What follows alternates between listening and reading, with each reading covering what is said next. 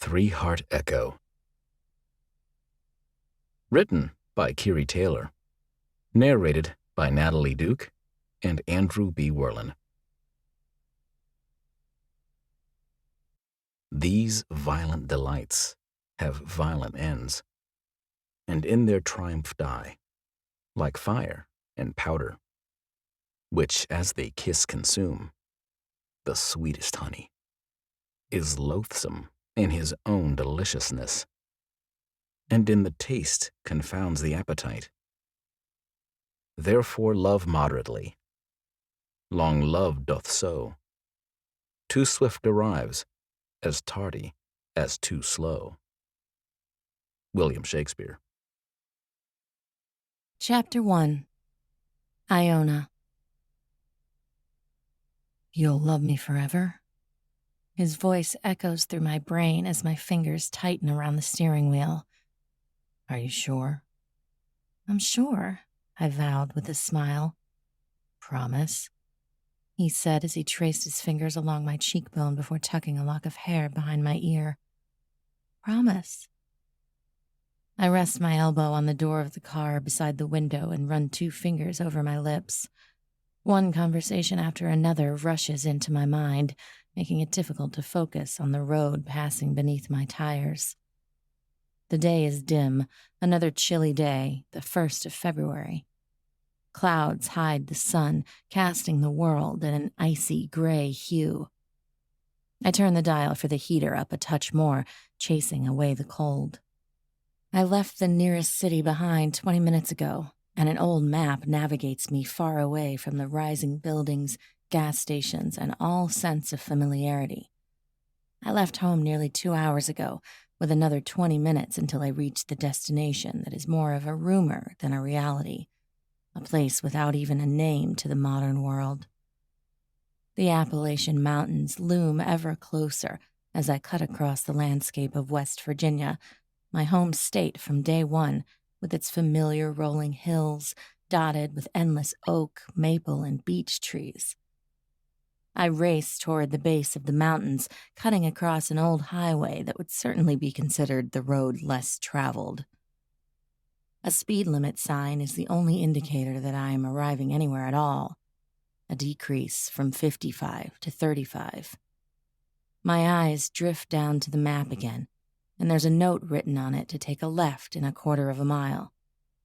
With not another car in sight, I take the left when it arrives. The highway continues onward, just minutes from climbing the mountains, but I turn onto what looks to be an abandoned road, taking the bumps and potholes carefully in my Chevy Corvair. Old growth trees loom over the road, blocking out most of the light. The farther I get down the road, the rougher it gets. My heart races faster the deeper from the highway I get. Considering I couldn't find the town on the map, I had to go by word-of-mouth directions. I'm not certain I'm in the right place. Until, finally, there's a break in the trees, letting in a rare ray of gray sun, and there's a sign. Roselock, established 1762. It's a sad sight, the wood rotten, sloping greatly to the right.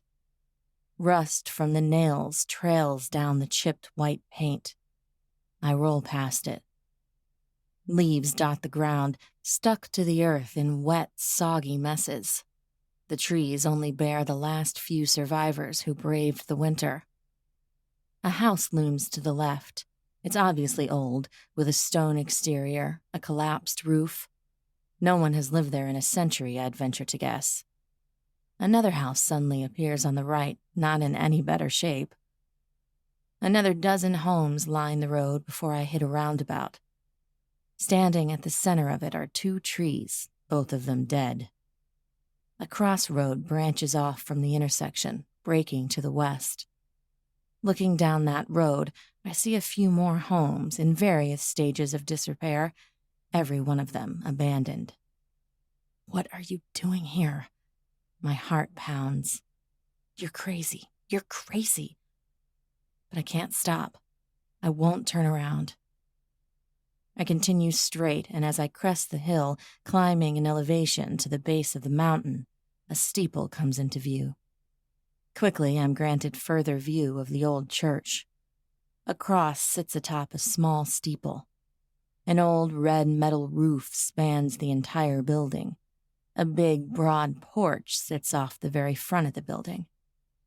It's large, bigger than I think would have been necessary for this tiny failed township. From the main area jut 2 wings, one to the east, one to the west. Climbing up all the sides of the building, there are vines stretching, long and massive, and despite the cold weather, despite the time of year, brilliant blood-red roses bloom all along the vines. Huge blooms, smaller buds, oblivious to the season. A gravel parking lot sits beside the church, devoid of a single car. I pull into it and shift my Corvair into park. I've anticipated arriving here in Roselock for 2 weeks now, made the necessary arrangements to get work off, but the reality of arriving leaves me questioning my sanity.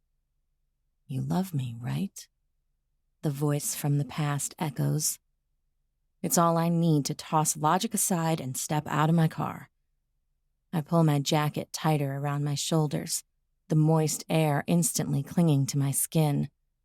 My boots splash into a small puddle I didn't see to the side of my car. Looking around, there's a graveyard behind the church, circling around to the sides, surrounded by a broken-down fence that can hardly hold that title any longer. Grave markers rise out of the ground here and there, each of them looking just as old as the homes that occupy the town. But there looks to be far too many graves for how few homes there are. I look forward again. Only a dim gleam catches my attention from the damp ground. A line of pennies cuts right across my path. It stretches to my right, heading into the graveyard, and to my left, toward a house, cutting behind it. My brows furrowed, I step over it, careful not to disturb the strange sight. The smell of smoke brings my attention back to the church, and I look up to find a small trail of it coming from the chimney, the first sign of life I've yet seen in this place. I stand in front of the decaying porch for a moment, taking a deep breath. I don't want to be here. I feel crazy coming here. But I can't keep living like this.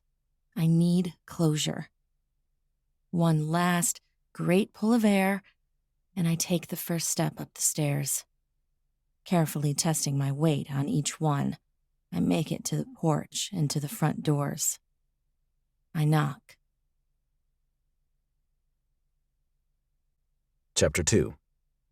Sully. It's pointless repairing the roof when no one will occupy the church in just over 3 months, I mutter, as I replace the bucket, not really caring that I slosh water onto the floor in doing so. I slide in the empty one, looking up at the slow but steady drip that falls into the Sunday school room. This is a house of God, my father says. You'll not upkeep the house of the Lord? He's obviously forsaken me. Why spend my last days being his caretaker? I walk out into the hall, opening the door to the back deck, and toss out the water from the rain last night into the overgrown roses. You've abandoned this family's duties before, Sully. Don't give up now. Not on the final stretch. His tone is pleading but resolved.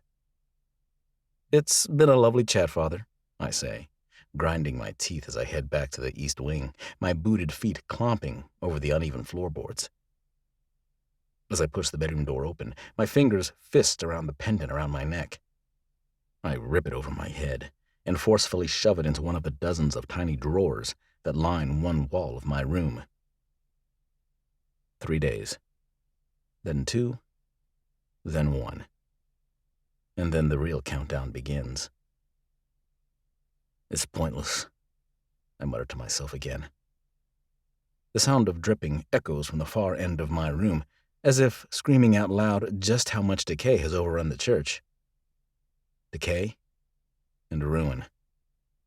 The embodiment of everything here in Roselock.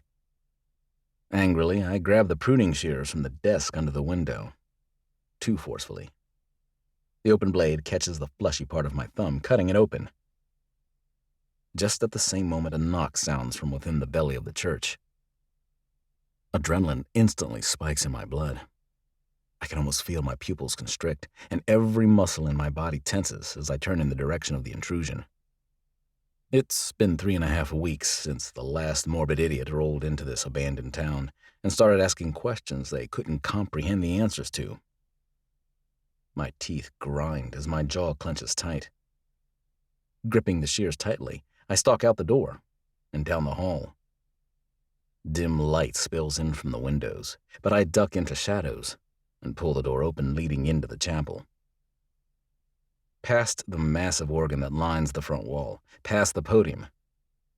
10 rows of pews reside on either side of the massive space, though some of them are a little more than broken planks of wood by this point. As I walk down the aisle, my eyes fix on the scratched and scarred wood of the front doors. With the brutal anger of a starved jaguar, I rip it open, nearly pulling the decrepit thing from its ancient hinges. A fawn stands there on the sagging front porch, eyes wide, surprised, big and round, startled, ready to run.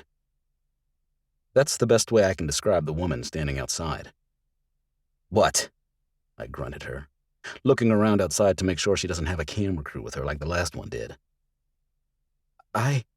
She stutters, taking a nearly imperceptible step back away from me. "I'm looking for someone. Sully? Sully Whitmore?" The darkness on my face deepens, and my fingers curl into fists. Her eyes flick down to the hand with the pruning shears, fear creeping into them. She struggles for words once again. "You're bleeding. Did you know?" I hardly register her words, but I look down automatically at my hand. A tiny puddle of blood now rests on the wooden floor, one slow drip at a time falling from my injured thumb. "What do you want?" I say in a low voice, ignoring the injury.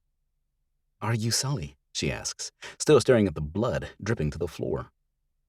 "I tell every single journalist that rolls through here the same thing," I say, grabbing the edge of the door and moving to close it.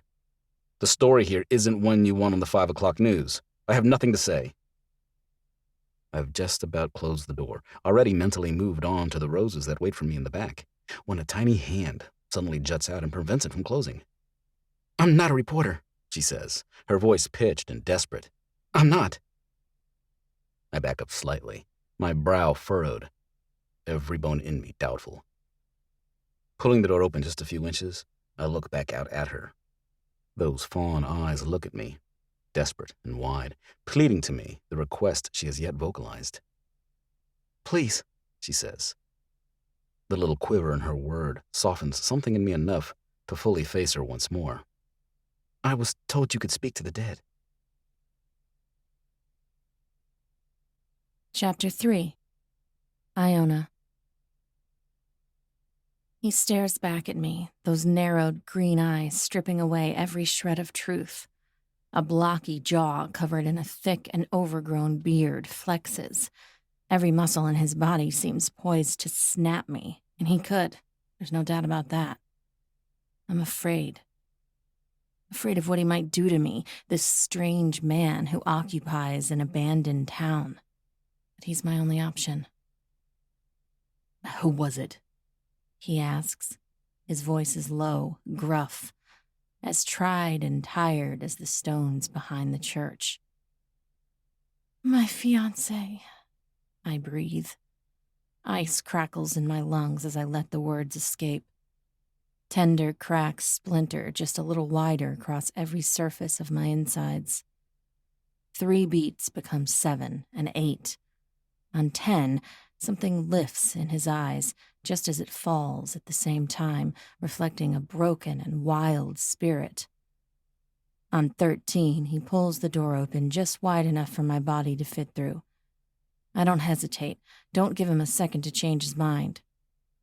I step inside, and my eyes have to take a moment to adjust to the darkness.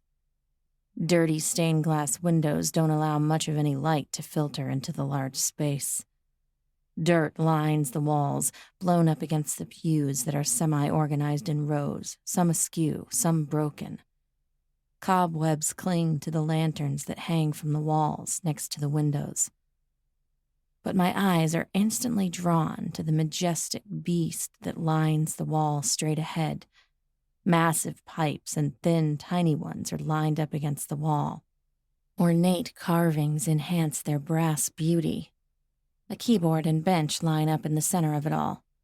I don't know much about musical instruments, but this organ is one of the most beautiful things I've ever seen. And it's set among so much decay and ruin.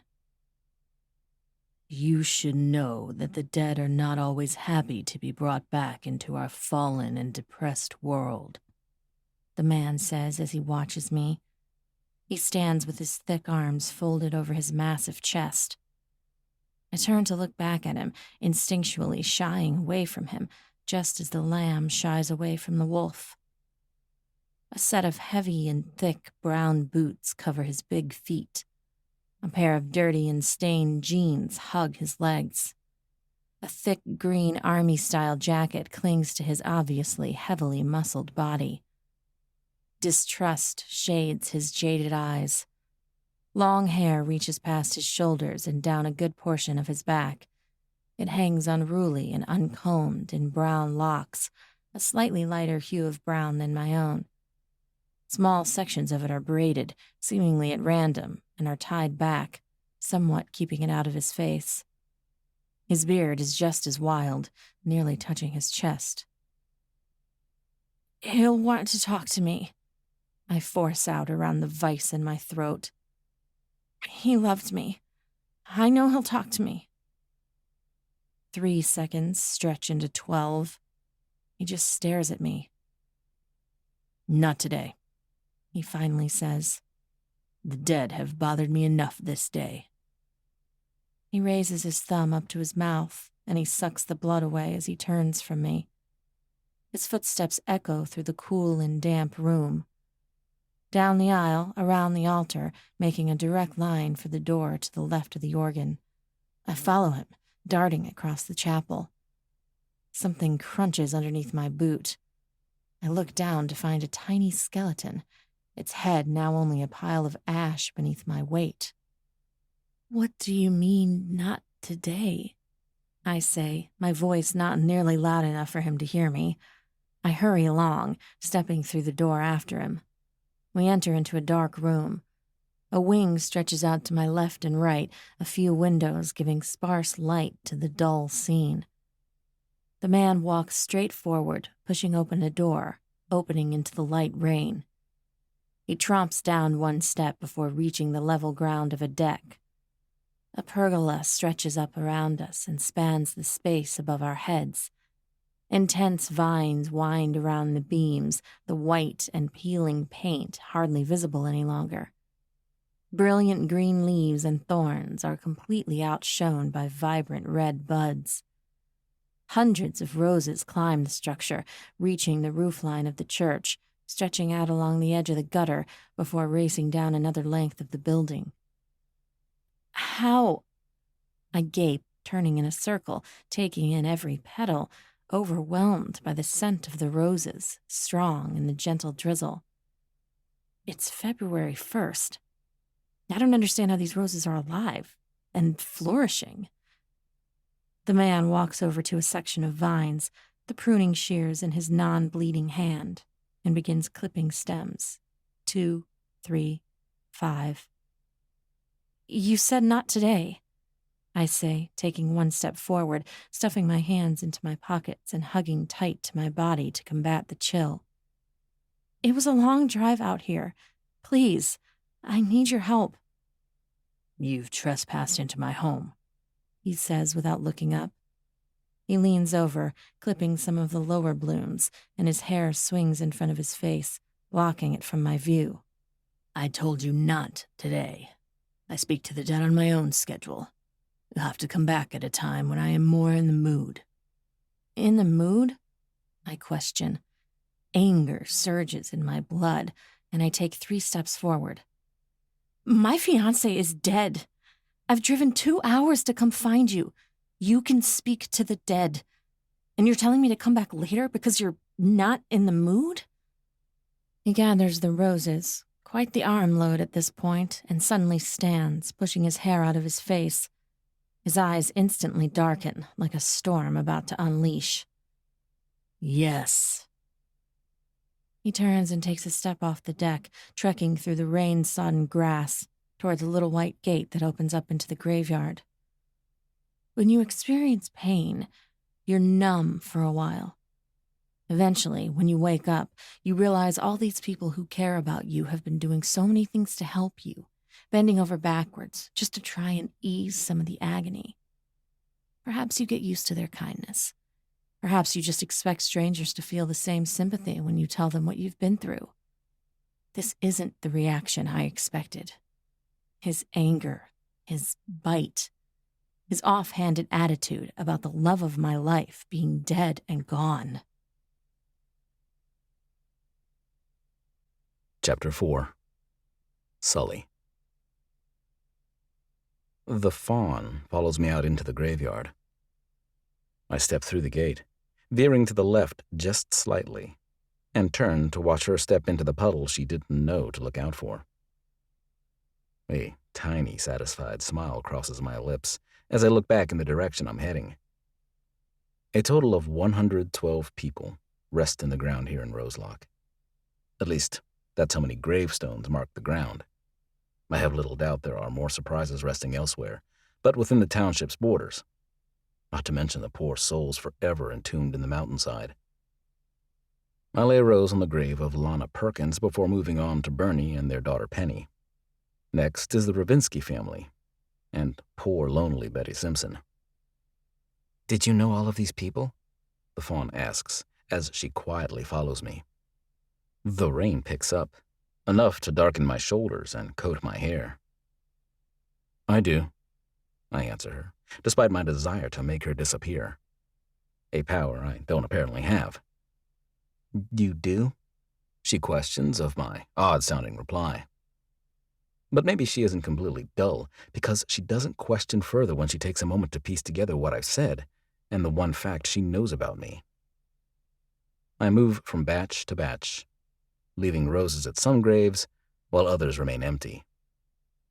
I move among the dead, the only company I've had in so long.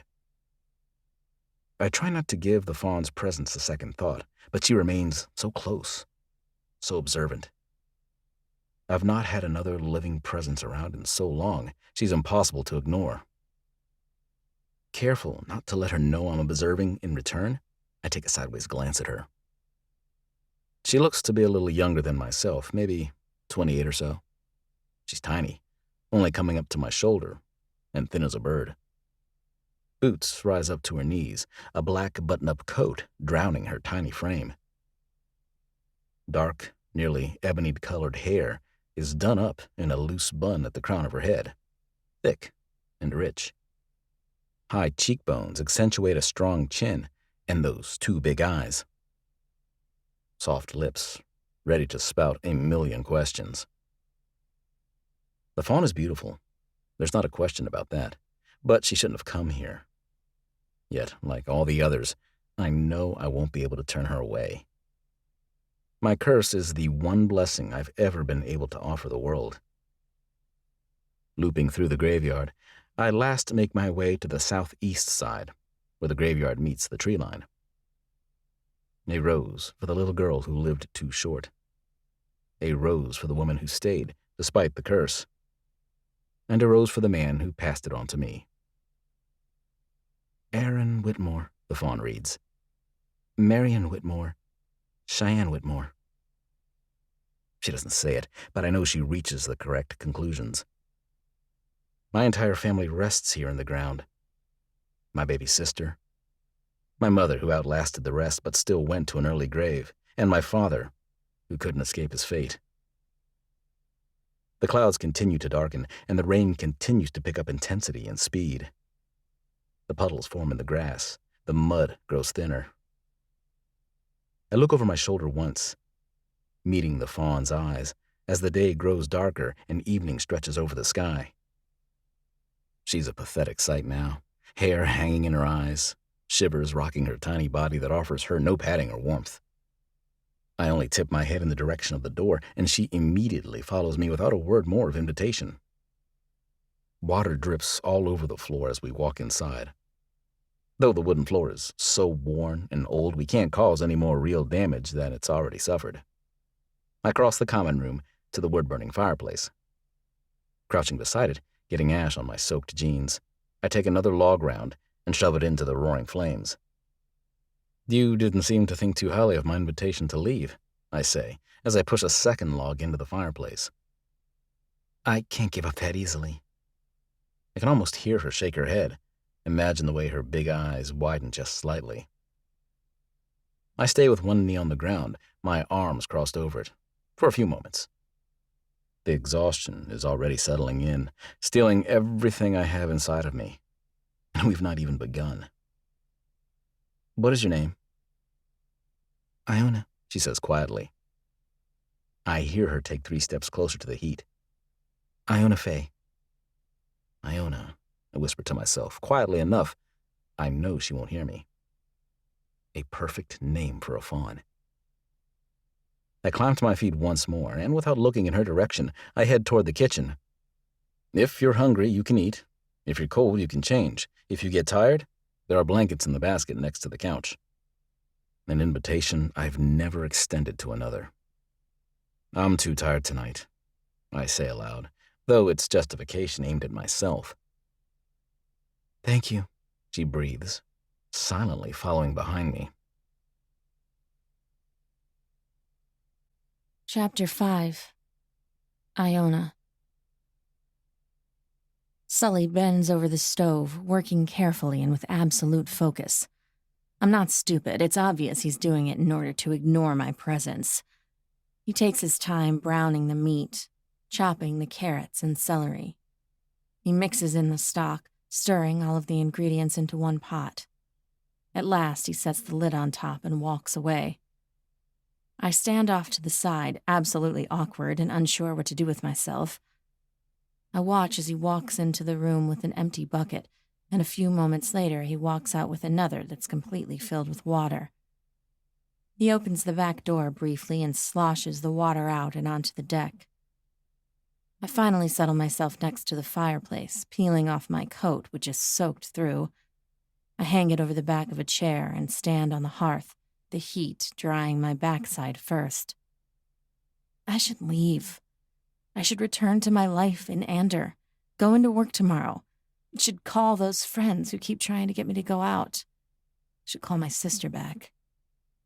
There are a million things I should do instead of staying here in this abandoned township. Overnight, with a complete stranger who looks like a Viking ready to go out on a raid. We miss you, the voices call from 3 months ago. You never call anymore, Viola whispered to me as she glanced over my shoulder at him. But I'm here because none of them understood. They'd never been lucky enough to find what I had never found their perfect other half. Did you hear me? Sully's deep voice rips me from my thoughts, and my head jerks back in the direction of the kitchen. What? I ask, my heart suddenly racing. I asked if you were all right. His accusing eyes bore into me, even as he moves about his business of making dinner. I'm fine, I say in a short clip. Why? He doesn't respond right away, just continues studying me with those intense eyes for a few moments. Finally, he looks at the bowl and the ladle he uses to fill it. You went away for a few minutes. My lips part to defend myself, but only lies would have come out. He's very observant. I did go away for a little while. He makes a grunting noise and nods his head for me to come into the kitchen. I shiver the moment I step away from the heat of the stove, but obediently sit at the rickety table pushed up against a wall. Sully sets a cracked and chipped bowl in front of me, followed by a slice of what looks to be homemade bread. He sets his own food out before settling into a chair that groans under his weight. I'd guess Sully must be around 6.5 feet tall, a Goliath to my 5'4" frame. He soaks a huge chunk of the bread in the soup before shoving it into his mouth. You don't say grace in the house of the Lord? I question him, guilt riding up my spine quickly. No, he answers curtly without looking up from his food. Swallowing down the unease climbing up my throat, I grab my spoon and take a few wary bites. Silence reigns in the church, yet suddenly I'm hyper-aware of so many different sounds. The ticking of a clock somewhere, the pounding of rain on the roof, the drips in the next room over, splashing into a bucket, the light slurp of the soup before it goes into Sully's mouth. But not a word from him. And I'm too scared to speak, to demand he tell me how this works, to beg him to reach into the other side and find him for me. In silence, Sully finishes his meal. I take a few small bites here and there, pick at my bread more than eat it. My nerves are too high to consume much. As soundless as ever, Sully cleans up from dinner, completely ignoring me when I offer to wash the dishes, placing them on a drying rack while I silently sit at the table. He returns to the common room where he stokes the fire. He locks the back door and then the front. He blows out half the candles that are lit throughout the hall and room. Stay inside, he says without fully looking at me. Don't go outside until... Just don't go outside. The blankets are there. He points to a basket beside the couch. Good night. Night, I mutter, though my mind is reeling, searching for a logical explanation as to why I shouldn't go outside. I'm about to open my mouth and ask when Sully shuts a door at the end of the east wing. I hear a lock click into place, and suddenly I'm terrified. Chapter 6. Sully. She's obviously in a lot of pain, Mother says, as I rest my forehead against the heavy wooden door. They all are, I mutter, squeezing the hairpin in my hand. I thought I taught you better manners, Sully, she chides. You were intentionally cruel to that poor girl. I just want to be left alone. I lift from the door and walk to the drawers, dropping the pin into one of them. The rain picks up in intensity, and the sound of dripping speeds up. Grabbing a bucket from the shelf by my bed, I place it under the growing puddle in the corner. I linger next to the window, straining my eyes to make out shapes in the darkness outside. Faint shadows sway back and forth, trees bending to the master of the wind. But the darkness outside is complete, the thick clouds blocking out even tiny hints of the moon or stars. The candle, lit on my bedside table, flickers as a draft rushes through the room. The church is falling apart around me. Within a year, it will probably start caving in on itself. But there will be no one left to be inconvenienced by it. I pace back and forth, one hand rubbing over the opposite knuckles. I still now and then, my ears straining, listening for the fawn. Iona. But there's only silence. Though I doubt I'd hear anything from her. She's light as a bird. She practically floats over the floor. I watched her as she ate, or rather, played with her food. She took a total of 4 bites of her soup and 1 small nibble of her bread. There's a reason she's so tiny. I don't remember sitting on the bed, but suddenly I realize that I'm staring up at the ceiling. Sprawled on my back, my arms above my head, a mane of hair threatening to drown me. Suddenly, I'm so aware of how long it's gotten. Halfway down my back, my beard a tangled web that touches my chest. I don't know that I've cut my hair or had a proper shave since I left Charleston nearly 9 years ago. I close my eyes, letting the past drag me under, taking me to a warm bed, a mound of blankets, and the summer breeze blowing through the window. Mile-long legs tangled with my own, blonde hair fanning out across my chest. Smiling pink lips teasing every ounce of strength I possessed. In memories of paradise and normalcy, I drift into the darkness of sleep. Chapter 7. Iona. Melodies of bliss and sorrow enter my consciousness. When I finally cross the line of awake and asleep into the world of the living, I find there are tears that have already saturated the pillow beneath my head. Pulling myself into sitting position, I look around, disoriented, confused. The musty smell, the flickering candlelight throw me off balance, and the haunting music floating through the space displaces me all the further. Pulling a blanket around my shoulders, I cautiously stand, looking around for a clock, and find one on the wall across from me.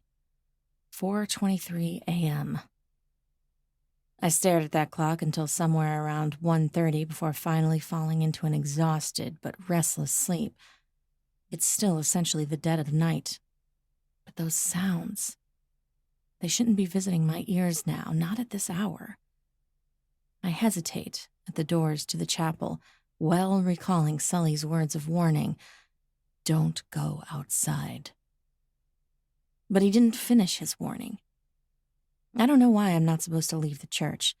I won't, not when it's still this dark, but my curiosity. That music, so sorrowful, so filled with pain. Surely the player is no longer sitting at the organ in one solid piece. This is a symphony of destruction. 2 more tears make their way down my cheek, because this is a song I understand. Placing my hand on the knob, I give it a twist and push. The chapel is far brighter than it should be this time of day. 1,000 candles are lit throughout the space. Along the walls, set in the broken windows, scattered along random pews. But most of them rest on candelabras just off to the sides of the organ, where Sully sits. His eyes closed, his hands rising, falling, running along the keys. I don't think he's noticed me enter. The sound of the organ covered the alarming screech of the door opening. So I step inside, my socked feet padding soundlessly over the dirty floorboards. Hugging the blanket tighter around my shoulders, I sink into an empty spot on the second row of pews, and I listen. Sully is talented. No, brilliant. Gifted. No sheet music sits before him, but he doesn't hesitate as he moves from one note to the next, pouring a lifetime of emotion into the notes. Rising and rising crescendos, and then devastating downfalls. Lovers' love and lives are ruined in his music.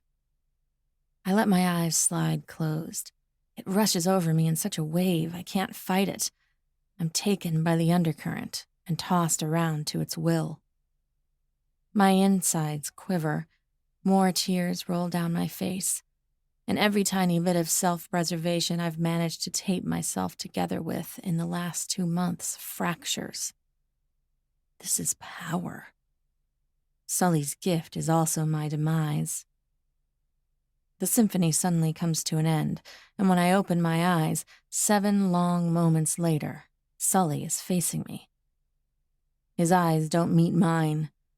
They stare at the floor somewhere along the bottom of the pew in the first row. His hands are clasped together in front of him, his shoulders slumped. He looks exhausted. And it's no surprise, considering the life he just poured into his music. "You should know that this isn't going to be easy," he suddenly says, and I internally flinch at his rough voice. "For either of us. It's going to open old wounds for you, bring everything back to the surface. It's going to exhaust me, finding him, holding on to someone I don't know." I don't know what to say. It's much I'm asking, but I'm asking.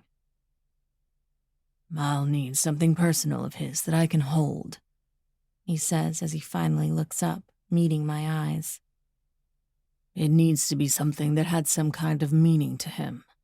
Something he touched or used frequently. I nod. The item instantly comes to mind. I can get that. Sully nods, the look in his eyes growing darker and more distant by the moment. It helps, too, if you tell me about him first. It can be a little difficult to find them at first if they aren't waiting on the other side to talk to us. If I know about him, it makes it easier to recognize him. I nod once more. Something swirls in my stomach.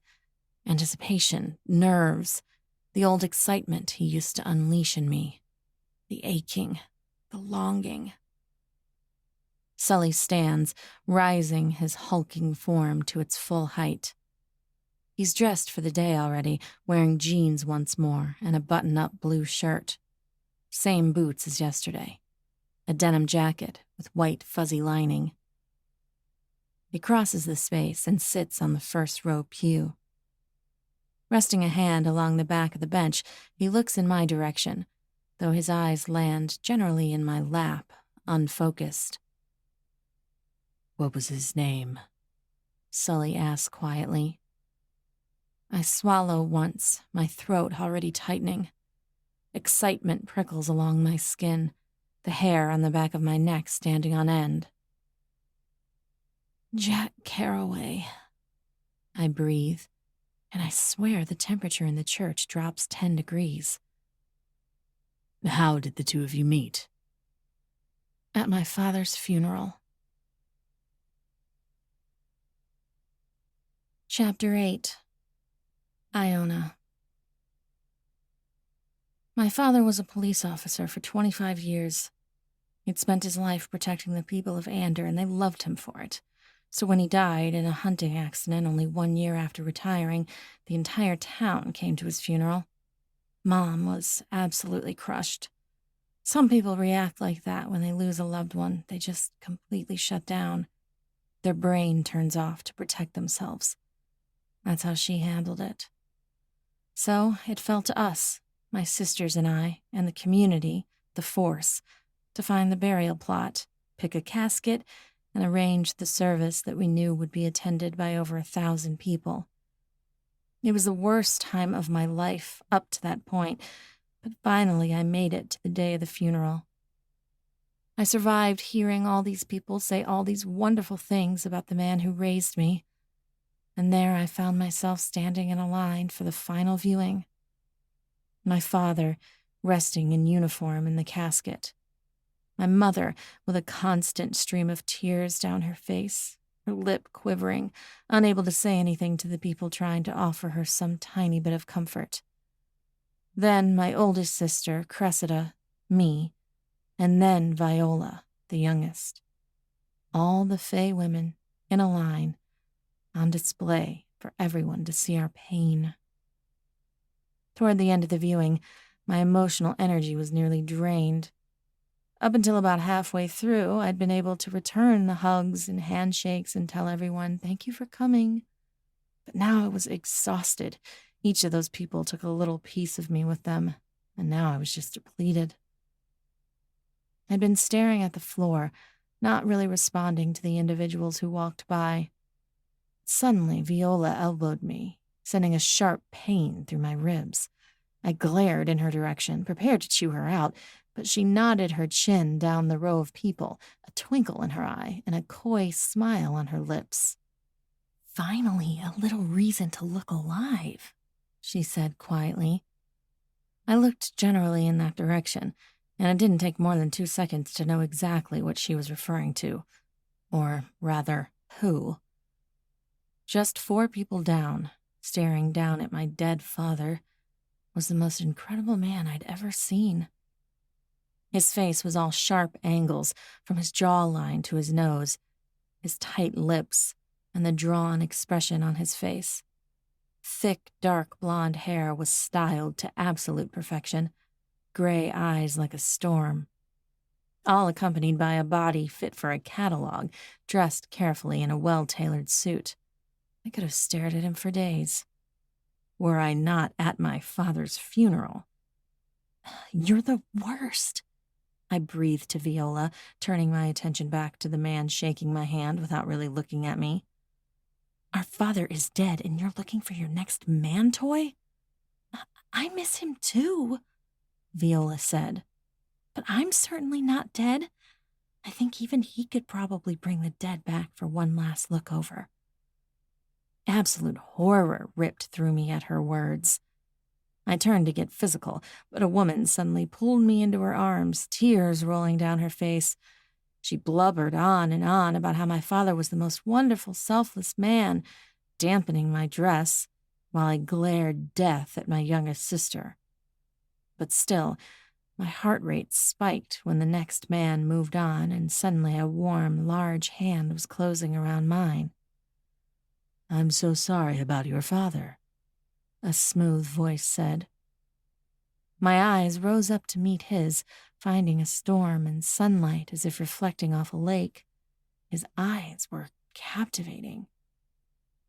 Thank you, I barely managed to breathe out. He was such a leader in our community, the man said, still holding my hand. He will be greatly missed. I nodded, completely stunned and dumbfounded. He offered me a sad little smile and released my hand. I hadn't even realized for a moment that he'd moved on, politely conversing with Viola, who was smiling far too brightly. Shaking my head and blinking 3 times fast, I refocused my attention on Lieutenant William's wife, who had just moved in to embrace me. Chapter 9. Sully. It's quite the grim beginning to a love story, I say, as I stand and begin blowing some of the candles out as the sun begins to rise. It didn't look like it was going to be a love story, Iona says quietly, as she looks down at the ring on her finger and twists it around. It looks far too loose for her tiny finger. Morning details first, I say, walking past her back into the hallway. We'll continue the riveting story in a little while. The fawn scrambles to follow after me. The clock shows 5:43 as I walk into the kitchen. I pull out the ingredients needed to start the oatmeal and light the stove. Sometime during the night it stopped raining, but now it's bitterly cold. I stoke the fireplace with more wood while the water boils, and then return to the kitchen. What brought you to this place? Iona asks, leaning against the counter and watching me work. Birth, I respond simply. I pour in the oats and stir, staring into the mush. I hear her nod. I saw the family names out in the graveyard. Have you lived your entire life here then? Most of it, I tell her, but her questions are causing irritation to rise in my blood. Where did you live when you were away? She asks. It's Friday, I say, cutting her questions off. I look over my shoulder at her. Don't normal people normally work on Fridays? Her eyes widen, and she leans back for me just a touch.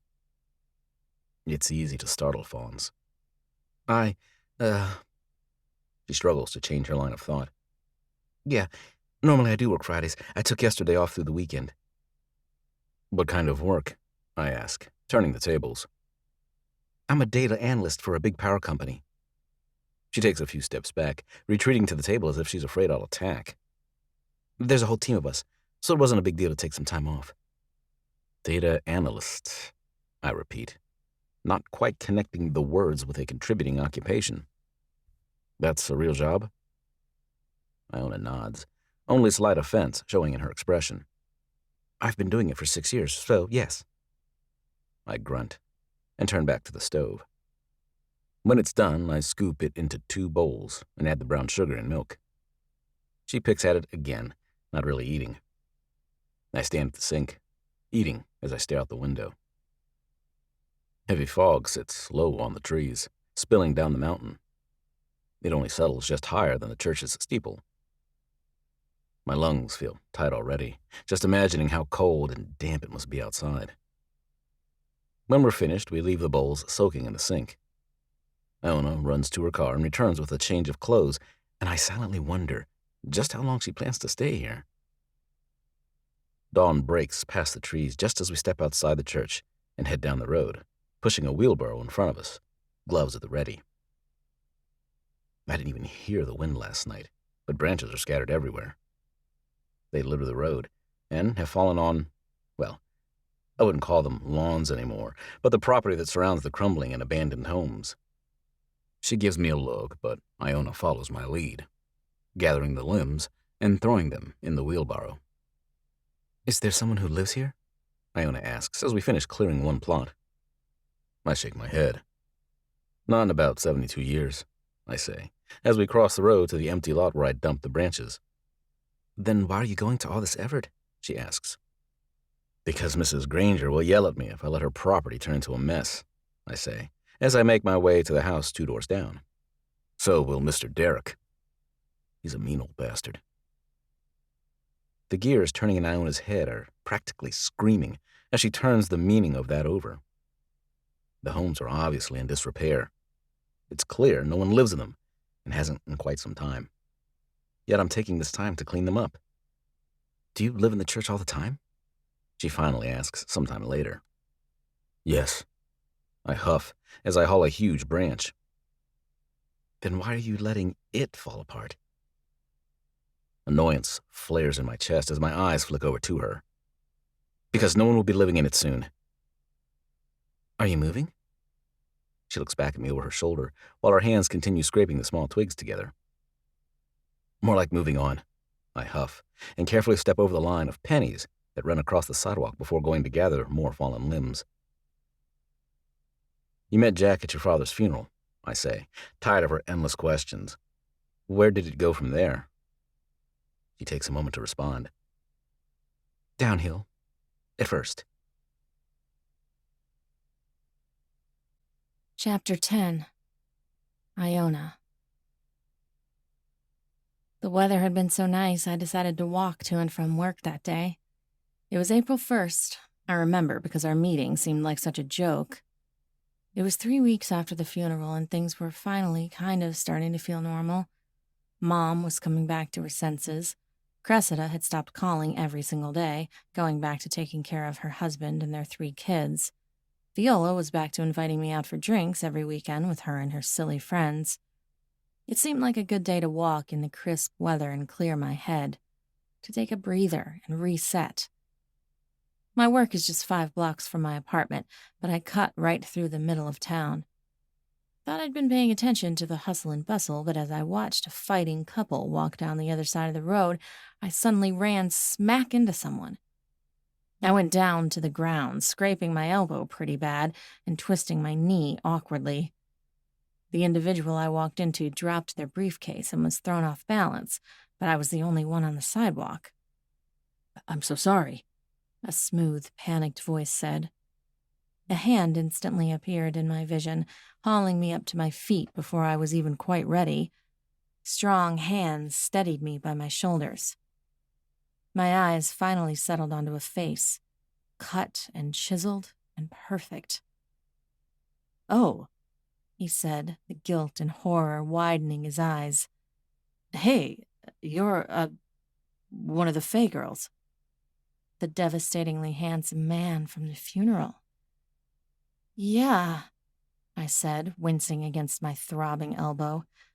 I took half a step backward, raising it up to inspect the damage.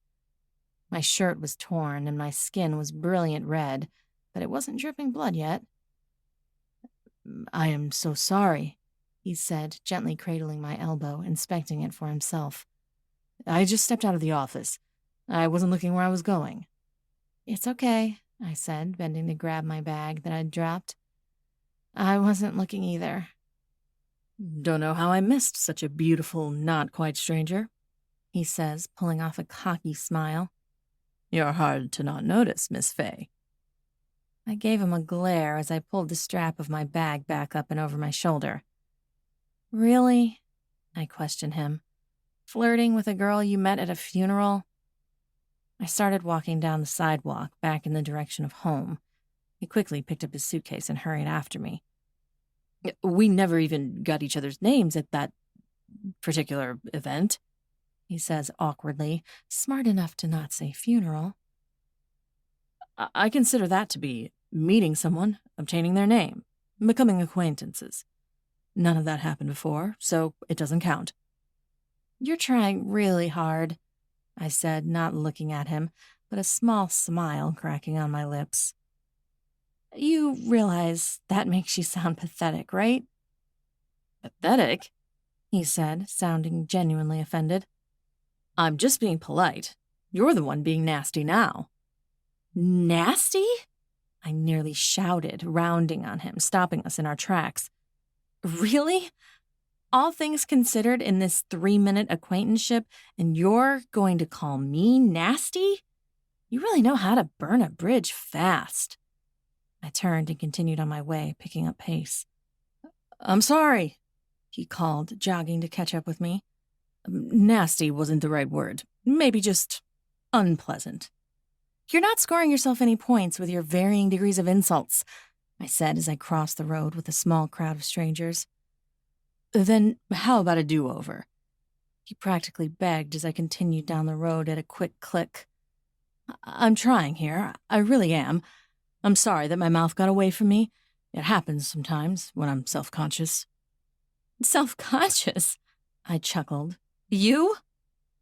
What's that supposed to mean? He chuckled, though the look on his face said he had a pretty good picture of what I meant. Don't pull that on me, I said, rolling my eyes, despite the smile on my lips. Okay, fine, he said. Maybe I know a little what you're talking about, but it's true. I do get self-conscious. Are you judging me based on my looks? I guess so, I said, crossing another road, 1 more block until I reached my apartment. Look, he said, gently grabbing my arm and pulling me to a stop. I'm really sorry for everything that just transpired in the last 5 minutes. Will you please accept my apology? I studied him, mostly because he was so nice to look at. But he did seem to mean it, at least as far as I could tell, having only known him for a few minutes. Fine, I said, feeling the annoyance lift from my chest. I forgive you. For now. A smile cocked on one side of his face, and all of my resolve cracked a little. Perfectly straight white teeth shone out, the smile all crooked and charming. Thank you, miss. He dragged out, his expression hopeful. I bit my lower lip, debating for a moment. Stranger danger and all that. But at 28 years old, I figured I was a big girl by that point. Iona, I finally responded. Iona Fay, he said, settling further into his casual smile. I'm Jack Carraway, and I wondered if I could take you to dinner Friday night. His audacity startled a laugh right out of me, but the look on his face told me he was dead serious. I just shook my head. Don't say no, he said, jumping in like he could see that I was about to. I promise. No more running mouth, no knocking you to the concrete again. Just a nice evening, some good food, and a perfectly pleasant conversation. I just stared at him for a moment longer, in disbelief at the turn of events this afternoon. Maybe, I finally said. If I decide yes, then I'll meet you right here. I pointed to the ground at our feet. At 7 o'clock Friday night. And if I decide not... You'll just leave me standing out here on the sidewalk looking like a fool? He asked incredulously. I smiled and nodded, and without another word, I turned back for the sidewalk and crossed the road. I'll see you on Friday, he called as I walked away. Maybe, I teased without looking back. Chapter 11. Iona. You met him on Friday, didn't you? Sully asked, giving me this look. I did. I blush. But only because Viola pestered me so much, I thought I was going to kill her. She did sound awfully interested in Jack at the funeral, he says as he dumps the last load of branches and heads back toward the church. I follow beside him, pulling off the muddy and soaking wet gloves. She was. She almost didn't believe me when I told her that I'd run into him and he'd asked me out. A smile crosses my lips, entertained by the memory. Sully grunts, but doesn't say anything more. I can't imagine this is his favorite kind of story. He doesn't strike me as the type to enjoy silly love stories. He heads for the shed off to the side of the church and parks the wheelbarrow in the corner, tipped up on end. Inside, I also see a lawnmower, a variety of rakes, shovels, and trash bins that look like they haven't been used in a few decades. I cup my hands together and blow, attempting to get some feeling back into them, but they're so far gone, all I feel is air movement. You need some more meat on your bones, Sully insults as he motions for me to follow him back in through the back door of the church. I only glare at him as he grabs more firewood from another shed. We both kick off our muddy boots when we step inside, and he immediately sets to stalking the fire once again. I instantly feel my frozen skin cells defrosting, the sensation of warming back up almost painful. When he's done putting the logs into the fireplace, he motions me over so I can thaw out. "Don't you get lonely living here?" I blurt as I hover over the stove, holding my hands up to the heat. "I haven't seen anyone else around. It's just you, isn't it?" Sully sinks into a wooden rocking chair close to the flames. He stacks his socked feet, one on the other, to warm them up. "Yes, it's just me," he admits, and that's just what it feels like coming from him, an admission.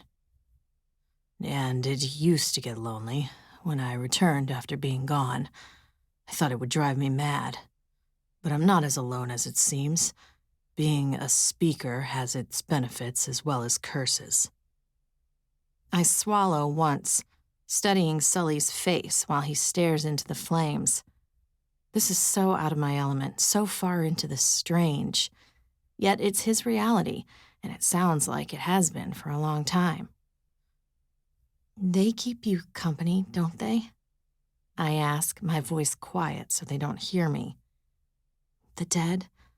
You talk to them when the silence gets to be too much." 2 seconds of hesitation. 5, 10. But finally, his lips press tightly together. Sully nods. It makes sense now, what he said about those people getting angry with him if he doesn't take care of their property. They might have been dead and gone long ago, but Sully still speaks to them on a regular basis. "Do you have an item of Jack's here, or do you need to return home and get it?" he suddenly asks, still staring into the flames. His whiplash changes keep throwing me off. It takes me a second to recover. "I need to go home and get it." "You should go soon, then," he says as he rises to his feet. He peels his jacket off and hangs it on the back of the rocking chair. "You said you only have a few days off. We should get started soon." "Now?" I ask, looking around, suddenly off balance. Am I really ready for this? To open the gate to the other side? To hear from Jack again? To speak to him? "Yes," Sully says, heading down the hall, back to the door he disappeared behind last night. "I will be ready when you return tomorrow morning, but not before then." He walks into the room and shuts the door with a finality that makes me jump.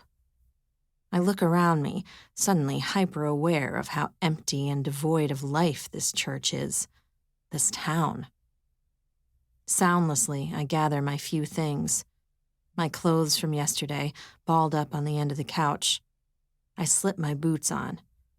Awkwardly, I head for the back door, looking back towards Sully's room as I walk out. Tomorrow morning, but not before then. The message is clear. Don't come back tonight. Chapter 12. Sully. I pour the gasoline on the pile of branches as the day grows darker. The rain has picked back up, just a light drizzle, but enough to keep everything contained. Taking the matchbox from my jacket pocket, I light one and toss it into the tangle of twigs, and the pile instantly ignites. The mound stands as high as my head, having been added to since this morning. Maybe the fawn made me feel guilty.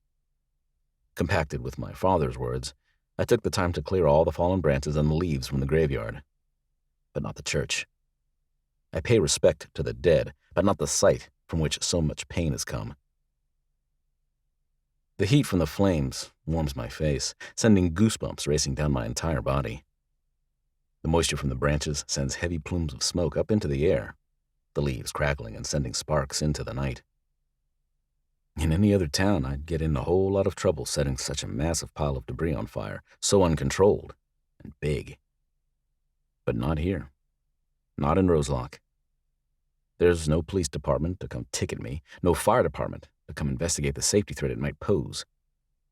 Because there's no one around to threaten, besides myself. A narrow 2-lane highway leaves the nearest town running for miles. The turnoff for Roselock is hardly noticeable anymore, at least last time I left. That highway just continues running onward, heading up the mountain into recreation areas where the hunters and outdoor types enjoy a relaxing weekend away from their normal. While I sit here, north of that highway, out of sight. Far, far out of anyone's mind, with my own version of reality. I reach into my pocket and pull out the old and ragged pink hair bow. It's dirty and faded now, but it was one of the very few items left from the young child that left this world all too soon. You don't look happy, Sully. Her sweet voice sweeps through the night. I look off to my left, watching as the adult version of my sister walks up. She's dressed in a long, black dress, simple, with no frills or glam. Her auburn hair hangs long, lying still and flat, despite the breeze blowing through town. Another sad and lost soul came to ask for my help, I say, rolling the hair bow between my fingers. That's better than another reporter, right? She says, as she stops at my side, staring into the flames with me. I grunt. Nothing affirmative or negative. What about her has you so bothered? Cheyenne asks, always far too observant. Normally you gripe, but you talk to their dead and let them move on. Something's different. Her question leaves me feeling unsettled. I guess that's the problem. I don't know, I say. Something about this just feels... What? She encourages. Cold, I breathe, letting a cloud of white billow from my lips. Dark. She looks over at me, and without looking back, I can feel her studying me. She's always been so observant. Maybe that's why I speak to her most often. She knows me better than I know myself. She seems so functional, my sister moves on. Some of them are so broken when they come to see you, sobbing, shaking messes. She's so composed. I think maybe that's a sign that she's the most broken of them all. I bend down and pick up a twig at my feet, tossing it on the flames. It gives a tiny pop. It's all hiding under the surface, waiting to manifest in some explosive way. Is that why you're so scared of her, Sully? My head whips in her direction, my brows furrowed, sharp words on my lips. But this is Cheyenne, and I can never be too harsh with her. Not when I can still recall holding her tiny, lifeless body. You treat her different, she says, raising her eyebrows just slightly. You're unnecessarily harsh with her. But you're constantly studying her, and you keep this distance. It's peculiar. I reflect back to our encounters, and I didn't realize I was doing any of that, not consciously. But she's not wrong. It's getting dark, brother, she says, looking toward the horizon. You shouldn't be out here when the sun goes down. It's too close to the anniversary. I look to the sky as well. A deep red, laced with gold, saturates the cloudy sky to the east. The clouds to the west are too thick to allow any color. It means darkness will fall earlier than normal. The fire will be fine, Cheyenne says, giving me a tiny smile. You should head in. Walk with me? I ask, taking one step back from the bonfire. Of course. Chapter 13. Iona. The words of the article are difficult to read in the pre-dawn light, but my eyes strain to read them nonetheless, one more time. A little research at the library yielded far more information than I expected. Roselock, West Virginia, an abandoned mystery, a hopeful new American family excited about mining prospects and a new life. When John Whitmore and his wife Ronella arrived in West Virginia in 1761, they had big dreams. Coming from an old mining family, the young man had every confidence in striking out on his own. Hearing rumors of coal in the mountains, he and his young wife settled and began the process of creating their mine and founding a town. But only 5 months after the settlement and work in the mountain began, war struck. The Shawnee Indians migrated back to the area and found Roselock built upon their burial grounds. John Whitmore and his people had disturbed their ancestors. It was a bloody battle to an ugly finish that left 4 newcomers dead and an entire tribe eliminated. Most don't claim to believe in curses, but learn the fate of the family Whitmore and you'll be a believer. On the anniversary of the battle in 1762, the town's new church was dedicated. But in the same moment the bell tolled, there was an explosion in the mine that was heard throughout the entire town. Several support structures were later found with saw marks indicating someone intentionally cut the beams. 33 poor souls were crushed that day, forever trapped in the mountain. A series of unexplainable events occurred following the mine collapse. Untimely deaths seemed to be a common occurrence. Cases of madness were high within the borders, with residents claiming to hear screams at night and to find pools of blood leaking out from beneath the church.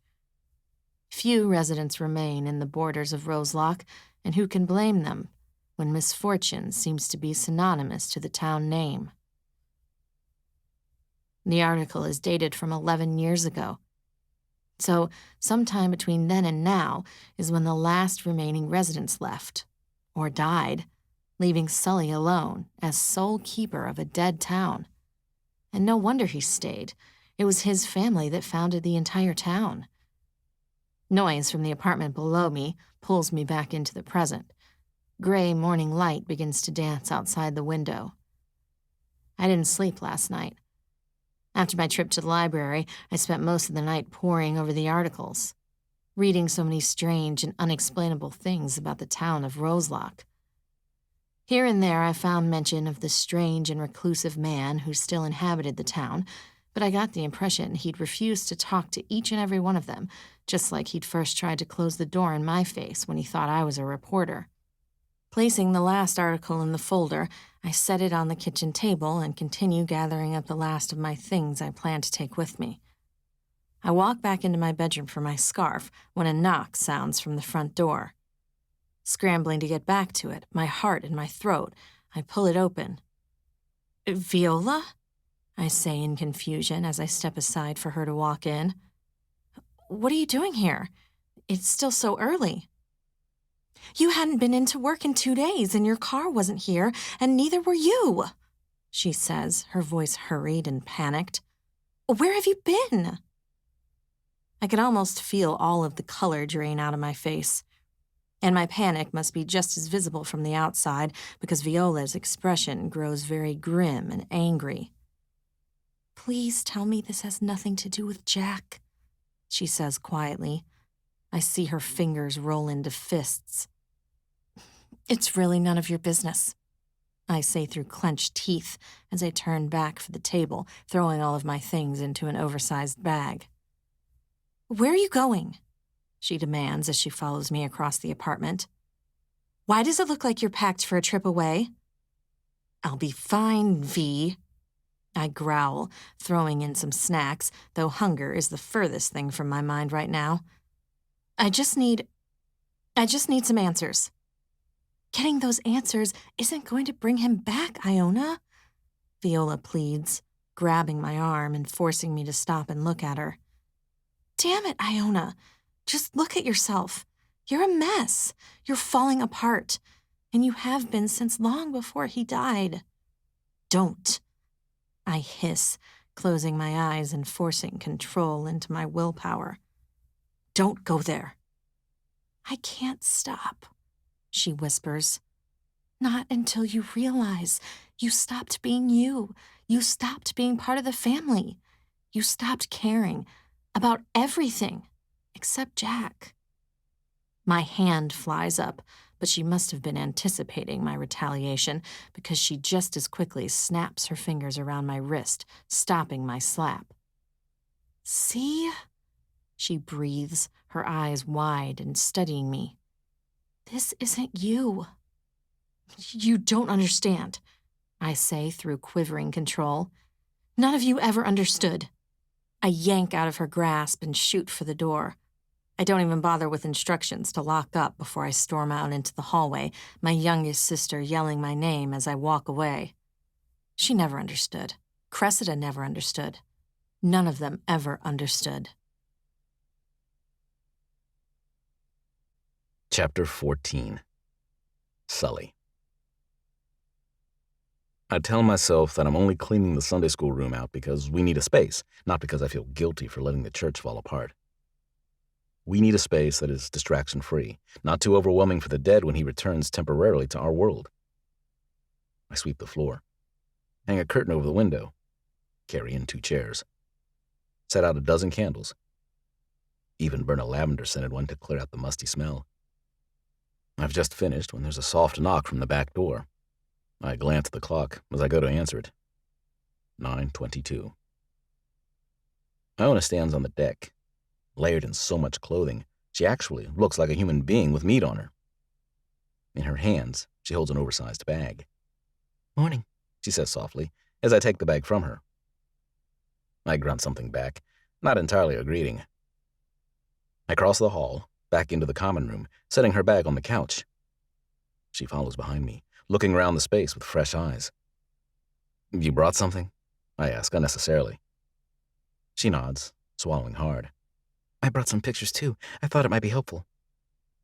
I nod, indicating for her to retrieve them. As I watch her dig through the bag, I notice the tension in her shoulders, the angry set to her jaw, the clipped movements. She's upset about something. But then everyone who comes to see me is upset about many things. "Is something wrong?" I finally ask. "It's nothing," she answers a little too quickly, a hard edge to her words. Forcefully, she digs through her bag, clothing spilling out onto the couch. Apparently, she is planning on staying for some time. I'm fairly sure it's not nothing, but I'm about the last person who's going to press about it. Finally, she produces a bound book, and something gold and shiny slips down a chain. Iona holds them both up, nodding for me to join her on the couch. She smells like roses and fall as I sit beside her. She slides closer to me, her thigh resting against mine, her shoulder pressing into my own. Looking at us, side by side, we seem comical opposites. My leg is literally double the thickness of hers. She seems a tiny child next to Goliath.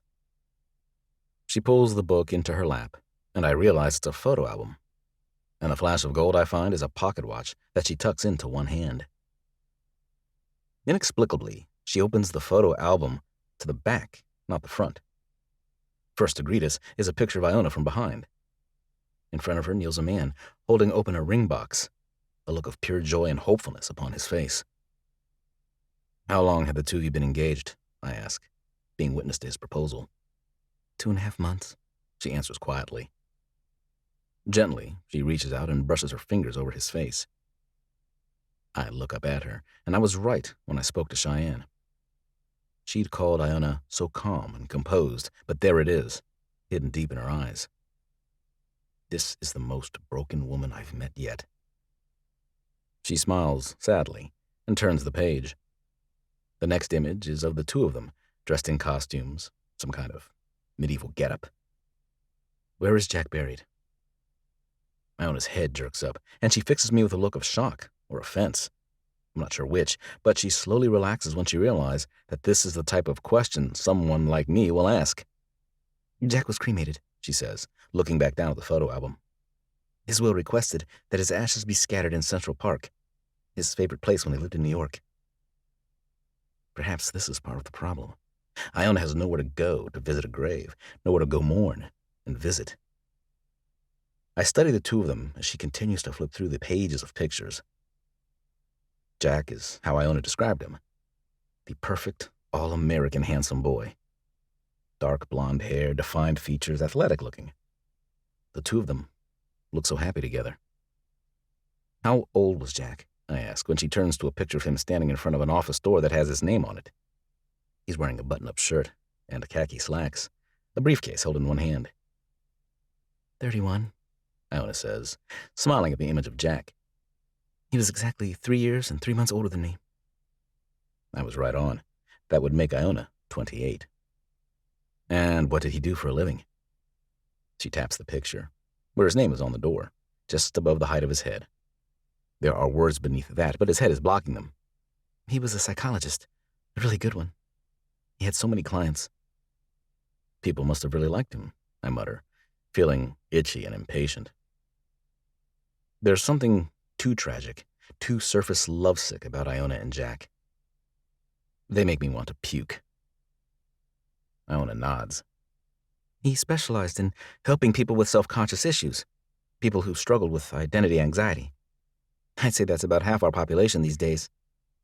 She does this little chuckle, but there's a hitch to it that makes me look at her face, and I see the cracks beginning to show. She doesn't say anything else. She flips more pages, showing me more photographs.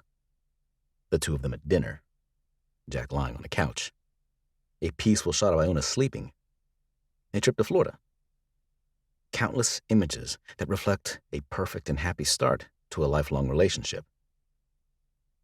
The fall pictures slip into summer and eventually into spring. I remember Iona telling me their first official meeting happened on April Fool's Day. Something unsettling sinks into me as we work our way backwards in time over the last 8 months. It takes me a few more dozen pictures to realize what it is. I glance at Iona once more, taking in the bird-thin arms, the stick-skinny legs. And I look at the woman posing with Jack in front of some spring tulips. It's Iona. But the woman in the pictures has been steadily gaining weight as we flip back in time. The woman in front of the tulips has curves. She has hips, an hourglass figure beneath that thin jacket. They almost look like two completely different people. I'd wager the Iona sitting beside me is at least 30 pounds smaller than the Iona in the pictures.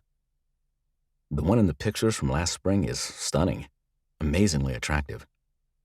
The one sitting beside me is certainly beautiful, but not healthy looking. I've seen grief change people physically when they're too weighed down to eat. But that isn't what this is. She started losing weight before Jack died. I look at Iona's face again, and something disturbing settles into my stomach. She only smiles wistfully at the images. She doesn't see anything wrong, like I do. It's as if she doesn't see the physical change playing out in the images. The page turns once again, and this time I find an image taken from what looks to be down the hall from a front door. Iona stands sheepishly inside, a faint smile on her lips. Jack smiles at her, his forearm braced in the doorway, the other hand on his hip. Both of them are dripping wet. Our first date, Iona says with a smile. Chapter 15. Iona. Why are you acting like this is such a bad thing that Jack asked you out?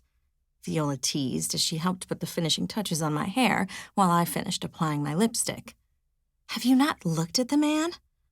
Looks aren't everything, V, I said, glaring at her in the mirror, even though a smile was cracking on my lips. You realize you have this habit of only looking skin deep? But when it's beautiful skin... She trails off, letting me out of the bathroom to go find my shoes. I look at the clock and realize it's already 6:57. I swear under my breath and search around my room.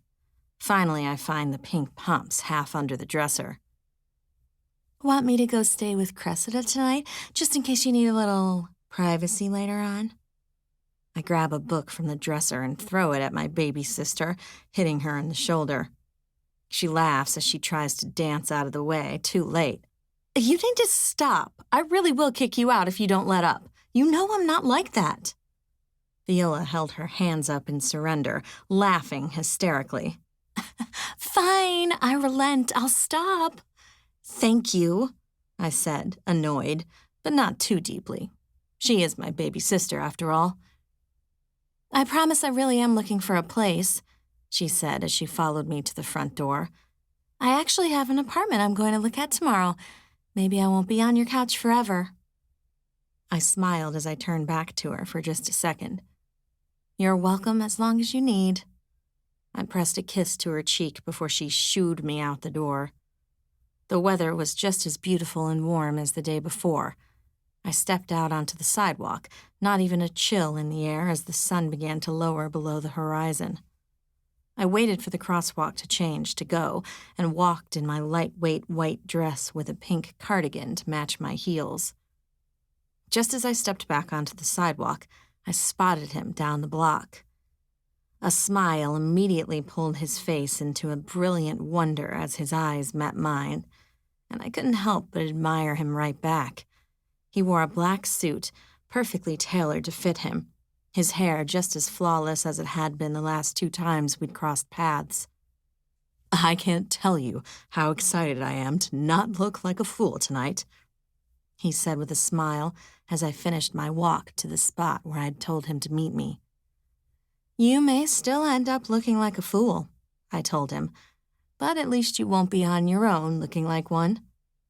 You can be a feisty one, Iona Faye, Jack said, extending an arm for me. I smiled as I looped my arm through his. We ended up walking just 2 blocks before Jack ushered me into a fancy restaurant where he'd made reservations. Casual conversations were easy for the first 30 minutes, talking about family and work. Jack had been born and raised in Toronto, Canada. His father had been a founder of the psychology program at some university there. But Jack decided he wanted to forge his own path, his own way, and decided to go to New York University to study instead. He'd gotten his master's degree in psychology, just like his father. He was an only child, and then he lost both of his parents just after he graduated. And now he lived here in West Virginia with his own practice. Easy and casual. Now, tell me something true, he said as we were nearly finished with our main course. Something deep and real. We can talk all night about the surface stuff, but I guess I kind of like to jumpstart things whenever possible. Tell me something real, Iona Faye. I looked up from my plate, thrown off by his deep and thought-prying question. I wiped the corner of my mouth with a napkin before setting it back in my lap. Something real. Like everything I've told you about myself tonight hasn't been? Jack shook his head. That's not what I mean, he said, his eyes growing sincere. Facts are simple. I want to know something hard, because you have captured me, Iona. His serious confession threw me all the more, but there was a depth to his expression that hooked me and didn't let go. So I took a moment, reaching deep inside me, looking for something hard and true. I feel like the clock is ticking, I finally said to him, leaning forward, resting my chin on my hand folded over the other. Like everyone is watching me, wondering what is taking so long. So long to what? Jack asked, leaning forward so our faces were only a foot apart. To find the one. To settle down and get married. I feel like everyone thinks I'm so old now, and that they all think I'm 2 seconds away from missing the train. Why? He asks. I shrug, leaning back in my seat. My sister got married when she was 20. Her kids are already 9, 6, and almost 1. All my friends from school are married too, with at least a couple of kids. And here I am. Jack studied me for a moment, his eyes boring into mine. And suddenly I'm sure I can't do this, get involved with someone who picks people apart for a living. And do you want to get married? Is that the life you really want for yourself? He finally asked. I didn't answer right away. My eyes fell to my lap, searching for the answer. There's the one I think I should give, the one everyone expects me to produce, and the one that's buried deep down, and the one that meets the middle ground. Someday, I say, I think that urge is going to hit me sometime. But right now... Right now, what? He encourages. Right now, I'm happy just being me, I confess. Right now, I'm happy to have spontaneity spring up at any moment. A smile cracked on Jack's face, and I could just feel it, the energy building in the air around him. That's the real and the hard, he said as he reached into his pocket, producing a wallet. He laid down some money and stood, reaching for my hand.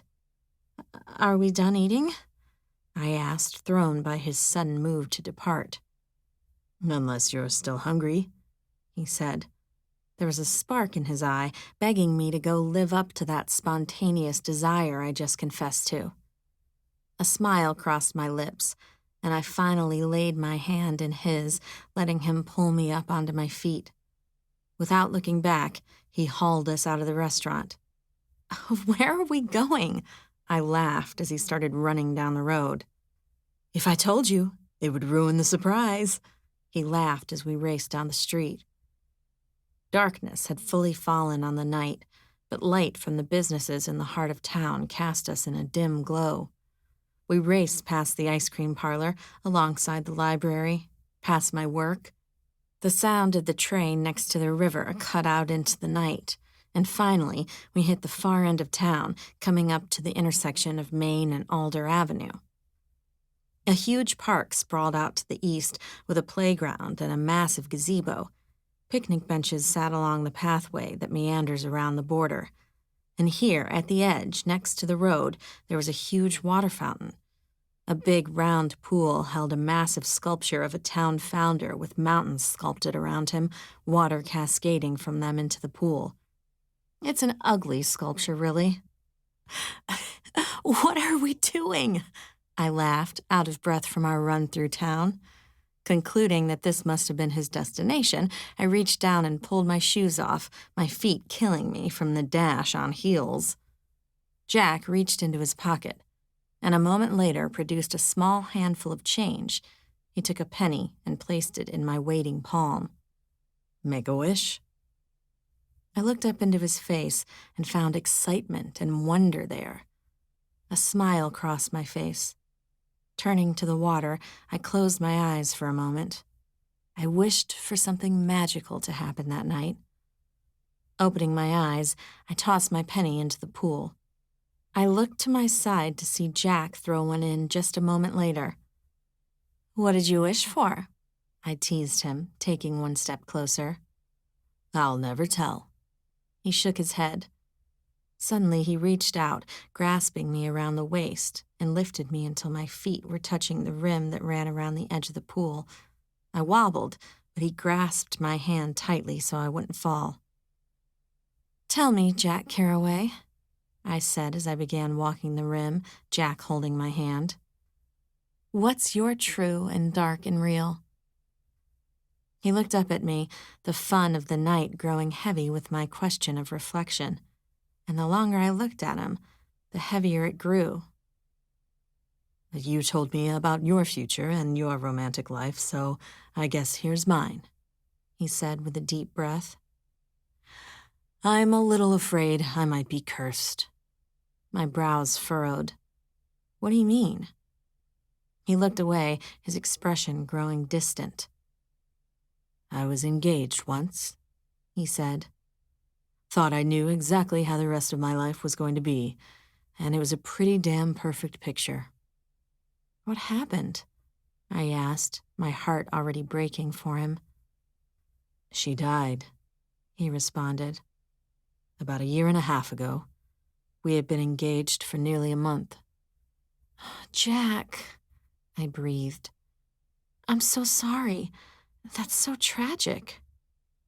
He shrugged and looked up at me. Guess that's all we can do when we think we're cursed, right? Either accept it and be miserable, or look for a way to break it. There was a sudden glimmer in his eye, a mischievous flash, and suddenly he let go of my hand. My footing immediately slipped, and one leg slid down and into the pool, with enough speed that I lost my balance and stumbled fully into the pool. Immediately springing to my side, suddenly Jack was in the pool too, catching me before I fully tripped and immersed myself. "You did that on purpose!" I bellowed, trying to get myself fully upright, my mouth wide with shock. "A spontaneous slip of the hand," he defended himself with a laugh, dodging out of the way as I sent a wave of water in his direction. Only he was the one to misstep this time, slipping on the slick tiles beneath our feet. He went slipping backward, falling completely into the water, a wave washing over his head. Suddenly, a hand wrapped around my ankle, pulling me, and instantly I was falling forward, landing right on top of Jack. Sputtering and shivering, we half pulled each other up, half shoved and wrestled playfully. "Now look what you've done," he teased as he carefully helped me step over the wall and back out onto dry ground. "You can pretend all you like," I said, shaking my head, my wet and ruined hair sloshing trails of water all over the place. "But we all know that was every bit you." Jack squeezed my hand tight, pulling me closer to him. With his other hand, he reached up and tucked a wet strand of hair behind my ear. "Could you ever forgive me?" he asked quietly. I looked into those gray eyes of his, searching for every intention there and finding many things that pulled unexpected reactions from my body. The grip he had on my hand loosened and shifted to the small of my back. The fingertips at my ear slid down to my neck, and every nerve ending in my body sparked to life.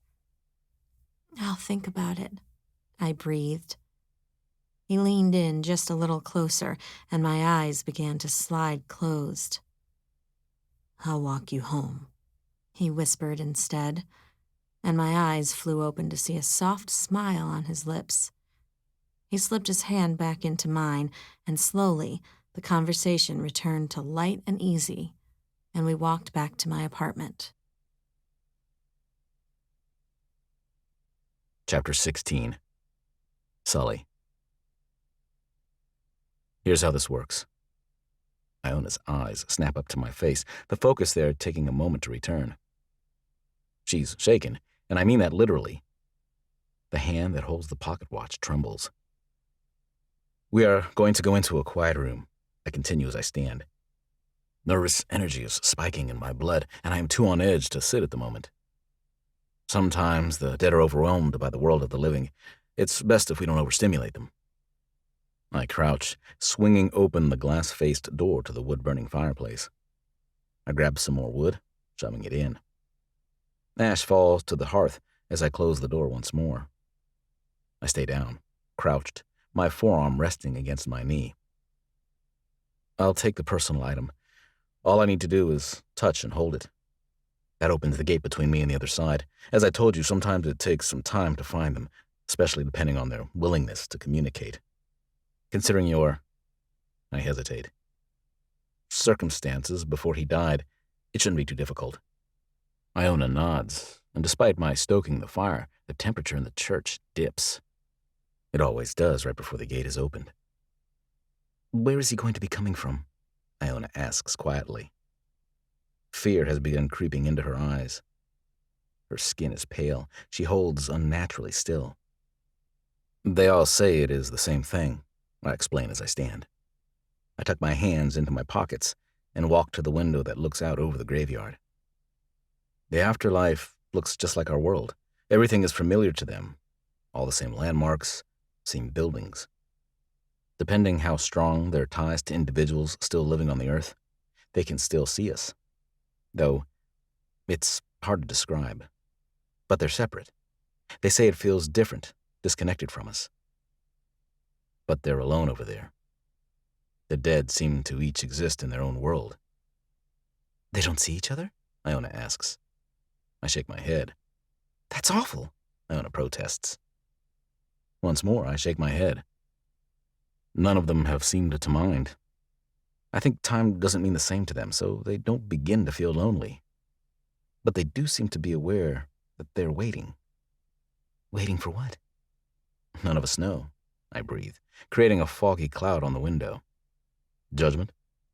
To be reunited with loved ones? Something grand and epic? But they all say the same. They're waiting for something. The silence in the room is deafening. For myself, this is the hardest part to swallow about death. Knowing there is some kind of afterlife, but even I only know so much about it. Every dead person I've spoken to tells me the same tale. Even they don't know what lies beyond limbo. The connection to the dead will stay stronger if you are touching me, I continue. You won't be able to hear them, but I will relay everything said. I look over my shoulder. Iona stares at the floor and nods her head. She's still statue still, and looks as if she's about to be sick. Are you sure you want to do this? I ask. Sometimes it is better that we leave the gate shut. Anger flashes into her eyes, and they flick upward to meet mine. No, she says with hardness. I need this. I have to speak with him. We hold one another's gaze for a long moment, and that feeling of wrongness builds in my chest. It tightens my throat, clams my hands. Let's get started then, I say. I cross the room, down the hall as Iona stands to follow me. I open the door, watching her as she follows, the golden pocket watch swinging through the air. She steps into the dark room, standing awkwardly in a corner. I step inside, hesitating before closing the door. One more question, I say, fighting the rising dread that swims in my blood. How did he die? Iona's eyes jump to mine once more, and something changes in her expression. He was murdered. Chapter 17. Iona. There's been this look of dread and apprehension in Sully's eyes since the moment he opened the church doors to find me. It's been growing into something hard and cold moment by moment. But with my revelation, it solidifies into something heavy as the world. Sit down, he says in something very close to a growl. He points to one of the two chairs set in the middle of the room. I sit, dread and fear and anticipation climbing in my throat. Sully closes the door and locks it. The huge man stalks around the room, lighting a match to first one candle, then taking it to light the others. The room gradually grows lighter until a dozen of them are lit, and I can finally see more than a foot in front of me. I rub my hands over my arms because suddenly I realize that it is freezing in here, despite the roaring fire Sully has kept in the other room. Deep, slow breathing pulls my attention back to the man. He stands in one corner before a solitary lit candle.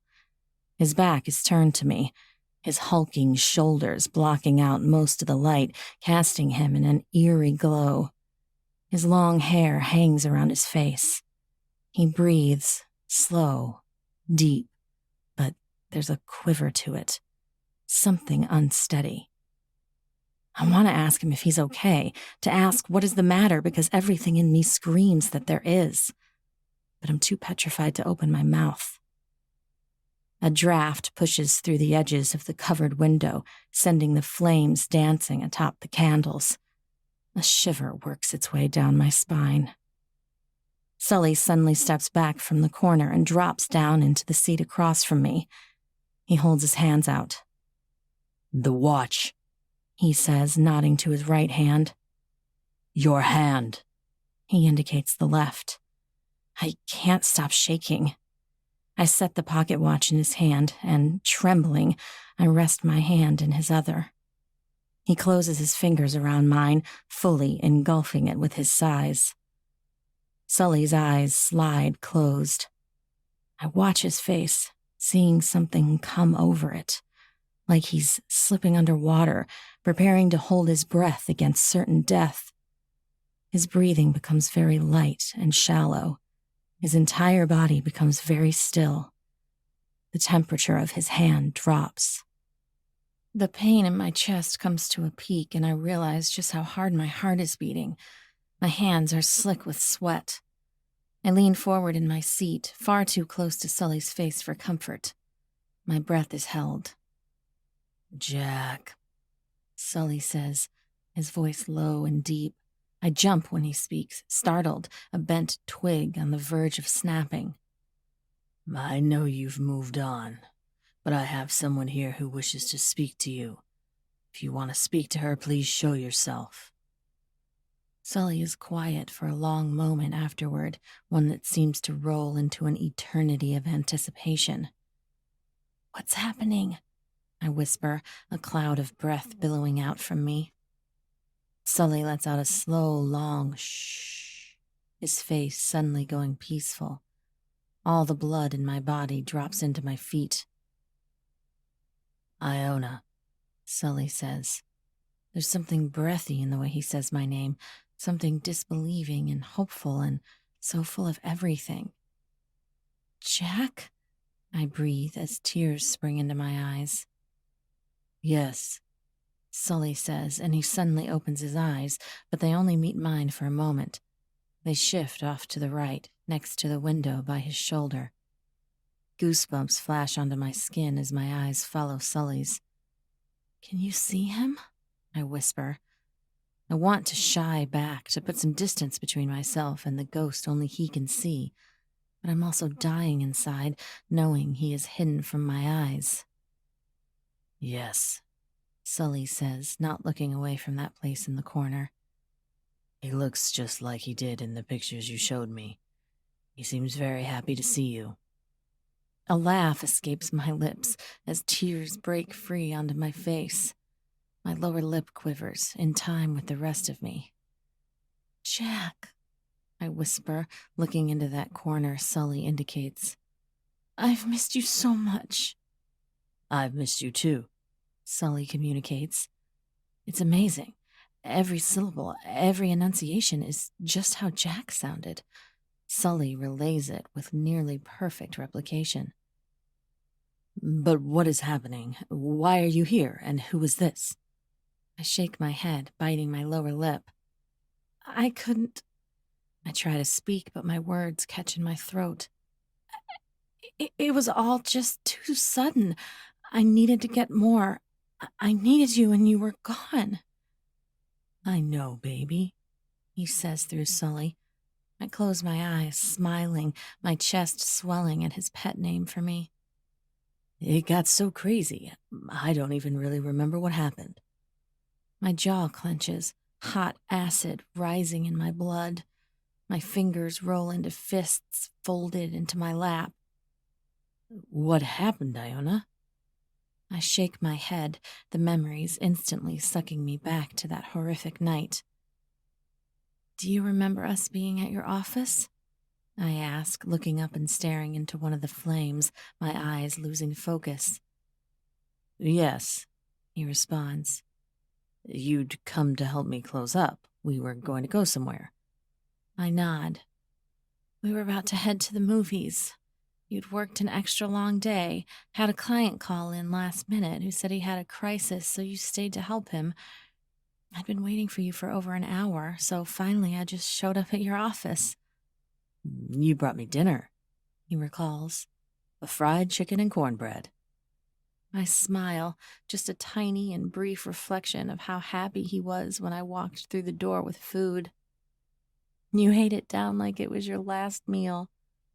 The dam breaks free as I realize the truth in my words. It was indeed his last meal. My eyes rise to Sully's, and they tell me he didn't miss what I said. The breath catches in my throat, the oddness to the situation so overwhelming. This stranger, this man who is shrouded in his own mystery, communicating with my dead fiancé, talking just like he's Jack. We had just finished cleaning up dinner when the bell to the door rang. I press on. I can feel Jack's warm hands on my hips, feel the hard wall at my back as he took charge of my lips as a thank you for bringing him food, feel myself jump in surprise at the unexpected noise. hear the footsteps walking into the reception area, the way it ripped through the otherwise silent night. You walked out of your office, stepped out to the secretary's desk. My words feel so cold as I say them. I followed you. There was a man there, dressed just like he was about to head into the grocery store or out for a casual drive. But his face... I shake my head, squeezing my eyes closed, recalling every tiny detail. He was so angry. He had a gun, Jack says. I nod. Only a second could have passed since I walked out to see what was going on. He had it ready, pointed. He pulled the trigger. Bang, bang, bang. 3 quick shots to the chest. The screams that poured from my chest must have been heard across town. I lunged forward, catching Jack as he fell back. But his weight was too much, and instead we both fell to the ground. Blood instantly coated my hands, my lap, the floor, everywhere. Jack took a labored breath, but as he exhaled, blood spilled onto his lips. His eyes wide, they searched wildly, landing on the intruder. I had to stop it, the man had said, shaking his head. The look in his eyes turned from angry and crazed to peaceful and accomplished. I couldn't let him keep doing what he did to her. You'll thank me someday. He killed you in cold blood, I say, pulling back into the present. The sick thing was that he waited outside on the sidewalk until the police arrived.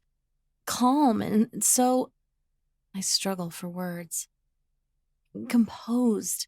He confessed to everything, even as the paramedics were loading you into the back of the ambulance. My hand trembles where it's held tightly in Sully's massive one. I can smell the scent of Jack's blood as I climbed into the ambulance behind him and the paramedics. Watched in panic as they hooked all kinds of things up to him, pressing so hard into his chest to stop the bleeding I was sure they'd crush his rib cage. I reached for his hand, squeezing it tight, praying that everything would be okay. But only 2 minutes into that ride, Jack's hand went limp. You died on the way to the hospital, I breathe, feeling myself go slack as well. I slump back into the chair. My connection to Sully only remains because he holds on tight. Iona, Jack whispers. I'm so sorry you had to witness that. I shake my head, the anger once again rising in me. The sick thing is that he never gave a real reason why he did it.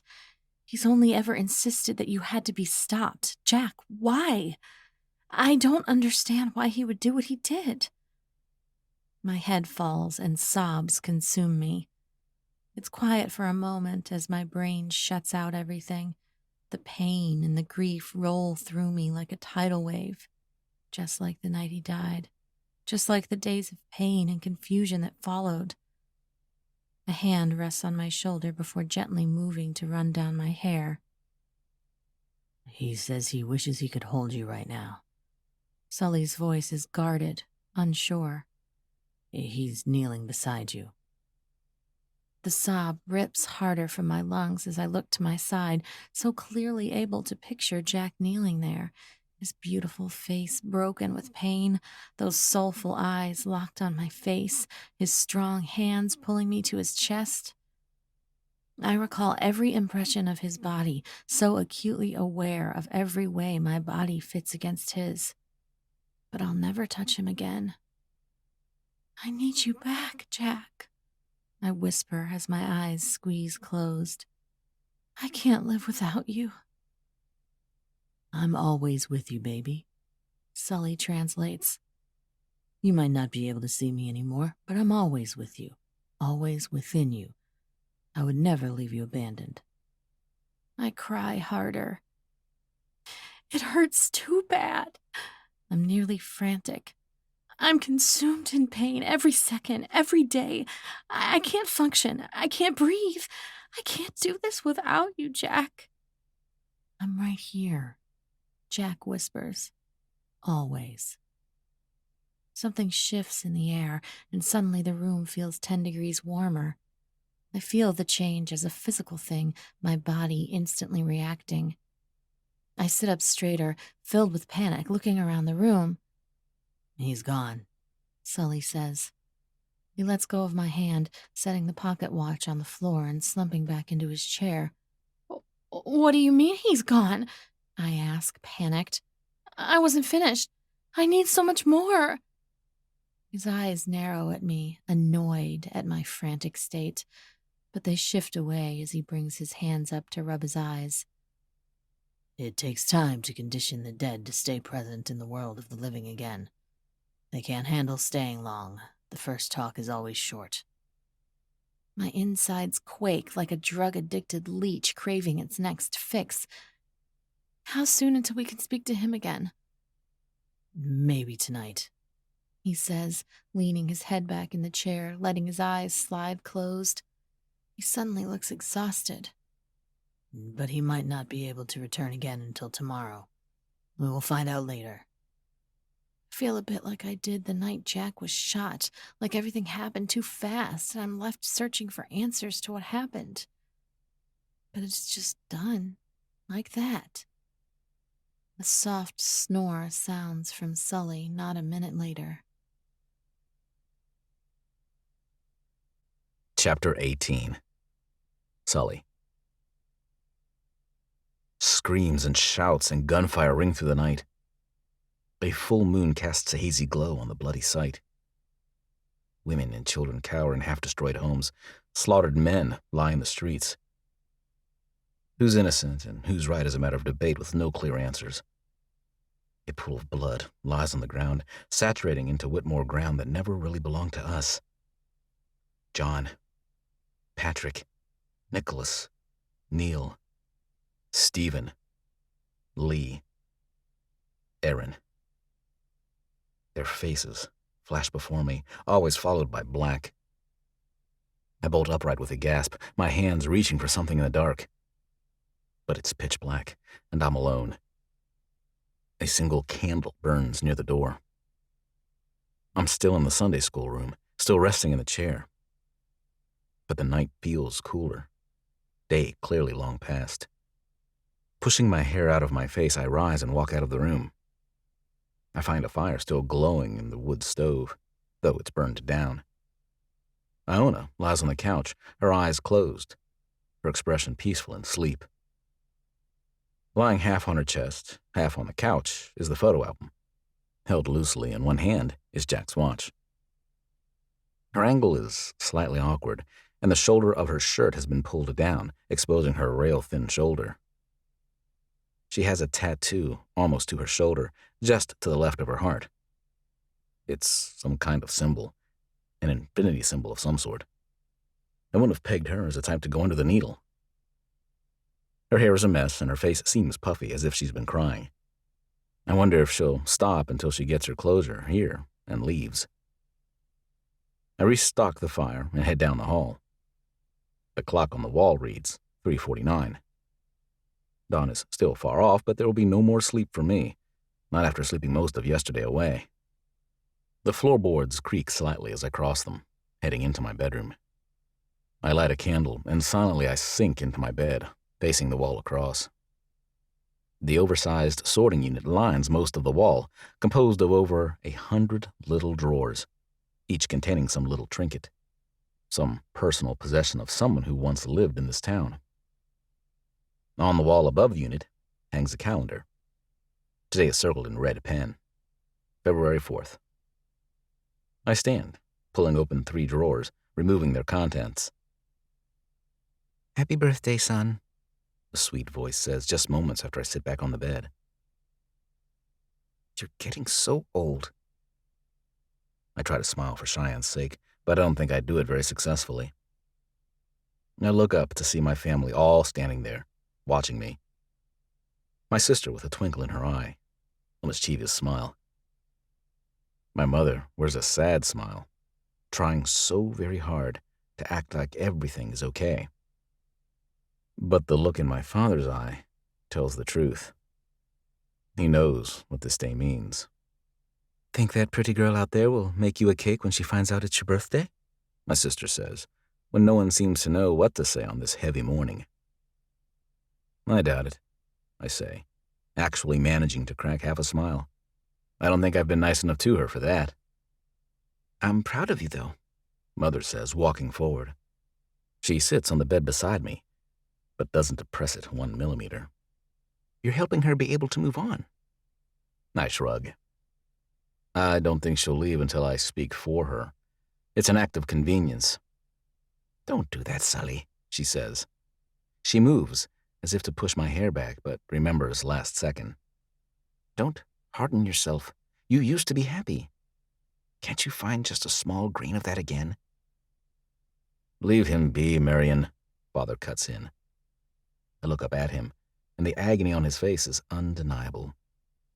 There's still time, though, Mother says, the hopeful and wishful thinking so evident in her voice. He still has 3 months and 3 days. Why not make the fullest of it?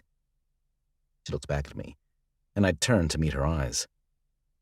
A soft brown, matching her hair, which is tied up in a bun at the back of her head. Who says you have to finish out these days in misery and loneliness? You deserve to have some happiness, Sully. I tried that once, I say. My chest aches. I want to say words that will make her happy, give her hope. But this day destroys all of that. But Drozlock is in our blood. What happened here is almost over, Mother. I just want to get through it. I look over at Cheyenne. Tears brim in her eyes, and she bites her lower lip. What? I ask, wishing I could reach out and comfort her. You can't mourn this. You've always known it was coming. She shakes her head. It's not about that, she breathes. It's just, I'm going to miss you. I've been gone for so long, but once the time comes, I won't see you anymore. You're the only reason we get to be together as a family anymore. I'm not ready for that to be over. There's still time, I say, as the weight on my chest grows by 1,000 pounds. 3 months, 3 days. Chapter 19. Iona. The quiet voice down the hall pulls me from sleep. Sitting up, the photo album hits the pillow on the floor. I rub my eyes, searching for Sully, but his voice drifts down from his bedroom. I pull the blanket around my shoulders, glancing at the clock as I pass. 5:03. Quietly, I walk toward his voice. The door sits most of the way closed, only a thin sliver still opened, just enough for me to see through. Sully sits on the edge of his bed, still dressed in yesterday's clothes. He holds something in his hands, though I can't tell what. I see no point in ever leaving again, he suddenly says. I jump, hard. His eyes are turned to just the side of him, fixed on one certain point. I tried that once. Roselock called me back in a very unpleasant way. He says nothing for a long minute, his eyes still fixed on one certain point. They then flick to the right, and he remains quiet. He's talking to the dead. More than just one person, if I had to guess. Can we please stop having this argument? He says, sounding worn out. Words change nothing. They don't turn back the clock. Sully suddenly stands and walks out of my view. I think you know that in this family we have never celebrated on a birthday, he says grimly. Certainly never on mine. I hear something clank, a soft sound, repeated twice more, and then it is silent. Only for 3 seconds before the door is pulled open and I find myself nose to chest with a very startled Sully. What are you doing? He demands, sucking in a deep breath and taking a step back from me. His eyes narrow and his lips form into a thin line that disappear into his beard. I scramble, my heart hammering in my chest, stepping out of his doorway as if I can run and hide my embarrassment. I heard your voice. It woke me up. He looks down at me again, studying my expression as if to see if I am lying. "It's your birthday?" I ask timidly. His expression only darkens all the more. He leans his shoulder against the door jamb and gives an almost imperceptible nod. "Can I ask how old you are?" I say as I pull the blanket tighter around my shoulders. It's kind of hard to tell." His eyes jump over to mine once more, disapproval and bad attitude spread all over his face. 33. I bite my lower lip and nod, unsure of what to say now. In my family growing up, birthdays were always a big deal, but the look on Sully's face tells me he's not too happy about the day. "How about I make you a special breakfast?" I ask because it's the only thing that comes to mind. A little something changes when I say this, a tiny chip in the angry and rough facade. Maybe a little weight lifts from his shoulders. Fine, he says. No thank you, no show of appreciation. He pulls away from the door and walks past me. I follow behind, so very unsure of how to step when it comes to Sully Whitmore. I don't know what to say or how bold to be. I'm terrified of the large man who speaks to the dead. He takes a look at the clock on the wall and without a word steps into the chapel, closing the door most of the way behind him. Just a moment later, hauntingly beautiful notes drift through the air. I take my time. Breakfast is a challenge to make in this rudimentary kitchen. Ingredients are varied, but the options are an odd selection. I silently wonder where it comes from. If some brave soul dares come into Roselock to deliver food, or if Sully actually leaves the town in quest of modern grocery stores and conveniences. Considering the conversation I overheard just minutes ago, I don't think it's the latter. 15 minutes later, I've fully enjoyed a masterful concert and concocted a breakfast of scrambled eggs, canned sausages, and apple slices. Balancing the 2 plates, I walk through the kitchen, into the common room, and push the door to the chapel open with the heel of my foot. Sully doesn't stop playing when I enter, though the way his back stiffens tells me he at least noticed me walk in. I take my place once more on the second row of pews, setting the plates on the wooden bench to my side. The song Sully plays is so mournful. It echoes like a lone whisper at the bottom of the darkest lake, like an ending with no promise of another beginning. And indeed, when he reaches the end of it, he does not start another. His motions stiff, he turns on the bench and walks to the first pew, just like he did the other day. I hand him his breakfast, which he immediately starts eating. I pick up my own plate and stab at a sausage. I take a nibble as I watch him. Why do you not eat more? He suddenly asks, minutes later. His plate is nearly empty. Every meal so far, you take 2 or 3 bites, and that's it. I look down at my fork and realize I've been using it to push the food around on my plate. I look up at Sully, a little surprised by his sudden probing question. I guess I've just been nervous ever since I got here. My appetite isn't too strong when my nerves get the best of me. He shakes his head, his look deepening. It can't just be that. I saw the pictures, Iona. This is obviously habitual. I set my plate down on the bench, my appetite disappearing altogether. What is that supposed to mean? He looks at me for a moment, as if he's willing the correct response out of me. But something in his expression breaks, and I see unwilling acceptance fall into place. Did Jack ever say anything about your weight soon after the 2 of you started dating? What? I balk, my own eyes narrowing. No, of course not. Iona, Sully says, setting his plate aside, fully cleared of all food. Do you not think you've changed? Do you think you look the same as you did 11 months ago? I blink 4 times fast, shaking my head. Where did this discussion come from? You never eat anything, and the sick thing is that I don't think you even notice, Sully says, looking down at my virtually untouched plate. Go look at those pictures. Tell me you haven't changed. Tell me it has nothing to do with Jack. Tell me why you're so angry it's your birthday. I spit back. Aggression and violence spike in my blood. I clench my teeth tightly, my hands rolled into fists. The same anger I felt yesterday when Viola said the things she said. Sully is quiet for a long time, staring back at me. It's a tug of war, and it's clear neither of us is going to back down and let the other win. Get your boots and a coat on, he says, standing.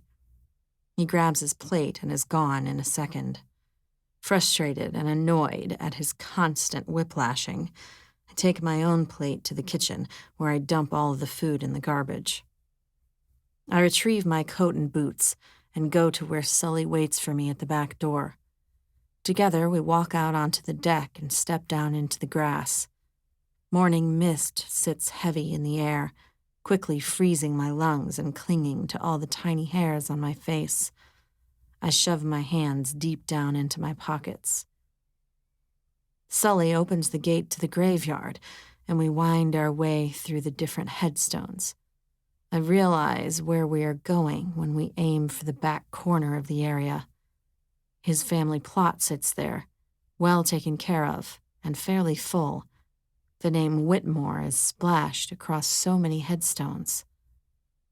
John, Patrick, Nicholas, Neil, Lee, Stephen, and Aaron, Sully says when he stops where we can see them all.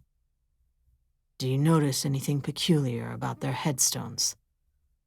I can only read 4 of the names, the other headstones too worn to make out.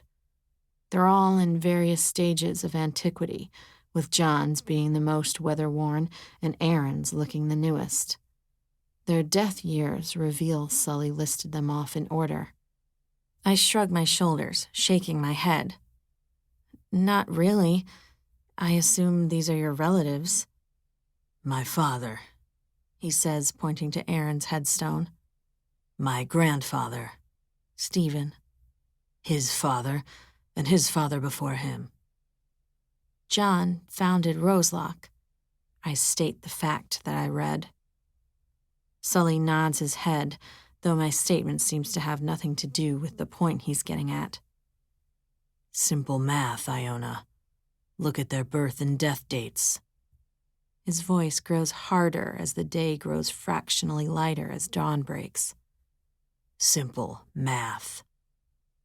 I look at the dates on his father's headstone first, born September 4th and died December 7th, at the age of 33.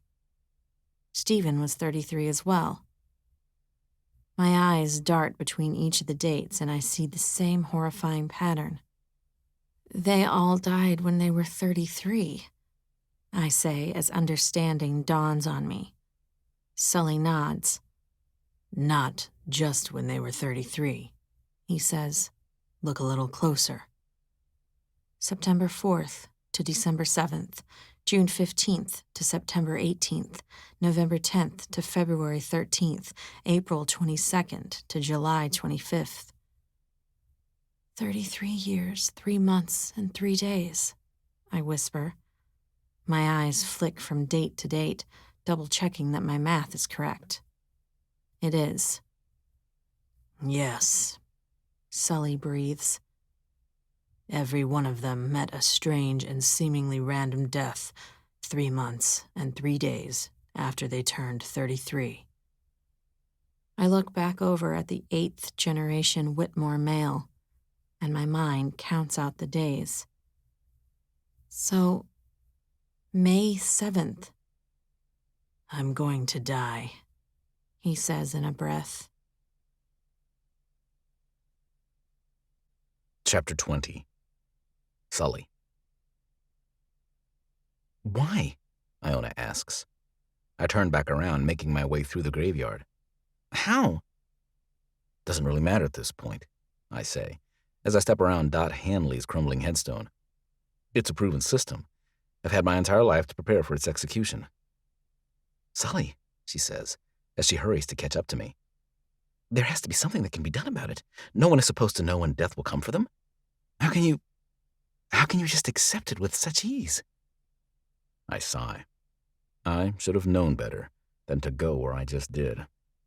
Iona, in 2 days, you're going to leave. And I'm sorry that I reminded you that while you are dealing with grief and so lovesick you can't move on with your life, others are dealing with real issues as well. The world continues to move on, problems and pain and all. She's quiet for a moment, but I don't look in her direction.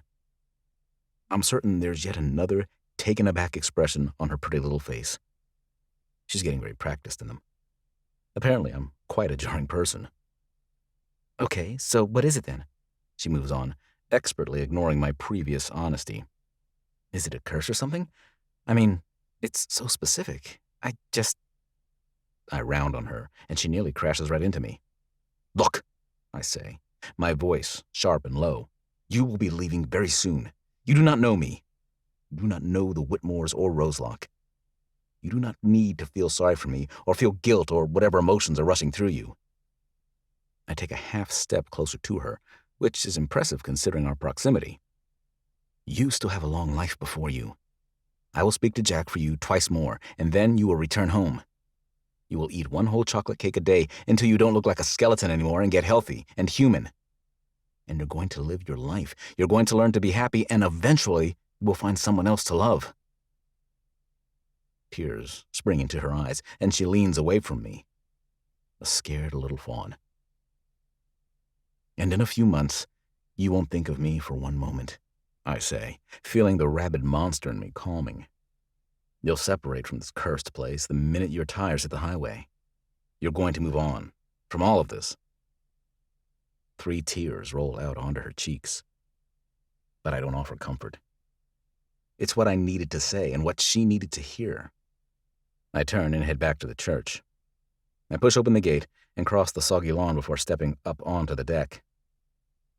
Half a step into the warmth of shelter, an absence of color catches my eye. Hundreds of roses climb all over the church, red and brilliant as blood against the white siding.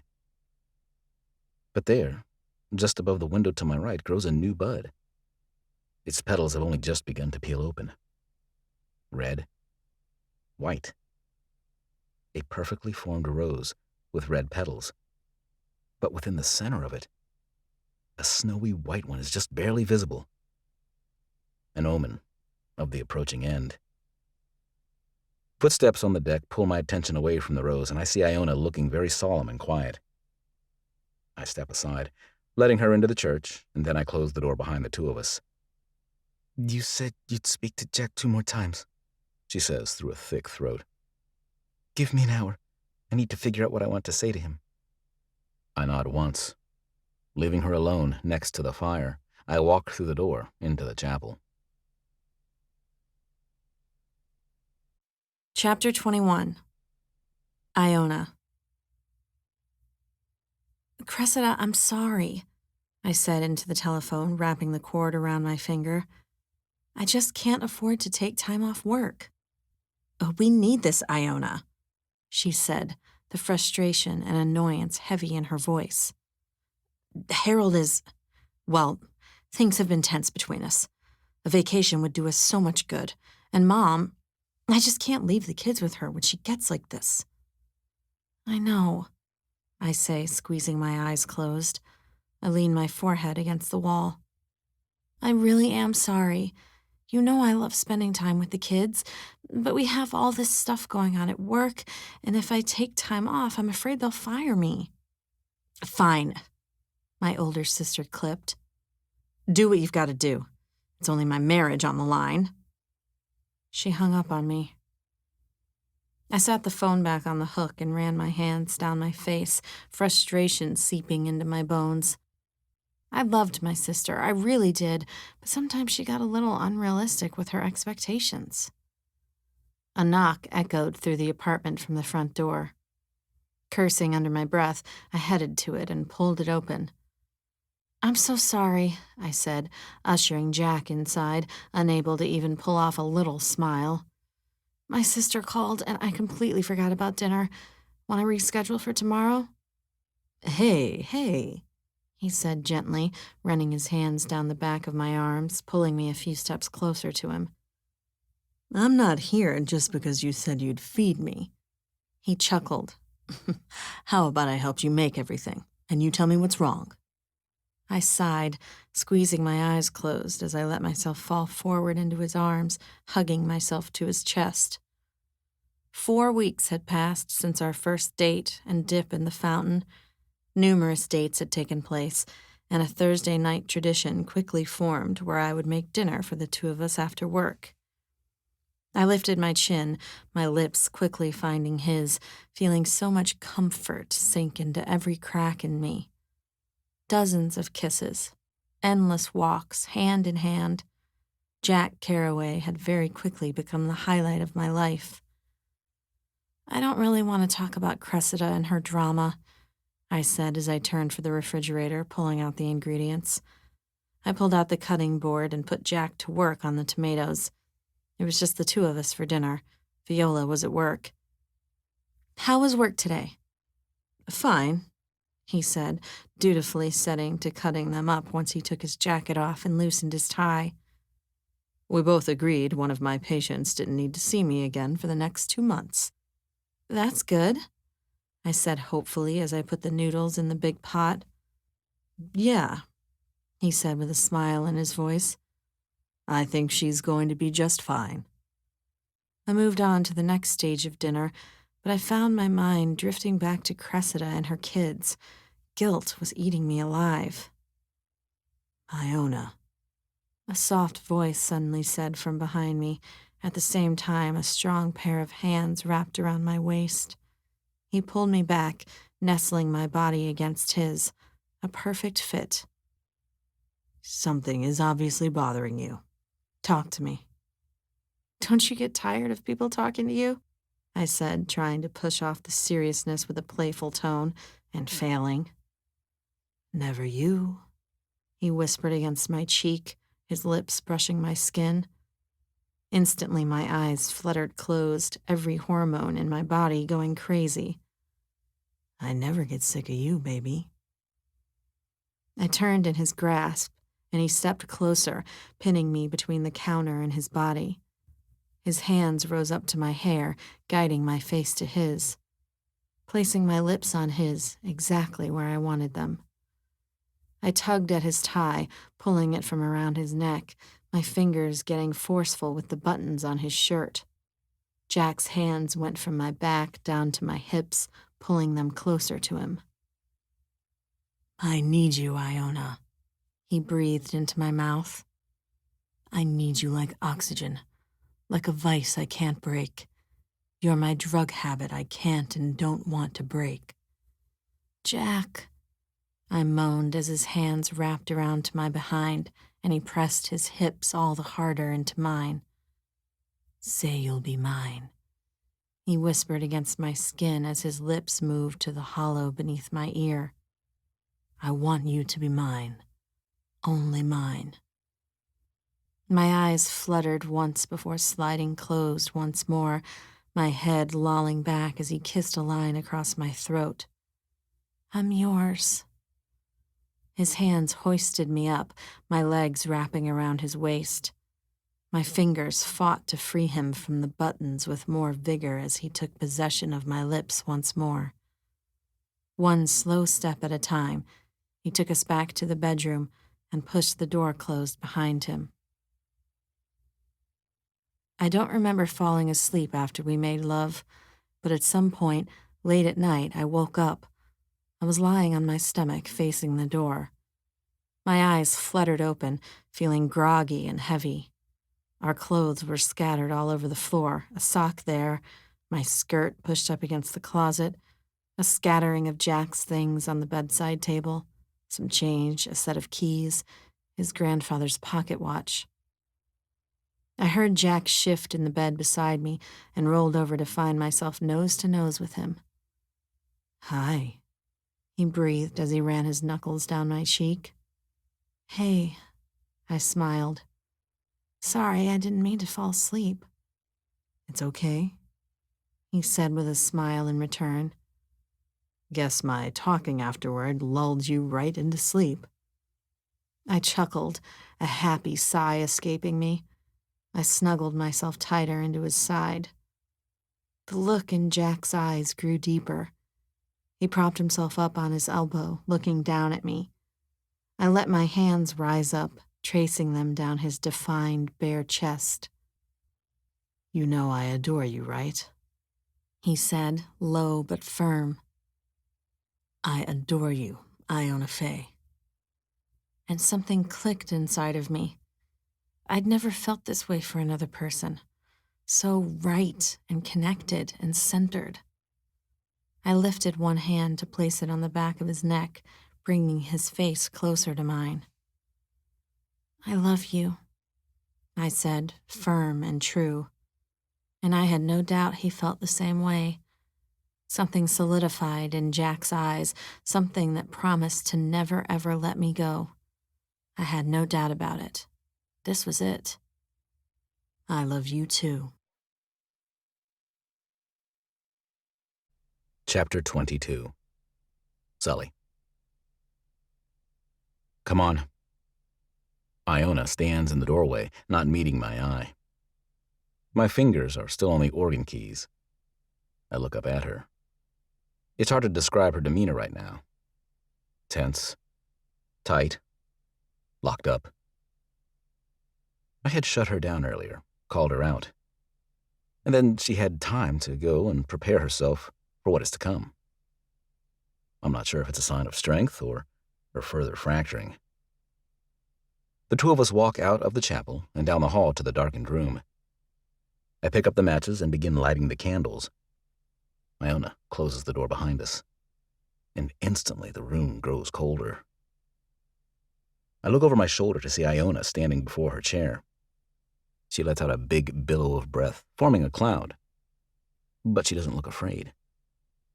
She looks ready. The second time is always easier, I say, as I finish lighting the last candle. The first time is overwhelming for the both of you. The second time you are more prepared and know what to expect. Iona nods, still not looking me in the eye. We both lower into our seats, and I hold out my hands. Determined, she sets the watch in my right hand and lays her hand in my left. I let my eyes slide closed, letting the darkness open in my chest. Probing, searching. Jack, I say just once. A shift in the air, a drop in temperature. I open my eyes, and there he stands, just to the right of Iona. Thanks for bringing me back, he says, looking me in the eye. He's here, I tell Iona. Her head immediately perks up, looking all around the room. Something the living always do when I open the gate. I nod my head to where Jack stands, and her eyes settle a little off to his right. I'm sorry I left so suddenly last time, Jack says, and I relay his words. It got too difficult to stay. It's okay, she says, a smile beginning to pull onto her lips. I understand. Sully explained things. Jack's eyes flick up to mine, and there's something difficult to read in them. There's something about him that crawls under my skin like 100 starved beetles. So that's what you do? Jack asks me. You act as a portal between the dead and the living? Yes, I respond. Iona looks from Jack to me, confusion on her face. He's just asking how this works, I tell her, suddenly wanting to protect her from any more distress. Jack's presence and absence are doing enough of that on their own. I look back to Jack. I can communicate, summon you through a personal object. I nod to his watch in my hand, and relay what you say to the living. She can't see you, can't hear you herself. There's a little flick of something that sparks in his eye, but I can't quite tell if it's surprise or fear. Jack, I can't stay here forever, so we have now, and Sully has agreed to open the gate once more after this. Iona cuts in, as if she can feel the clock ticking, which it is. I just have some things I need to say, some things I have to put out there between the two of us, so maybe I can finally start to piece myself back together. I didn't mean to leave you broken, baby, Jack says. He kneels at her side, his hand hovering just above her arm, but he hesitates. He doesn't touch her. I know, she says, as her voice cracks and tears well up in her eyes. It wasn't your fault. What do you need to say? He asks. I shift uncomfortably. Jack, too close for comfort. Even though I know he can't touch her, I'm ready to send him back to limbo, and we've only just begun. I need to get all of the plans I had for us out of my head, Iona says, shifting her gaze to where I indicate. Our engagement was only 3 weeks long, and I know we didn't have much time to talk about wedding and life details, but I've spent the last 2 months thinking about it all, over and over and over again. Tell me, baby, Jack says, scooting all the closer, and if he's not too careful, he's going to fall right through her. Tell me every single detail. She smiles, despite the tears that break out onto her cheeks. I wanted to get married on May 1st, she begins, when all the flowers are out and the air is fresh and warm. I wanted to do it at the park in town because that's where so much of this started. It's perfect, Jack says with a smile, nodding his head. We could have even taken an unexpected dip in the fountain. Iona laughs, squeezing more tears out onto her cheeks. She nods. And danced on the pavilion, even if there was no music. There's some memory to that comment I don't know about, just like another million details to their relationship. Any night you felt spontaneous, Jack says, reaching out as if to caress her cheek, but he stops himself just in time. She nods. I picked out this dress from the shop on 3rd. I tried it on and everything, 2 weeks after. She doesn't say the word, and they rarely do. If they come to me, they haven't gotten to the acceptance part of the grief cycle. I would have bought it if I had the money. I wish I could have seen you in it, Jack says. I know you looked spectacular. Iona bites her lower, trembling lip. Her hand that rests in mine shakes terribly. She's about 5 minutes away from crumbling to rubble. We would have gone to Spain for our honeymoon, she continues, painting the painful picture she can never make a reality. I know how badly you'd always wanted to travel there. Would you have let me run with the bulls? Jack asks with a smile. Not a chance, she laughs. But we could have done that hike you kept talking about. She's quiet for a long moment, and Jack doesn't say anything either. Her eyes have fallen into her lap, a slow stream of tears tracing their way down her face. Jack just silently watches her, poised so close yet so unable to connect. You know that little white house on Pine Street? She finally says. She looks up, her eyes searching for his face, only she'll never find it again. Yes, he says. It went for sale 2 days before everything happened. I don't know if you noticed, but I wanted to buy it. I wanted us to start a life there so bad. I watch Iona as she speaks, and it's so difficult. Seeing the way her lip trembles, the red splotches forming around her eyes, feeling the quivers that rip through her hand. And I know she doesn't deserve to feel the way she's feeling. I look at Jack, and something just isn't.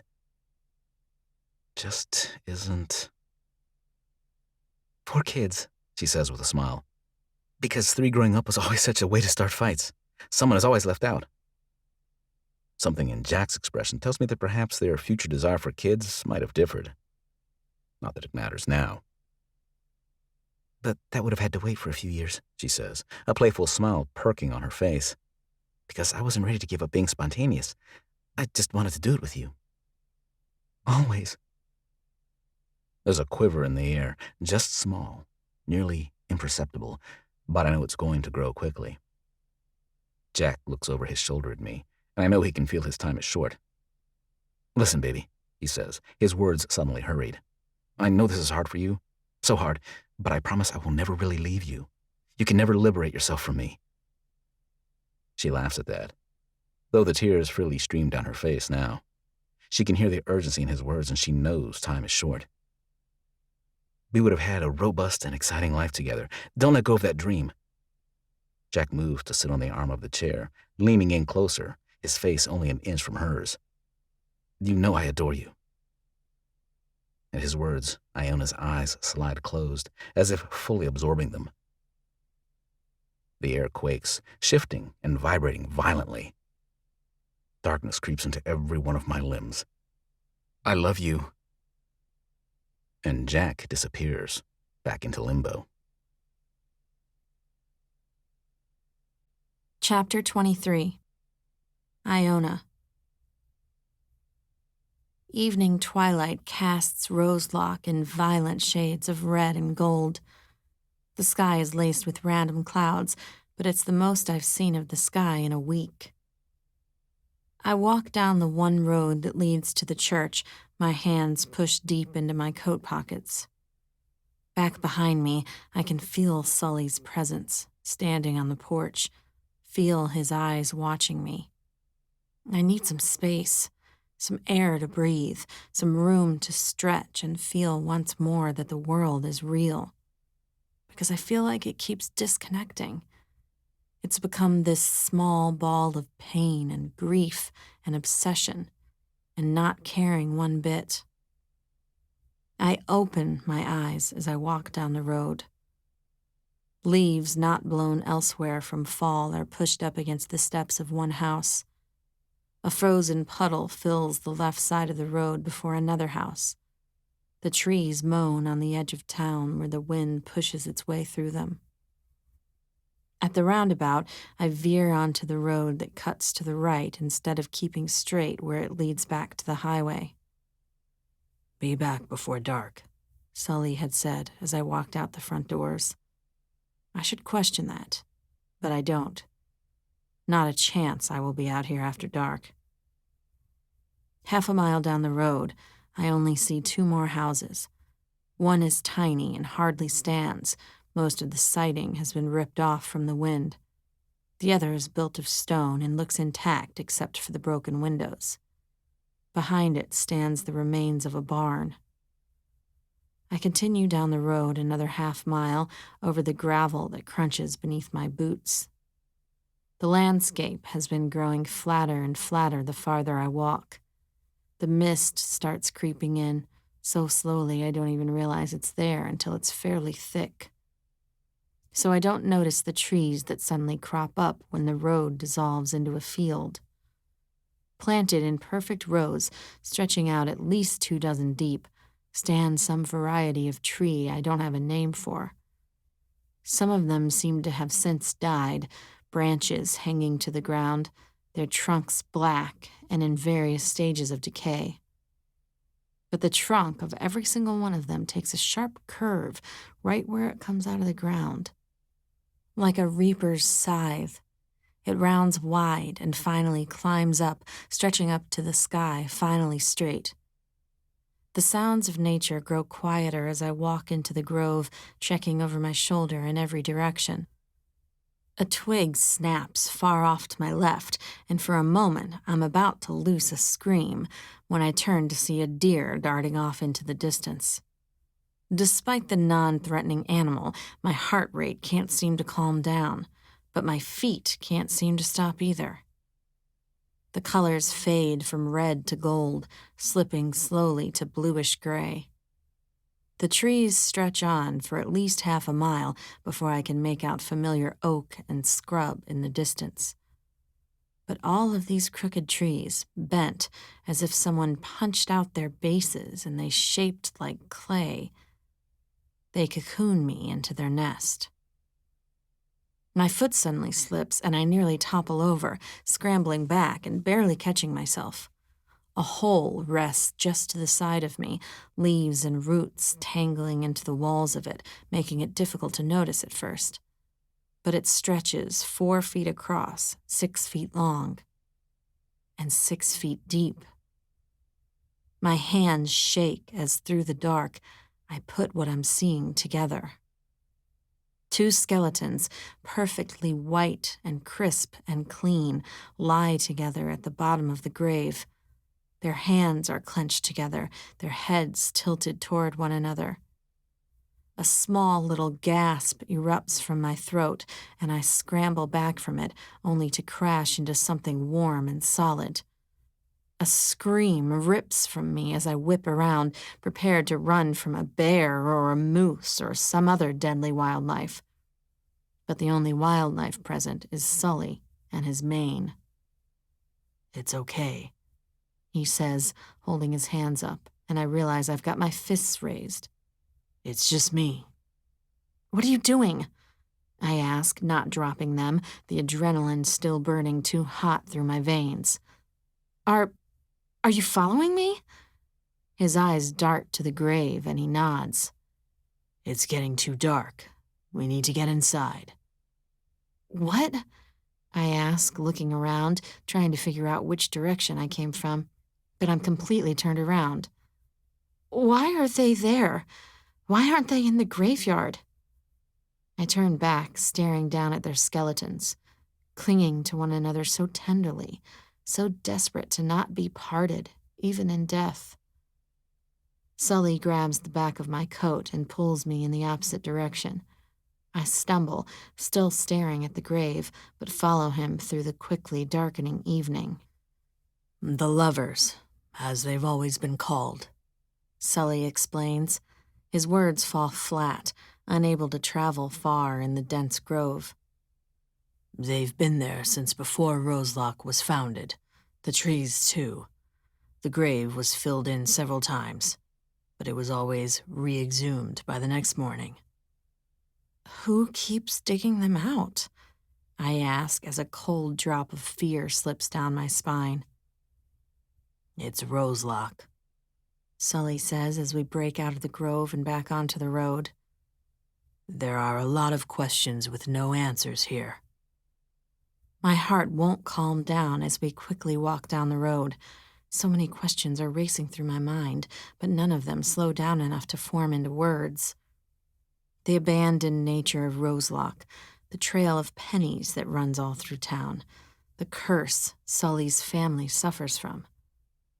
I come from the real world of work and families and mundane, boring days. None of this makes sense to me. None of it feels real. "How long has it been since anyone else lived here, Sully?" I finally find my words. He looks over his shoulder back at me.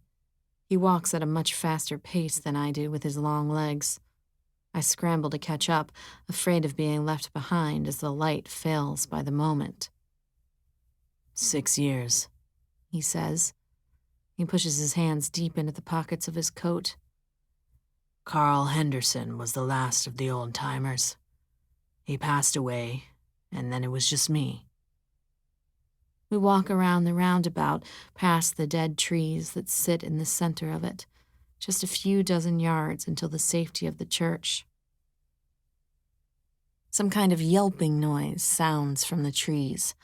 My hand instantly darts out, clinging to Sully's arm. A second later, I swear I hear a laugh over the sound of the wind.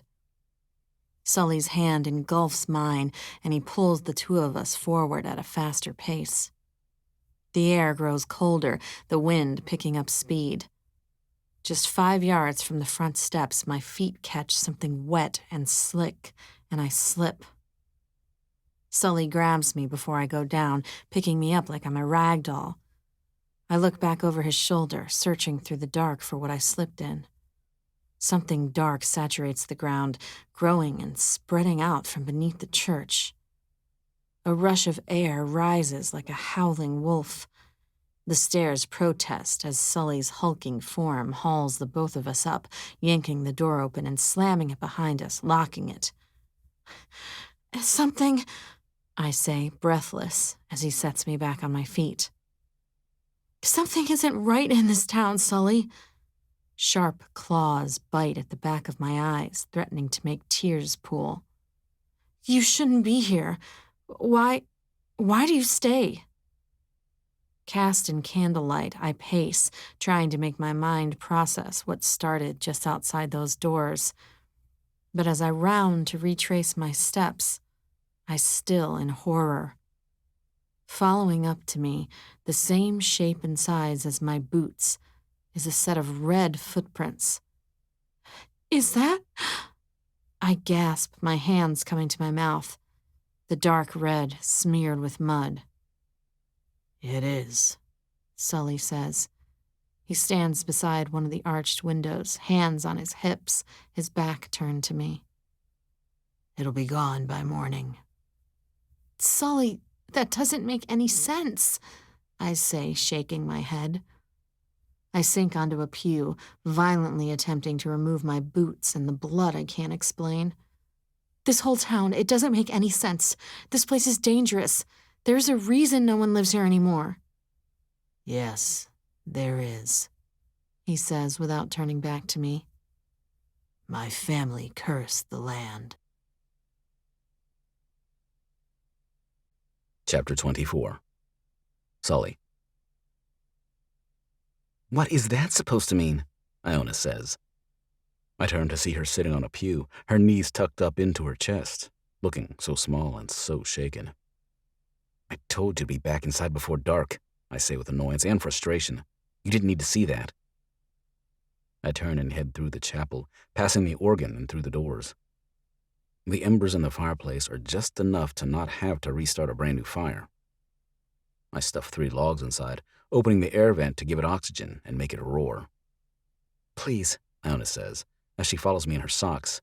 Don't do that to me, Sully. Don't just brush me off. Don't treat me like I'm some fragile idiot. I can't take any more of that. I turn to face her. She stands there, so small and so fragile, and yes, a love-struck idiot. But there's a spark in her eyes, something determined and fierce. It doesn't matter, I say, despite her surprising show of inner strength. You'll leave tomorrow, and I told you, you're never to think of Roselock again. How do you think that is possible? She says, as she takes 3 steps closer to me. What I've seen here? You? How do you ever expect me to just never think of all this again?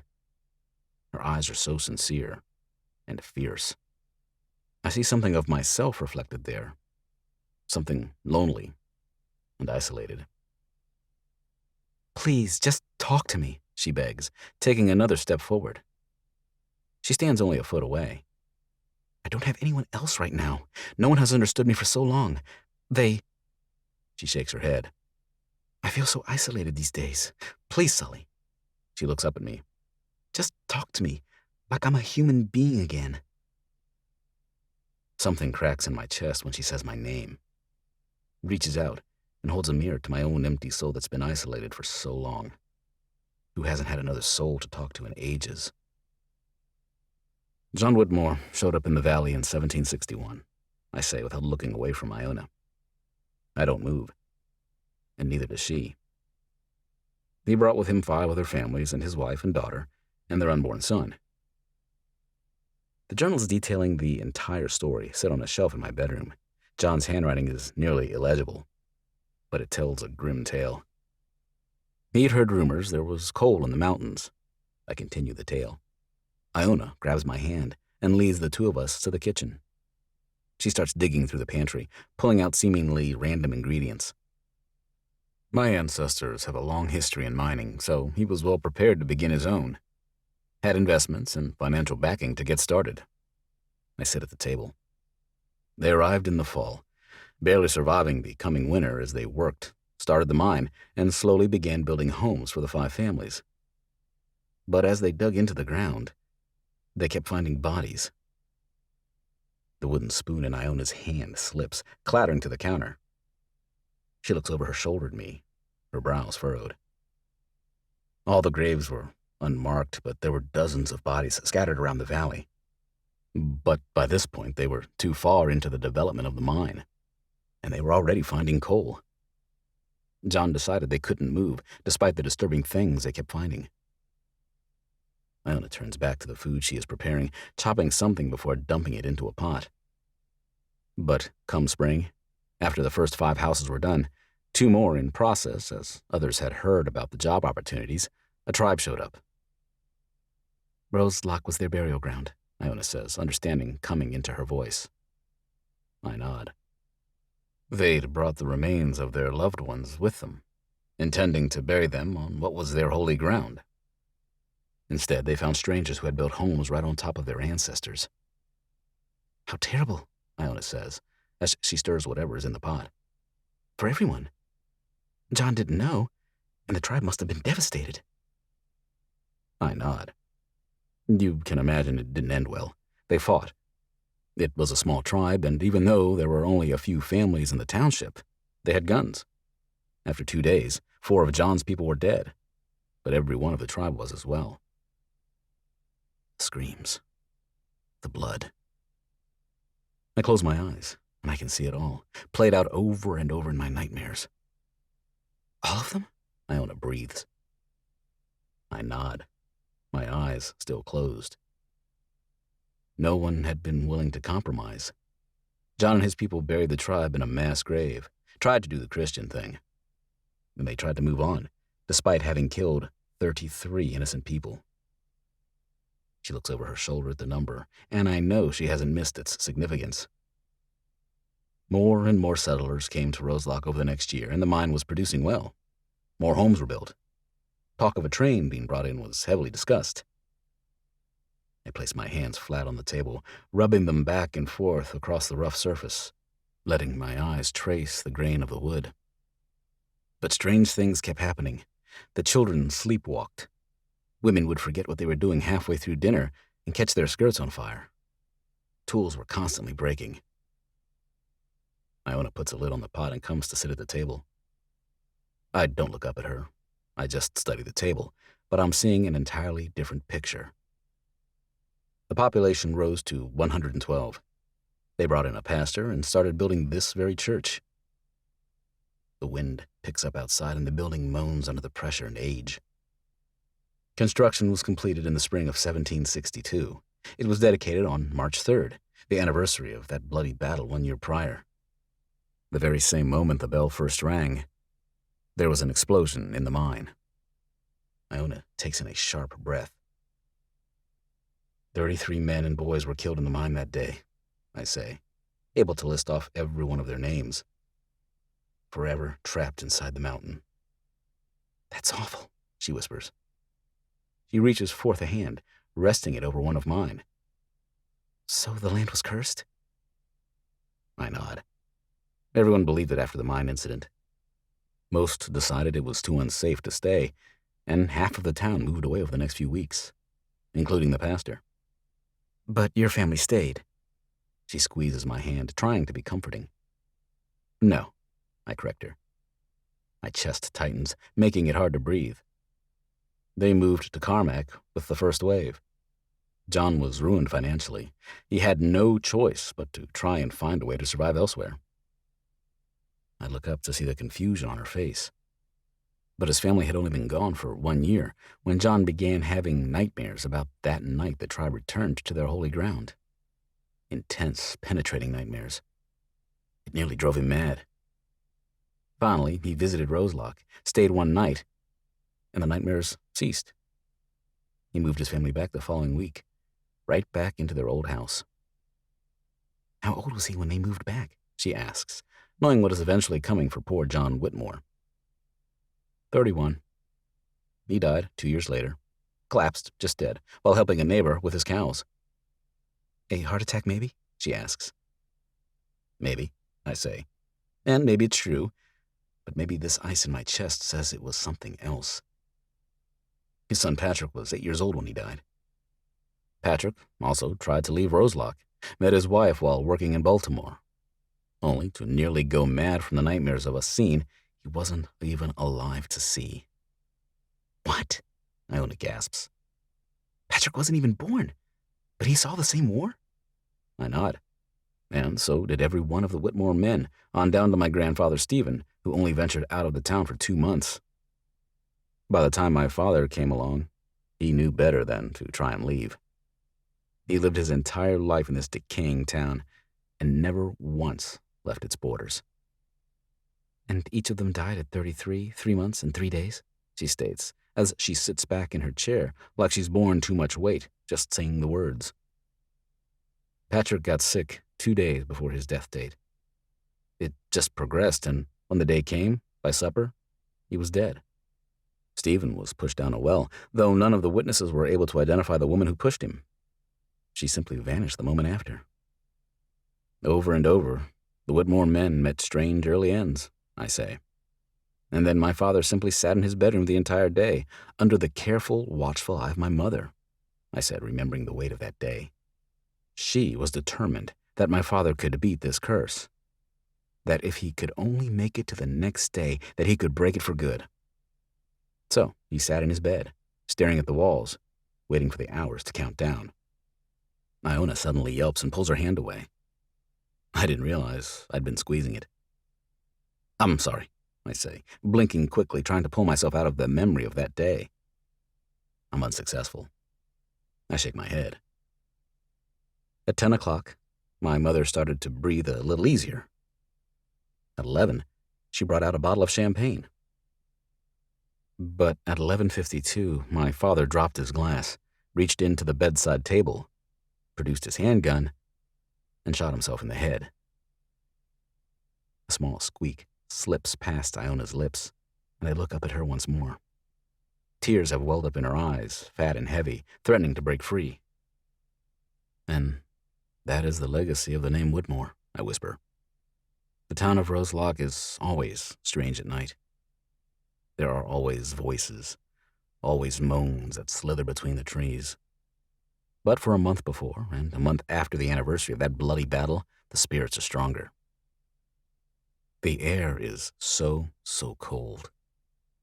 The silence is deafening, as if those dead have gathered round, leaning in, listening to their bloody tale. The battle replays every night for 6 days.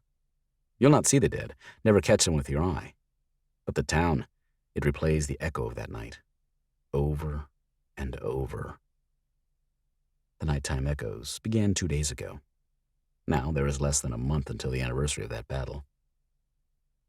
That is why you shouldn't go outside when it's dark, I whisper. Iona shakes her head, losing a tear. She doesn't ask any more questions, though. I'm certain she's too afraid, and she should be. Your food is burning, I interrupt the maddening silence as the smell wafts into the air. She looks relieved for the change of conversation and instantly leaps up. She turns down the heat and sets to stirring the food before it's ruined. I hope you're hungry, she says, as she pulls 2 bowls down from the shelf with shaking hands. Chapter 25. Iona. I draw a bath when it's nearly 11. The water steams, hot and fogging the windows, which I'm too terrified to look outside of.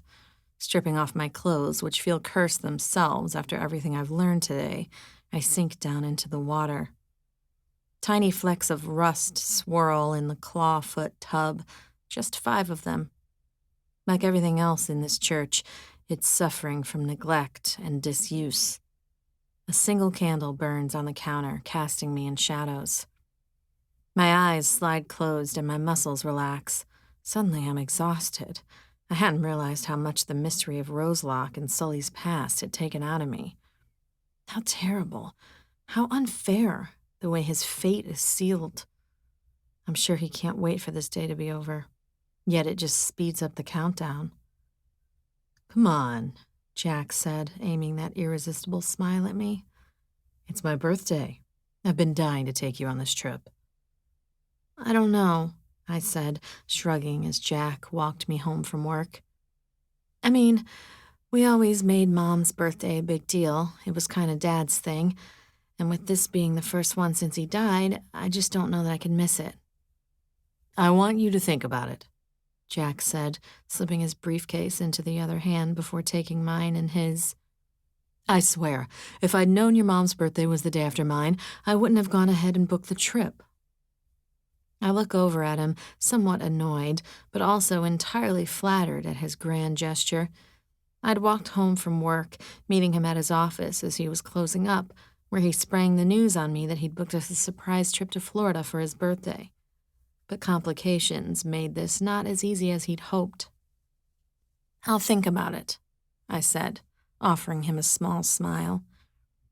Something tugged in my chest, a war battling for my desires. The loyalty to my family, knowing I'd be needed, and knowing how very badly I wanted to travel to Florida, where I'd never been, to spend time with the man I love. Do what you feel is best for you inside. Jack said with a smile as he hesitated on the corner across from my apartment. He pressed a quick kiss to my lips, and we said our goodbyes. I wiped my wet hands down my face, pressing hard, trying to block out the past. The familiar pain is seeping up through my veins, climbing its way into my heart. My breathing picks up as the panic settles into my chest. Jack is gone. Jack isn't coming back. He's really dead. Water splashes everywhere as I lunge forward, reaching down through the water for the plug. I rip it up, tossing it across the bathroom. My breaths rip in and out of my chest all too quick. My head spins, the heat of the water letting my blood travel through my body all too easily. Slowly pulling myself to my feet, I step out and grab the towel on the counter, the one Sully gave me before I came in. But looking around, I realize I forgot to bring in clean clothes. I listen at the door for a long moment, but it's silent. It has to be close to midnight. It seems safe to assume Sully has gone to sleep.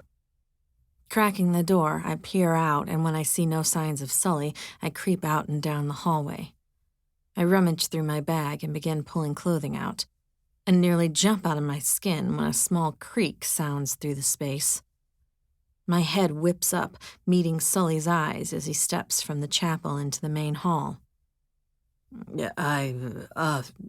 He struggles for words, and I don't miss it as his eyes travel down and back up quickly, because I do stand here in just a tiny towel. He looks away uncomfortably. Sorry, I was trying not to wake you. I didn't expect you to still be up. It's all right, I say quietly, standing with my sleeping clothes clutched in one hand, the other holding my towel, trying to pull it higher up on my chest.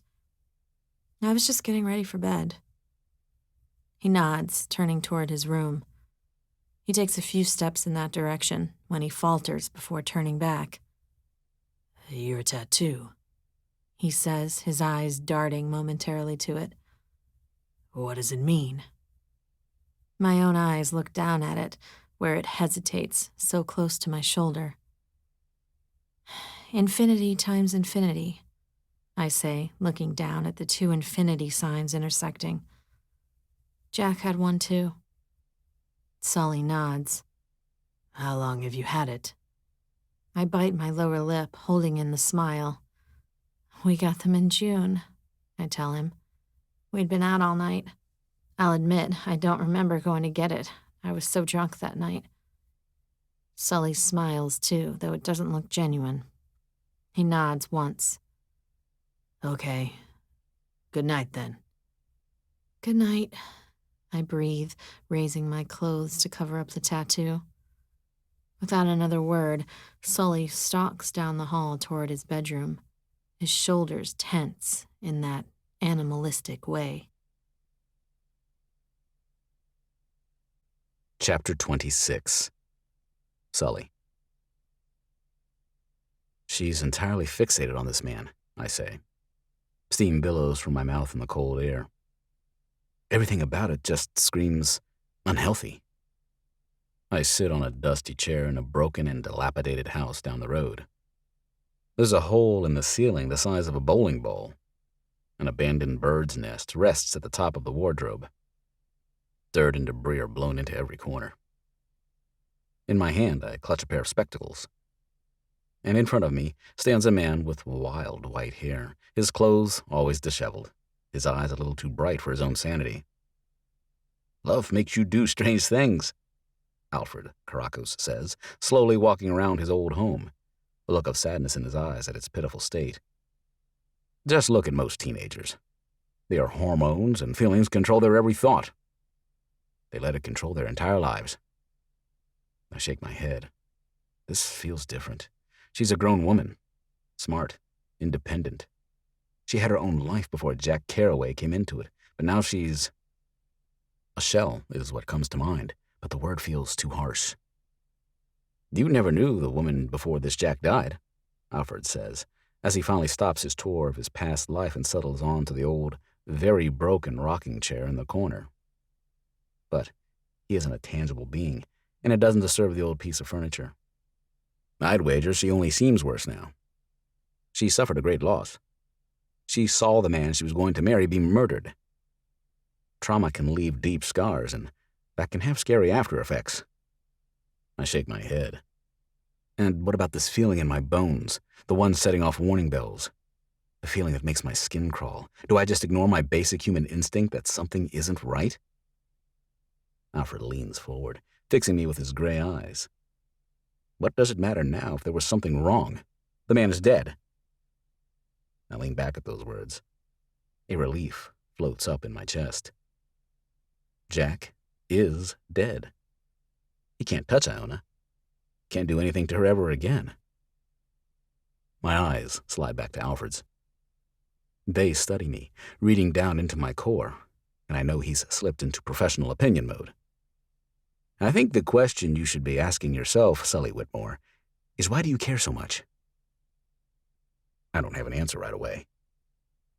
My brain is turning over and over, trying to find an answer, because the long-dead, crazy psychologist who came to Roselock to live out the rest of his days studying the supernatural is right. I do care. Because pain and loneliness recognizes pain and loneliness, I say as I stand. It's a basic part of human nature to bond together, to remedy those things. I look back at Alfred when I reach the door. He shakes his head. But in bonding together, you know you're only going to cause more of it in 3 months and 2 days. I nod, looking out at the sun dawning over the trees. I know. I won't let it go that far. She'll leave either tonight or in the morning, and we'll never see one another again. I slip the spectacles into my pocket, and the presence of Alfred evaporates. Down the steps I go. Something crunches as I step off the last rickety stair, and I look down to see the crushed skull of a crow beneath my boot, and its skeleton extending beyond it, tiny feet sticking straight up in the air. The day is surprisingly warm as I slowly walk back in the direction of the church. With the sun rising, the temperature is rapidly warming. An unexpected, pleasant surprise on this early February morning. Carefully, I step over the trail of pennies that cuts across the road, placed there the year after I was born by a child afflicted with madness, a product of this cursed town. When I come into view of the church, I see Iona standing on the sagging porch, just watching me. Her hair is twisted up in a bun atop her head. Those dark eyes watch me with all the emptiness of a deep grave. Her shoulders are tensed up to her ears, holding all of the sadness and regret bottled inside, so she looks like a human being on the outside. I nod my head for her, and a moment later, she steps off the porch at my invitation and works her way down the drive toward me. What time is it safe to leave the church? She asks as we head south. 10 minutes before dawn, things settle down, I answer her. So the time changes with the year. She's quiet. I look over and her face is pale. She swallows, and I can see the tightness of her throat. What is it? She doesn't respond immediately. She pushes her hands further down in her coat, staring at the road ahead. You weren't there when I woke up. After last night. She pauses, steam blowing out from her lips. I was scared. I don't know if she realizes she does it, but she takes a step closer to me, walking side by side. I can feel her body heat through our coats. You're a smart woman, then, I say, ignoring the tug in my chest that I can't quite explain. Roselock is dangerous. Those who don't have to be here shouldn't stay. Iona nods her head, but I can tell from the distant look in her eyes that my words didn't connect. I will speak to Jack tonight for the last time if you like, I say, when she doesn't say anything. Or tomorrow morning. She doesn't respond. Doesn't make a sound. Doesn't look my way. I am walking beside a shell. What will you do once you leave Roselock? I stop suddenly. Looking at her, she takes 3 more steps before she realizes that our walk is over. She looks back at me, her brows furrowing together slightly. Once you get your closure, once you say goodbye to Jack, I continue, what will you do with your life? She looks at me. At first, it's confusion on her face, as if she doesn't understand. Can't comprehend that there is a life outside of mourning her dead fiancé. And then, it's almost as if there's fear in her eyes. She shakes her head. She says, her very voice sounding lost. I don't know. Her lip begins to quiver. I'm not sure I'm going to be done after today. If one more time will be enough.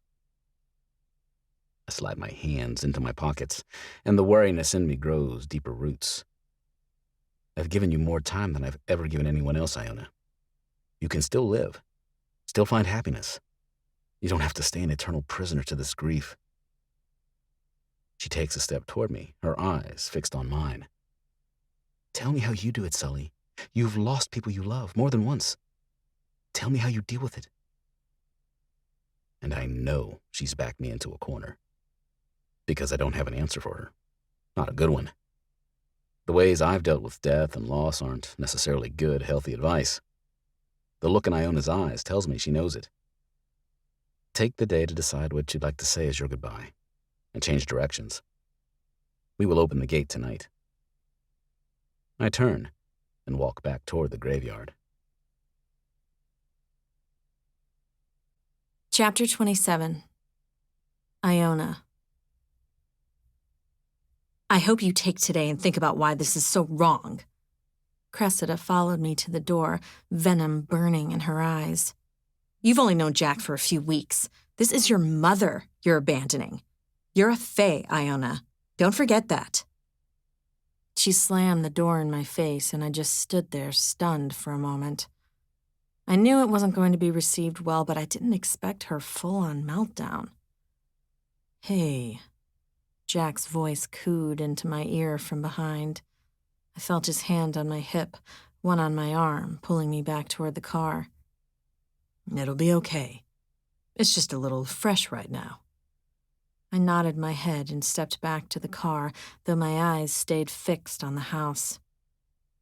The drive to the airport was long, and I should have felt anxious about the upcoming flight, but my mind was back home, thinking of the way my mother's face crumpled, the tears that fell down her face when I told her I wouldn't be there for her birthday, but I'd take her out when I got back.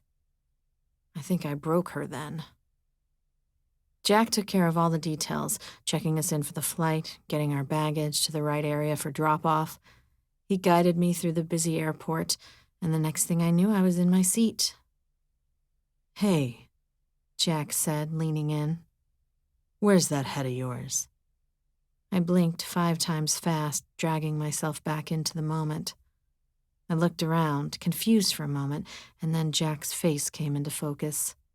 Those concerned brows, that strong jawline, his beautiful green eyes. A smile curled on my lips, and my heart instantly warmed. I leaned forward and pressed my lips to his. I felt him smile against my own lips, and he brought a hand to the back of my head. This is exactly where I want to be, he said. Right here with you. His words sank into my heart, wrapped around my lungs, took root in the soles of my feet. Me too. Soon we were in the air, and I watched in wonder as the earth grew smaller and smaller. Jack stayed at my side, his hand laced with mine as he pointed out the barely recognizable landmarks below us before everything disappeared behind a cover of clouds. Touching down on the Miami soil, I held the arms of my chair with white knuckles. Jack just smiled and gave a little laugh as he watched me. Together we exited the plane, collected our luggage, and I about melted to the hot concrete as we walked out, and a driver was waiting beside a limousine holding a sign that said Caraway Fae. He drove us to our hotel, a sky-high building right at the edge of the place where the sea met the land. I sighed in contentment as we entered the room, and I set my bag beside the bed. Outside our window stretched the endless ocean. Jack, I breathed as I walked to it, taking it all in. This is amazing. He came up behind me, placing his hands on my hips, tucking his chin into my neck. You're amazing. Thank you for coming with me. I reached a hand back, lacing my fingers into his hair. Can we always go on adventures like this on every birthday? We can have as robust of a travel life as you want, baby, he whispered into my ear. Wherever you want to go. I smiled, leaning back into his chest, imagining all the adventures we could have together. You want to go get some dinner before we explore that beach?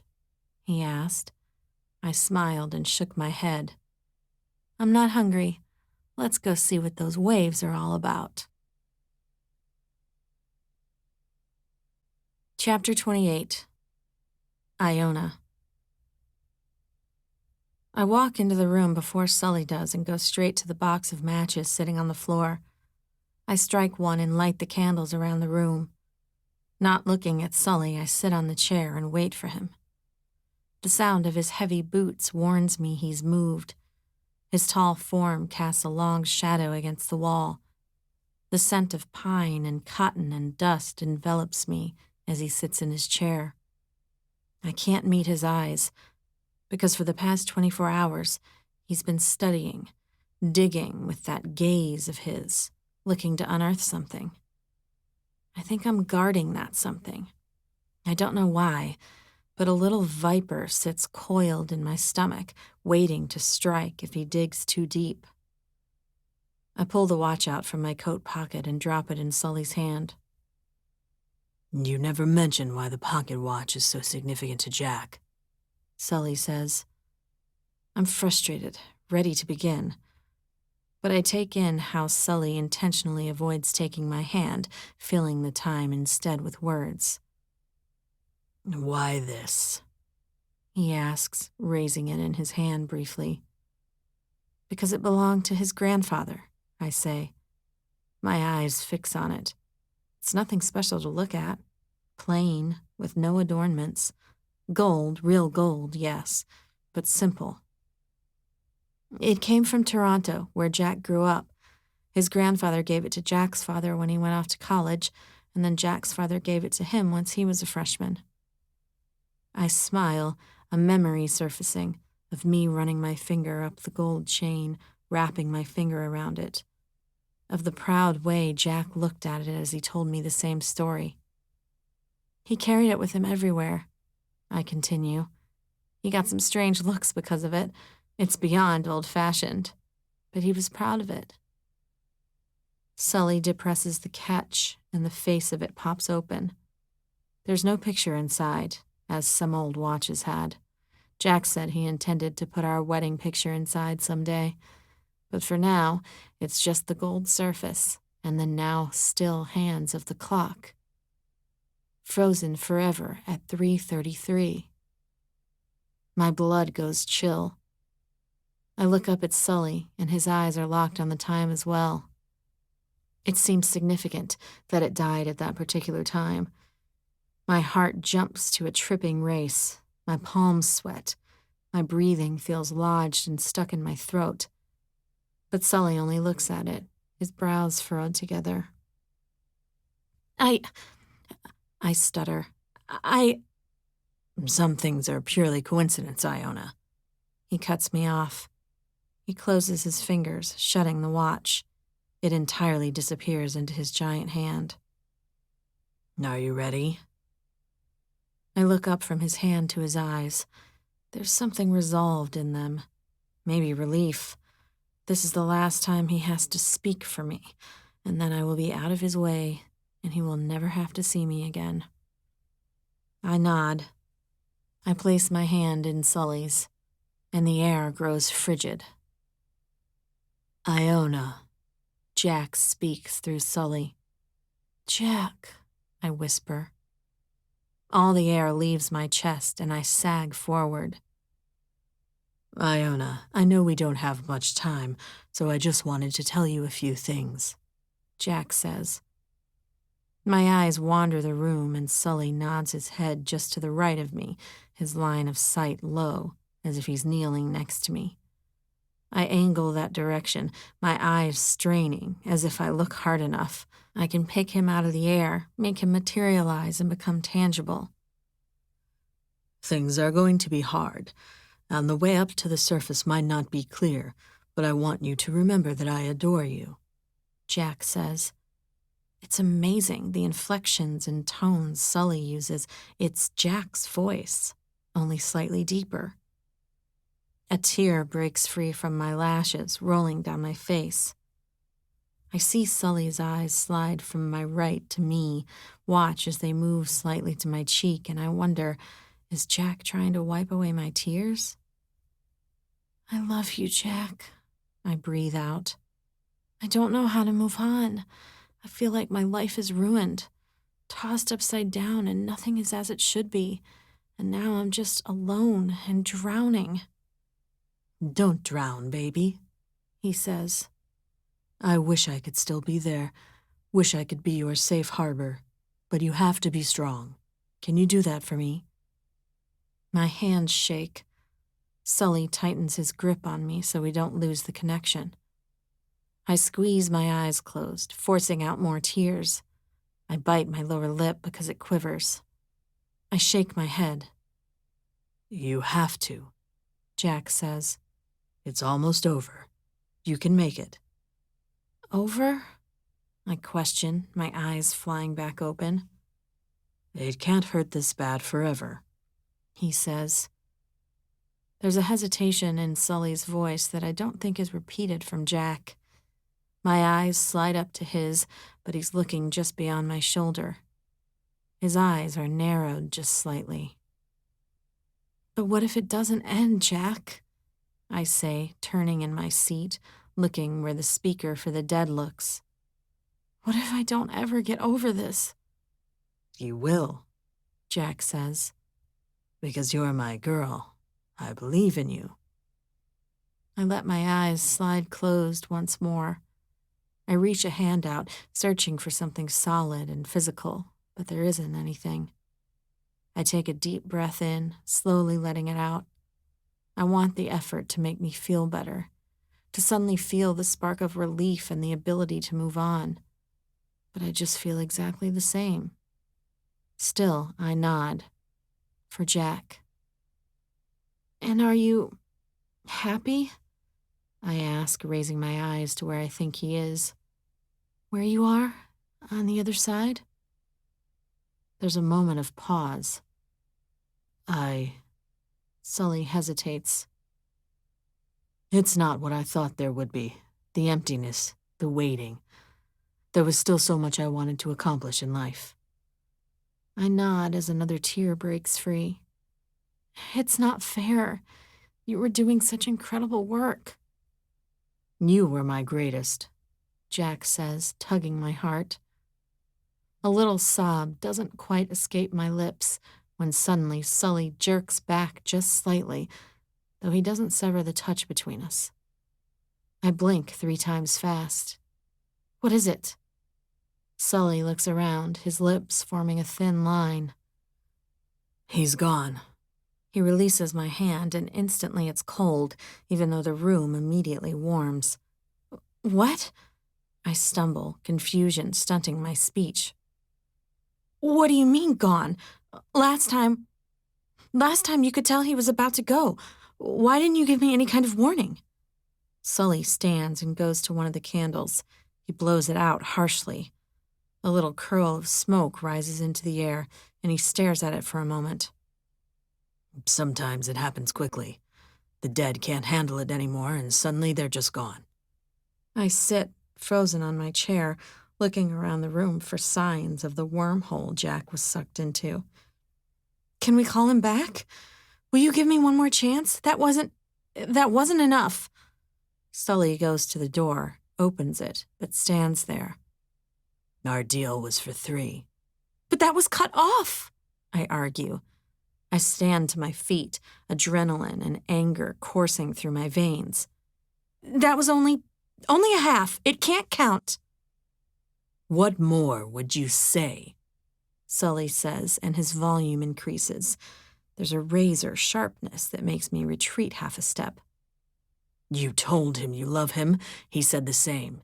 You got an opportunity no one else does. Take your closure and move on with your life, Iona.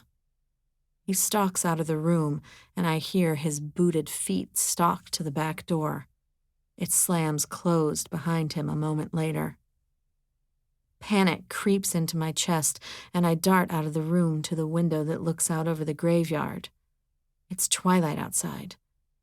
A light drizzle makes the world even darker. I see Sully's form retreat down a small path in the woods beyond where the dead rest, and he disappears. It will be dark within minutes. Chapter 29. Sully. The last of the sun's rays disappear in the woods. A canopy of leafless branches stretch over me in a cage, locking me down next to the dirt and decaying leaves as the fog creeps in. A beating drum sounds in the back of my brain, pounding over and over, a thump of war and heartless echoes. With every step I take, deeper into the woods, it grows more and more steady. A chirping howl sounds out into the night, a sound made deep in a feral throat. It's a warning, an alarm. I shouldn't be out here, and the entire forests of Roselock know it. But I have to put some distance between me and that woman, between me and that gate I opened. There is no longer a path that leads to my destination. Thick mud mixed with the leaves and broken twigs that were not strong enough to survive the winter litters the ground, making the way slick and nearly impossible to see. I brace my hand on the trunk of an oak tree, narrowly avoiding landing face first in the filth. In my head, the look on Iona's face as she heard Jack's words replays over and over in my head. The brokenness, the hollowness in her eyes, the quivering lip, the tears. I had been wrong before. I thought she was the most broken person yet to seek me out. I'm fairly sure she's the most broken person on the entire continent. And it's all caused by this Jack Carraway. I grip my teeth tighter, fingers curling into fists, and walk a little faster through the nearly black night. Just before I arrive, the clouds shift, and a sliver of moonlight peeks through, illuminating the true color of the ground at my feet. Red. Blood. It's been dark long enough now that it's spread from the church, all around to the entire town borders.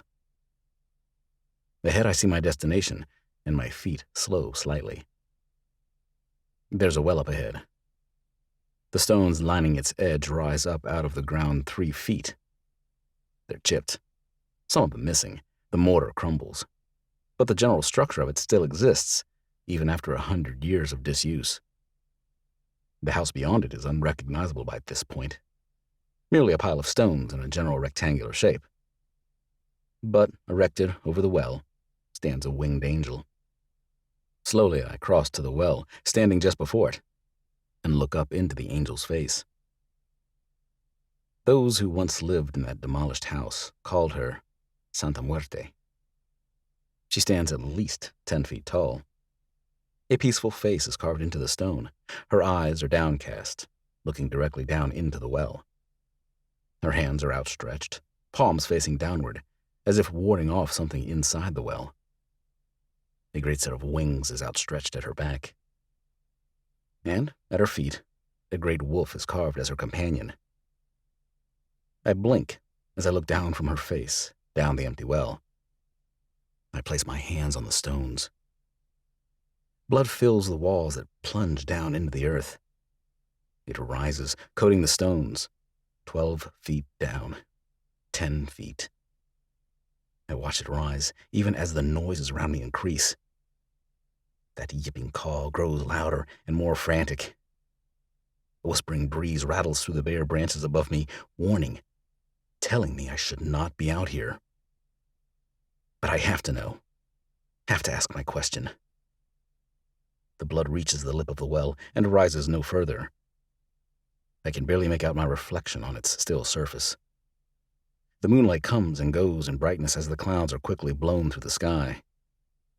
Once upon a time, I came here to the well and asked a question of my fate. Can I ever fight it?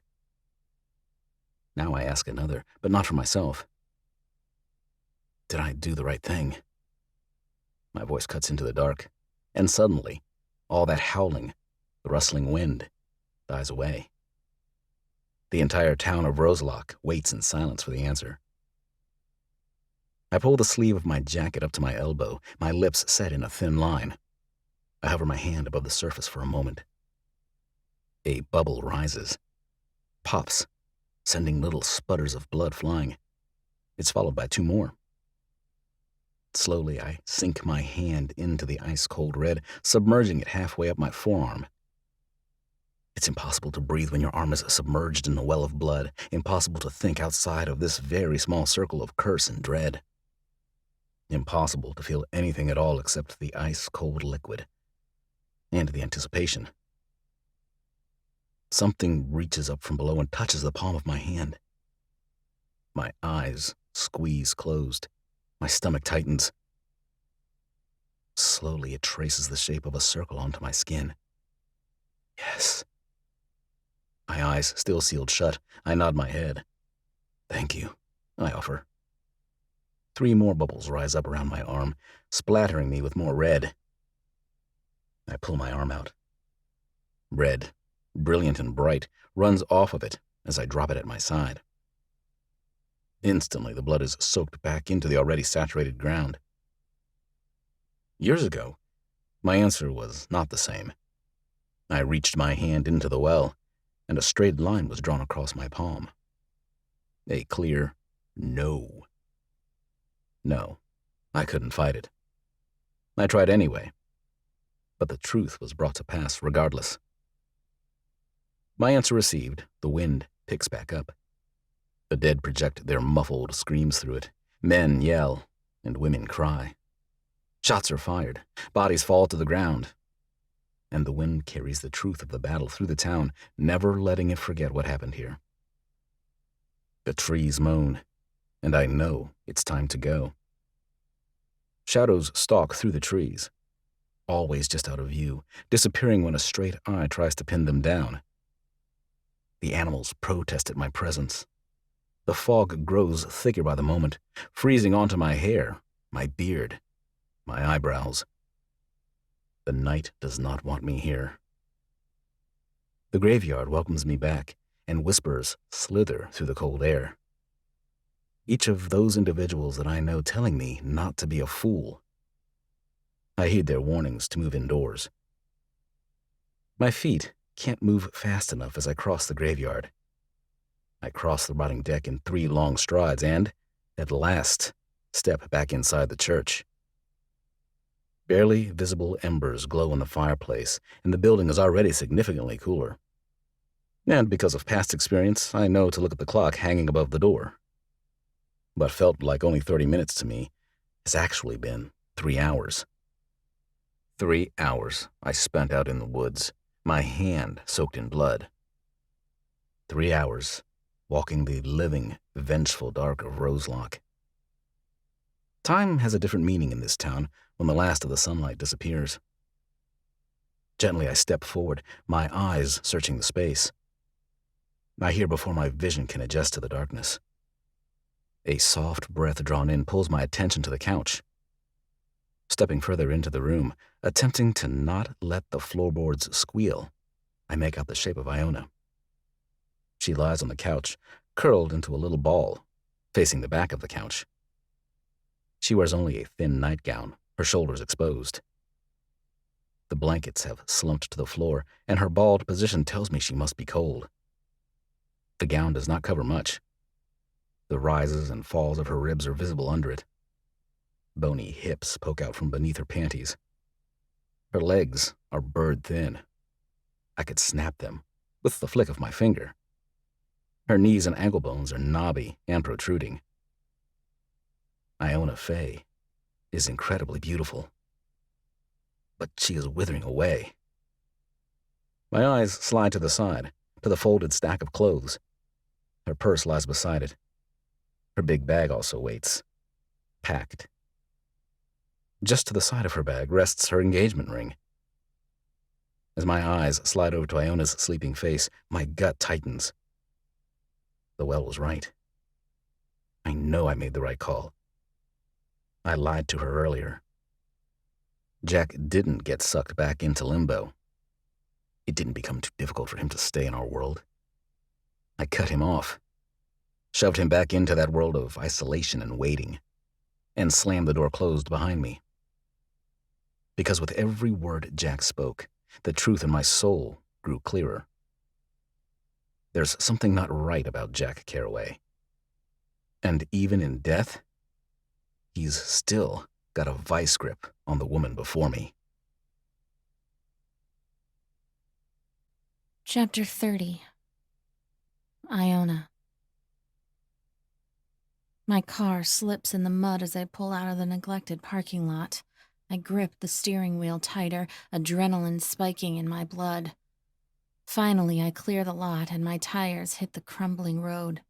I press on the gas, picking up a little speed. My eyes flick to the rearview mirror. The church still sits there, forlorn and decrepit, housing a man with the ability to reach through the veil and find the dead. He doesn't stand on the porch, doesn't watch me leave. I only looked at him this morning, watching his face, reading his eyes, interpreting the set of his shoulders and clench of his jaw. He'd told me 3 times he would open the gate. There would be no bargaining for a 4th. So I didn't say a word. I dressed, I packed my things, and I left, leaving behind a little sliver of my soul.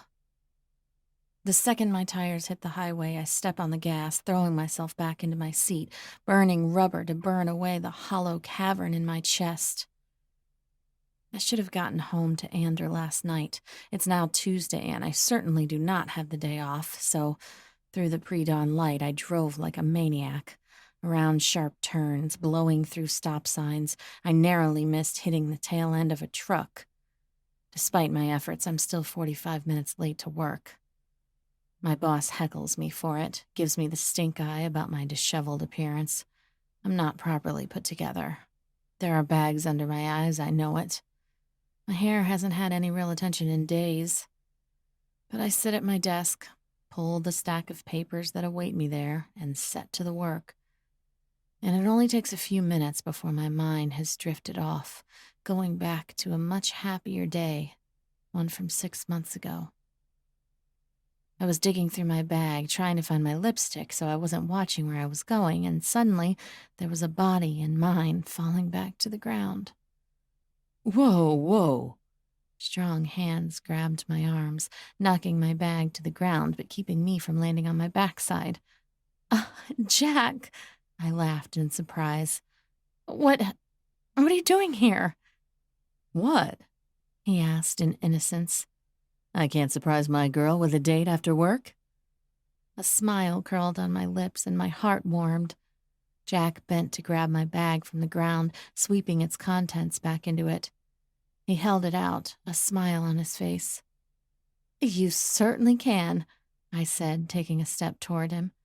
I leaned into his chest, smiling as I brought my face closer to his. His eyes burned with intensity, a mischievous glint to them. His hands gripped my hips, clinging to them possessively. He ducked his head, bringing his mouth to mine.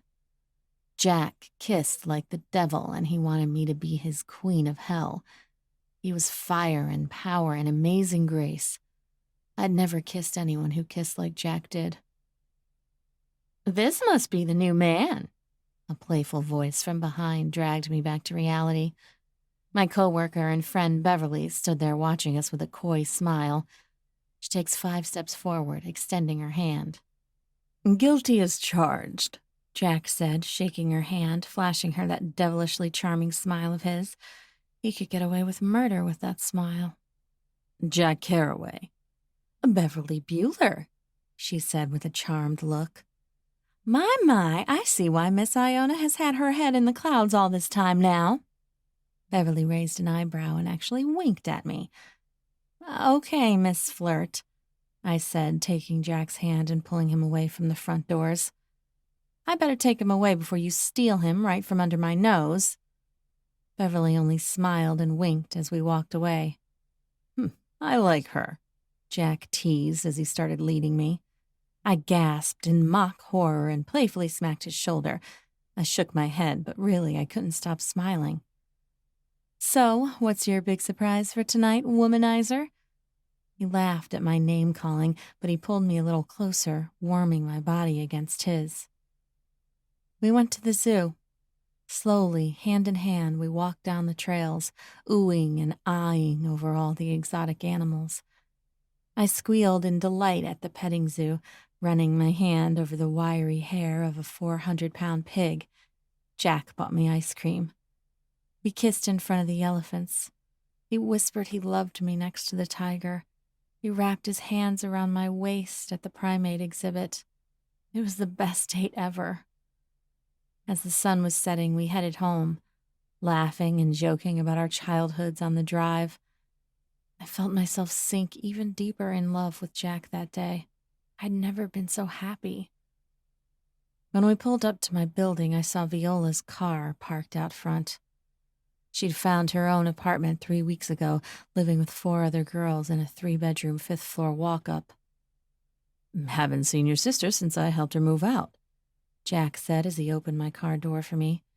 He slipped his hand into mine and we walked to the building. Just as we got to the main front door, she walked out, nearly running right into us.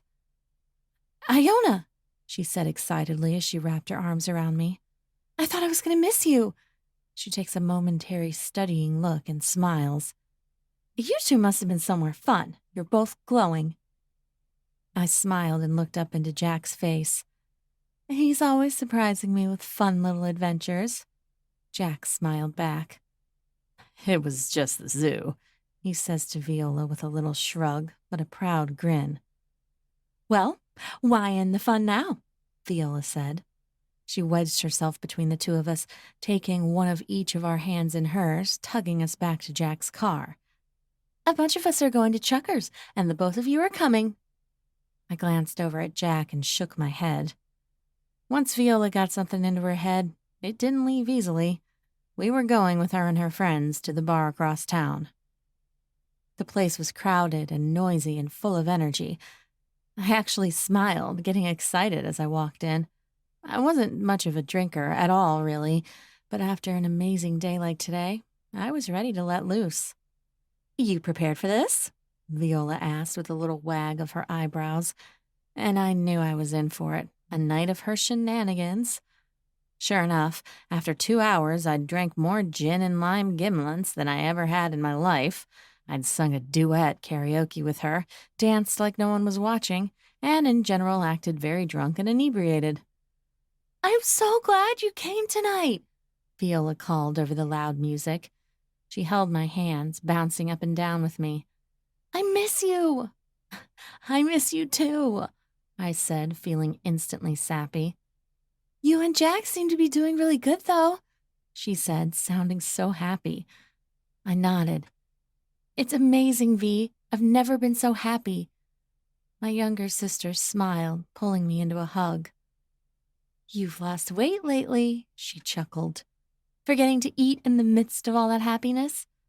She winked at me suggestively and danced off to join one of her male friends.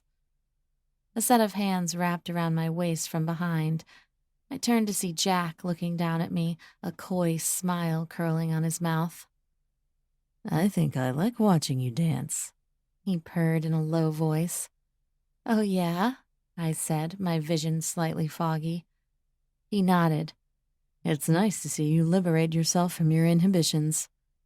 He leaned down, slowly, taking 1, 2 breaths, before he touched his lips lightly to mine, and he let them slide to my cheek, to my jaw, down to my neck, and instantly there were far too many people around. All I wanted was Jack and I.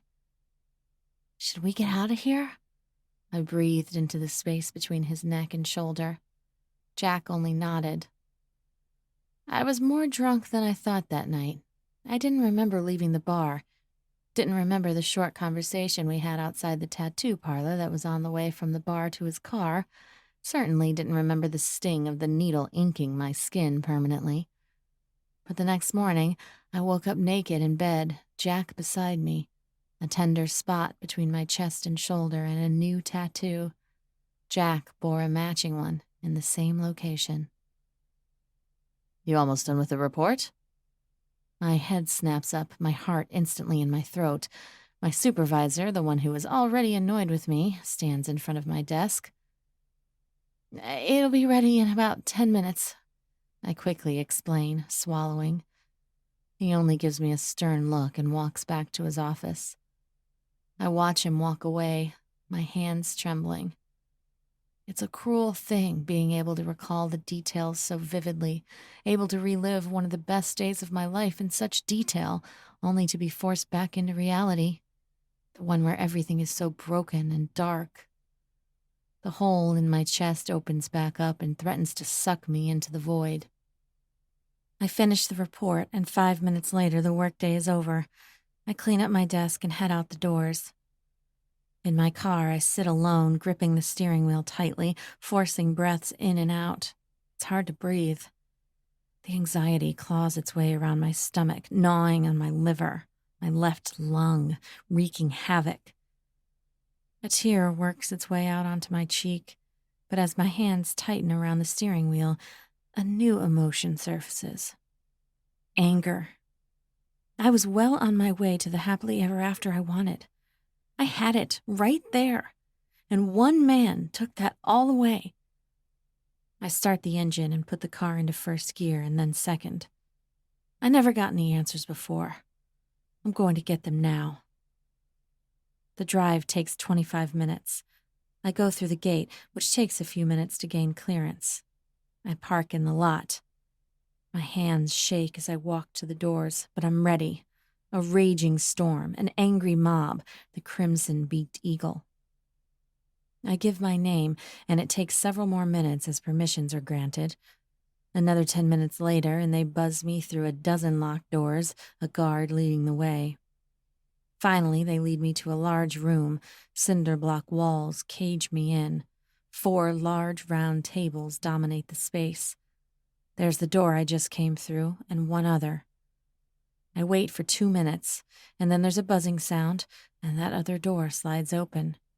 A man in a black and white striped jumpsuit shuffles into the room. His hands are cuffed, his feet too.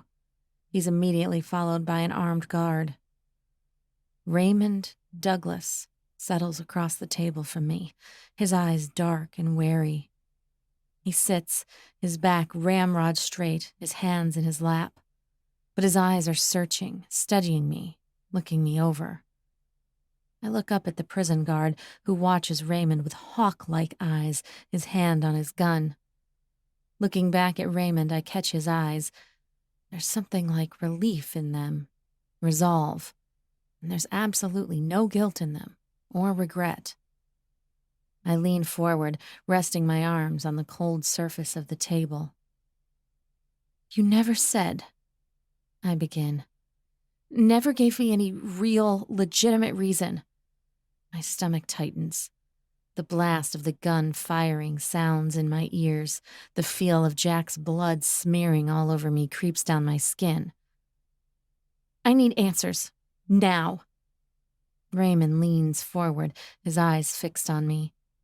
Why did you kill Jack Carraway? I ask. Raymond doesn't say anything for a moment. He only studies, looking for something deep in my soul.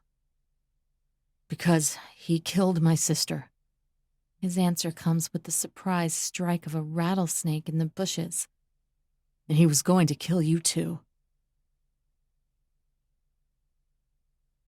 Chapter 31. Sully. Through the window of my bedroom, I watched Iona leave. I'd crushed her, dashed her hope, ripped the rug out from beneath her feet. She'd been right when she'd said I'd only given her half an opening that last time. But that gate had to be closed. She was gone, and I could only hope that she would try to move on with her life now that she'd gotten a chance at closure. and now I can return to my solitude and wait out my days alone. I grab the pruning shears from the table in my room and go to the west side of the church. The roses are in various stages of bloom, some fully open, soaking up the faint sun's rays. Others are buds, still a week from opening. They eternally bloom, warmed and fed by the blood of innocent lives. An hour later, my hands cut and bleeding from the thorns, I carry an armload of red roses to the graveyard. One by one, I visit the graves. I place their rose on their final resting place, give a mutter of greeting. I am the keeper of the dead, the reacher beyond the veil. But it remains a mystery as to why. My father could not speak to the dead. My grandfather and his father before him could not reach them either. But for some reason I can. Perhaps it is because every bit of me was bred in Roselock, the 8th generation to be born here. This cursed, wicked town entirely ingrained in my skin, my bones, my soul. My mother claimed it was because I was made extra special. The reality was that I had to be extra cursed. When at 4 years old you wander into one of the abandoned houses, find an old, forgotten doll, and become friends with the young girl who I couldn't touch, that doesn't make you special. It makes you a creature that terrified your parents. I talked about my friend Agatha to my family, and soon she was joined by the teenage boy James, and then the old, kind woman, Emma.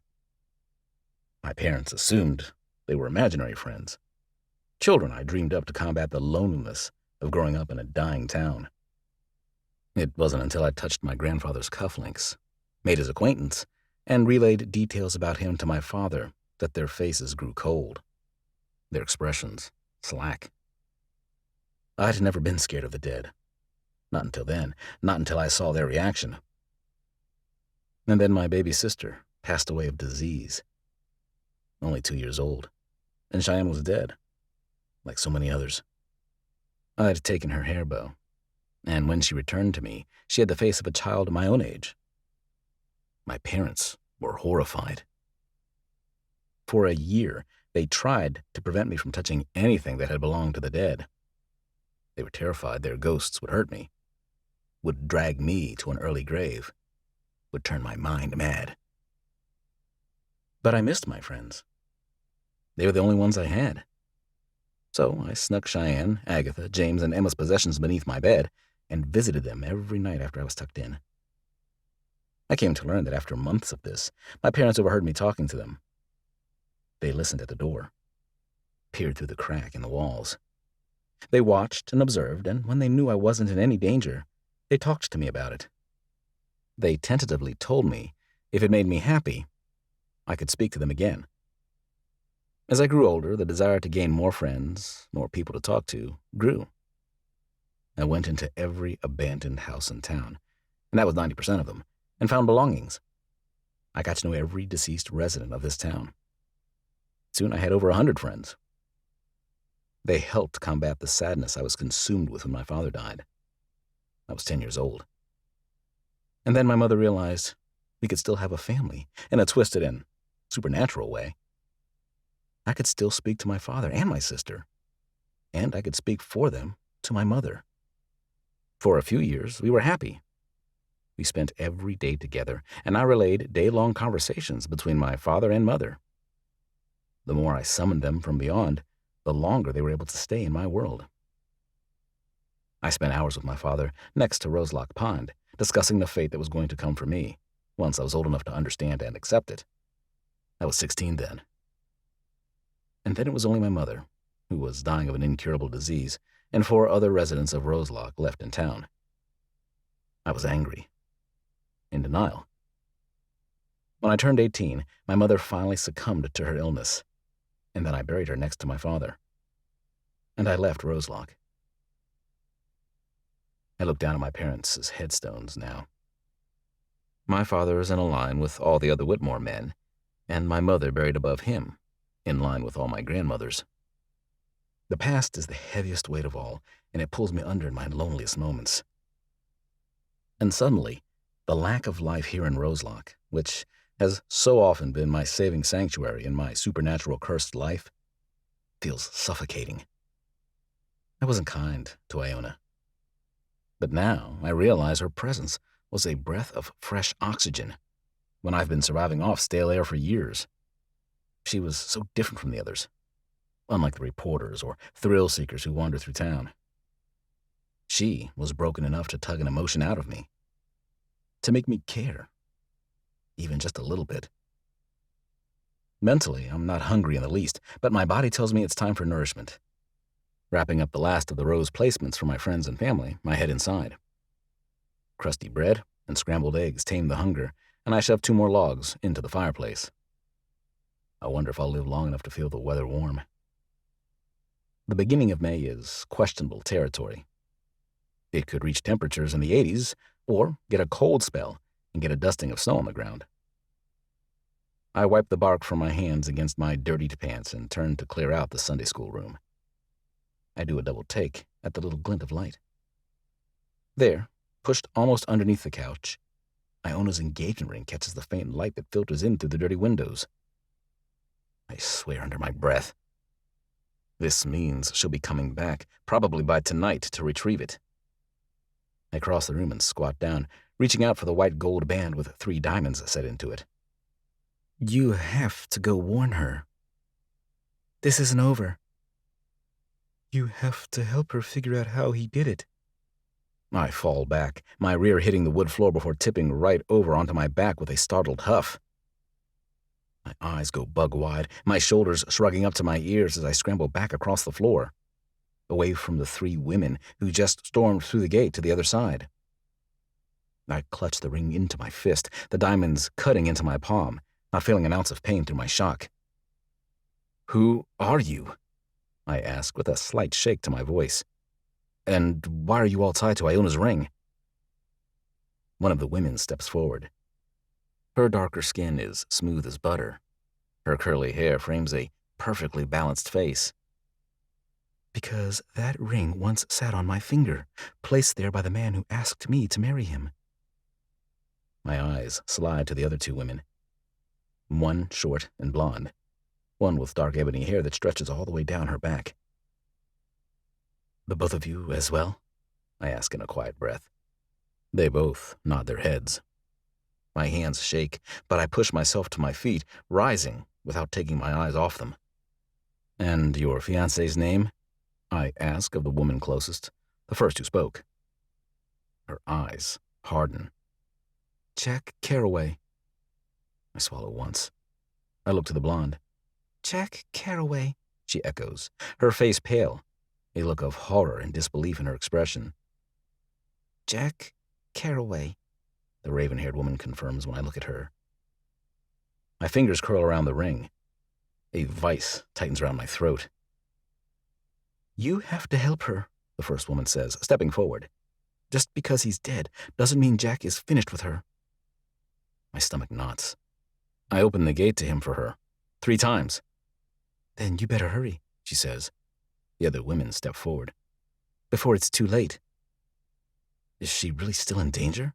I ask, even though I can feel the answer down to my marrow. Jack is dead. The first woman takes one more step toward me. He never touched me, but he knows how to get in your head and destroy you from the inside out. He's still alive in her mind, the blonde says, and he'll obliterate her. I look at the 3 of them and then hold the ring out in my hand, palm up. The well told me I did the right thing by cutting Jack off. But maybe the mistake had already been made. Chill sinks under my skin. I never should have opened up the gate for the fawn. I turn in the room and stalk to the back door, across the deck, across the lawn, and to the shed that waits at the edge of the parking lot. The locks protest with rust as I tug at them, but they squeal and finally swing open. The long unused Cadillac Series 62 sits there, waiting. I've probably only got minutes before the gate will close on these women. And this car hasn't been started in 2 years. Start talking, I say, as I push my sleeves up.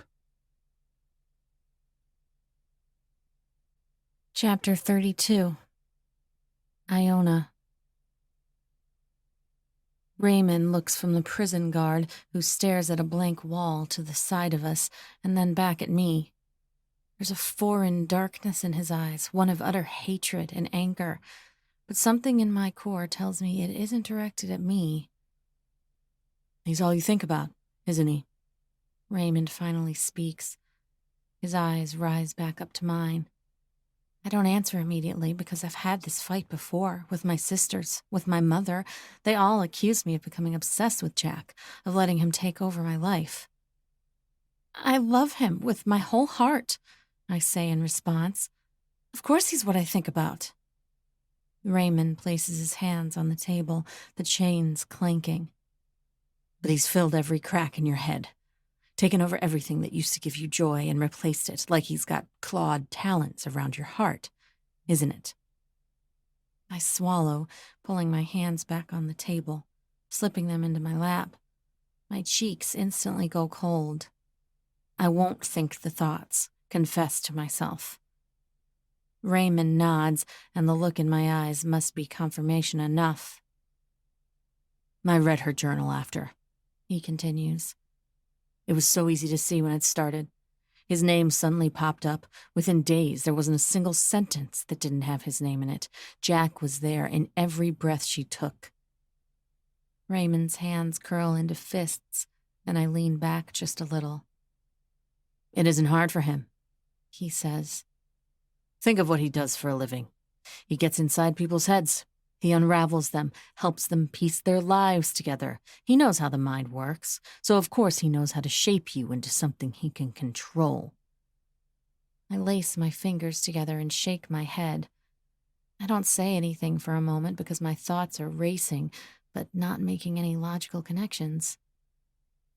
Jack was a brilliant psychologist, but he only ever helped people, I whisper, a little anger lacing into the syllables. On the surface, yes, Raymond says, leaning forward onto his forearms, the storm in his eyes darkening. But he has special pet projects, like my sister, like you.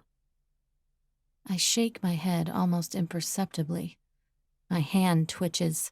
The urge to slap him across the face is nearly impossible to suppress.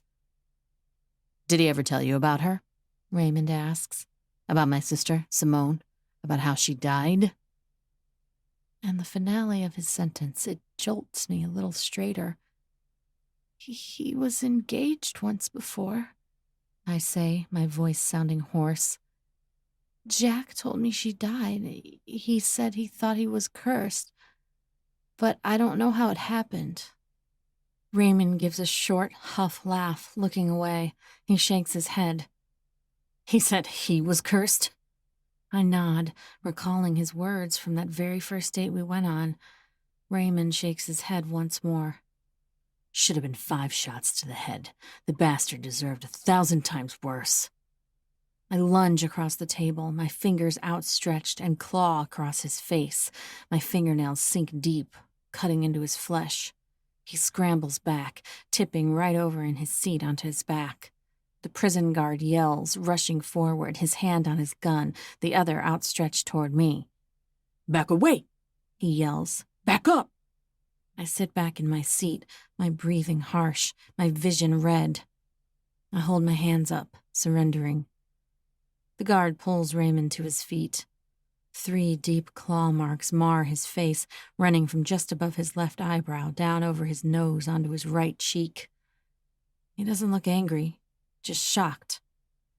Back to your cell, the guard growls. Visit is over. Don't expect to be allowed back. He glowers in my direction. I don't know how he does it, Raymond says in a hurry as the guard begins steering him back toward the gate. He gets in your head. He makes you do things. Simone didn't want to kill herself.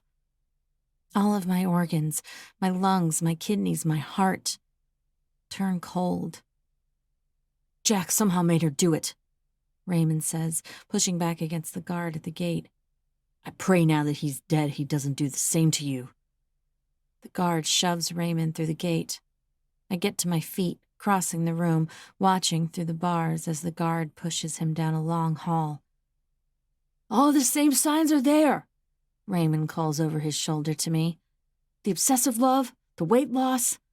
I guess you've cut yourself off from everyone you care about. Once the dangerous behavior starts, it won't be long. They turn down another hall and my view is cut off. Look for records, Raymond yells from somewhere in the prison walls. Find a way to fix yourself. Don't let him win. His voice fades away and he's gone. I stand there in the visiting room, trembling from head to toe. Chapter 33. Sully. I have no idea where to look. Iona told me she lived in Ander, but I know next to nothing about her, in reality. Where she works, her sister's names, her mother's. So I've been driving all around town the entire afternoon. Past the post office, by the banks, around the grocery stores. My eyes burn from looking so hard. My arms and shoulders are stiff and sore. I haven't driven anywhere in 2 years. I ride alone. Iona's ring sits in the passenger seat. I'd been right. Just as I finally got the engine to turn over, the gate slammed shut. And then off I went. Finally, I park next to the school. The lot is empty, everyone long since gone home. My eyes sweep the town, but I turn inward mentally. I rack my brain. Iona told me several stories about her life here in this town and how she met Jack. Instantly, a light bulb goes off. I put the car into drive and head back the opposite direction. Earlier that day, I drove past the police station, the one where Iona's father once worked for 25 years. Parked in one of the narrow spots out front, I climb out, up the stairs and through the front doors. Only 2 police officers occupy the building at this hour. One sits at his desk going over papers. He looks young, much younger than myself. The other stands across the room, leaning against a desk on the phone, sporting snow-white hair and a well-manicured mustache. Excuse me, I say, suddenly nervous. I haven't had any natural human interaction in years. The young cop's head snaps up suddenly, his eyes wide. Apologies, I say.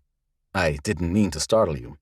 I glance over at the older cop. He's still speaking on the phone, but his eyes are fixed on me, taking me in, analyzing. I was hoping you could help me find someone. Name? The young cop asks, and I notice his name tag.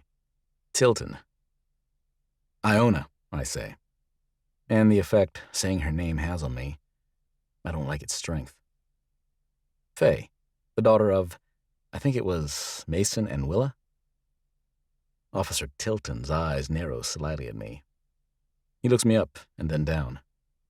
From my mud-crusted boots to the dirty jeans, to my calloused hands, my mane of hair, overgrown beard, my 6'5" frame. How do you know her? He asks doubtfully. I pause. That's an answer I can never give. I was a friend of her fiancé's, I lie. One that makes me sick. I drove by a business part of town earlier and saw an office with his name on the door, just waiting there like he would return any day. The older officer hangs up and walks across the room, hands on his hips. I don't miss how close one of them is to his gun. You were friends with Jack? I'm sweating. My throat feels tight. I haven't talked to anyone by my own choice in so long now, much less lied to someone, and well. I nod. If you're a friend of Jack's, why don't you know where to find Iona? He questions, his eyes narrowing on me. I'd never met Iona until last week, I say. She wanted to talk about Jack, so she looked me up and found me. She took some time off of work this last weekend and spent a few days at my house. Partial truths, big lies. I read the officer's name tag. Langford. Did you work with her father? I ask. Langford looks at me for a long time, deciding if he trusts me or not. He nods. We worked in the force together for over 20 years. Best man ever knew. Raised some amazing daughters. I nod my head like I really know. I'm trying to find Iona, I say. She left her engagement ring at my house when she left, and I know she's going to want it back. Tilton and Langford both study me. I don't blame them. I'm more beast than man right now. looking for the fragile police department princess. Poor thing hasn't exactly got any peace since that man killed Jack, Langford says. His eyes lower for a moment, his gaze drifting inward. Though I think just about everyone close to her is relieved Jack's gone. But Iona... I nod. I know. That's the reason she came to see me. I was trying to help her. Langford looks up at me, his lips pressed into a thin line. Finally, he nods. She will want that ring back. She lives over on 2nd, building on the corner of Center. I think she's somewhere on the 3rd floor. Thank you, I offer, backing toward the door. Sir? Langford calls out as I begin pushing it open. I look back, my heart pounding, desperate to get back out there. Iona's an amazing girl, he says, sadness lacing every corner of his face. What she's gone through, if you can help her, please don't give up on her. His words lock cement around my heart, make me too heavy, fill me with a sense of dread. But still I nod. Putting the car into drive, I point the car in the right direction and set down the road. Watching the street signs, I pass road after road. I roll down Center, my heart pounding. And there, 2nd comes into view. Cars are all parked parallel on the side of the building. Lights glow from windows here and there. 3 floors of apartments make up the building. I find a parking space across the street and climb out. The sounds of the city grow quieter, the hour creeping toward 9. The air is chill, a wind picking up, reminding all that it is February, and winter will not go quietly. The clouds shift above me, only the movement is too sharp, and my head whips up. A figure stands at the ledge of the building. A blanket is pulled around her shoulders. Stark still, they stand, staring out over the city. Iona, I breathe, the word barely formed. I take a step closer, squinting against the dark. Iona! She shifts, looking down at me. Only she loses her balance slightly and stumbles. No! I yell, holding my hands up as if I can keep her from slipping off the edge of the roof. Iona, back up! Get down from there, please! She rights herself, still standing at the edge of the roof. Sully, what are you doing here? Please, I plead with her. We'll talk in a minute. Can you please just get down from there? She just stares at me, that vacant and distant look in her eyes. Stay, I huff in the cold night. I'm coming up. I dart forward across the street. I yank the front door open, searching around for the stairs. Down the hall I find them, and I take them 2 at a time, climbing to the 2nd floor, the 3rd. I yank a door open that says roof access, and climb the final flight. The wind blows harder this high up. The cold steals my breath as I search for her. And there she stands, her back to me, the blanket pulled around her shoulders, just staring out over the city. Iona, I breathe her name. I cross the roof, my footsteps cautious, so I don't startle her. Let's go inside. It's freezing out here. She looks over her shoulder at me, and there's little to no life in her eyes. I stop at her side, looking up at her, standing on the ledge.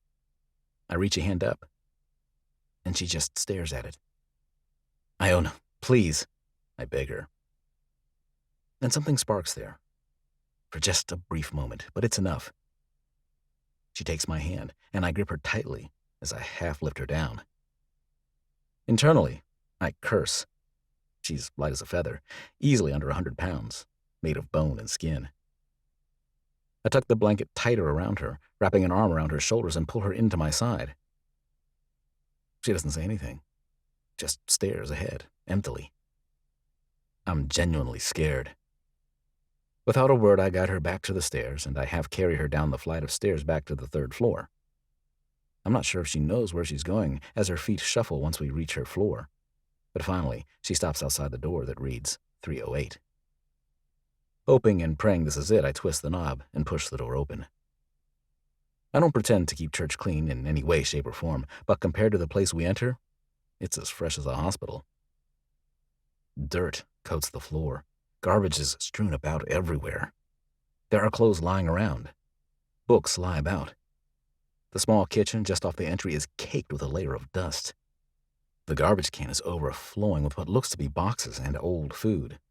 The smell confirms it. I cover my nose with my hand, fighting the urge to gag at the reek of spoiled food. But Iona doesn't seem to notice any of it.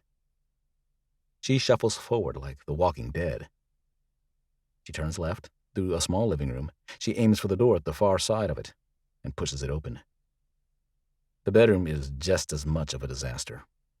Clothes everywhere. Garbage. 2 of the 4 light bulbs in the fixture on the ceiling are out.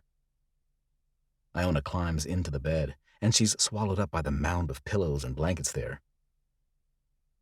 I notice there are little white circles on her dark blue bedding.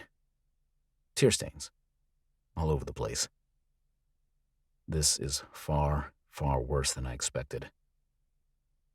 "Why were you up on the roof, Iona?" I ask. "Because I have to start somewhere. It's below freezing in the wind. You could have easily fallen." She looks over at the window. But it's dark outside, pitch black, and there's nothing but a few city lights here and there.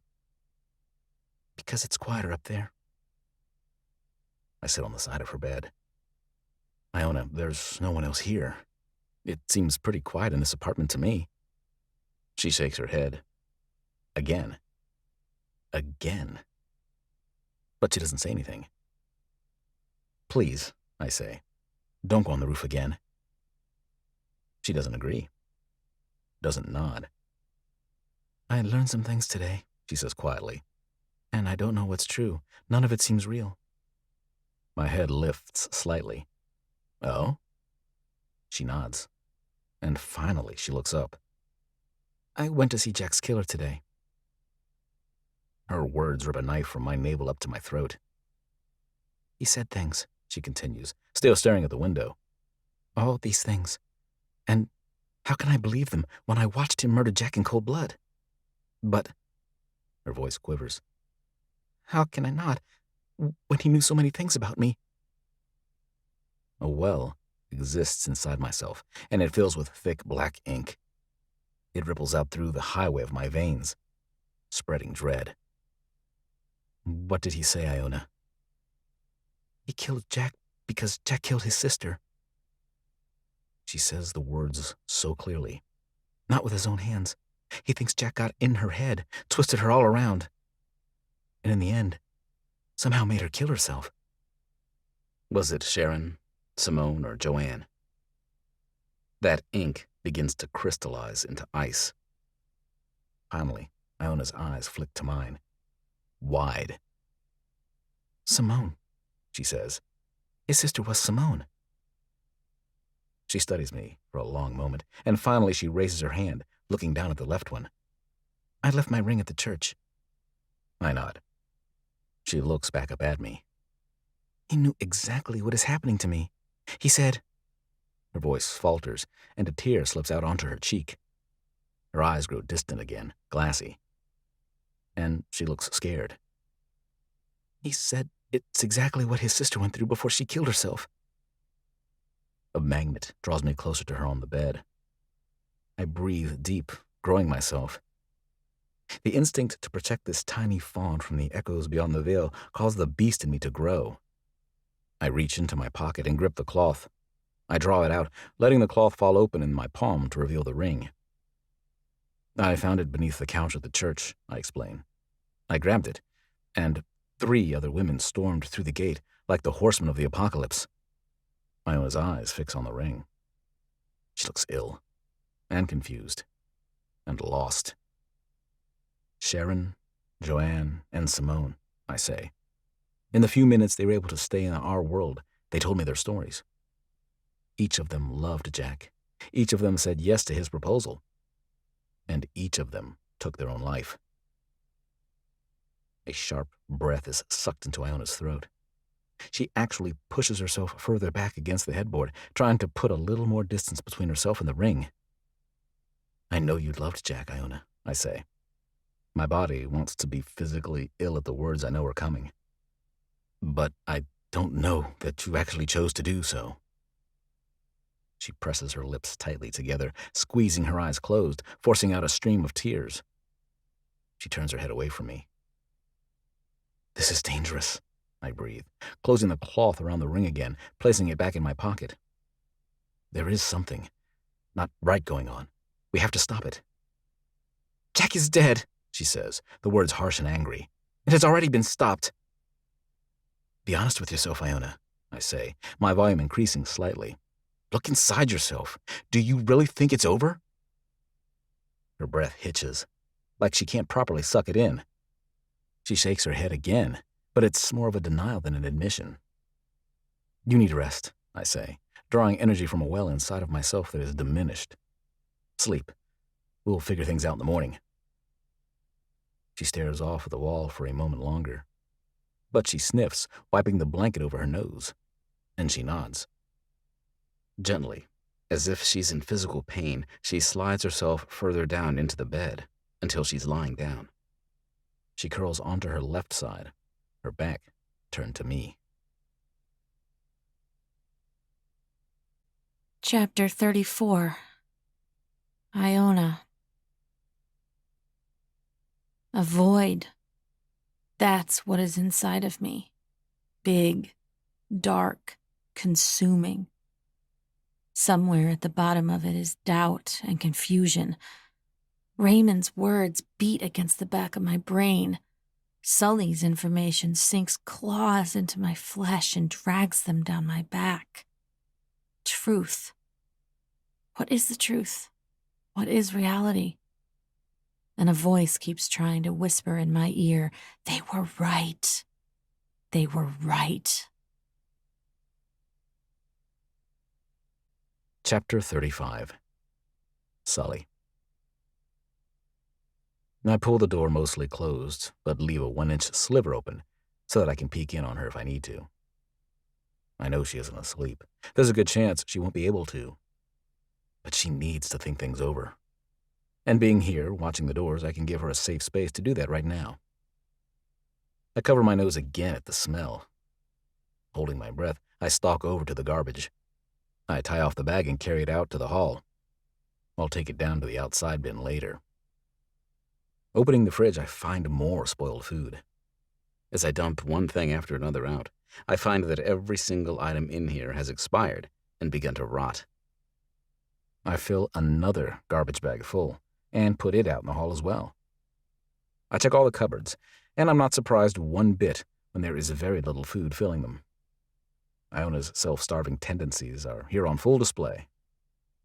I open the window, despite the outside freezing temperatures, just to air the space out and get rid of the decaying smell.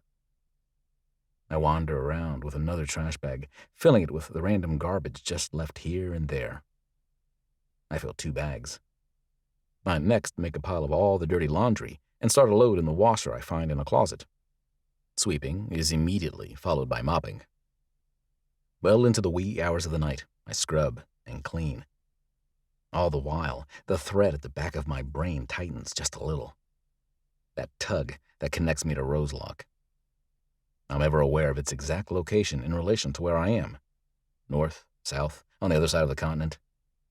Slowly, so gradually, each fiber of that thread grows thicker, pulling me tighter. You okay? A concerned voice asked. I looked up and realized I'd been gripping the table tightly, my knuckles white.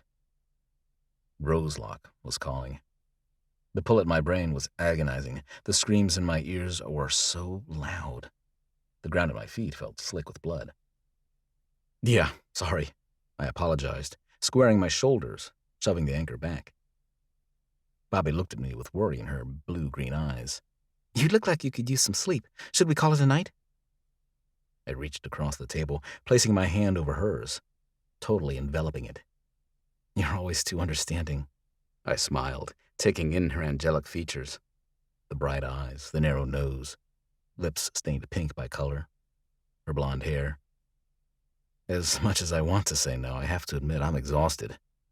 She smiled, leaning forward and pressed a gentle kiss to my cheek. I'll take care of you. She stood, pulling me behind her. I dropped the money on the table, and the two of us walked outside into the late summer evening. It had been a perfect summer here in Charleston. Once the semester ended, my graduation finally over, I spent as much time as I could at the water. It was there I met Bobby, waitressing at my favorite cafe. After a dozen muted smiles, blush from her cheeks, I asked her to go to the movies with me, and she said yes. It had been bliss. Her hand in mine, the sand between our toes, the sun on our backs as she looked up and kissed her lips to mine. That was the way it was. Light. Summer. Hand in hand, we walked back to my apartment. She would stay for the weekend before she had to head further inland to return to school for her sophomore year at Charleston Southern University. Bobby talked on and on about some party her cousin had tomorrow, casually inviting me to it while I got ready for bed. The woman could talk. About nothing and everything. If I paid attention to every single detail she spoke, I was fairly sure I would know every single detail about her.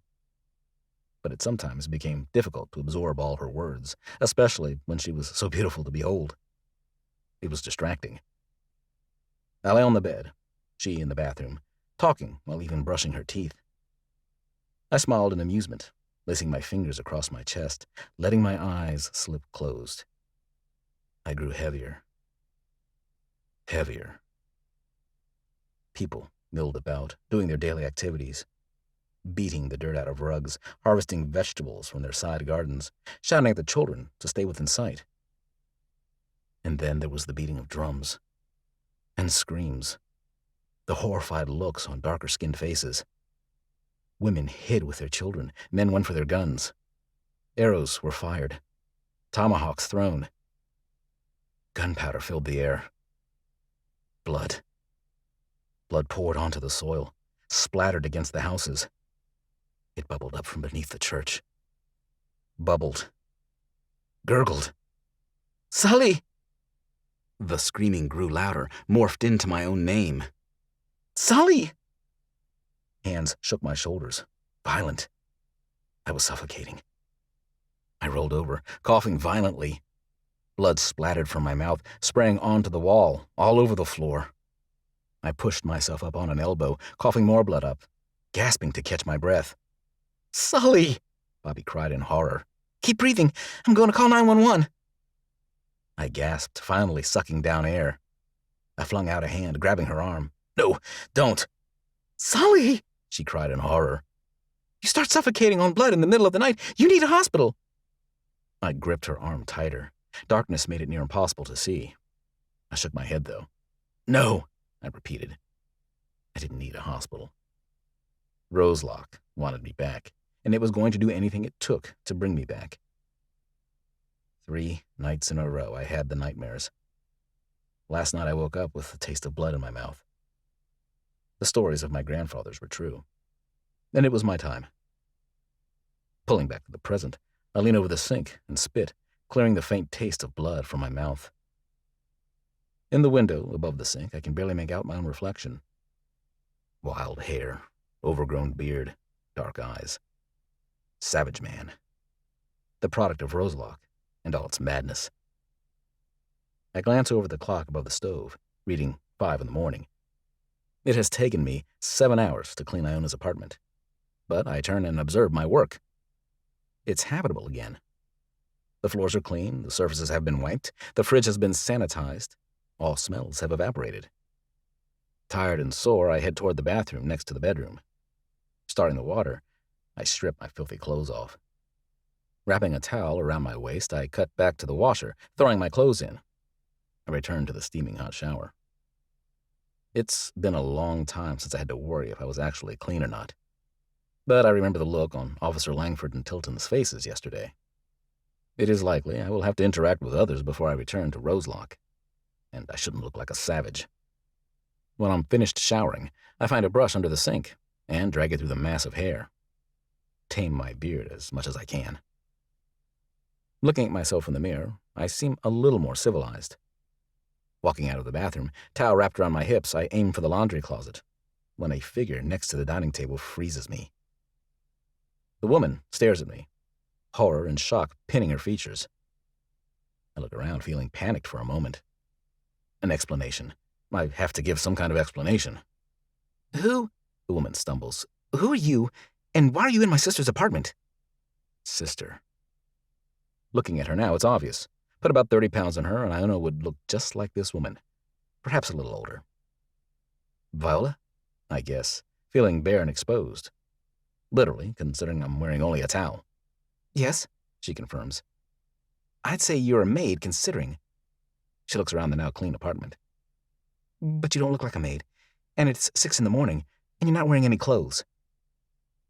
My awkward discomfort growing by the moment, I inch toward the washer, grab my clothes, and stuff them in the dryer. A friend of your sister. Lie. Viola raised one eyebrow, a little smirk tugging on one side of her mouth. Wow, she says. I didn't think she was even close to being ready for that, but I'm happy she's finally moving on. No, I shake my head, feeling my face heat. Not like that. Yes, I spent the night cleaning up. It was dirty work. I indicate the running dryer. We whisper so as not to wake Iona, who I'm fairly certain did actually fall asleep somewhere just after midnight. Oh, she says, seeming a little confused. Well, I was on my way to work. I'm a nurse at the hospital, and I saw her light on and got worried. I want to tell her that she should be worried, that there's far too much to be worried about right now. She's not been the same, Viola says, her eyes fixed on the bedroom door. Not in a really, really long time. I assume you know about Jack? I nod. She does too. I encouraged them to be together at first. He was good-looking, and for the first little while, he seemed so good for her. Did and said everything just right. But I was wrong. She looks back over at me. Whoever you are, thank you for helping her. This, she looks around the apartment, is a big step. Her letting you inside her apartment, it's something, so thank you. Sully, I offer. Thank you, Sully, she says with a smile, and steps for the door. She offers a sad little smile before letting herself out the door. Mom and Viola and Cressida told me our relationship was getting unhealthy. I startle, turning to find Iona standing in the doorway of the bedroom. She wears clothes I'm guessing are from yesterday, wrinkled and rumpled. I'm starting to think they were right, she croaks. Chapter 36. Iona. Sully puts a bowl of oatmeal with brown sugar before me and watches as I eat. 1 spoonful. My throat tightens against it. 2 spoonsful. My stomach knots. On the 3rd bite, I actually gag. Sully shakes his head, a hard look in his eyes. He places his hands on the countertop, staring at me. Again, he says, nodding at the bowl. I'm not hungry. But I look down at my hand, the one holding the spoon, and it looks so breakable. The bones are so obvious. I just keep staring at it. When did this happen? My eyes move up my arm, which is just as withered. I actually reach up and feel my face. My cheekbones are protruding. My jawline is sharp. Take another bite, Iona, Sully says. My eyes rise up to his. A dozen emotions rest in them. He nods at the bowl once more. I grab the spoon. My hand shakes. I raise it up to my lips and put the mush in my mouth. Every muscle in me quakes. My stomach tightens. I clamp a hand over my mouth, forcing myself to make it go down, to not retch up the few bites I got down earlier. You are physically unable to eat more than a few bites. Sully says it so matter-of-factly. He keeps looking at me like a scientist studying a lab rat.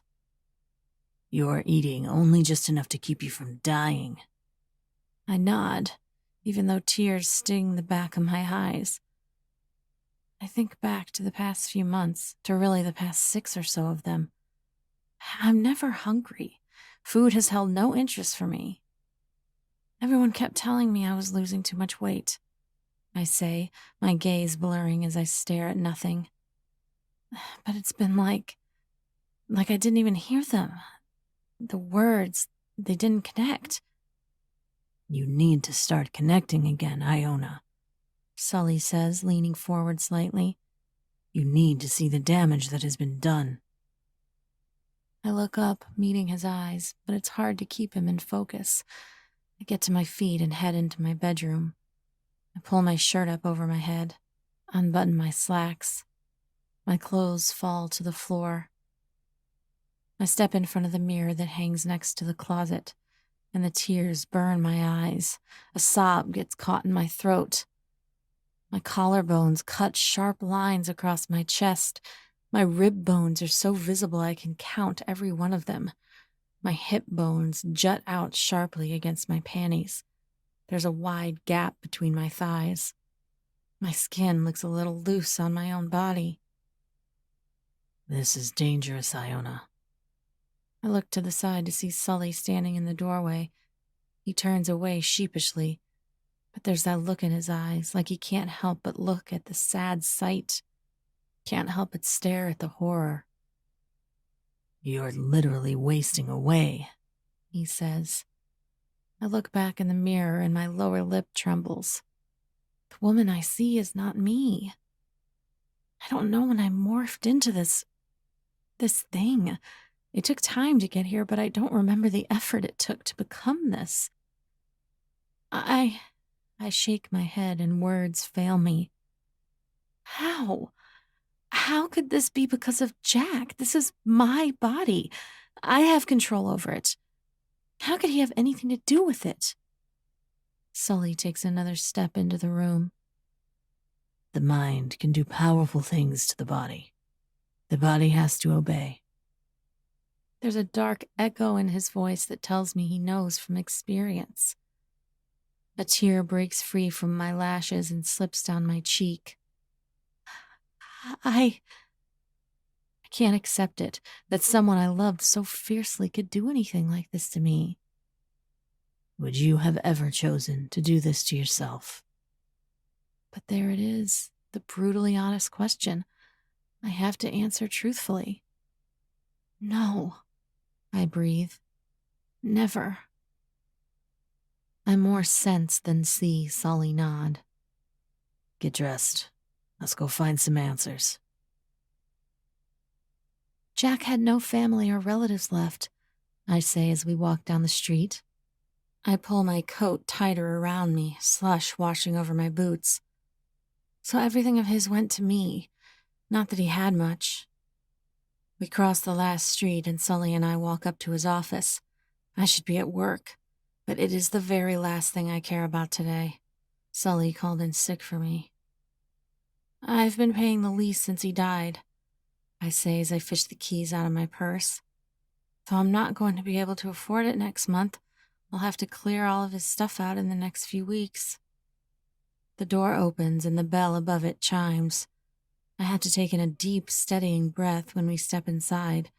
I'm washed in the scent of him, and the ache in my chest is enough to bury me 6 feet under. You can do this. Sully's deep voice billows against my back, standing me straight again, reminding me to look at myself in each individual moment. I stand a little straighter, rolling back my shoulders. He only had a part-time secretary, I say, indicating the desk immediately inside the lobby. I haven't heard a word from her since he died. I think she got a new job with Dr. Sparrow across town. I walk past her desk. There's a small restroom just beyond it, a set of stairs beside that, and then off to the right is Jack's office. I push open the door and the two of us step inside. His desk is pushed under the window. Filing cabinets sit to either side of it, filled with his notes, medical records, secrets he was sworn to keep as a psychologist. There's a comfortable chair to one side, where he spent hours and hours listening to the problems of his patients, and then a big overstuffed leather couch where his patients could sit or slump or lie down if they wanted. Jack's diploma hangs on one wall. There are various soothing-looking paintings hung on the walls here and there, and on his desk sits a framed picture of him and me. I reach for it, studying our faces. We'd been dating for about 5 weeks. We'd gone for a walk through the park in town and then laid out on a blanket to watch the sunset and the stars wink into view. It had been awkward and difficult for Jack to take the picture of the two of us with the new camera he'd just gotten a week prior. Our faces were too close, but we were both smiling, looking so joyful and happy. Viola was right, I say as I study the two of us. We were so happy. And Jack did always say and do the right things, all the way until the very end. I understand why it's hard to have others question the authenticity of it all, Sully offered sympathetically. when you were so happy. I nod and I feel it again, this questioning of words, just like my mother's, and Cressida's, and Viola's. The words don't quite connect, don't sink in. Why couldn't I ever really hear them? I say. Their warnings. When they told me something wasn't right, it was almost like they were speaking another language. I got the general message, but the root of it all, it was lost somehow. It sounds like obsession, Sully says as he begins a slow walk around the office. His eyes take it all in, looking at the things on Jack's desk, opening the top drawer. When something occupies your mind so thoroughly, nothing else really matters. That turns on a little light bulb, because I have to be honest with myself. That's exactly what it was. Nothing else mattered after a while. Nothing but Jack. I have the keys to those filing cabinets, I say, pulling a set from my purse and dropping them on Jack's desk. Raymond said to look for files. If they exist, maybe they'll be in there. He kept all his patient records in there. Maybe I was one of them all along and just didn't know it. The very thought makes me ill, and I shove it out of my mind. I turn, walk out of the office, and head up the stairs. Jack's apartment rests right above his office. It's a loft style. A kitchen occupies the far wall. A bathroom is walled off to the side of it. His bed and a closet dominate the left side, and a couch and chair are off to the right. My knees quake, because this is Jack up here. There's still a coffee mug next to the sink. One of his jackets is slung over a chair at the dining table. The bed is unmade, as if just waiting for him to climb back into it, and the smell of him doubles. I don't know if I can do this. I breathe when I hear Sully's heavy boots step beside me. I don't know if I can go through his things looking for incriminating evidence, looking for proof to damn what I felt for him. Sully shifts, as if to put an arm around my shoulders, but he stops and takes a deep breath. Then you tell me where to look, He says. and you watch me do it. Chapter 37. Sully. Besides more ties than any man should ever possess, there's nothing strange in Jack's apartment. I start in the kitchen, the least likely place to find anything. Boxes of crackers, snacks, pasta occupy the cupboards. Exactly 4 plates, bowls, and cups. I run my hand along the drawers, the cabinets, searching for anything hidden. All I come away with is 2 splinters from the old wood. There is nothing suspicious or hidden in the dining table or the chairs. The bathroom yielded nothing strange. I pull apart all of the couch cushions, ransack the chair. I go through the cabinet against the wall and find it to be completely empty. How long had Jack lived here? I ask, as I move on to his bedroom area. I rip the blanket, pillows, and sheets off. He moved to Ander a few months before we met, Iona says. January, I think, so just over a year. She stands by the stairs, watching me. She hasn't moved once since I started going through everything. And before that, where did Jack live? I ask, as I lift the mattress, looking between it and the box spring. In New York, she explains. He went to school at NYU. It was where he got his degree. In psychology? I say. I get on all fours and look under the bed. There's a single box underneath it. I pull it out. Yes, Iona confirms. The box rattles. I lift the lid off. Inside, I find 4 keys. They seem simple enough. Normal house keys. Gold or silver colored, sharp ridges and indents. Iona walks over, peering into the box. Any idea what this is about? I ask, reaching in and picking up 2 of the keys. I lay them one on top of another. They're all different cuts. No, she says. shaking her head. She kneels down on the ground beside me, studying them, but her eyes narrow. She gets up, reaching for her bag on the floor by the stairs, and pulls out her keys. Crawling back over, she kneels beside me again and takes the key with the biggest head. Holding it on top of the mystery key, we both look at the cuts. They're the same. "It's a key to the office," Iona says. She turns them over, double-checking, and I can tell they are in fact identical. "But the other three are different," I say aloud.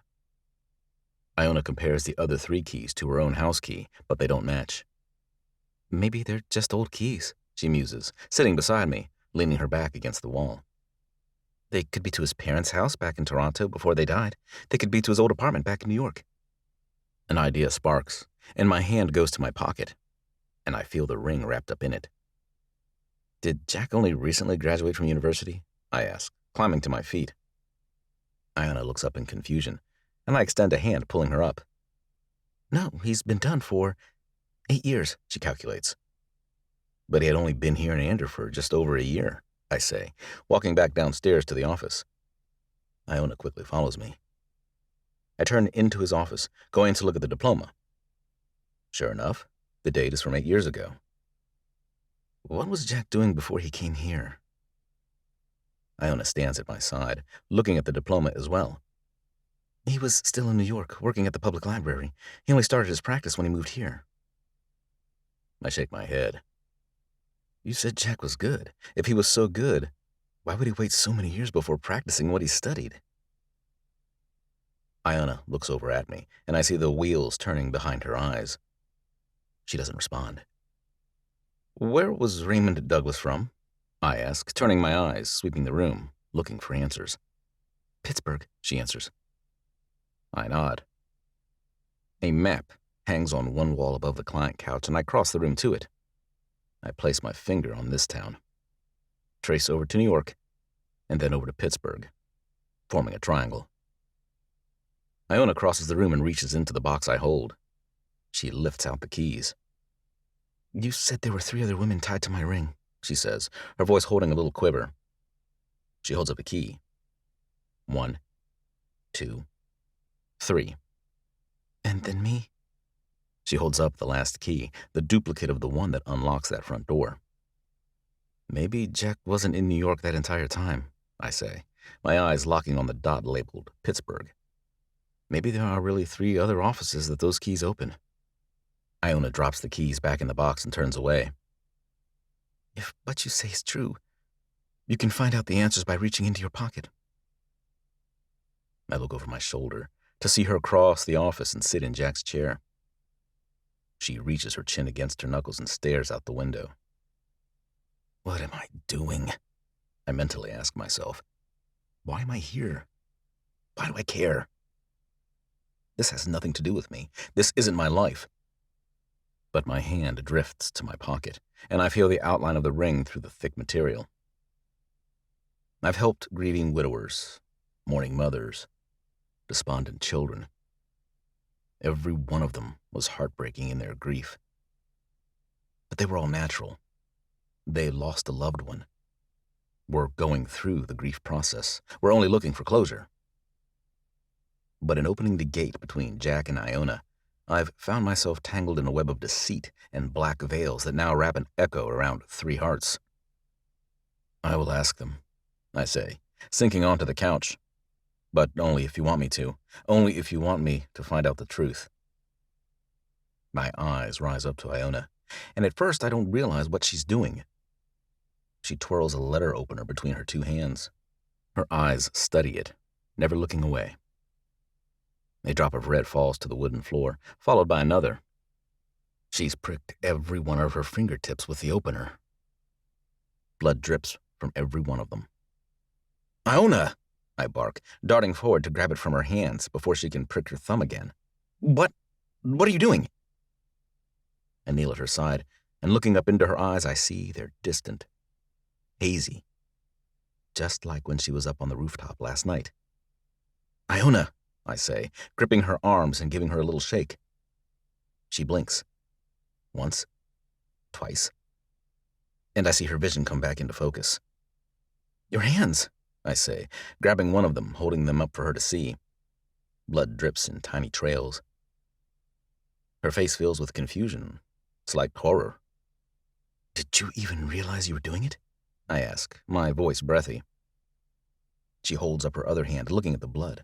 They begin to tremble. Yes, she says. No, I wasn't even thinking. My hands just started doing it, and I didn't care. I grip her shoulders, giving her a tiny shake, dragging her eyes to mine. We have to fix this, Iona. This isn't just obsession anymore. This isn't just mindless love and a loss of appetite. This is dangerous. This is your life on the line now. Iona's eyes redden. She gives a tiny, tiny nod. I nod too, and feel as if every one of my organs has recently been rearranged. Why are you here, Sully? She asks, leaning forward just slightly. Her eyes are locked on mine. You didn't want me there in Roselock. You weren't kind to me. So why are you here? And why do you care? I lean back fractionally. My eyes shift from one of hers to the other. I look internally for an answer. Because no matter what, I'm going to die in 2 months and 30 days. I've spoken to the dead my entire life. I know hundreds of souls who reside on the other side of the gate. There is no reason you need to go live there early. And I am the one and only person who can get answers from the dead. Iona keeps looking at me, giving me a teary nod.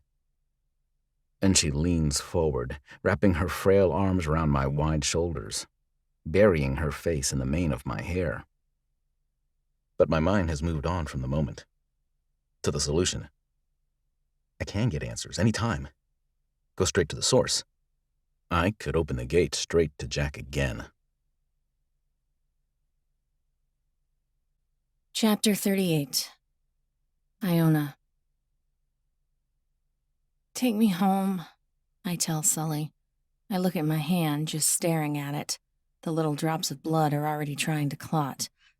He immediately stands and waits for me at the door. I hurt. My joints ache. The amount of energy it takes to get off the chair is astronomical. But I make it. My knees tremble a little, but I rise to my feet and I cross the office. Sully locks the door for me, and side by side we walk down the sidewalk. And I know I need to move now, because along every square of this sidewalk a memory of Jack and I is held, where we first ran into each other, where he first held my hand. He kissed me beside that newspaper stand, when he asked me to go on that camping trip with him. I have to put some distance between myself and these heavily traveled paths we had together. Have you ever loved anyone? I ask as my eyes travel the roof lines that surround us so I don't see the places we frequented. I feel his presence beside me, so solid and heavy. His broad shoulders seem to take up all the room on our walk. His long hair blows in the wind. He's a creature of the woods, walking around the city like the world's most obvious imposter. Maybe, he says. How can you not be sure? He doesn't respond immediately, and that's okay. It was a serious question. There was a woman once, he says. I told you that I left Roselock for a while. I went to South Carolina, got a degree in music engineering. I had wanted to study in New York, but it was too expensive. So to Charleston I went. We met the summer after I graduated. I glance over at him, studying his face. He looks down at the sidewalk. His green eyes grow distant. His hair hangs into his face, a lock of it tucked behind his ear. I always wanted to be with her, he continues.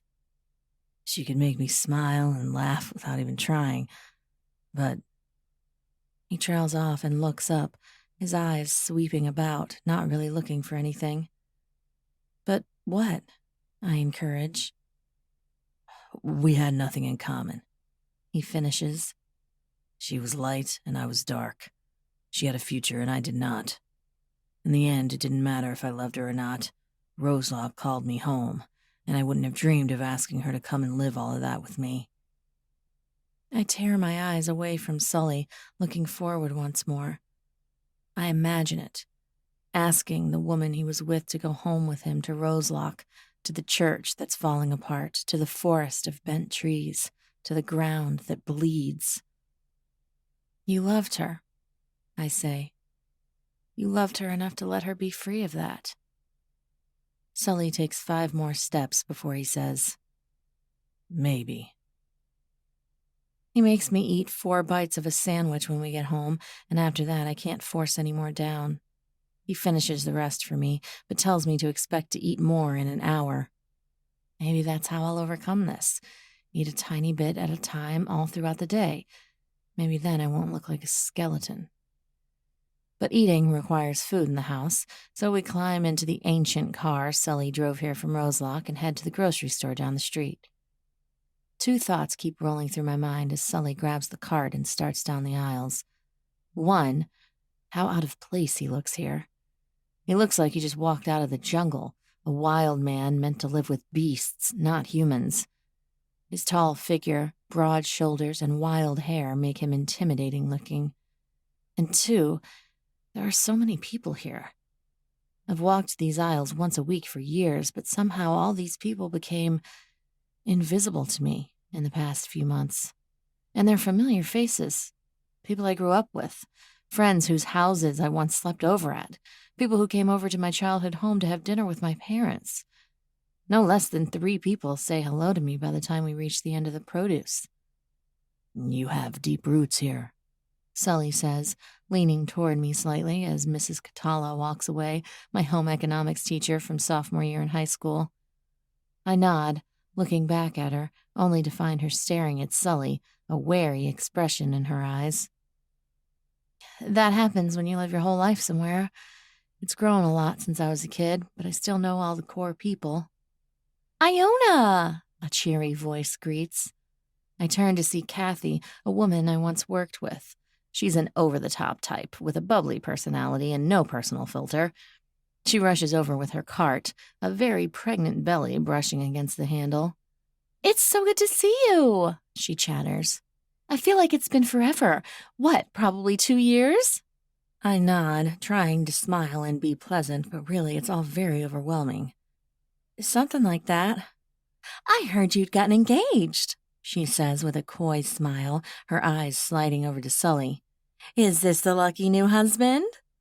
I look over at Sully, my eyes flooding with panic for a moment. But Sully extends a hand, arranging a pleasant smile.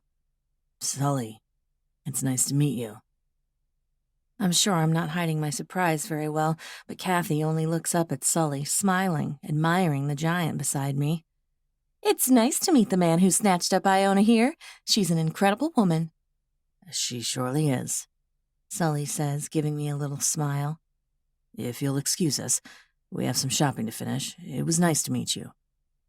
And without another word, he pushes the cart forward, and Kathy calls a goodbye. We turn down another aisle, making sure we're well out of earshot before I give Sully a side glance. What? I didn't think you wanted to tell her the full story, Sully fills in, grabbing a package of pasta. And I never confirmed that I was your husband, only introduced myself. I thought it was easier. I look up at Sully and study his face.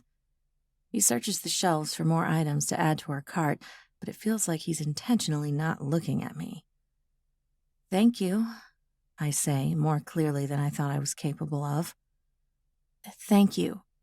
For all of this. He only grunts and goes to push the cart further down the aisle. My hand darts out, gripping around his wrist, stopping him. Really? I say earnestly as he looks back, finally meeting my eye. You don't have to do this. You fulfilled your end of the bargain. You being here... I shake my head, my eyes dipping for a moment. With you here, I don't feel so... dead. There's something rolling behind those green eyes of his, serious and dark and contemplative. But he nods his head, his lips pressed into a thin line. We finish our shopping and go to check out. Eggs, steak, cheese, apples, carrots all fill the cart. My stomach instinctually tightens at the sight of it.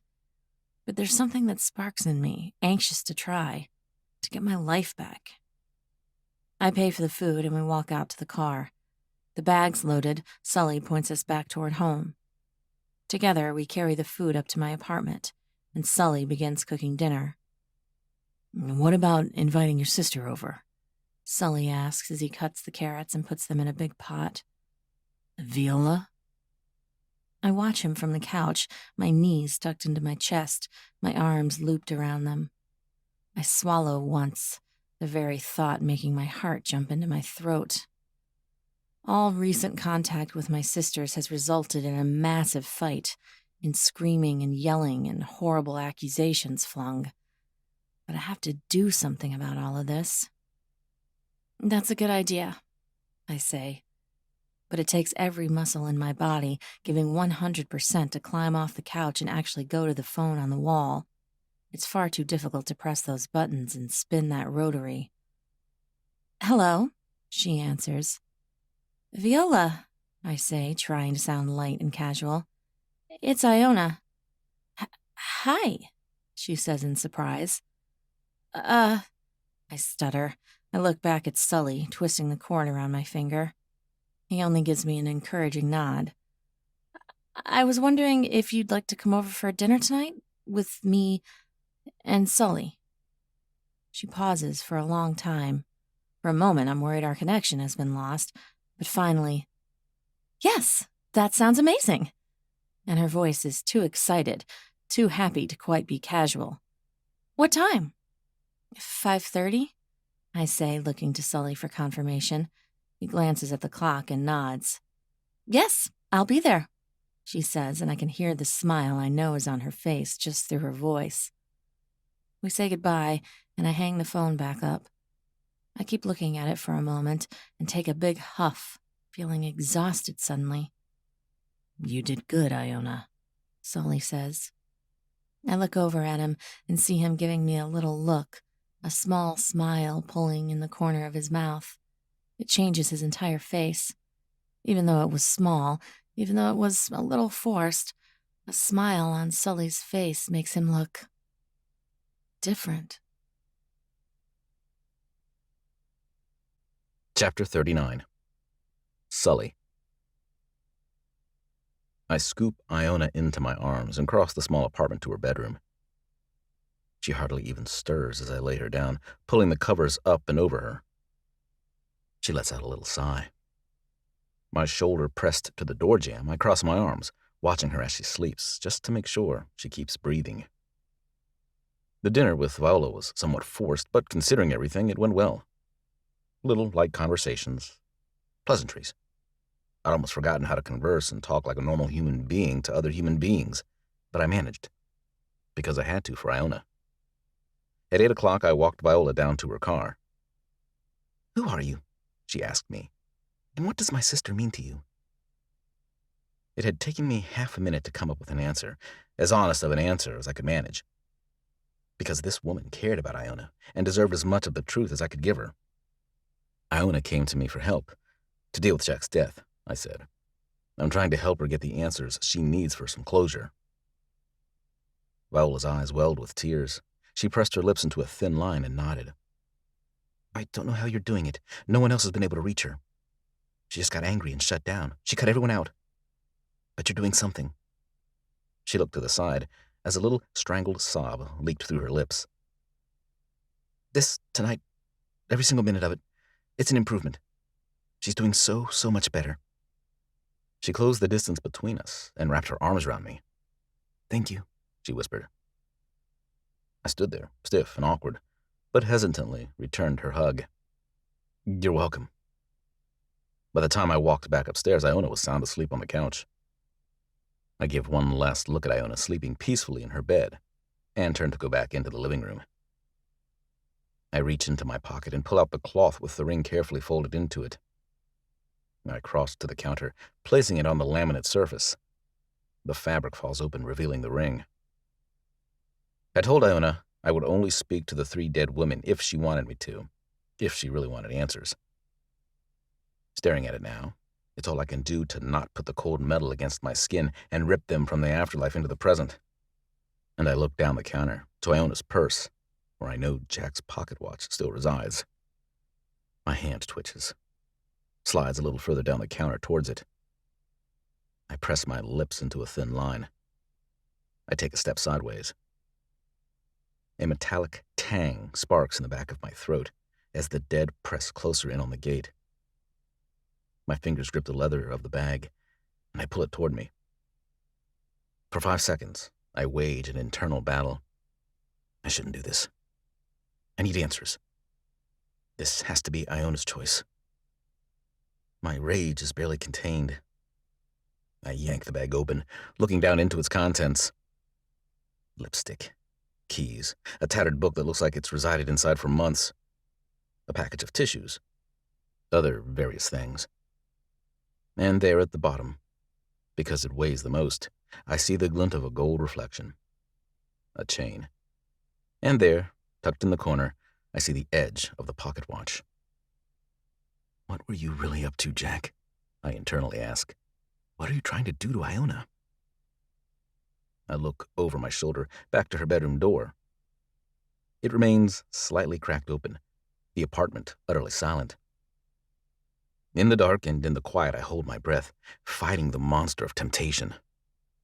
My hands grip the bag, and on silent feet I cross to the door. It squeals only slightly as I pull it open. A thundering steam machine. That's what my heart is as I storm down the stairs, out the front doors and into the blowing snow outside. I didn't grab a jacket, and the thick snowflakes cling to my exposed forearms. It tangles in my hair, instantly melts onto my neck, running down into my collar. But I don't even feel it as I stalk straight for my ancient vehicle and yank the half-rusted door open. If anything, it's more frigid in here. My breath billows out in giant clouds, only slightly illuminated by the streetlight halfway down the block. For a moment, I just stare at Iona's purse, resting in the passenger seat. My blood is ice. My veins are on fire. The questions burn a wormhole into my chest. With the force of a man out for murder, I plunge my hand into the bag and close my hands around the pocket watch. The cold metal burns my skin, but I grit my teeth hard, yanking it from the bag, casting my eyes around the space. Jack, I call, not keeping the distrust and malice from my tone even a fraction. You better give me some damn answers. A couple of seconds. That's how long it should have taken Jack Carraway to appear. But the seconds tick by, and my eyes only search the small space of the car, the immediate vicinity outside the vehicle. I cough, hugging tighter around myself as it grows colder. My heart picks up, anticipation eating its way through my blood. I look around, and still, Jack doesn't appear. I cough again. Jack! I bellow into the night air. I squeeze the watch tighter and feel the metal begin to bend around my force. Show your face! I summon you from behind the gate! I cough again, this one more forceful. My hand raises to my lip, to the spot where I felt the warm wet. It comes away with a splash of blood. I notice the tightness in my veins. Not just the anger, but a tightness that is physical, as if my entire body is recoiling, trying to force my life essence away from the watch in my hand. I cough again. More blood fills my mouth. Jack! I growl, determined. I broke my promise to get answers. I will get my damn answers. My free hand goes to my chest, to my white shirt, clawing at it when it feels too tight. Immediately, it's hard to breathe. Everything in me constricts, revolts against me, trying to reach the dead. It's Frozelock. I know it, telling me that I cannot leave, that I have no right to use its gifts outside of its borders. I cough again, only there's too much blood, and I can't clear it. I thrash. I throw myself half out of the car door, spill the blood onto the crisp snow. Fight. Live. I release the watch, letting it clink into the driver's seat. But the world still goes black as my brain begs for oxygen. Chapter 40. Iona. When I wake, Sully is nowhere to be found. The dishes from dinner are washed and fully dry by now, lying on a towel. The apartment is relatively clean, part from Sully's cleaning spree I didn't even notice for a day, and partly due to me waking up and realizing I was letting my life literally rot away. I stand in the middle of the apartment, looking around. I suddenly feel very alone. Feel a hole in my chest open up. Where is Sully? Would he really just leave like that, without a word, without any kind of closure? The answers to be found were not for him, but still, he was invested in this now too. I don't know what to think. His jacket rests on the back of the couch, but that's the only trace of him. He very well could have just forgotten it as he left me in the middle of the night. The man is nearly an animal anyway. I doubt he really feels the cold. The hurt at his departure cuts deeper than I want it to. I feel his absence in a hollow, cavernous way in my chest. But I lift my chin, swallow twice. I turn, head back into my bedroom. I shower, I dress, do my hair and makeup. I even force myself to eat a slice of toast before I want to vomit my guts up. When I go to leave, though, my purse is nowhere to be found. No trace of my car keys. No signs of my wallet. I stand in the middle of my living room, my eyes wandering. I take a hard swallow. I don't want to let the words surface. But they do anyway. Would Sully really have taken my purse with all of my money? Would he have taken my car? No. The words echo in my head. But really, how well do I actually know Sully? Shake my head, pushing back the sick feeling in my stomach. No, something else is going on. But for now, I have a life to live. I have to get to work.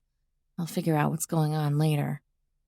My determination to survive, to stare into the void and survive this time is short-lived.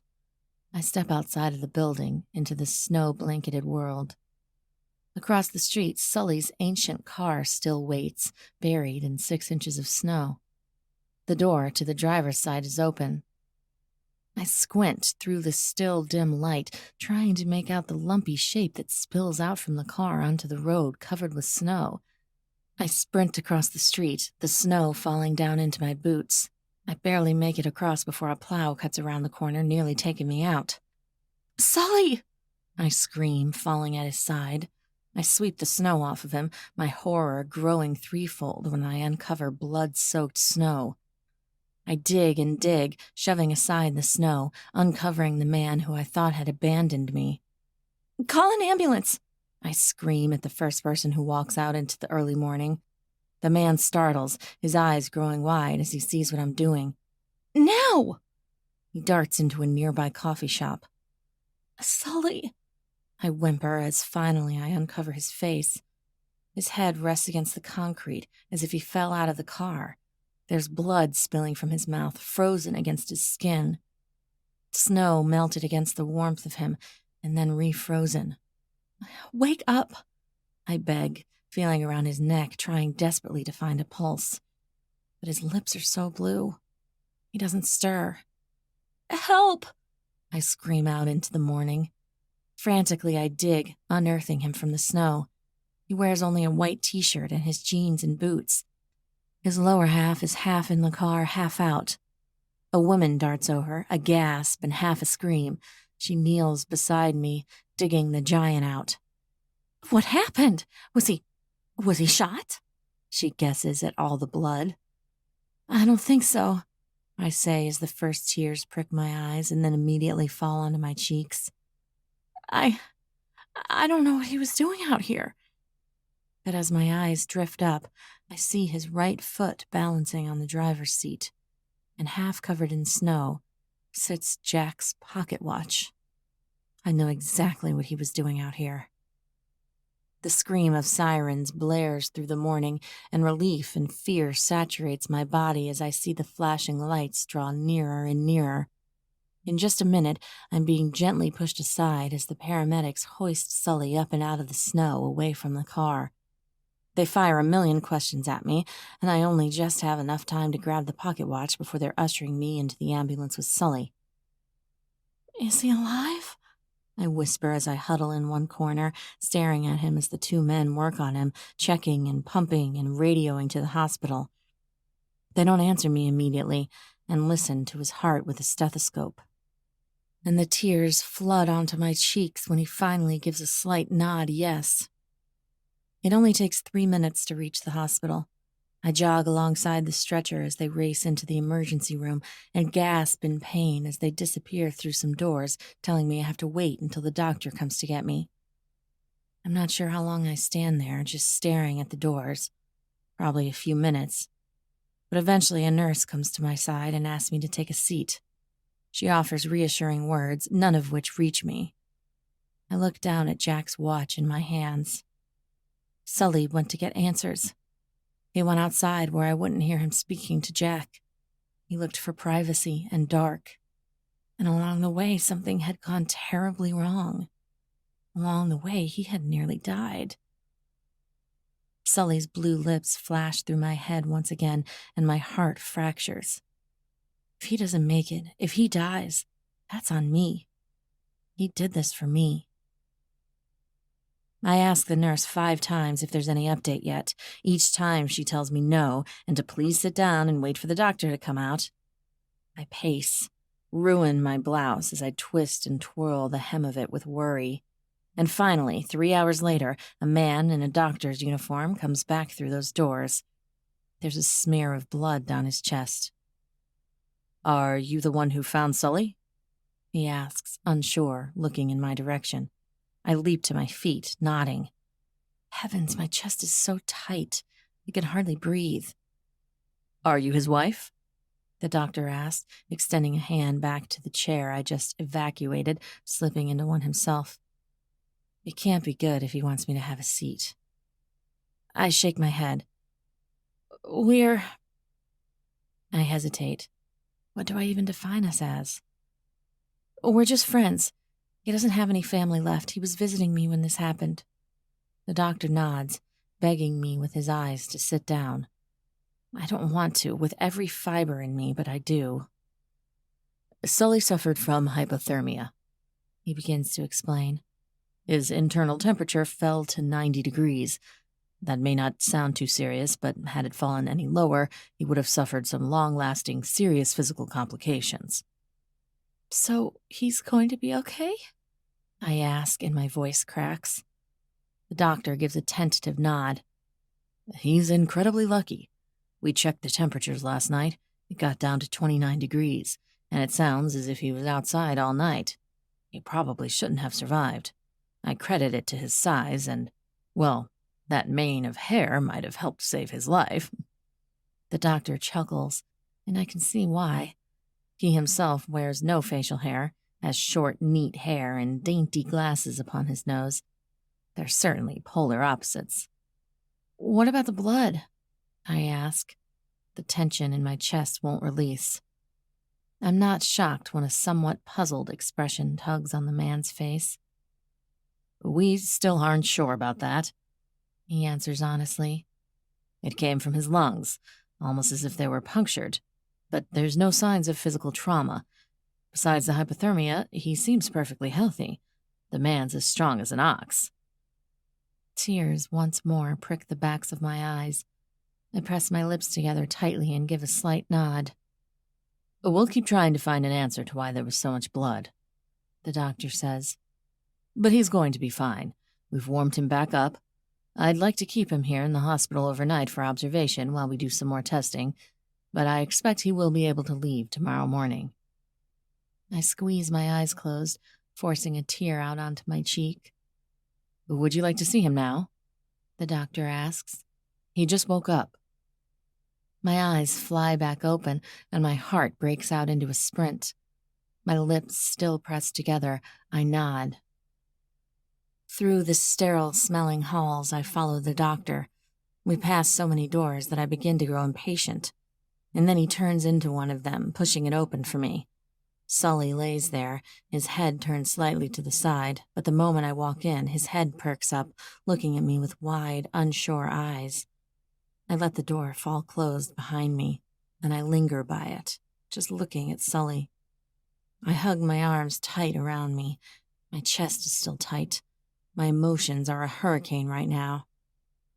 Sully just lies there with his insane hair and beard, wearing a hospital gown that barely fits him, looking far too solid and heavy for that poor hospital bed. He's pale. He looks tired. There are dark circles under his eyes. Tears prick back into my own. Iona, Sully breathes. I hug myself tighter. I bite my lower lip. I shake my head. Iona, I'm so sorry. My vision swims. Before I give them permission to do so, my feet move me across the room. My arms wrap around him the best they can, and I bury my face in his neck. I sob. I sob and sob and sob. Sully pulls me in tight, and I should be worried about hurting him, but he's so solid, such a bear, that all he feels is huge and protective. I'm so sorry, he breathes, running his hand down my hair. There's something stiff and awkward about the way he holds me, but he doesn't recoil from my embrace. I force my breaths to slow. I make the tears stop. I calm the shaking in my chest and my hands. Slowly, I sit back up, and a hot ember of anger lights in my veins as I look into his green eyes. You broke your promise, I say flatly. It's there in his eyes. He knows he broke it. He knows it was deliberate, what he did. I know, he says. He brings a giant hand up and wipes away a stream of tears from my cheek. I was angry. I wanted answers. But it wasn't my place to make that call. And somehow it nearly cost you your life. And I realize this is what I'm actually angry about. Sully nods. He drops his hand, an exhausted move. His head falls back to the pillow, and he turns his head toward the window, gazing outside. It was Roselock, punishing me, he says. What does that mean? He doesn't answer right away. His eyes just keep looking out the window to the gray skies. The clouds are dark and thick, but for now the snow is held at bay. I've never tried to speak to the dead outside of Roselock, he finally continues. I told you I left Roselock for 6 years. I tried to pretend the town and everything associated with it didn't exist, so I never tried to summon the dead while I was away. Last night was an experiment I didn't know I was conducting. My chest tightens once more. I look away from him, anywhere but at the man who my chest is fracturing over. I never, he says, never would have guessed that would be the reaction to trying to open the gate anywhere but in Roselock. They're running tests to see what happened, but they won't find any answers. It makes my hands tremble, thinking of this normal, mundane hospital and the true answers of Roselock. The trail of pennies through the town, the grave of the lovers, the blood that seeps out from beneath the church. We need to get you out of here, I say, and then turn my eyes back to Sully. Yes, we do, he says, and he meets mine once more. Are you okay to move soon?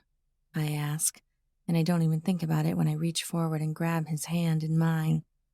How are you feeling? His eyes drop to our hands. Tired. Really, really tired. But I'm all right. I can move. I nod, even though he isn't looking at me. We'll never get you out of here like this, and your old clothes are covered in blood. I'm going to run to the department store a few blocks away, and then I'll be back. All right, he says. He watches me as I stand and go to the door. I pause when I pull it open, looking back at him, holding his eyes. I'm not sure what I mean to say. Something angry and vengeful. Something forgiving. All of those words and emotions are caged in my chest without a logical, sensical way to escape. So I don't voice any of them. I walk out, closing the door behind me. Chapter 41. Sully. That was genuine terror and fear on Iona's face. Those were devastated tears as she sobbed all over my hospital gown. As soon as she leaves, I just keep staring at the door, a hand over my chest. I rub it, as if I can push her tears into my skin, all the way down to my rewarmed, beating heart. It's been a long, long time since anyone cared if I lived or died. It's been since before my mother passed that anyone cried over me. Iona's reaction was something real and soul-bending.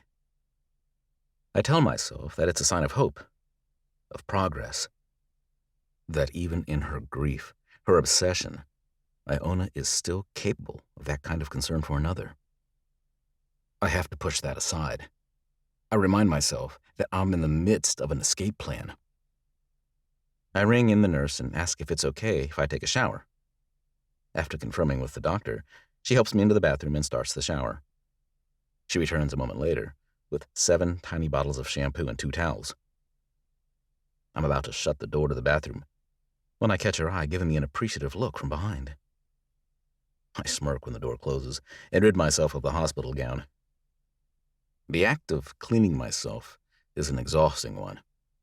All my muscles still feel cold and sluggish. The doctor explained it to me that they used a machine to draw my blood out of my body, rewarm it, and then put it back inside me. I feel a little like an alien at the moment, remade, engineered. The tiny comb waiting on the bed when I finish showering is just a joke. I get through the bottom inch of my hair before giving up. Shuffling to the window, I look out and find that the snow has once more broken free from the sky. I'm worried about Iona driving in these conditions, and I shouldn't be.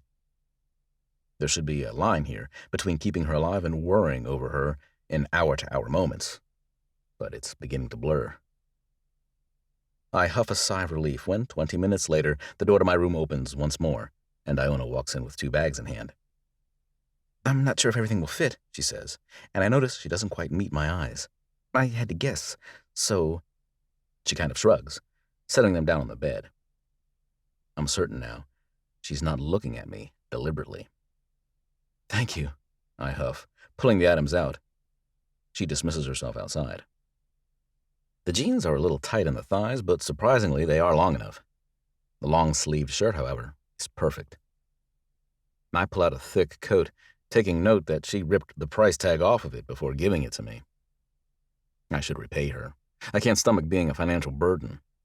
But I am a man who has had no use for money in years.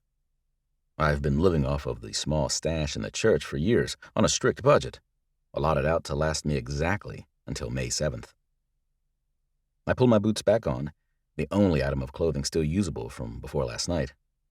I hobble over to the door, pulling it open just slightly, and Iona steps back inside. She looks me over, taking note of how the clothes fit, but still she doesn't meet my eye. "Looks like everything will work." I nod, looking down at myself. "Thank you," I say again. "Let me help you with your hair," she says, crossing the room, grabbing for the comb. "Other than it, you look ready to walk out of here." I'm a little startled, taken off my guard. She tells me to sit on the bed, and she kneels behind me, running her fingers through my hair. She gently pulls and tugs through it with her delicate fingers, pulling it back and up. Finally, she releases a hairband from her wrist and ties it back. She climbs off and stands in front of me, assessing her work, but not looking me in the eye. "You still stand out, but at least you don't look like you just crawled out of a cave." And her words actually make me smile. And it's the sun dawning in the pit of my heart when she smiles, too. "Come on," she says, reaching for my hand. "Let's break you out of here." My hand swallows hers as I take it. She pulls me forward and sticks her head out the door, looking up and down the hall. She tugs me forward after her, into the hall, and down it we escape. It's kind of ridiculous how easy it is to leave. We simply walk down the hall, past the reception desk, and out the doors. "Your sister, she's a nurse," I say as we begin walking. And I realize Iona's car isn't here because she probably rode in the ambulance with me. "Is this the hospital where she works?" Iona nods. "She works in labor and delivery, though. She won't see anything." I just nod in return. It takes us 30 minutes to walk back to her apartment. In 30-degree weather, through light snow, it's quite the journey. By the time we make it back to the building, I'm a dead man walking. Iona actually puts a hand under my elbow and helps me up the 2 flights of stairs. She unlocks her front door and steers me straight for her bed. I only just managed to peel my new coat off before flopping down onto the bed, my still-booted feet hanging over the edge of it. It's not 1 minute before the heavy blanket of sleep washes over me. Chapter 42. Iona. I watched Sully sleep for a while, just staring at his gigantic form on my bed. He dominates the entire thing. Even if I wanted to, there would be no room for me to crawl into it and curl up against his side.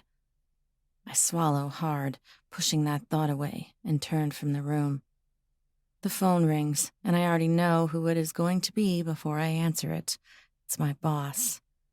I explain that there was an emergency with a dear friend. That's why I wasn't at work today either. I'm still not feeling well, so I don't think I should come in tomorrow, but I promise him that I will be into work on Monday. This is my last chance, the man says with a tone that tells me he doesn't want to fire me, but I've taken too many personal days lately. If I don't show up for work on time on Monday, I shouldn't bother coming back in. I need this job. If I lose it, I might as well pack up and go back to Roselock with Sully. But the thought sends a shiver down my spine. I recall that yipping laughter in the woods as it grew dark, the many, many graves that rest behind the church. I think about all the bodies Sully told me lie trapped in the mountain. No, I could never. I have to keep my job. Over the next hour, I spend a generous amount of time putting together some oven-baked chicken for dinner. "That smells amazing," a voice cooed from behind me. A set of arms wrapped around my waist and a chin rested on my shoulder. "Look at you, my domestic goddess." I smiled and laughed as I cut the potatoes. "Apparently you've forgotten last week's burnt pork disaster." "Oh, just added more flavoring," Jack said, kissing his way up my neck from my collarbone to the hollow behind my ear. Someone knocked on the door as Jack spun me around, grinding his hips into mine. "Ignore that," he growled into my neck, a gentle bite into my flesh. "It's gotta be someone important if they're showing up at my door," I said through a playful smile, attempting to force my eyes open. They knocked again. "Iona?" Cressida's voice cut through the door, stabbing me with a jolt of panic. Jack growled into my skin, brushing his cheek against mine as his lips rose up to take mine, possessive and with force. "She can come back later." "Jack," I chuckled against his lips. "Iona, I can hear you two," Cressida demanded impatiently. "Let her answer the door, Jack." My brows furrowed at that. Let me answer the door? What the hell did she think was going on?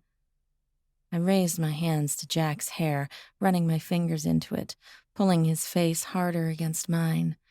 His hands came to my backside, forcefully grinding my hips into his as he pulled my dress up over my thighs.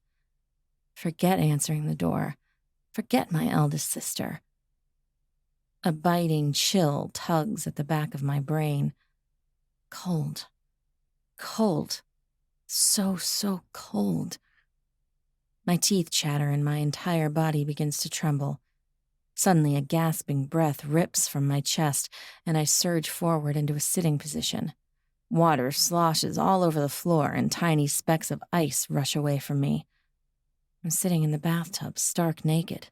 It's full of frigid water, and I see the last remaining bits of dozens of ice cubes floating around in the water around me. I hold a hand up. My fingers are well pruned and utterly purple. Climbing from the tub, I wrap a towel around my violently shivering body. I look in the mirror and find my lips nearly completely blue. The door to the bathroom is wide open, and just outside the door, in the hallway from the living room to the bedroom, lay my clothes. My brain goes back, trying to recall what happened over the last few minutes? Hours? I was making dinner. My thoughts drifted to Jack. But there's another memory hiding in the back of my brain, reluctant to show its face. One of me going to the freezer, pulling out the 4 ice cube trays, dumping them into the tub and filling it with cold water. After refilling the trays and placing them back in the freezer, I stripped my clothes off on the way to the tub and climbed in. I breathe hard, my lungs feeling too frozen to work. I look down at my skeletal arms, and somehow they look even thinner. It hurts to move, and every movement is stiff and jerky. I don't have enough body fat to insulate me. I grab my clothes and duck back into the bathroom, cranking up the heat of the baseboard heater. I squat down beside it, but I'm too frozen solid to feel its heat. That's how I sit for at least an hour, huddled by the heater with the door cracked open, clutching my clothes to my chest, slowly thawing. And I know. I can't deny it anymore. Something is wrong. Something snapped in my brain. It sent me down this path that makes it so I don't even recognize myself anymore. And if I don't do something about it, I'm afraid I'll soon be dead. My body still hurts and aches as I pull my clothes back on. I hold my ear to the door and hear the sounds of Sully's deep breathing. I cross to the phone on the wall and call the directory. "Marvin County Prison, please," I request. A few minutes later, I'm patched through to the right person. I make my appeal. "I see here that there was an assault last time you visited Mr. Raymond Douglas," the man with the gruff voice says. "Says here all future visits are revoked." "Please," I beg. "I need to speak to him. He has some answers I need to get. I promise there won't be another incident." "I'm sorry, ma'am, there's nothing I can do." He hangs up on me. I stare at the phone for a long minute, in utter shock. No. I need some answers. But what else am I supposed to do? The shuffling of feet behind me draws my attention. "Are you ready to get the truth?" Sully asks. His expression is open, but empathetic to how difficult every single breath of this is. I swallow once and place the phone back on the receiver. And finally, I nod. Chapter 43. Sully. At dawn, we make the drive back to Roselock. 2 hours down the highway, down the forgotten road that breaks off of it, and then I feel it. My heart beats faster, my veins dilate, allowing my blood to flow more easily. The second we drive past the Roselock sign, my chest loosens. I actually lean back in the passenger seat of Iona's car and sigh. It's difficult to make it through the town and up to the church.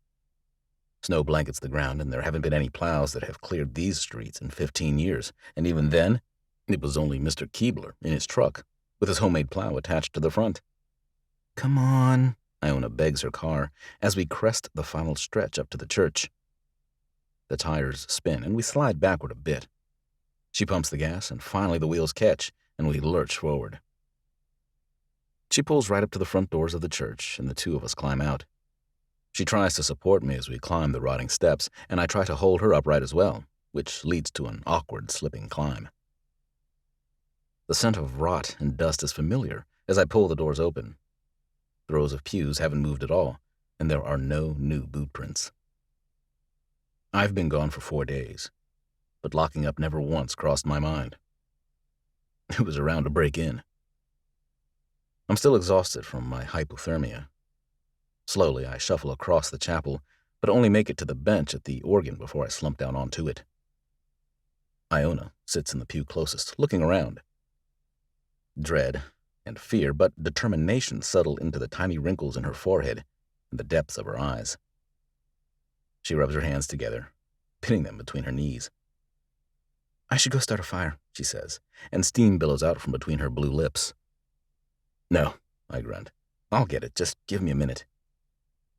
She nods, and I think she's relieved. She's a city girl. I doubt she knows how to start a fire. You said you got a degree in music engineering? Iona says. She looks up at the organ pipes. I nod. I wanted to be a producer someday. Work with all kinds of music. Every aspect fascinated me. You would have been amazing at it, she says. My gaze falls to the keys. And like they are magnetic, my hands rise up. My fingers fall to them. One by one, my fingers depress keys, bleed out a tune from the back of my head. They're ones I've never heard before, just whatever flows into my mind at the moment, demanding that I open the valve and let the notes free flow out. My eyes slide closed. My back hunches. My shoulders lean in toward the organ. My song today is a simple one, a hesitant one that is scared to learn the truth. But it's an honest one. I lay my soul bare, spilling it out of my body. When the exhaustion takes over and the notes have drained out from my head, I stop. It takes every muscle and ounce of will to move my body and rise from the bench. I grant just a brief glance at Iona as I walk past her. She simply stares blankly at the organ pipes. A few minutes later, I have a fire started, and the flames grow bigger by the moment. I kneel before the fireplace, staring through the glass at the flames. Slowly, so slowly, I feel the heat radiate from it, warming my half-frozen face. Any normal day, I would be going out to gather roses now, to lay them on the graves of all those individuals I know. Despite the snow, it's something I always do. Later, I'd gather my family to keep me company, pulling them from the other side to have a grim conversation. Because in the Whitmore family, every one of them is dark and grim. But as I rise back to my feet, somehow everything feels different. I don't feel that duty and call. All that occupies my thoughts is getting Iona's answers. Iona stands in the doorway to the chapel. Her eyes drift from place to place on the floor, but she has that far-off look that tells me she isn't really seeing anything. She bites her lower lip, and it takes me just a moment to realize why my chest suddenly feels tight. She's holding her breath. Her chest doesn't rise and fall. Before I can begin to worry that she's going dark again, she speaks and releases me. This is the hardest thing I've ever had to do, you know, she says. And then her eyes find mine once more. To accept this, everything that's going on, to realize. Her voice trails off, and moisture pools in her eyes. To realize that everyone but me was right. I loved him. Loved Jack with everything in me. So I thought that seeing him die, losing him, was the hardest thing I would ever have to go through. But really this is. Doing what we're about to do. It means cutting off a piece of me. A big one. And throwing it on the fire to burn. Her lower lip trembles slightly. But she raises her chin. She swallows once, twice, and holds herself high. I cross the room, and tentatively I reach out and take her hand. She looks up to meet my eyes and nods once before walking by my side to the Sunday school room. Dust is thick in the air, and the room bites with its bitter cold. A small draft around the window allows the ice cold to blow straight in. Together, Iona and I rearrange the room, just as it was before, with 2 chairs facing one another. We light a half-dozen candles and draw the drapes. Our eyes lock, each of us mentally preparing for what is about to happen. Are you really ready? I mentally probe. I'm scared, but ready, her eyes answer in return. In unison, we lower into our seats. Iona never once looks away, locked in on my eyes like everything in the world depends on it. Into my pocket I reach. I produce the bit of cloth I wrapped around the ring. For a moment, I hold it open-faced. Despite the door being opened to the now roaring fire, the temperature in the room drops. Iona's hand suddenly darts out, her thin fingers gripping around my wrist. I look up to find her eyes locked on the ring. Their names, she says with a near-frantic urgency. I don't want to go into this and not know their names. She looks up at me. I think it will help me make it more real for me. Simone, I recall immediately. She was the last. Joanne and Sharon. Simone is dark-skinned with curly black hair. Joanne has black hair and a sharper-looking face. And Sharon is blonde, short. All beautiful. Iona nods, pale. I wait until she meets my eyes, and then nods, granting me permission to continue, telling me that she is ready. Holding my own breath for a moment, as if I'm about to slide under ice-cold water, I close my fingers around the ring. "Thank you," one voice immediately cuts through the silence. "She looks better," another says. "It's working." Like a floodgate with a crack in it, the three women come crashing through, drowning me in their surge. "They're here," I tell Iona. "All three?" she asks, her voice a quiet squeak. I nod, looking around the room. Sharon stands in the corner, her arms crossed over her chest, her eyes wide and scared. Joanna paces, a look of anger and possibly disdain on her sharp face. But Simone, she walks to stand at Iona's side, just looking at her. "Is she really ready to learn the truth now?" Simone asks. She squats at Iona's side, and watching my eyes, Iona looks in the same general direction. "She is," I reply. "Please tell us what is happening." Simone looks up to Joanne, and then to Sharon. The other two take a step or two forward, closing into a circle. "Jack was the beautiful and charming new psychologist in town," Simone begins. She looks to the others, and both of them nod. "Where were you all living when you met Jack?" I ask, after relaying Simone's words. "Pittsburgh," Simone says. "Richmond, Virginia," Joanne tells us. "Long Island," answers Sharon. "How?" Iona struggles to get her feet under her, stumbling over her words but determined looking. "How old was Jack when you met him?" 24, Sharon says. She twists her fingers into her black dress. "I was 18 when we met. We were together for 2 years. Jack was 26 when he asked me to marry him, and when I died." "And Jack was working when you first met him?" Iona questions. Sharon nods, even though Iona cannot see her. "He'd just graduated from NYU and was working with another doctor in town. He was brand new. But everyone really liked him. That's how I met him. He was working with my younger sister, and I was usually the one who dropped her off and picked her up." My fingers tighten around Iona's, an automatic reaction of anger. She was 18, hardly an adult, and Jack being 6 years older than her.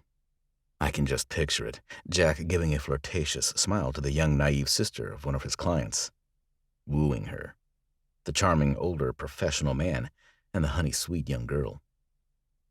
"Jack was still 26 when I met him," Joanne speaks up next. "We were the same age. He'd been practicing in Richmond for about 3 months when we met at the movies." She bites her lower lip, her eyes falling to the floor for a moment. I'm sure the recall is playing through her head. "I was there with some girlfriends, and there he was too, all by himself. I wasn't very nice, I guess. I teased him about being on his own. But by the end of the night, he walked me home, and we went out again the very next night." "And how old was Jack when you—" I trail off, because saying the words feels rude and cruel. "Jack had just turned 28 when I died," she replies harshly. "I didn't quite make it to 2 years like you two," Simone pipes up. All eyes shift to hers. Iona's following mine as I repeat everything that is said. "He was 29 when we met, and 30 when I died. I was 20, and trust me, everything about our relationship was a problem for everyone." She rises to her feet once more, angling slightly to the side, her eyes fixing on a wall. "We met outside a bakery, where the owner had just thrown me out for having the wrong shade of skin. Jack watched the whole thing and stepped in, putting the owner in a different frame of mind. He bought me a croissant and insisted on walking me the rest of the way to work." There are dark scars on this country's history. Certain things may be illegal now, but far too much is still within the law. "Within 6 months, that ring you're holding was on my finger," Simone continues. She looks empty and sick at the same time. Hollow disgust haunts her eyes, the slant of her mouth. "But like I said, there were complications at every turn, every direction we faced. Even our upcoming marriage wasn't formally legal. It was going to take time to figure it all out, so our engagement lasted 7 months, and things got more and more dire. before I suddenly decided the bottom of the Ohio River was where I needed to be, with pockets full of rocks in the middle of December. Shivers work their way up my veins, imagining the scene. Iona cringes visibly. Jack lied to me. Iona's voice is a croak. Rough words spoken through a dry throat. He told me he had a fiancée who died. He never said it was a suicide. And he also told me she died a year and a half ago, but she shakes her head, her eyes unfocused. If Simone died in December, Jack moved to Ander in January. Simone had only been gone for 3 months when we met. Her words gain in pitch before trailing off, and she shakes her head. 30, I say, immediately moving on because I can feel a tug at the back of my brain saying that our time is limited. You said Jack was 30 when you met him, Iona. There's a distant look in her eyes, and I can see it. She's shutting down, but she nods, her gaze fixed on a blank space of wall. So he spent roughly 2 years with each of you, building a relationship, eventually proposing, but then the end came before he even married any of you, I fill in, feeling that tug grow stronger and a little more frantic. Each of the women nod, even Iona. And then there was roughly 5 to 8 months between each of you, where he moved to another city, established a new practice, and met another woman. Each of them looks around, nodding in unison. My heart thunders, races, crashes against my ribcage, threatening to stampede as the gate grows heavier and heavier. Thank you, I say quietly, my grasp on Iona's hand loosening. You can rest now. We will see you soon. And just like that, the three of them are instantly gone. Iona's hand shakes, but she doesn't leave it in mine for more than a moment once the gate is shut and the room instantly warms, before ripping it out of mine and standing. I need paper, she says, crossing the room and walking out. Do you have some paper here and a pen? Chapter 44. Iona. Sully unearths a stack of papers, and I grip them with enough force to wrinkle and crease every one of them. He hands over a pen, and I drop it in my urgency, half tripping over myself as I walk back out of his room and into the common room to the couch. I grab a big old book from a shelf and lay it on my lap to write against. Simone, Joanne, Sharon. I write their names in big letters and cross to the old bulletin board that looks half molded, half falling apart, and pin them up. Next, I write each of their cities, where they met Jack and how old he was during each relationship. There, now I have a timeline. You forgot one, Sully says as he watches from one wall, his arms crossed over his broad chest. I look back at my board with 6 pieces of paper pinned to it. Iona. I forgot myself. My movements slowing down by the moment as the forced adrenaline I was riding on ebbs away. Iona. Ander, West Virginia. 30 to 31. When I pin up my own 2 pages and take a step back, I marvel at the time frame. From the ages of 24 to 31. This has gone on for over 7 years. How can anyone ever trust their heart? I say as I look from one name to the next. He seemed so normal. It was just a love story. You meet all these couples and they tell you how they met, and it's sweet, but of course never feels as real as your own love story. I wrap my arms around my waist, hugging myself tight. I loved Jack. I loved how we met. I loved our story. It was so sweet and normal. But there were 3 others, and they loved their stories too, with the same man I loved.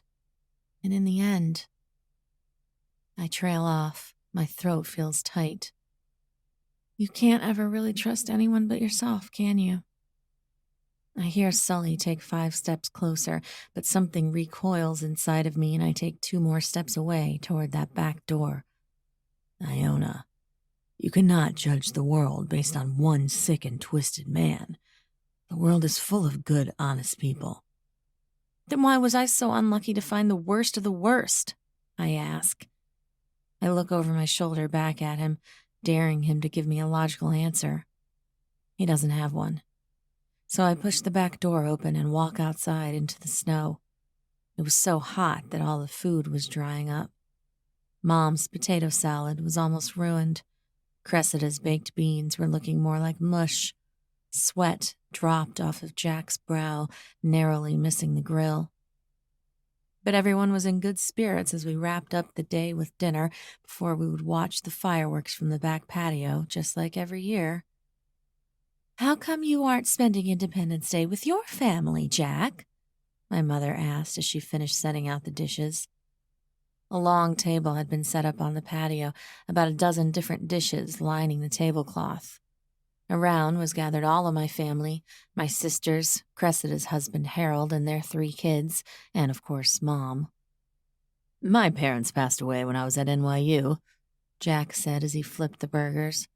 "And being from Canada, they wouldn't have been celebrating today anyway." He gave a charming laugh, looking over his shoulder at me and giving me a wink. But the moment just turned awkward, and no one knew what to say. "What about siblings?" Mom probed. "Surely they'd like to see you at some point." "Only child, ma'am," Jack said as he scooped the cooked meat onto a plate. "My parents tried for years to have more children, but I guess it just wasn't in their future." "Must have been an awfully quiet childhood," Cressida said as she helped Fiona, her oldest, detangle a pine cone from her hair. The second she was done, my beautiful niece took off, chasing after her brother once more. Jack nodded, removing the last of the patties and shutting down the grill. "It was. My parents were involved in their lives. They sometimes kind of forgot that I was there. But they were good people."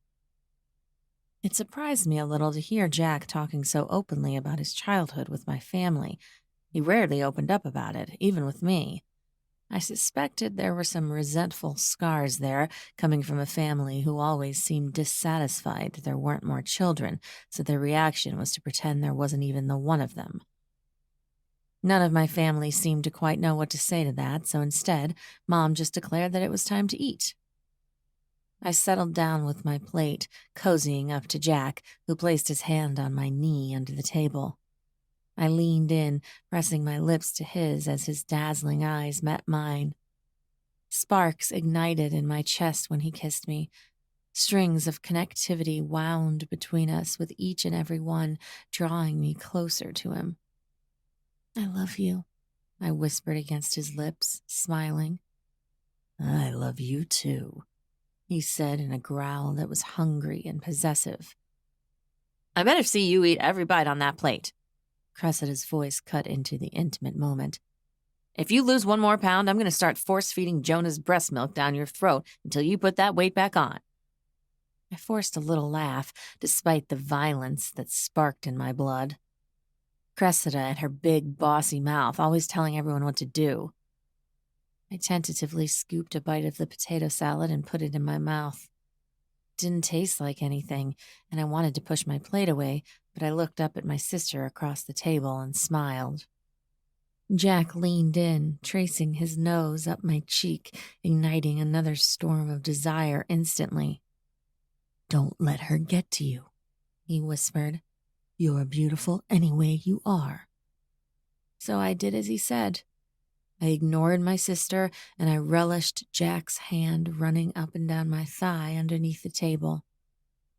A shiver works its way down my spine as the wind blows through the crooked and bent trees, and I stare down into the open grave.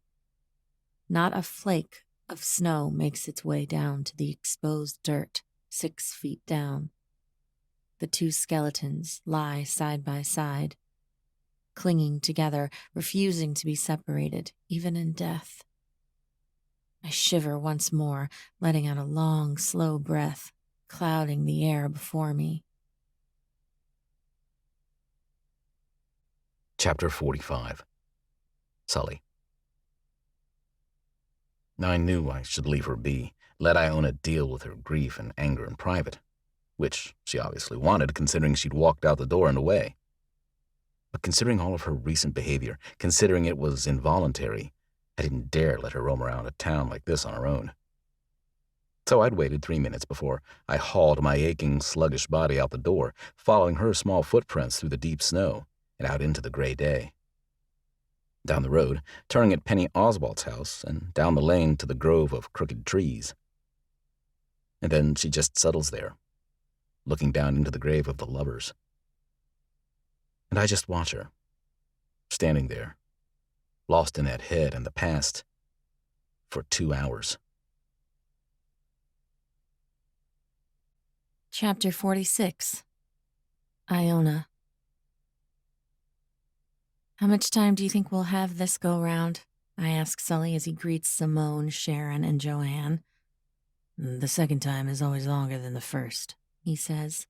Though, I suppose this is technically the third. He looks around the room, listening for a moment. Joanne says she's determined not to be shoved back until we have things figured out, Sully says. Though I'll remind her that she doesn't really have a choice. It's so strange being so outside on all of this, relying on him to relay every aspect of the conversation, not being able to see the faces of these other women when his eyes are tracking all around the room. But still, he holds my hand tight, my ring in his other hand. Not my ring. Our ring. It was never just my ring. If anything, it is Sharon's the most. She probably picked it out. We have our timeline established, I say, pushing this along, because as Sully said, we don't really have a choice on how long they can stay. You each briefly mentioned how you and Jack met. I guess we should just figure out how things went from there.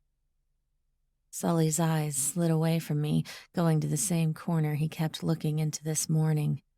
The room is darker than ever, the hour creeping past 11. I fell in love with Jack nearly as soon as I met him. Sully speaks, but the words don't sound like him. They sound young and honey-sweet. Sharon, I know from our discussion earlier today. I talked to him twice while taking my sister to him, and I couldn't get him out of my head. I just wanted to be with him, talk to him. I nodded. It might not have happened quite so fast for me, but eventually, that's how I was too. Once he asked me out on an official date. It was everything, Sharon's voice says through Sully. And it seemed like it was for Jack, too. He was always coming by to call on me. We spent every weekend together.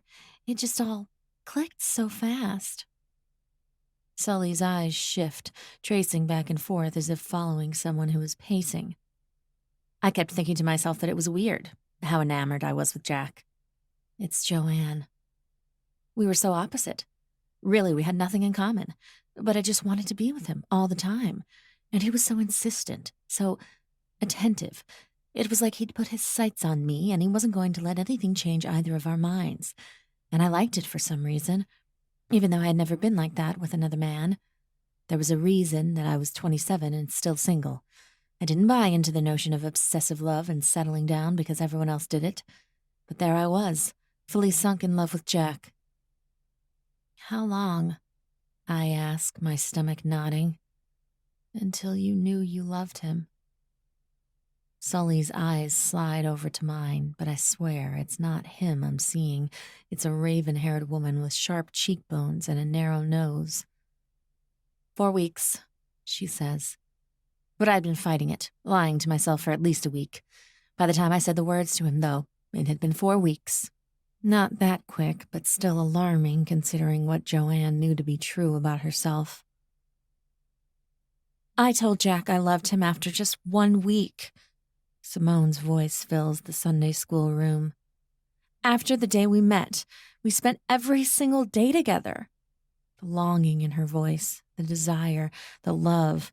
It opens a familiar ache in my chest, and I have to stop myself from recalling our own first few weeks together when everything was magic and beautiful.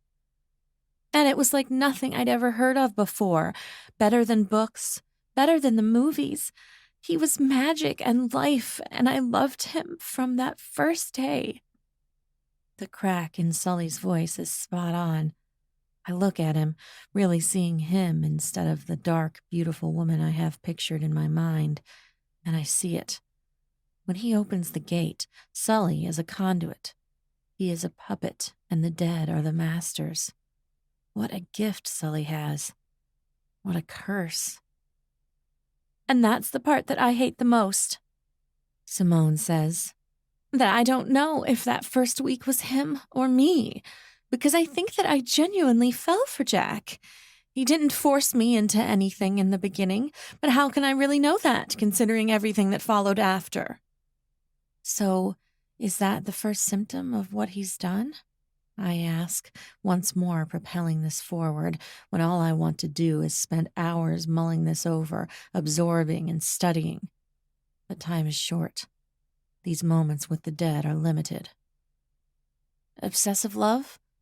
Because that's exactly how I felt after the first few weeks.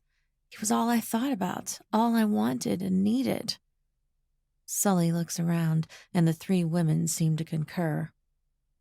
I pull a fresh sheet of paper into my lap and write at the top, obsessive love. Everything seemed perfect from there on out. Joanne's voice comes through again. Until the very end, I thought everything was perfect, and that everyone else just didn't understand. A moment of pause, and then Sharon. Sully even nods. At first, everyone was supportive of me and Jack being together, and then they kept saying things weren't healthy. And I was just angry at everyone. Sully becomes Simone. And I never wanted to spend time with my friends and family. It was all about Jack, Jack, Jack. But that's exactly the way I wanted it.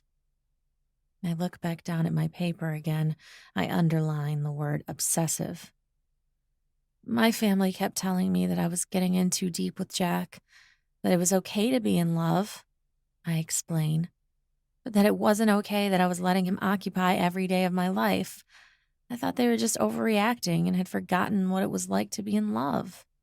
But looking back, you see that he was there, planting little seeds of isolation in your head.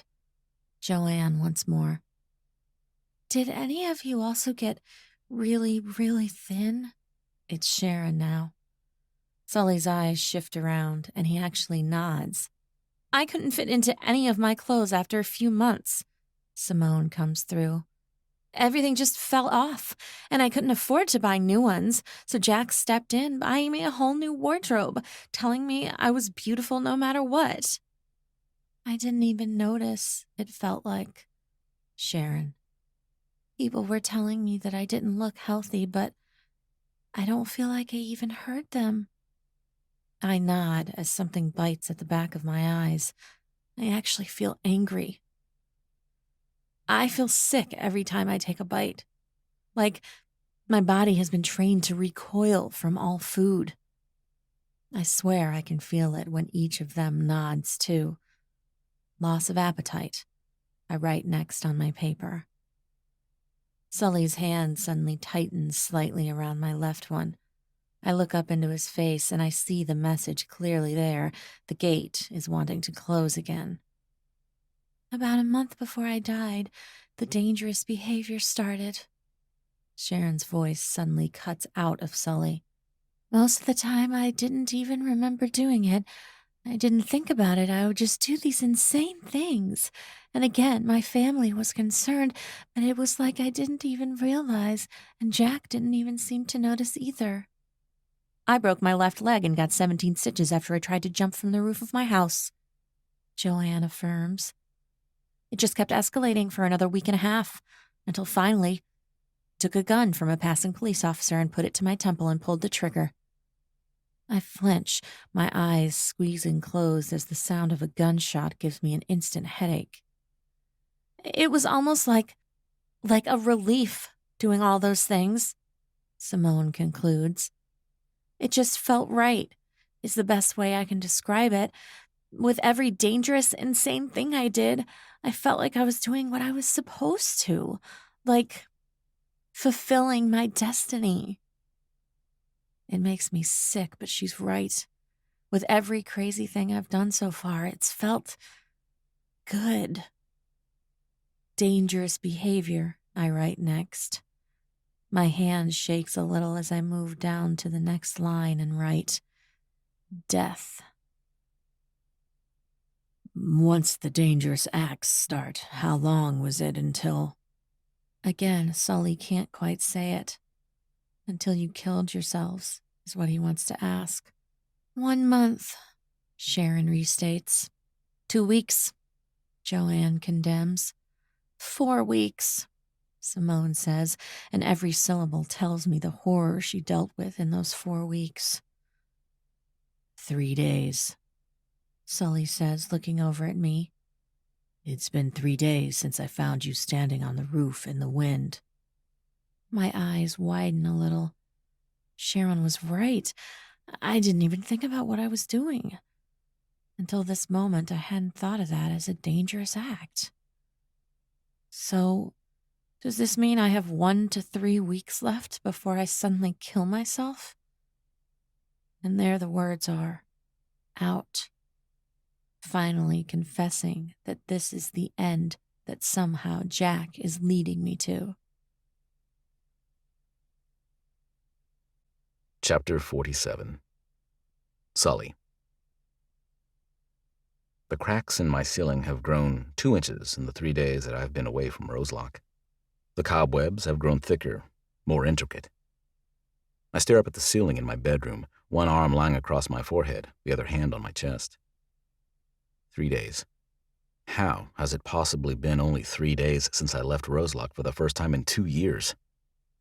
How has it only been a week and 1 day since I first met Iona, standing on the front porch of the church? I close my eyes, hearing the voices of 3 dead women in the back of my head, and praying that a 4th does not join them soon. Heat barely makes its way from the fireplace to my room, but the cold is the furthest thing from my concerns at the moment. The ticking of the clock on the wall sounds every passing second. For the first time in nearly a week, I am reminded that those ticking seconds are now limited for me. My death is still coming, 1 day at a time. At 33 years, 3 months, and 3 days. The faint tug of sleep pulls at the back of my brain when the clock on the wall reads 12:31, and the sound of footsteps softly pad down the hall toward me. My door opens with the faintest squeal, and I lift my head slightly. Iona's tiny frame steps halfway in, her big eyes searching through the dark. I can't really see her features, but I feel it when her eyes lock with mine. She doesn't speak a word. She just stands there for 8 breaths.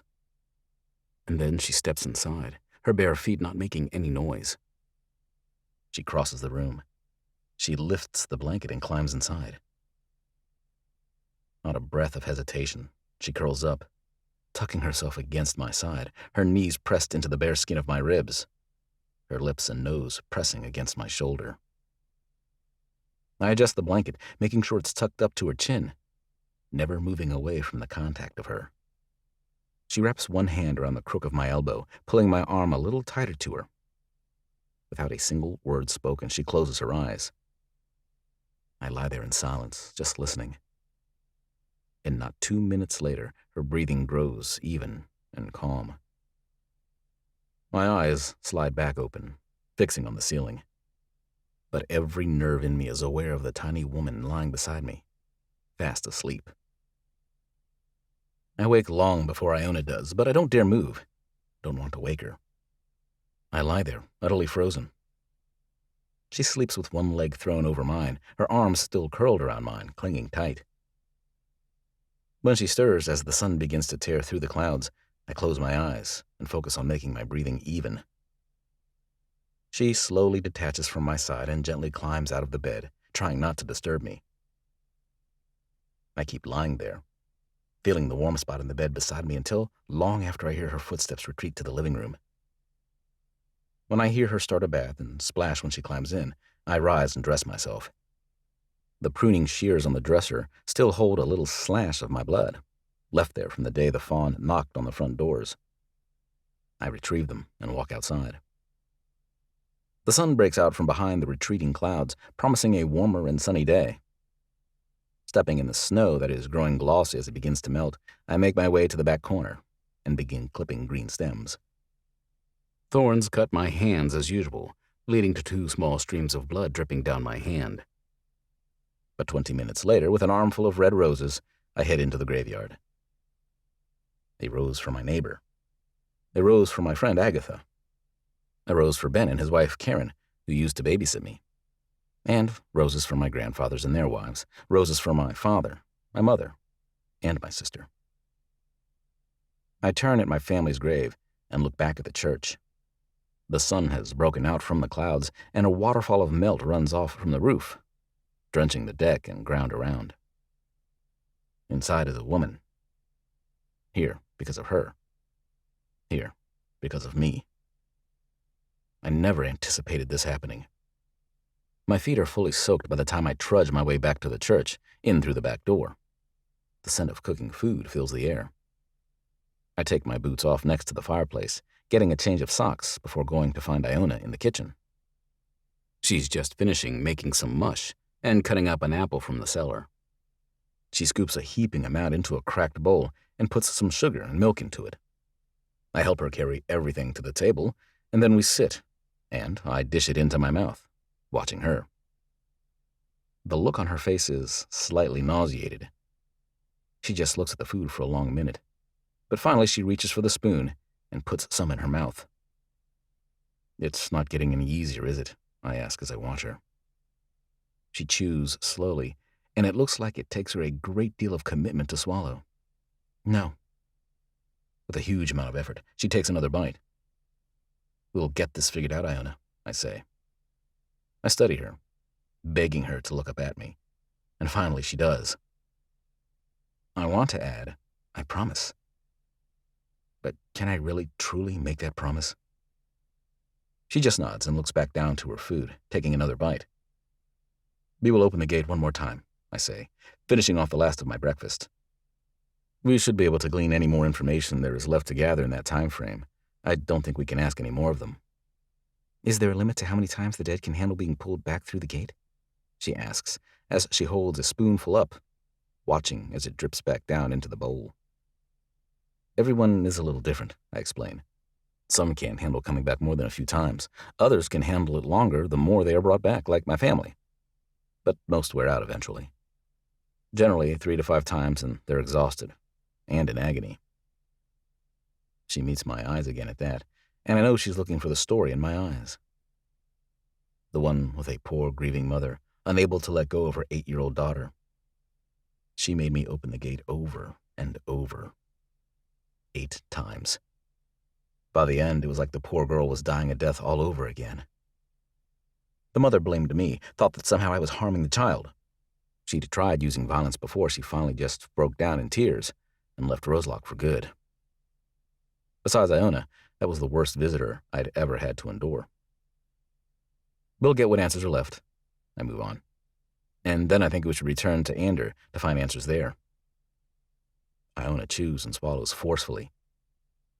I only have 2.5 weeks left on Jack's lease. I need to start moving all of his things. It will be a good way to go through everything. I nod. This is good. With every day, Iona is coming to accept more and more. She's opening her eyes. She's trying. I clean up when we're finished eating. Iona follows me as I walk around town, checking on things, making sure nothing is in too bad of disrepair, even though it doesn't matter anymore. She and I place buckets around the inside of the church, catching all the leaks. And at 3 p.m, we once more go into the dark room and light the candles. Sitting across from one another, Iona places her hand in mine. I open the ring in my other, and the gate opens. Where is Sharon? I ask when Simone and Joanne appear. They both look around as if she's hiding. It's getting harder, Joanne says. Simone nods. I think this will be the last time we can come. I nod, relaying the information to Iona. Do either of you have any idea as to why Jack has done everything he did? Iona asks, moving us from point A to B with exactness. Joanne and Simone look at one another. It has to be some kind of control thing, Joanne says.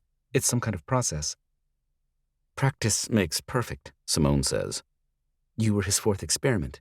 But as to the exact reason why, he's sick and twisted, and the world is better off with him 6 feet underground. Even though I feel the venom coming from each of them at their words, I still see the hurt in their eyes, the longing and love there. What about how? I ask. None of you are Jack's client. Was there ever a time that he was able to brainwash you? All 3 women shake their heads. I don't know when. I never felt like he was analyzing me. Simone says. No, Joanne says. I never felt like he was trying to pry into my head. There has to be something that he did, Iona speaks up. He got into our heads, pretty damn deep. I mean, he's still affecting me now, and he's dead. Something sparks at the back of my brain. A possibility. Did any of you get matching tattoos? Iona's eyes instantly dart up to mine, wide. Her hand rises to the spot on her shoulder and chest. No, Simone says. Joanne shakes her head. Do you? Iona begins to ask. Do you think that has anything to do with it? I give a little shake and shrug. Maybe, maybe not. It's different at least. A tattoo, Simone says. I don't know what kind of real power it could possibly have. It's only ink on your skin. Iona massages her tattoo, her eyes glazing over. Is there anything else? I ask, looking back to them. Anything else at all that might help? Any answers to questions? Any idea of how to break this? The regretful look in each of their eyes is answer before either of them opens their mouths. I'm sorry, Simone says. I wish there was anything. I wish we had answers. You can figure this out, Joanne says, a determined look upon her face. You know now. He's dead. You two can fix this. The tingle and pull grabs the back of my throat. It's time. Thank you, Iona says. For everything. I hope you can rest in peace now. Stay safe, Simone says quietly. Joanne nods in agreement. Then they're gone. Iona lets go of my hand and leans back in her chair. She raises her hands up, lacing her fingers into her hair. Her eyes fix on the ceiling. Jack did this. Her voice is clear. Sure. But she continues to stare up at the ceiling, and I know these words are not meant for me. Jack did this to me. He tried to isolate me. He somehow made me give up my health. My free will. She pauses a moment, building her strength again. He made 3 other women kill themselves. Her voice quivers slightly, but she holds on strong. He would have done that to me, might still do that to me. Jack Caraway did this. She sits up straight, dropping her hands, and looks at the ring in my hand. Jolting to her feet, she grabs it and walks out the door. I follow her without a word. The day is wet and soggy, the sun having melted the snow. Through the cemetery she stomps, past the fence, out into the woods we wander. She clutches that ring in her hand, determined. My heart leaps in my chest for a moment as she seems to veer toward the well, but then she takes a left and cuts down a deer path. And then, seemingly randomly, she drops to the ground. With her bare hands, she begins digging in the dirt. Down, through rocks, past twigs she digs. 6 or 7 inches deep, and then she sits back on her heels and pulls the ring from her pocket. I know a lot of bad things happened here, she says, but I know the words are not for me. They are for Roselock. And you've punished people for their sins. I don't know if you can punish Jack anymore. But can you at least make sure all of this ends with me? Don't let anyone ever find this ring again. She hesitates just for a few moments, and then drops the white gold with the 3 diamonds down into the hole. Over her shoulder, I see it. The ring bounces to rest at the bottom of the hole, and then a moment later, it sinks slowly further into the earth. Within a minute, it's completely gone. Iona replaces the dirt she dug, her lips set in a thin line. It's a promise between Iona and Roselock. Jack's ring will never again be touched by human hands. Thank you, she whispers. Iona kneels there for half a minute more, and then she climbs to her feet and turns. Let's go back to Ander, she says, as she walks past me, back toward the church. I'm ready to rip Jack's life apart to find my answers. Chapter 48. Iona. We went back to Ander.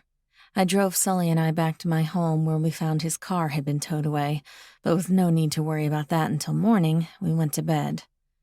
I told Sully he was to sleep in my bed tonight, and he didn't question me. That night, I changed into my nightgown and curled up into Sully's side. 2 nights in a row now that I'd slept peacefully, that I'd felt safe. I didn't question if I'd wake in the middle of the night and do something dangerous and hurt myself. I clung to his arm the entire night, felt his enormous hand on my knee there as a protecting presence. In the morning, we made a plan. I would go to work, get my life back on track as much as I could. I would eat breakfast and lunch when it was time for my break at work, and while I was gone, Sully would rent a truck and begin moving all of Jack's stuff out. We would go through everything in detail and then take it to the dump. So that's exactly what we did the next day.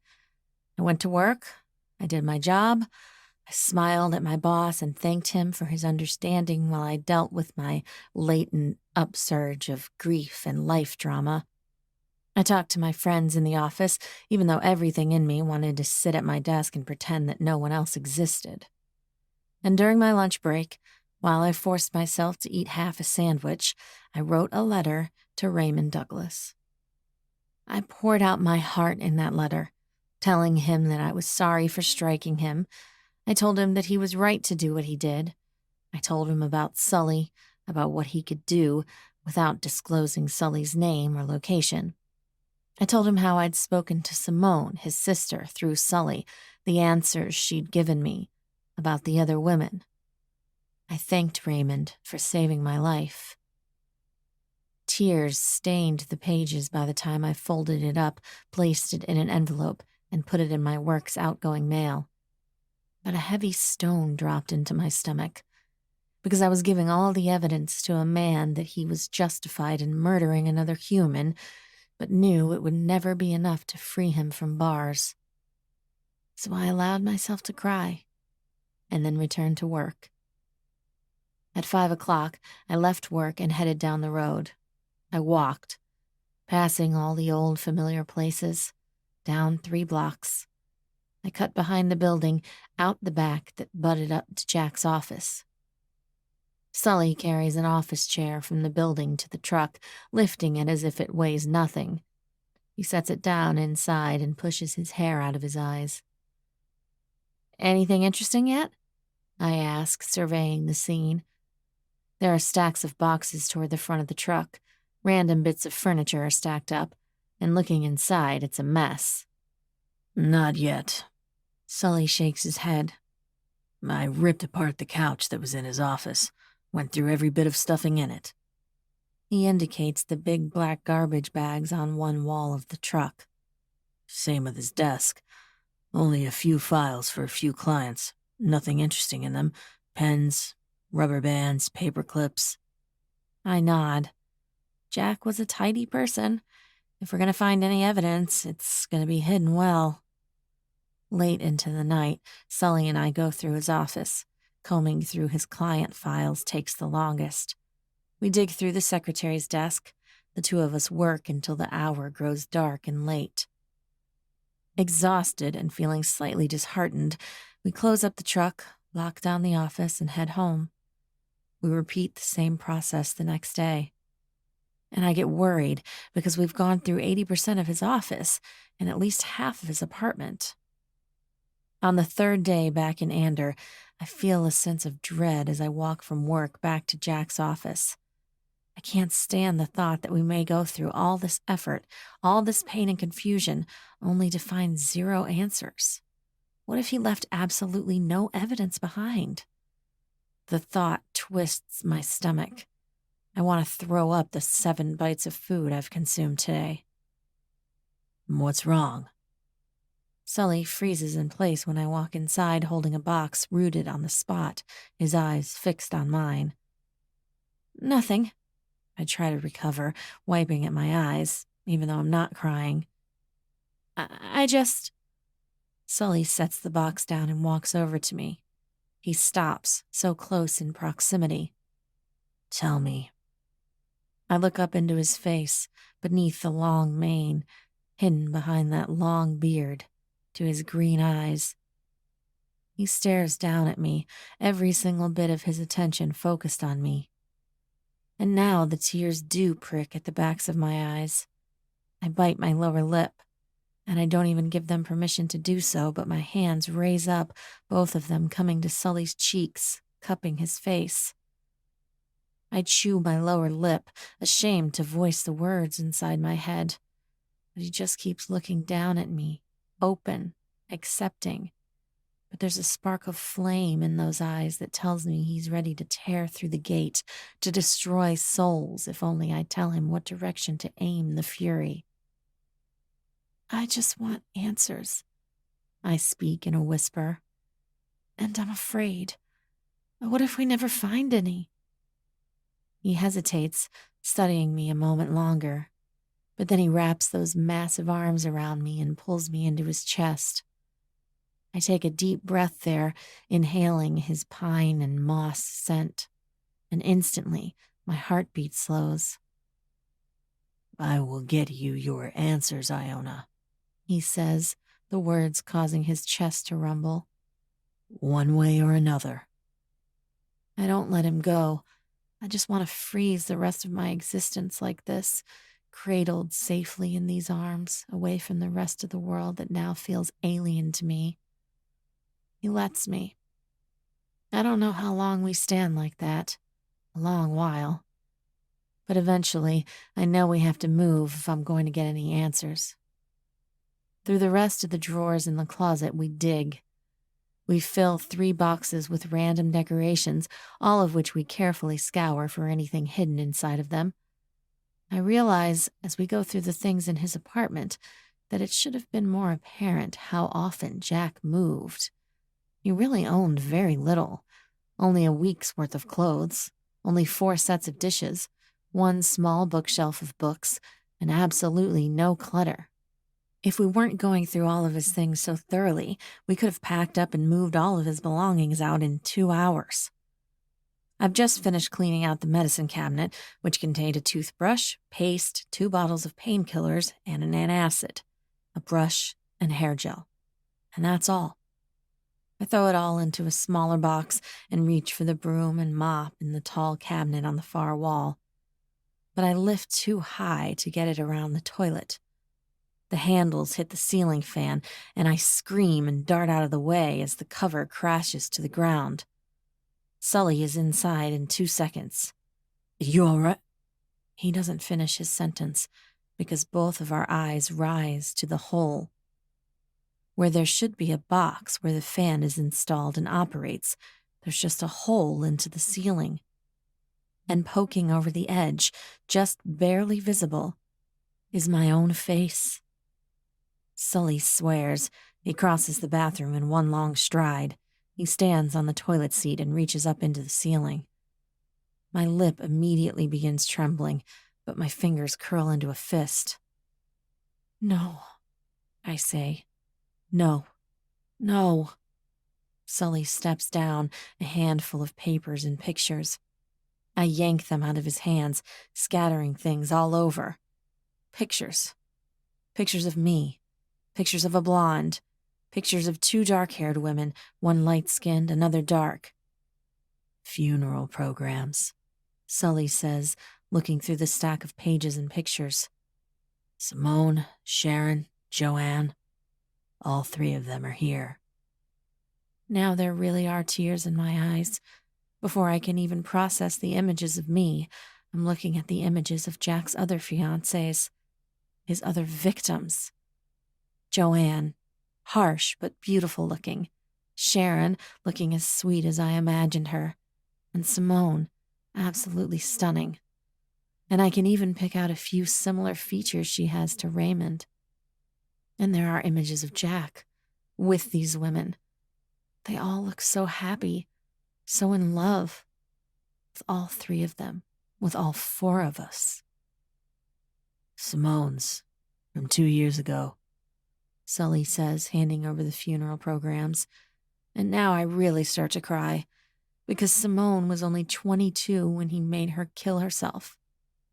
Joanne, from 4 years ago. She was 29. And Sharon, who was only 20. Every one of them too young. Every one of them taking their lives against their will. When was this picture taken? Sully asks, holding up a faded-looking photograph. I take it, my hand trembling.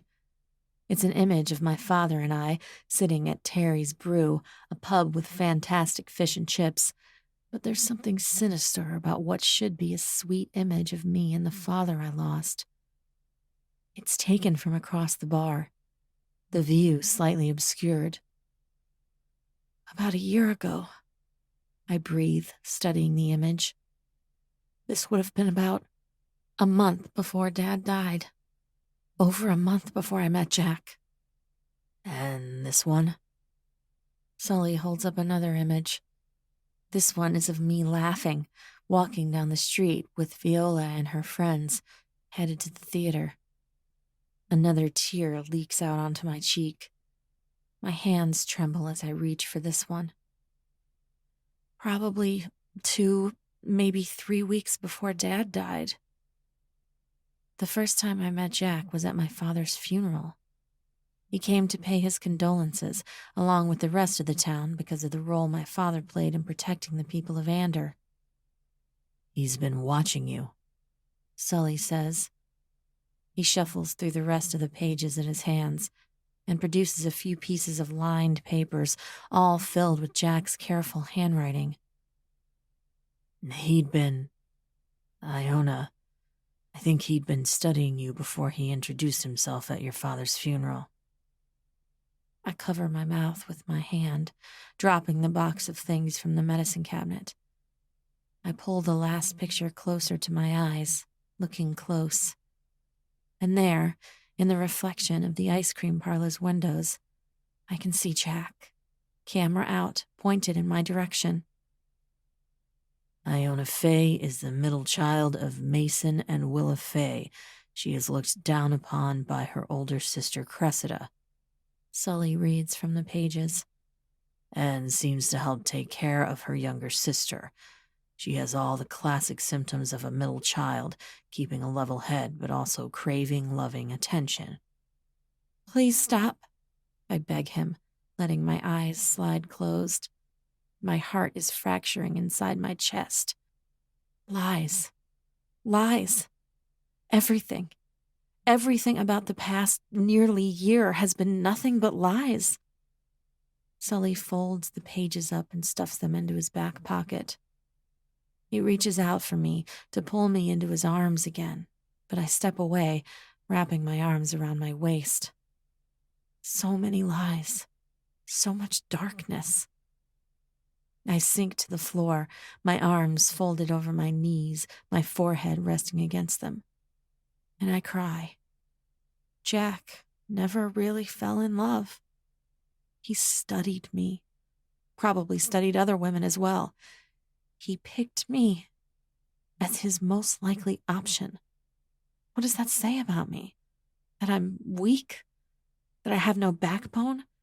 Do I even have my own personality? Or am I just a moldable doll he knew was weak enough he could get inside of and use like a puppet? Iona, Sully says. He takes a step forward. Please, just leave me alone. I half sob, half bite out. A moment of deliberation, and hesitantly he opens the bathroom door again and steps outside to leave me be. Jack. Jack, who took me ice skating and held my hand the entire time. Jack, who made love to me. Jack, who would draw little patterns over my back and make me fall asleep. Jack, who whispered he loved me every chance he got. He did this. All of it. My chest hurts. I can't pull in any oxygen. I can't breathe. I can't. Chapter 49. Sully. I didn't move more than an inch from the door. I sat there with my ear pressed against the door, and I worried when I didn't hear any breathing coming from Iona after she took a slightly deeper breath in than normal. She was holding it. But I wasn't sure until I heard her slump against the side of the tub. "Iona!" I yell, yanking the door back open. She lies on the floor as if she's just sleeping, Once more, she's breathing. Iona? I question softly. She doesn't stir, but I watch for a moment, and she's breathing evenly. Her chest rises and falls, looking normal. I bite my knuckle, just watching her. Did she hold her breath? Forget to breathe and pass out? Just when I think things have gotten better, just when I think she's maybe moved past this, she goes and does something insane and dangerous again. For 5 minutes I watch her, quietly saying her name every now and then to see if she will rouse. And I debate with myself if I need to take her into the hospital. But what would I tell them? That she's randomly doing dangerous things? That she's on a path to hurt herself? That very likely will lead to her taking her own life soon? They would put her on suicide watch and then send her home. I look around the apartment, my eyes sweeping outside the door to the bathroom, and find Iona's purse. Is Jack's pocket watch still inside? It's been there, ever present at the back of my mind. I've been the one dealing with most of Jack's belongings, touching them, moving them, destroying them. For this echoes the truth of how often Jack moved, how little he valued in possessions. Nothing I have touched has threatened to bring Jack through the gate. I'm also sure that he isn't too anxious to come back. Some of the dead race back to see the living, like the 3 fiancés. Others must be searched after, drugged back, like Jack was the first time I opened the gate. But as I stare at Iona's purse, I begin to realize there is no other option at this point. I'm going to have to go to the source of all this if we're going to get any real answers. I'm going to have to speak to Jack again. I take Iona back home. She rouses just before 10, and she's still out of it and confused, but she wakes enough to somewhat walk back to her apartment. With each step, with the frigid air outside, she wakes, blinking hard and fast. By the time we get to the front doors of her building, she's coherent enough for me to explain what I think happened. She stumbles over her words. I think you're right. I only remember my thoughts racing, feeling so betrayed. And then my chest hurt, and my head was spinning. She shakes her head as she pulls her keys out of the purse I carried for her. Like there was a hot iron inside, I know Jack's pocket watch is within its depths. She opens the door, and the both of us step inside. I set to making us some food, even though the hour is late, but neither of us has eaten dinner, and my stomach is ravenous. This isn't going away, is it? Iona says. She sits at the table, watching me as I work on making us sandwiches. No, I answer plainly. I suspect it is only going to get worse. She rises from her seat and goes to a closet. A moment later, she returns with a pad of paper and a pen. It sounds like all 4 of us went through stages, she says. I turn, placing the sandwiches at the table. We've determined, as best we can, what those stages were. She writes down the words. Obsessive love, loss of appetite, dangerous behavior, and then death. They didn't all happen at once, she says, looking up, tapping the pen against her chin. For all of us, it seemed to happen in stages. There had to be something that triggered them. I chew my sandwich, swallowing, and push Iona's closer to her. She doesn't even look down at it. She's in full research mode, so I don't force her to eat for the moment. Let's figure out the timeline of when things started, I say. Maybe that will help you figure out what triggered each of them. She taps the pen on the first step down into chaos. Obsessive love. It's hard to know when this really snapped into place, she says. Like I told you, our first real encounter was a little rocky, and I wasn't even sure if I should agree to that date with him. But after the date, things were going well. Every week we spent more and more time with each other. When did you first tell him you loved him? I ask, and it makes my stomach knot. It makes the hand on my knee ball into a fist. About a month after we started dating, she says, and she actually looks over her shoulder, back toward the bedroom. She hesitates, looking back at me, but not quite meeting my eye. We'd just made love for the first time. I'd fallen asleep after, but when I woke up, I told him. You said it first? I ask. This is not a recounting I want to be witness to. She hesitates, her gaze growing hazy as she tries to recall. I think so. Jack always had sweet things to say, but I do think I was the first to say it. So that was it then, I say, finishing off my meal. It wasn't triggered by him saying it, so maybe... I sigh, for a moment wishing I never got involved in this complicated web. Maybe it was the sex. You said you'd done it before you told him. Would you say you were in obsessive love with him before that day? She pauses for a moment, considering. I'm not really sure. I was certainly falling for him. I wanted to spend my time with him, but maybe the obsession didn't really kick in until after. I guess I still wanted to see other people, my family, I mean, before then. So maybe that is when it kicked in. She writes that down on the same line as obsessive love, made love for the first time. What about the loss of appetite? I question, ready to move on to a different subject. Iona stands and walks over to the bookshelf. She produces a familiar photo album, the one she brought to Roselock, to show me the images of Jack so I would more easily be able to find him. She sits back down and opens it up. Page after page of images of her, she and Jack. I look to Iona's face as she flips through the pages and am sickened when a faint smile curls on her lips. Will it ever go away? That deep-down manipulated, implanted love she has for Jack Carraway? I look back down and find she's flipped to the very back, and slowly she flips pages, back in time. Iona shakes her head, and her expression transforms to disgust. I hate that I didn't even realize how unhealthy I was becoming. And it's there in her rail-thin arms, her fragile-looking fingers. I used to have curves, a figure. I want those back. And there, sometime between the spring and summer, is where I begin to see the transformation happen. Here, I say, pointing to a picture of Iona at what looks to be a 4th of July party. You look thinner here than in this one. I touch an image of her and Jack standing on a beach in bathing suits. That was in Florida, that trip we took, Iona says. That would have been in May for Jack's birthday. I remember well because everyone was so mad that I missed Mom's birthday. She looks back and forth between the two images. She shakes her head. I don't know what would have triggered this one. Like I said, I didn't even realize it was happening. Her distress is rising. The confusion, the anger, the burning desire for answers. I reach out and place a hand on her back, rubbing small circles.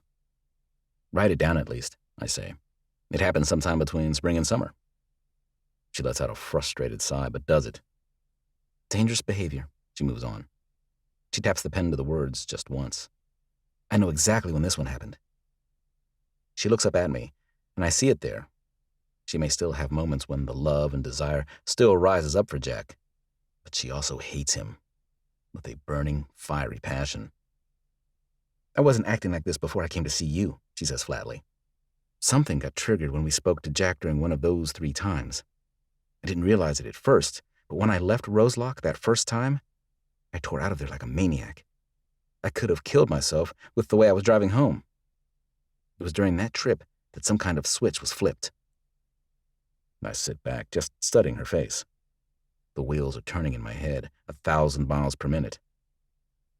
Jack is dead, yet he moved you on to the next stage. Iona purses her lips together, her face pale, and nods. This isn't going to end, I say. I curl my hands into fists. We've seen that, and we have no idea how he's doing this, how it really works. But we know it's just going to continue. I don't know that there is any other choice, Iona. I have to go back to Roselock and talk to Jack again. Alone. If Iona was pale before, it's nothing to her whiteness now. Chapter 50. Iona. Am I going to kill myself? Has it already been triggered? Is it just a matter of time now? Or did I get lucky and somehow Jack wasn't able to put that last step into motion? He's come this far, done this so many times. I don't know that there's any chance that he gave up and isn't going to finish this final experiment. These are the thoughts that plague my head all through the next day at work.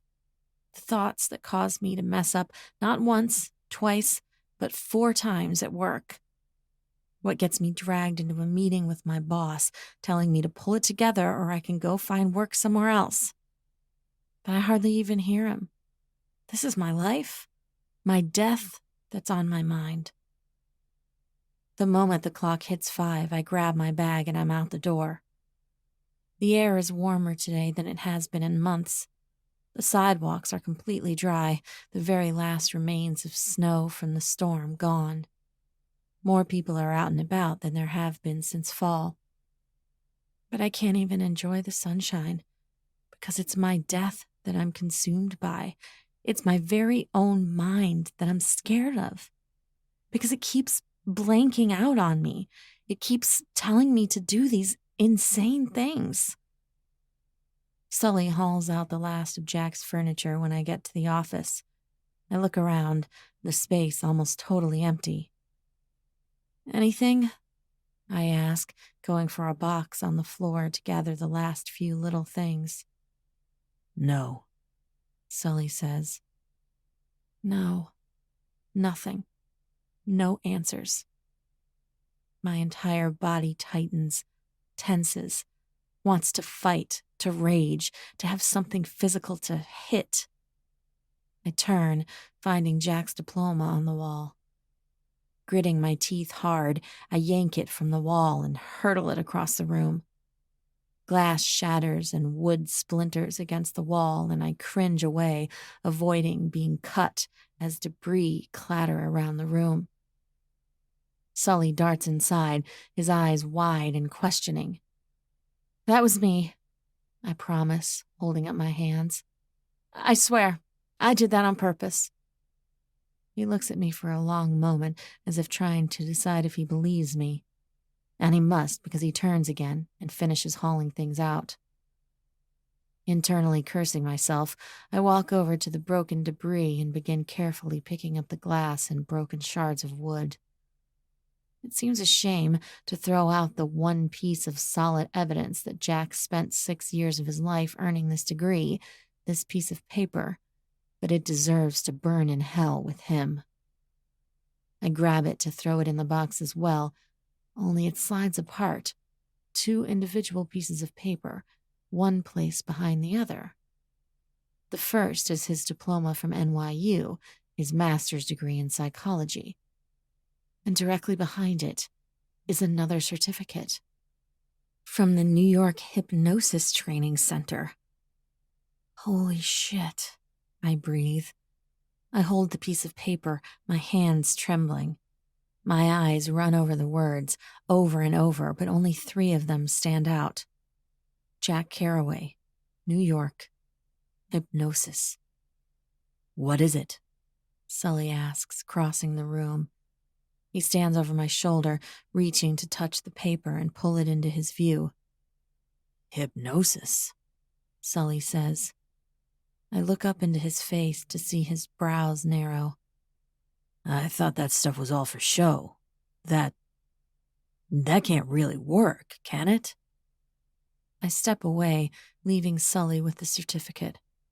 I pull my purse from the corner, digging through it, until I yank something cold and hard from its depths.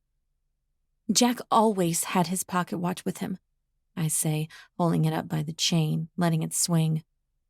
"Always." Sully watches Jack's most prized belonging swing back and forth, the item that nearly killed him a week ago. "That's how he did it," Sully says, not sounding fully convinced of his own words, but starting to fear them. "That's how he got into each of your heads." Could he really make us forget the act of doing it? I ask, studying the watch. "He made you fall in love with him," Sully says, taking half a step back. "He made you lose your appetite permanently. He made you put yourself in danger.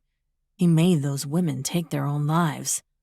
I'm sure making you forget wasn't too difficult." I throw the watch, down, away from me, making it crash to the ground with a crushing force.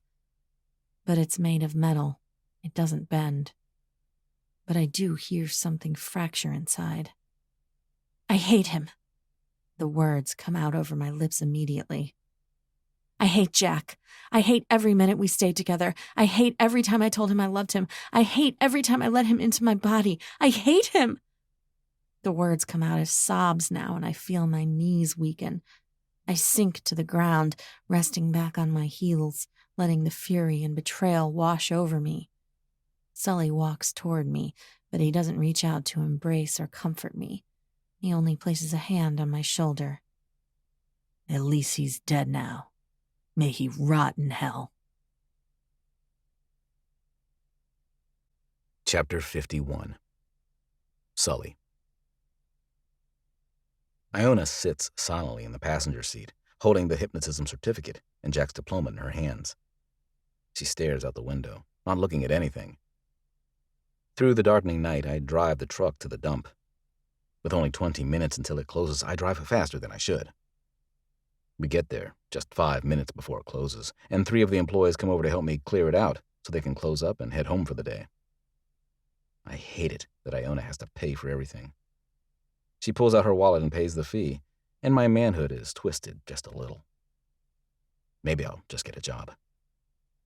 I internally laugh at myself for the thought.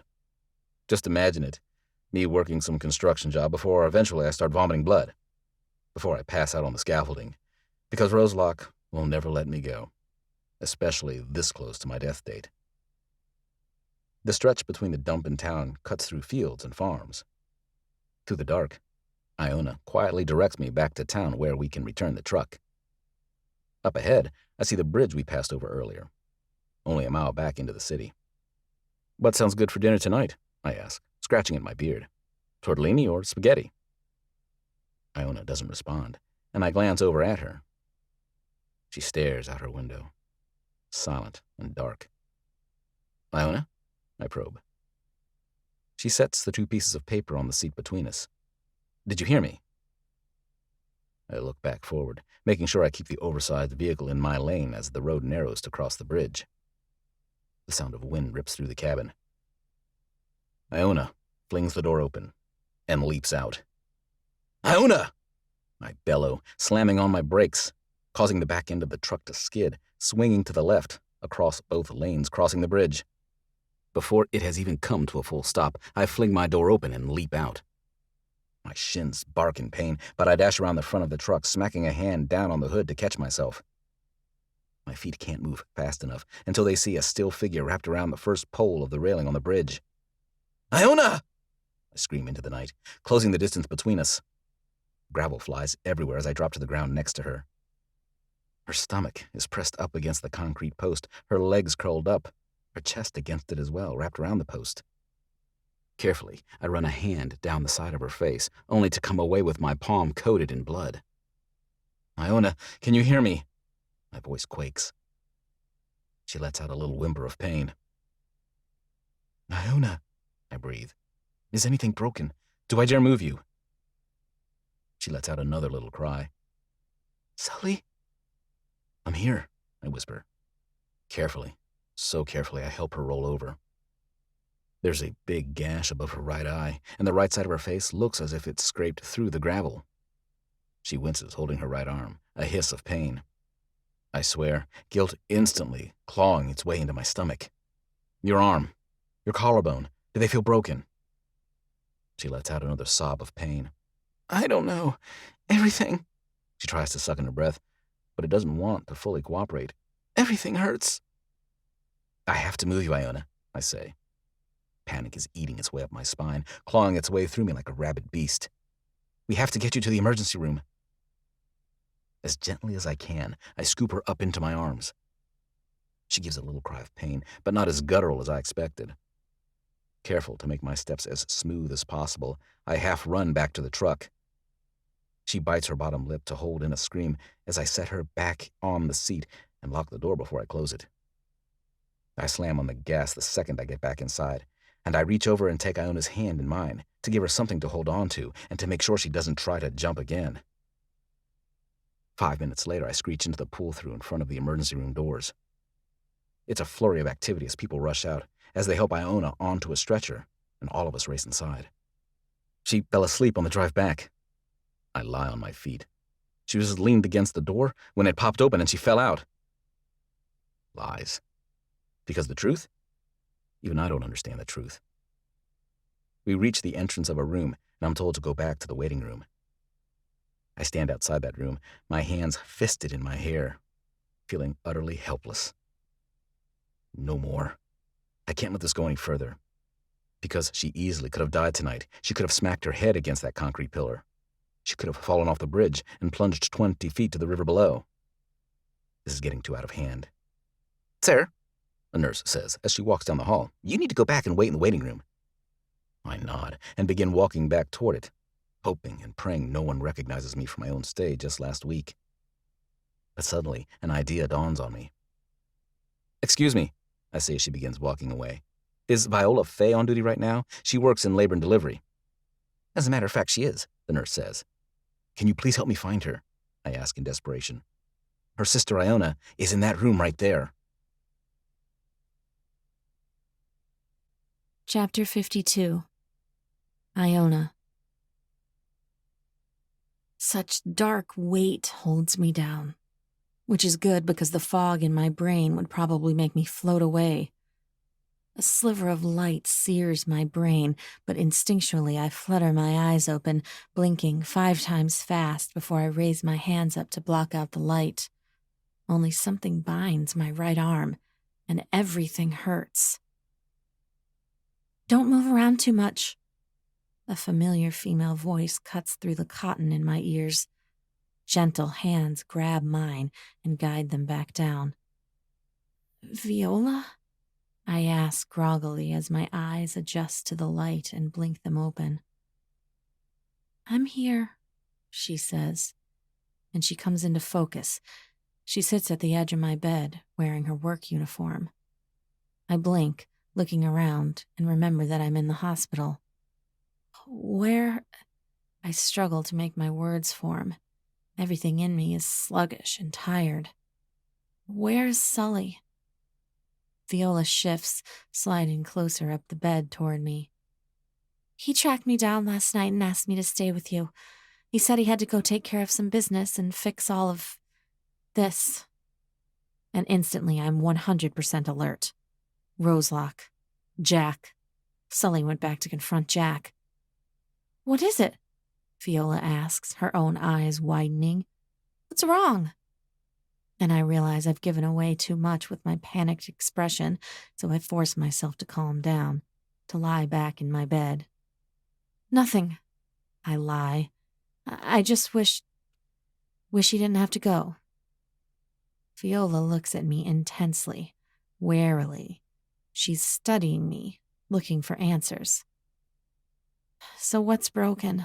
I ask, turning my attention to my body to put off the hard moments I know are coming shortly.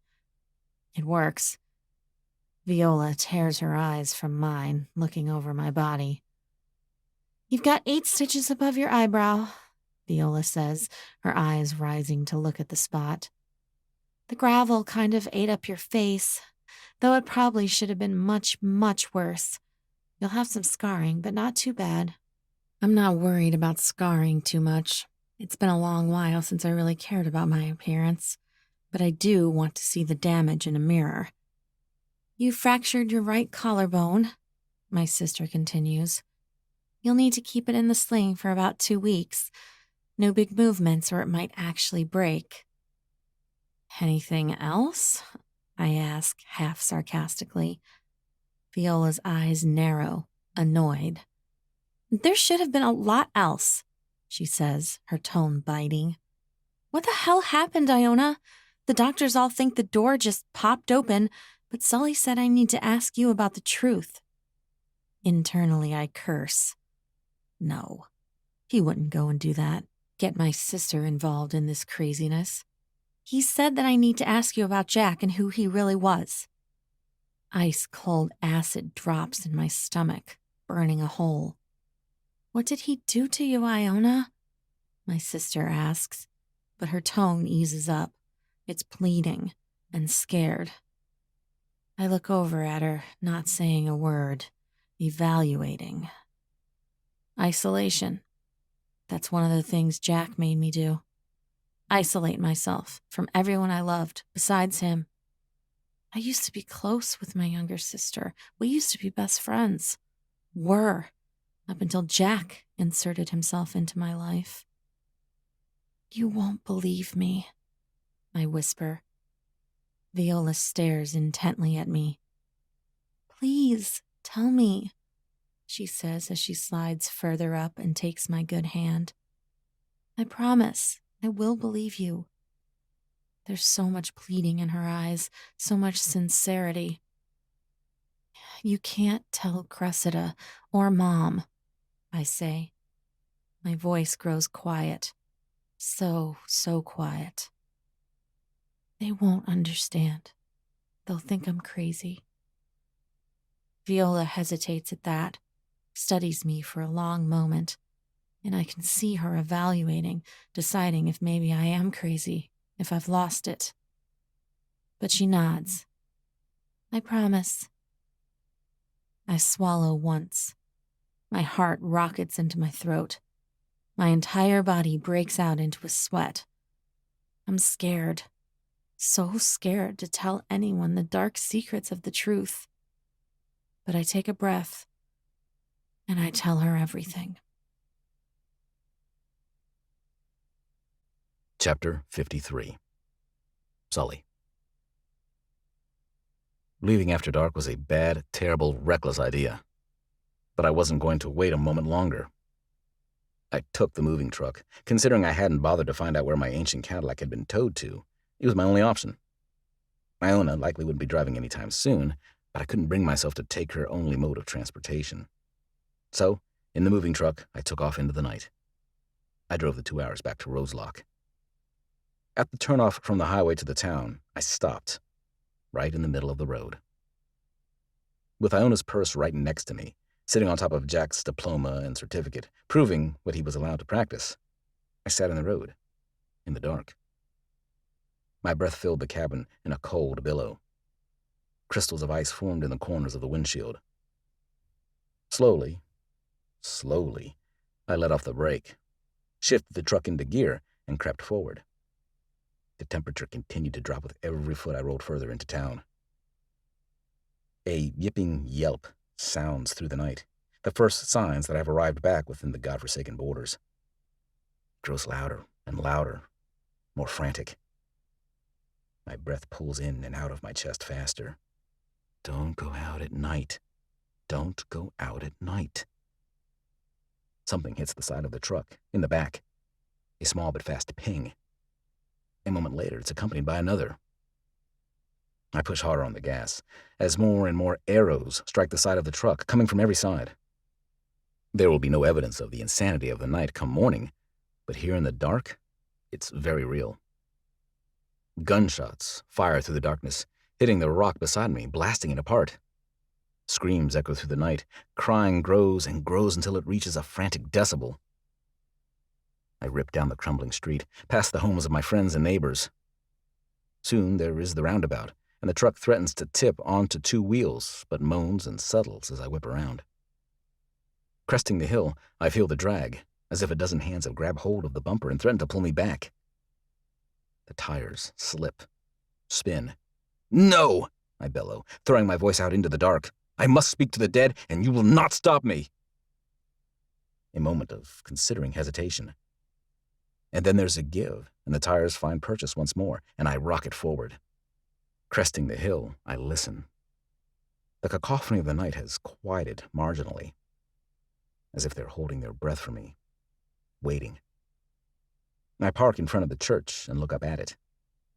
Home. This wicked, damned place is what I call home. Ticking, ticking, ticking away the seconds left of my pathetic life. Taking in a deep breath, gripping the steering wheel like my life depends on it, I steel myself for a moment. And then I shove the door open and barge out. Immediately, my boots slip in the slick red beneath my feet. The dim moonlight glints on the wet red, but I keep my focus, crossing the 6 steps to the entry of the church. Just as I close my hand around the doorknob, the chaos lets loose once more. I don't look around, Don't let the sounds overwhelm me. I yank the door open, step inside, and slam it closed behind me. Instantly, all sound dies. This church is my hell, and my sanctuary. Clutching Iona's bag in my hand, I stalk through the chapel. I slide past the organ and through the doors to the private quarters. It's bone-chilling cold inside, but with the hatred of fury burning in my veins, I don't worry about another dance with hypothermia. The Sunday school room is the coldest of them all with that draft. Even a little lick of sound drifts out from the cracks around the window, letting in the howling and screaming cries of those long surrendered of this world. I close the door and set to lighting the candles, barely able to see with the moonlight trickling in through the filthy window. The pounding in my veins propels me onward, to stand before the seat I put Iona's purse upon, and reach inside. As if guided, my hand goes straight to the pocket watch and closes around it. "Where are you, Jack?" I growl into the dim light. Looking around, the world blends with another. One darker, as if looking at everything through a black veil. It's fluid and has motion to it. Ever shifting, ever darker. "I summon you, Jack Carraway," I say evenly. "I have questions, and you will answer them." A shifting movement over my right shoulder draws my eye, and I twist, trying to follow it. But it disappears, gone, slithering into another dark corner. "I won't let you kill another," I say, turning, looking in all the dark recesses of the gate. "You've had your twisted fun. Spare Iona and move on." Another movement, and I twist around, to see Jack Carraway standing in the corner. "I think you're actually as brave as you look, Sully Whitmore," he says. He stands with a sly smile, pulling on one side of his mouth, his arms crossed over his chest. He leans one shoulder against the wall. "I think after learning a few things about me, most wouldn't be so anxious to speak to me. But here you are." I stalk forward, my teeth gritted together tightly. I place a hand on the wall behind either side of his head, boxing him in, bringing my face within inches of his. "How do I reverse what you've done?" I growl. Jack smiles, shakes his head. "How do you expect to reverse it when you don't even really know what it is I've done?" And suddenly, Jack takes a step forward through me. It's as if ice-cold acid was dumped over me. So frigid, so arctic. My body immediately shudders for a moment, unable to handle merging with the dead. But the instant Jack steps through me, I feel human once again. A growl on my lips, I spin around. Jack walks casually around the room, looking down upon the dirt and dust and leaves. He waves a hand casually over the flames of the candle. "She's got you wrapped around her dainty little fingers, doesn't she?" he asks, finally looking up at me from beneath his lashes. "You keep chasing me down, dragging me back from that horribly lonely place. But this time, she's nowhere to be seen. You're here of your own accord. For Iona. Don't even speak her name," I very nearly whisper. "I will speak her name if I like," he says, that coy smile beginning to return. "Because, you see, I own Iona Fay. I am Iona Fay." It's instinct that makes me act. When my fist swings forward, looking for a chiseled jaw to connect with. But there's only air and ice. Jack simply laughs and takes 3 casual steps across the room. "This is entertaining," he says, "watching you squirm like a dog, riling you up until you snap your sharp teeth. Only the bite has nowhere to land." "Better a dog than a poisonous snake," I say, watching as he continues to walk around the room. "But the snake doesn't have much to worry about, does it?" That smile of his makes me want to rip his lips from his face and pluck every one of his teeth from his head, one by one. Only the shovel coming down on the back of its neck from the grieving brother of the one who was last bitten. Finally, the smile on his face falters. "We have about 5 minutes until the gate to the other side is going to drag you back," I say, as I lean back against a wall and watch Jack. "I'm going to get some answers." "You have no leverage against me," Jack says. And I can see it now, one of the things that must have made him so charming. He has absolute confidence. "As I understand it, you have no siblings. Both of your parents are dead," I say. "You have no friends, because you move every 2 years. So, no, I don't have any leverage against you. But know this, that if you had anyone left on this earth who mattered to you, I would go after every single one of them.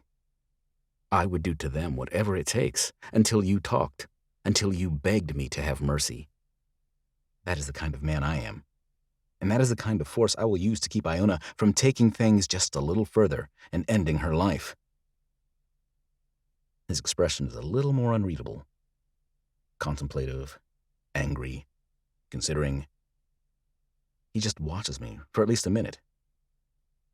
There must be some kind of debate going on inside his head, considering how much he has to tell me. She's so close, he says, and the tug of that smile pulls on his mouth once more. The dangerous actions have started? A spark lights in me. A direction. A door to some answers. She jumped out of a moving truck just 4 hours ago, barely missing falling off the bridge just outside of Ander, I explain. She's in the hospital. It's the most recent of some very terrifying, inexplicable acts. Jack smiles, something satisfied. It's impressive, isn't it? That even in death, my little burrow into her mind still holds. He turns, looking toward the window. Does it have anything to do with the tattoo? The words leave my mouth before I give a moment to consider them. Jack looks over his shoulder at me. He bears a complicated expression. Frustration. Determination. It was an attempt to further the bond, Jack says, looking back to the window. But it didn't seem to have an effect. All of this is uncharted territory. A task of trial and error. So Iona is permanently marked for nothing, I say flatly. Not for nothing, Jack says, turning back around. It's all in the name of science. Hypnotism, I say. That's how you got in their heads. Jack's eyes slide over to mine. It was a late-night walk with Sharon, he says. He takes a step forward, beginning a slow walk around the room. She was so tired, but so desperate to spend the evening with me, like a grown woman. She leaned her head on my shoulder, and I brought out that watch. It was incredibly easy. My hands curl into fists, my teeth clench together. I caught Joanne just as she was waking up, he says. There was a group of us on a camping trip. I knew she wasn't going to be easy to persuade, he smiles. But I wanted a real challenge. My hands close around the pocket watch, and I feel the metal give under the pressure of my fingers. Simone just thought I was kidding around, he says, as he finally stops circling. He leans back against the wall, folding his arms over his chest. She was laughing, teasing me about being a hack. She thought it was so funny when I swung it in front of her, speaking so calm and even. She walked right into it. And Iona? I ask. I don't really want to know the answer. Jack's smile confirms that I'm not going to like what I hear. We'd just made love, he says, boring into my eyes with a steely gaze. She'd moaned my name twice. She smelled like sex, sweaty and utterly satisfied. My grip on the watch tightens. I hear something snap inside. Jack's eyes flit down to it, and a snarl crosses his face for a moment. Good. So she was good and tired when I picked up the heirloom you're now crushing with your brutish hands. His gaze burns, embers nearly lighting in his eyes. It wasn't hard. She fell asleep right after. And when she woke up, everything fell into action. The first time they made love, that was the day Iona suspected it all started. Jack just confirmed it. I take everything, Jack says. The temperature in the room grows colder. Bit by bit, I take everything that makes them who they are. My heart thunders in my chest, rumbling toward a grand finale. The tug of the gate pulls at the back of my brain. I call it total occupation, he says at last. I'm there, in every corner of their mind. I implant the steps, the triggers, and one by one, I set them off, gliding down the path as I take every one of their elements of humanity. The breath in my chest stills. There it is. He strips him of the basic elements of humanity, possessing every one of them. And the final, grand finale, that last step where I own every bit of their minds. Death, cementing total occupation. Jack nearly glows, radiating power and confidence, so short of himself. because he has done this 3 times before, and very nearly has completed the 4th experiment. You said you own Iona, I said quietly. That you are Iona. But really, she is you now. Jack nods. If you could look into that brain of hers, it is now more Jack Carraway than Iona Fay. How? I question, stumbling over the words. How? Who taught you to do this? Who would be so reckless? Taught? Jack barks out, offense in his volume. You think total occupation can be taught? That someone can learn it out of some kind of textbook? No. He shakes his head, an expression of disgust on his face. This was my grand opus, my life's work. The greatest experiment ever conducted in psychological history. And I mastered it. Mad. That's what Jack is. Brilliant, but insane. Evil. My father was a brilliant psychologist himself, Jack says, and his eyes become unfocused. He founded the department at the local university. His name, well, he was rather well known in the field. We'll leave it at that. Jack wraps his fingers around his opposite wrist behind his back. My parents never let me forget that, as a child, I was what you might call manipulative. With my friends, with my teachers, I knew how to get what I wanted. A cold smile curls on his lips. In high school, I began to realize just how moldable people are. I read my father's books, the ones he brought home from the university, and the ones he wrote. If you know certain things about people, watch them closely enough, you could learn how to work them. That's when the idea for total occupation came to you, I clarify. Jack's eyes slide over to mine. A smile curls on his lips. Yes. He takes 2 steps forward and begins slowly circling the room. I presented the rough idea to my father. The man was intrigued, perhaps even impressed. But even more so, he was mortified. He told me to forget what I was studying, what I was even trying to practice in some small form. So when he didn't support me, I decided I would study elsewhere. He went to New York. Iona has told me the details he didn't lie to her about. I studied for 6 years. How to speak calmly, how to gain trust, how to wield that pocket watch that had once belonged to my grandfather.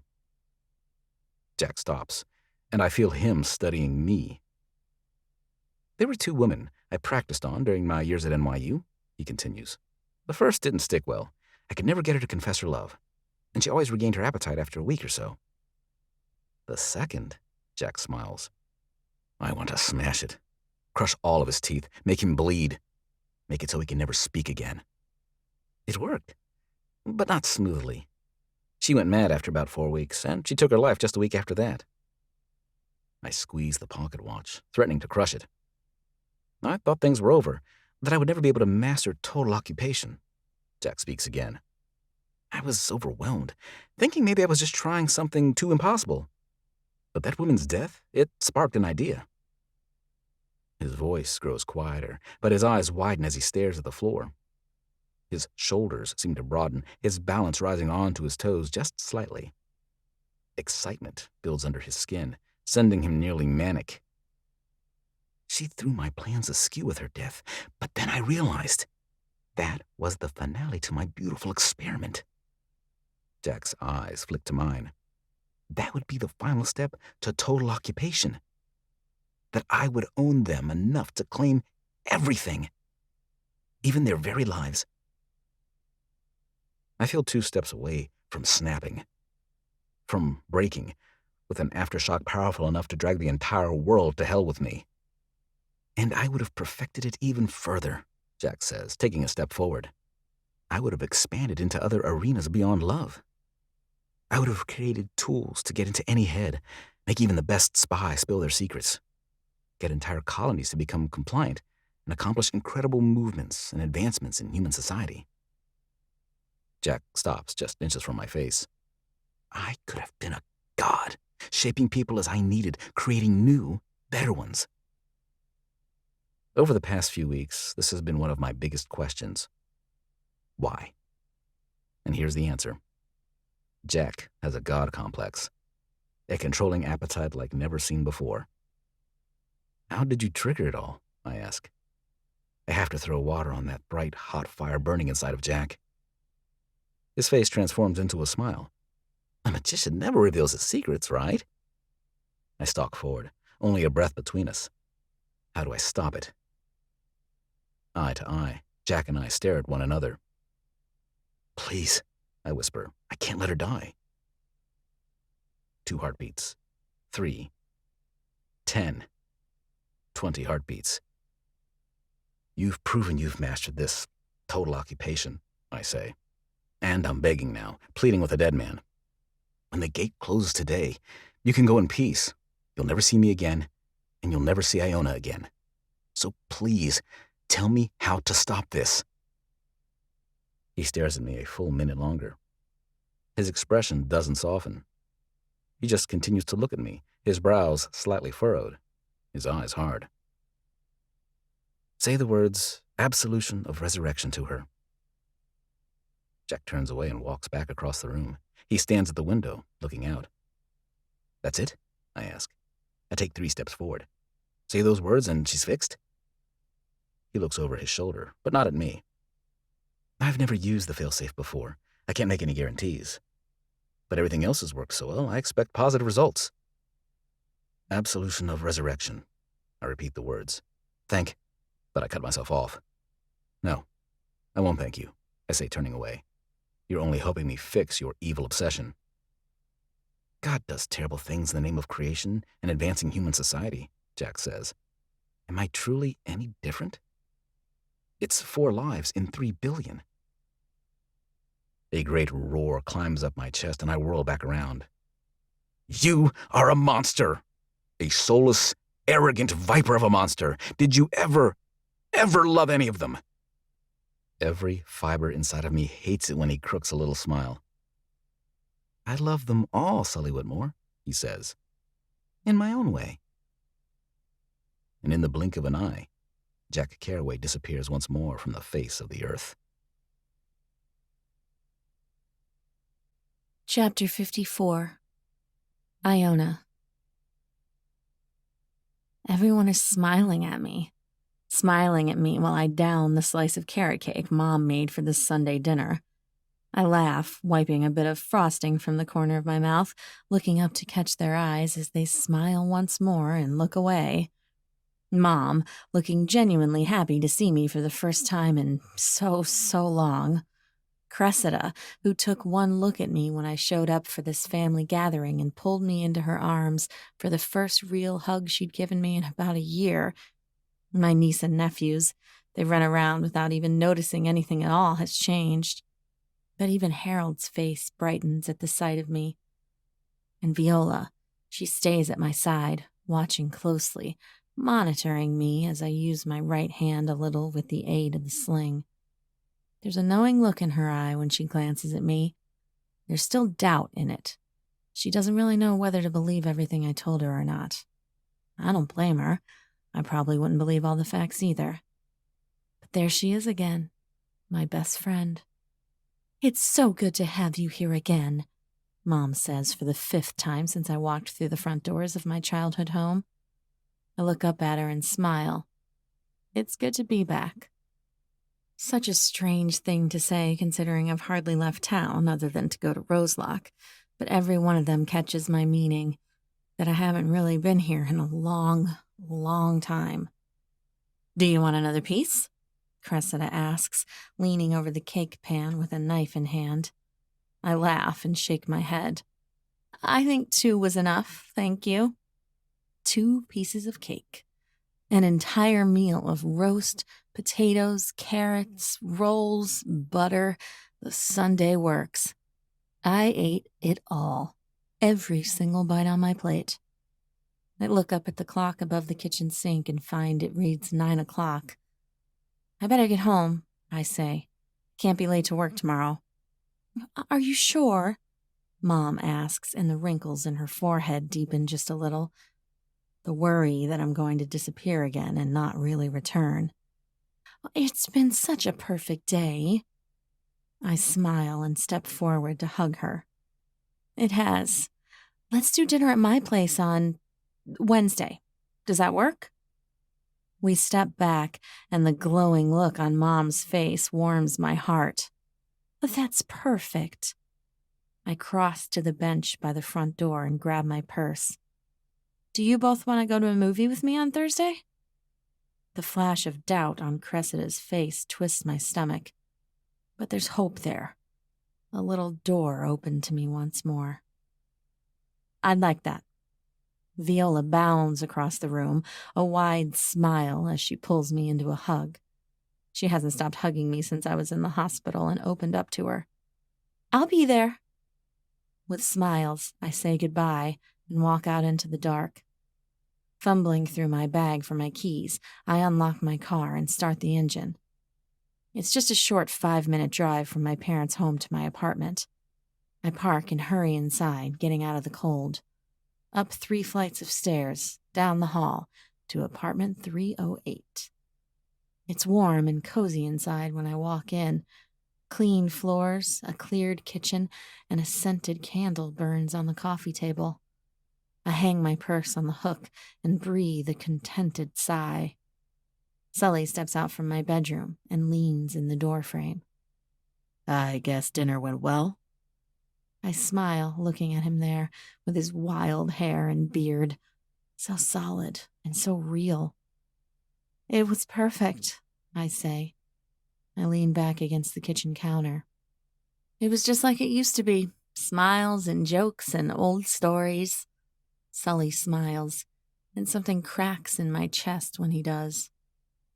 I cross the space, and as if sensing what I'm looking for, he steps forward. We meet somewhere in the middle, and I wrap my arms around his middle, his going around my shoulders. Thank you, I breathe into his broad chest. For everything. For hanging in there. For saving me.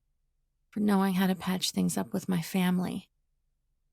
It was Sully's idea that I needed to go to this family dinner on my own. He'd been around, ever present in the last week and a half. All of my family members met him at the hospital.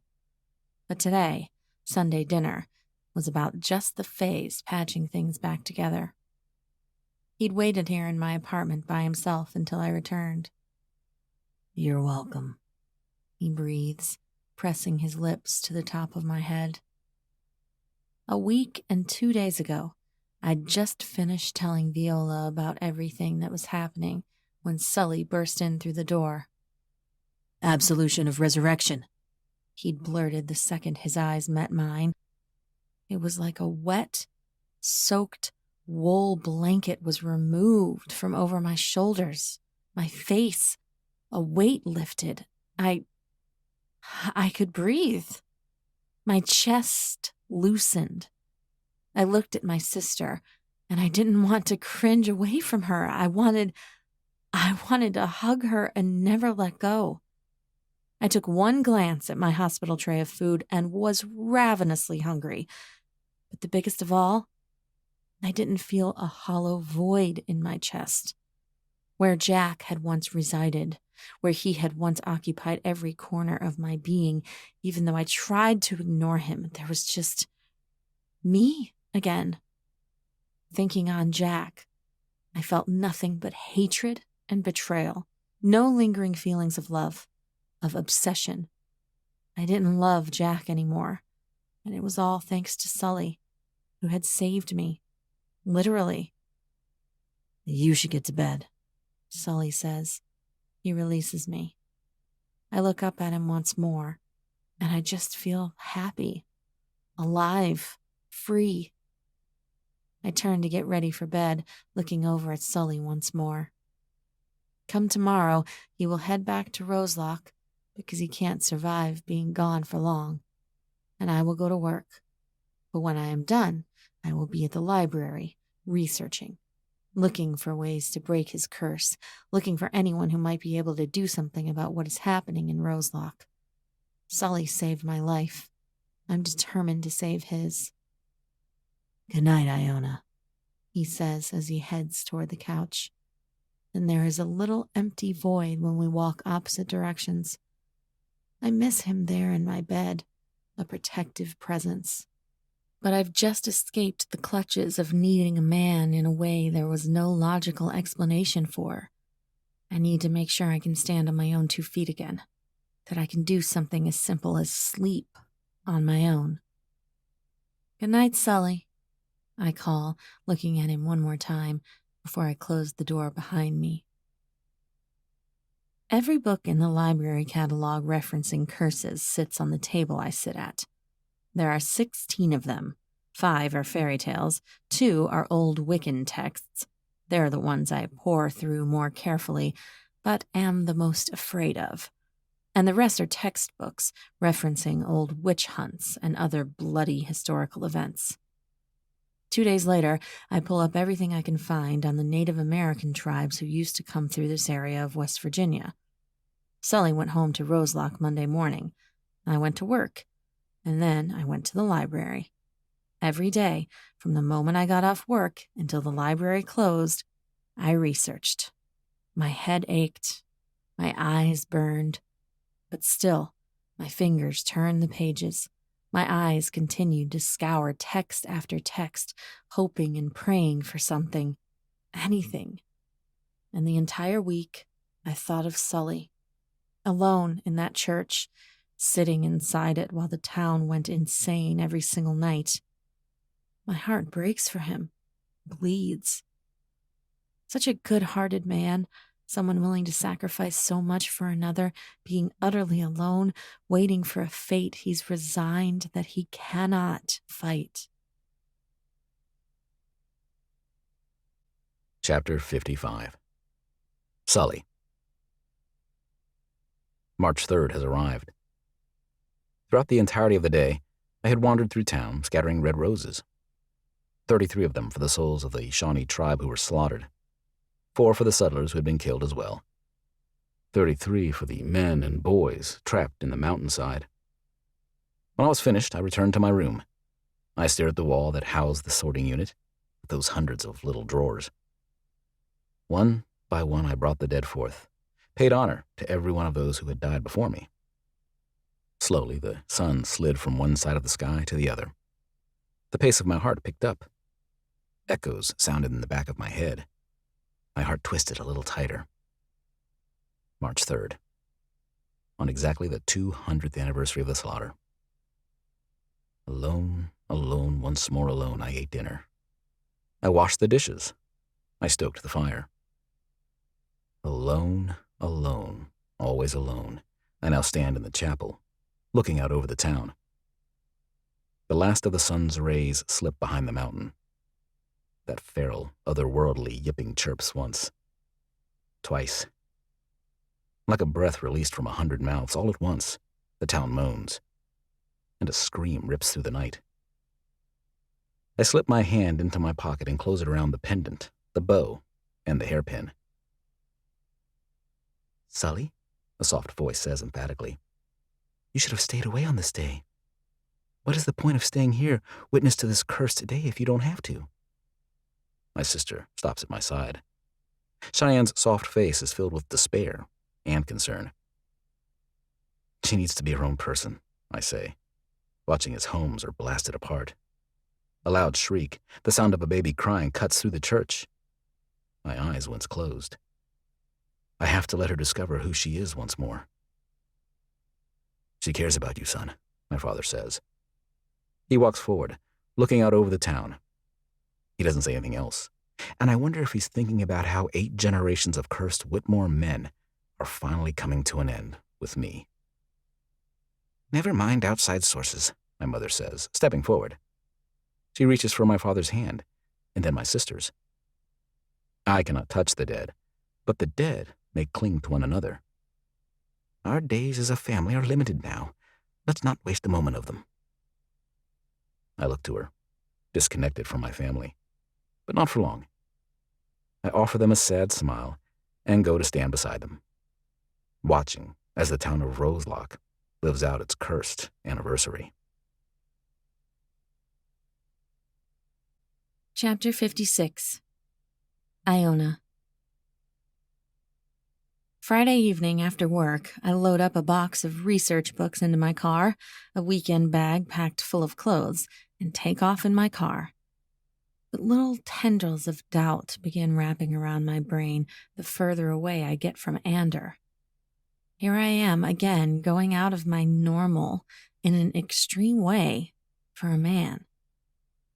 About 5 miles before the turnoff to Roselock, I actually stop in the middle of the highway. I chew on my bottom lip. I'd nearly forgotten dinner with my mom on Wednesday. My heart leaped into my throat when I looked at the clock and remembered, and I'd looked like a fumbling idiot when I stumbled through the door 5 minutes late, clutching the grocery bags. And then Viola had to call me 10 minutes before the movie was to start on Thursday, telling me she and Cressida were already at the theater. I'd been at the library, poring over my research. I'd been trying to keep myself from running to Roselock, to keep myself from keeping Sully company as he suffered through the anniversary of the battle at Roselock. But he'd asked me to stay away that night. I'd listened, even though it hurt to do so. I doubt myself now, sitting there in the middle of the road.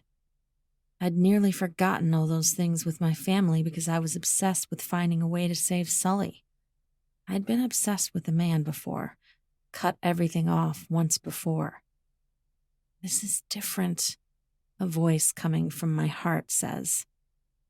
I will never trust my heart again, but I want to believe it. Sully is going to die if I don't find a solution. I can't let the man who saved my life die. I let off the brake and continue down the highway. The familiar, terrifying sights of Roselock greet me when I pull off the highway. The run-down buildings, the line of pennies I carefully drive over, and then the sight of the church up ahead. And I dread the beats that each pound in my chest, because every one that sounds is another one counting down to May 7th. Something tightens in my chest when I step into the evening light. Brilliant sunshine casts down on the trees that surround me. The sun illuminates the roof of the church. It makes the old stained glass windows glow. My feet step forward, propelled faster as my heart screams in my chest. Truth. Truth wants to speak to me.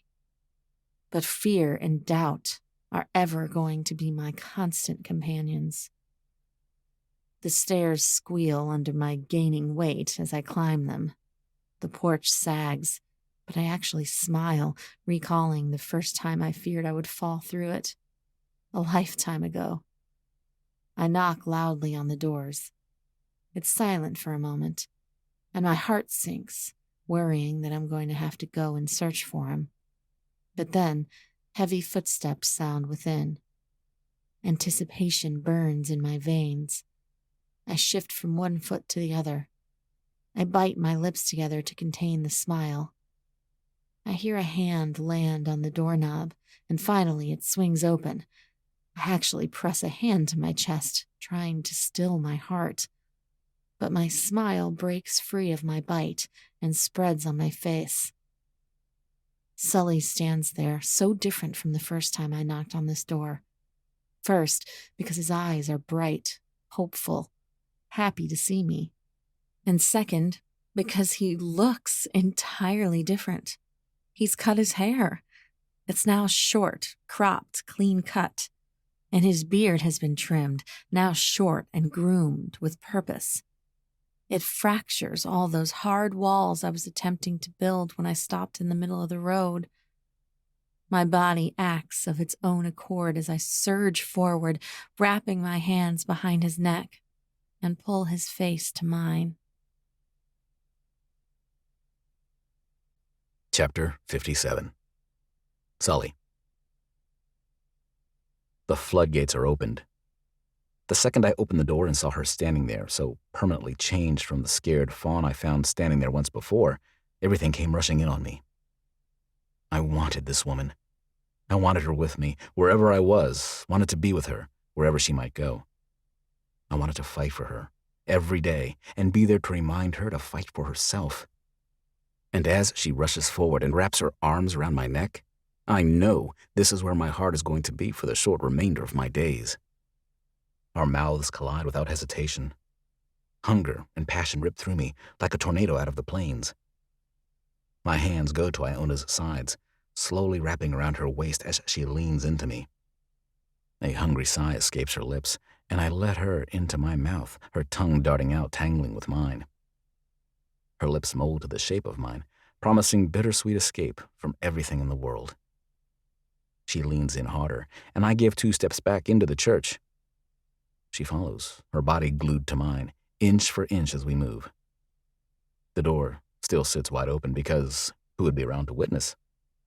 I slowly work us backward into the church. Iona's kiss is not gentle. It is not hesitant.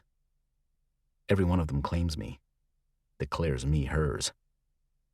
A violent and electric storm bites in my veins.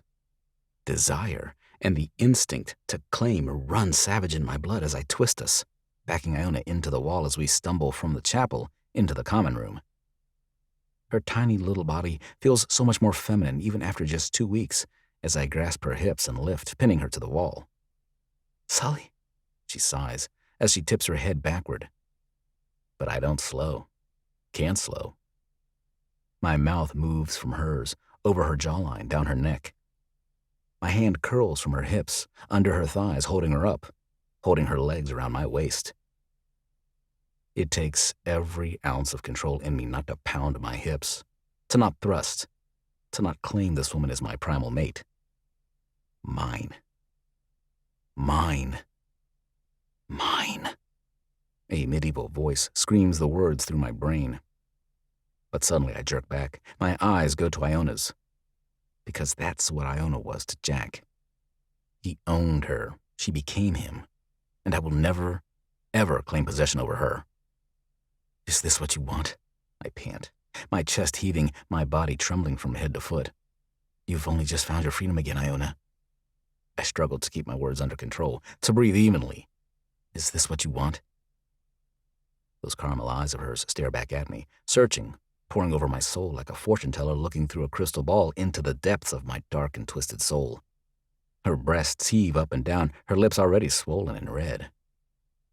But there's a stillness that settles over her. Calm, serene. She brings her hands to either side of my face, never once looking away from my eyes. Slowly, her hands rise up into my hair, locking in what little is left of it. "You are a good man, Sully," she says quietly. "I need good in my life again." She pauses, searching me again. This is what I want." She leans in, slowly. So slowly, surely I'll soon be an old man, tortured and waiting for heaven. She presses her lips to mine.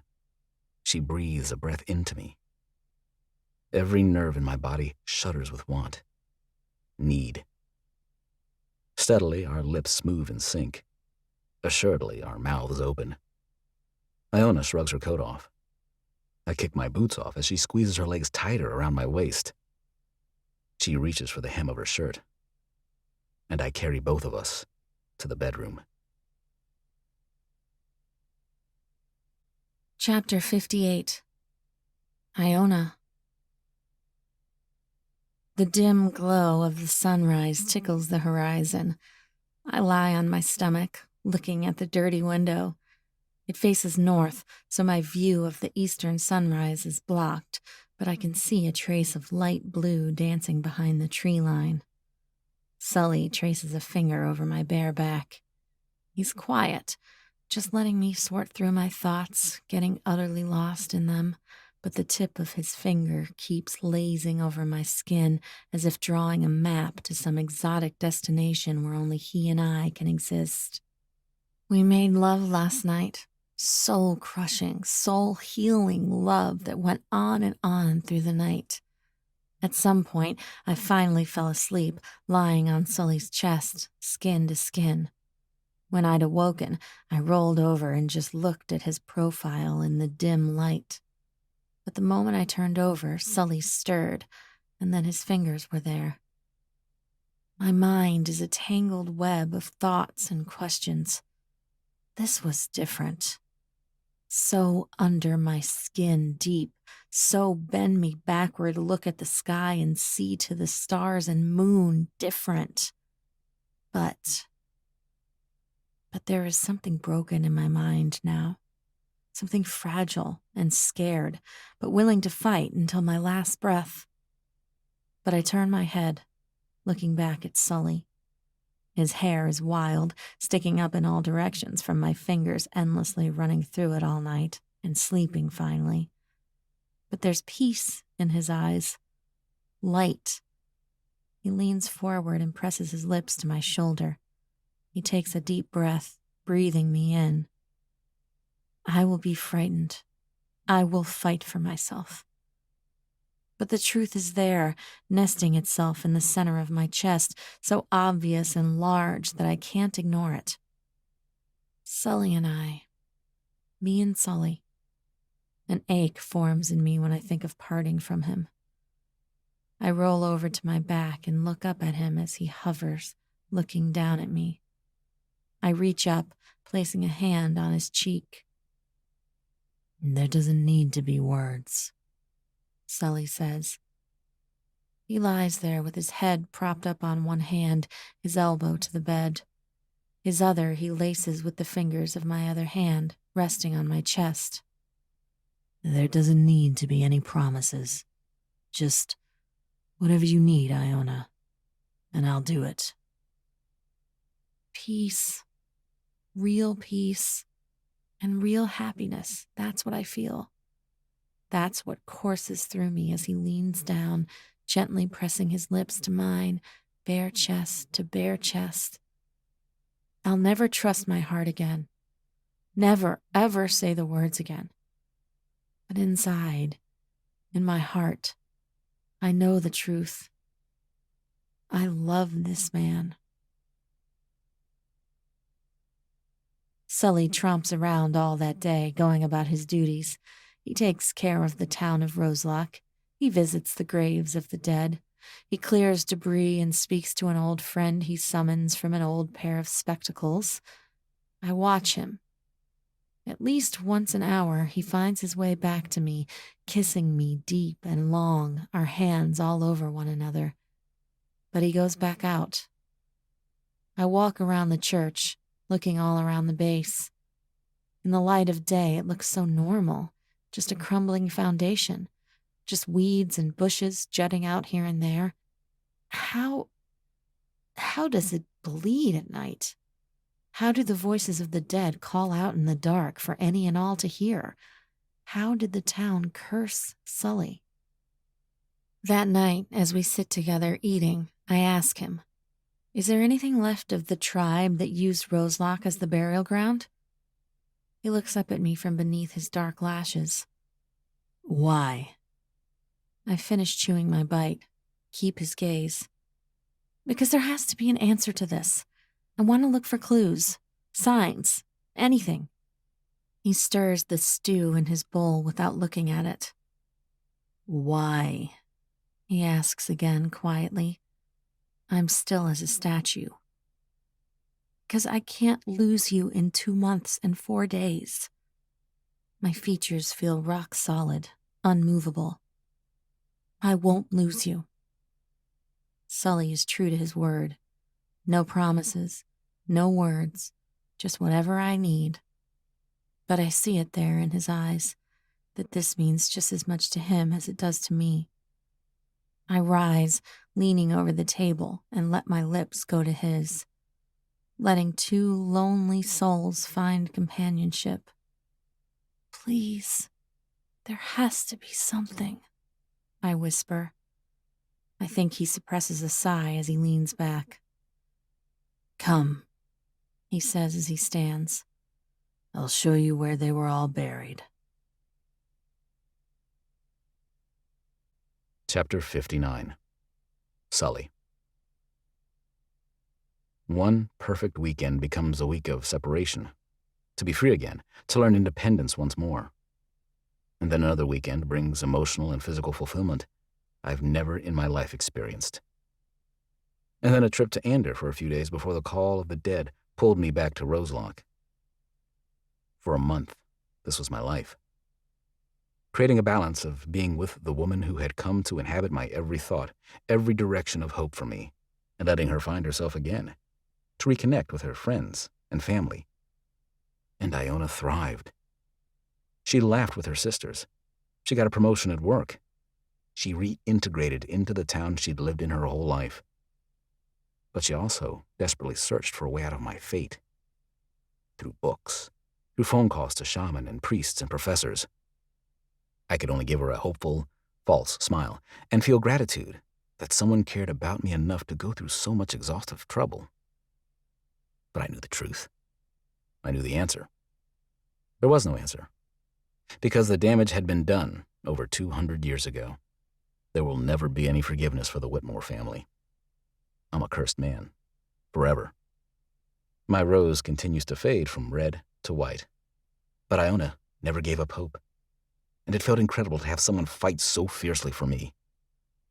8 weeks after Iona was released from Jack's black grasp, I drive straight from Roselock to Iona's apartment. Parking across the street, I climb out and cross the street. The breath of spring whispers across town. Daffodils bud, ready to spring open any day. The trees are just getting their leaves, and the temperatures rise with every passing day. I walk into the building and up 3 flights of stairs, down the hall, and to apartment 308. 3 knocks. I overhear laughter, and it brings a smile to my own lips. A moment later, the door swings open.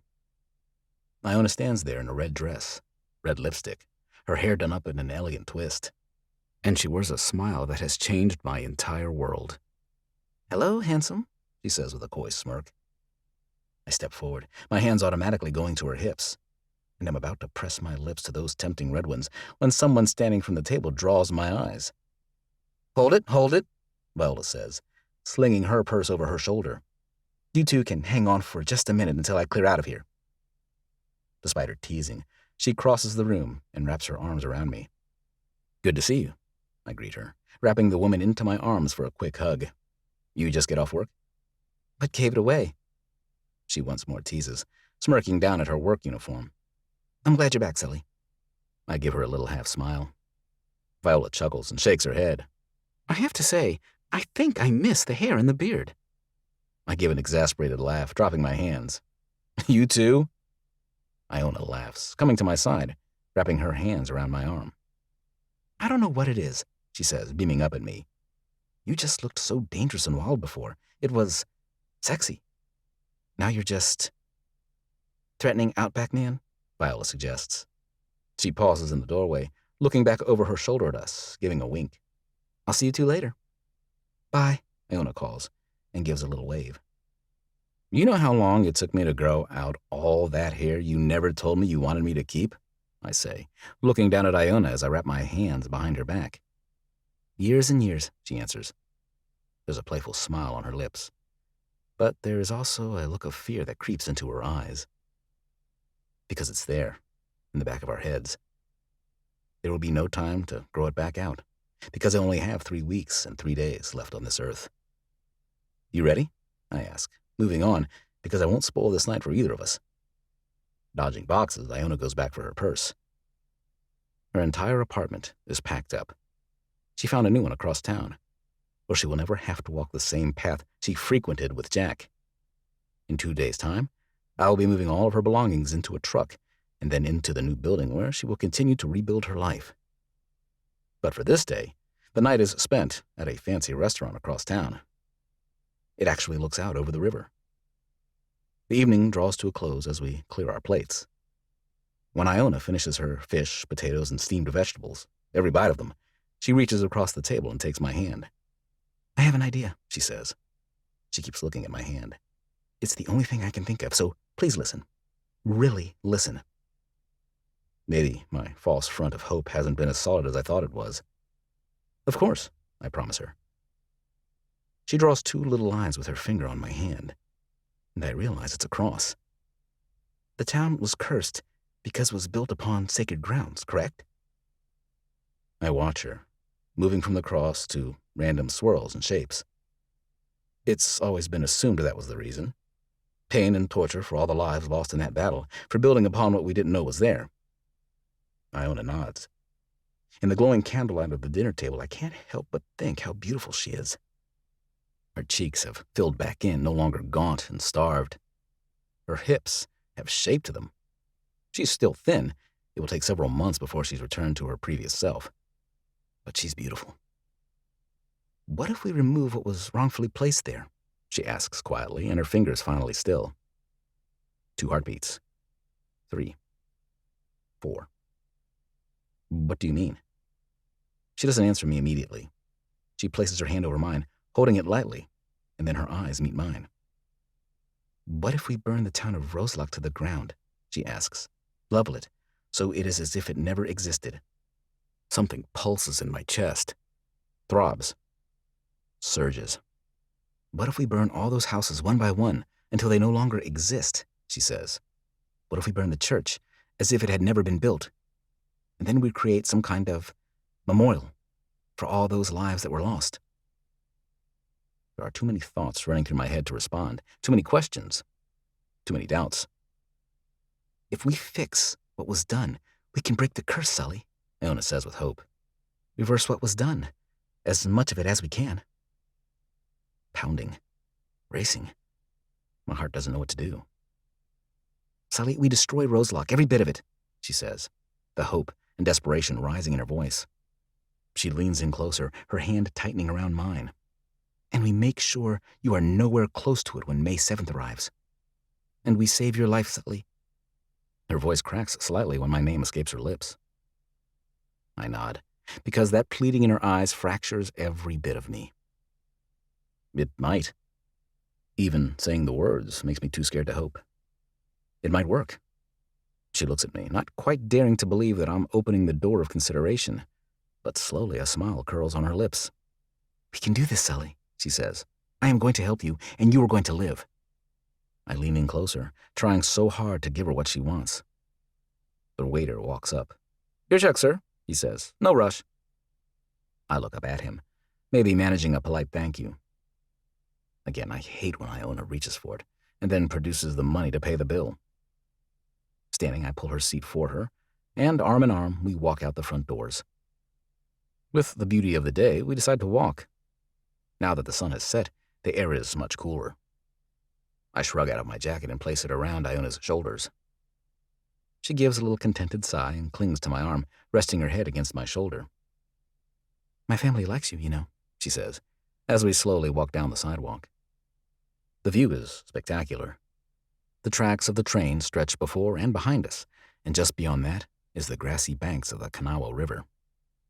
With the sun set low behind the hills, the sky bleeds gold and red. I like them, I say, sliding my hands into my pockets. Cressida can be a little intense, but I think I'm finally getting used to her. Iona laughs, shaking her head. She was certainly born as her own self-assured person.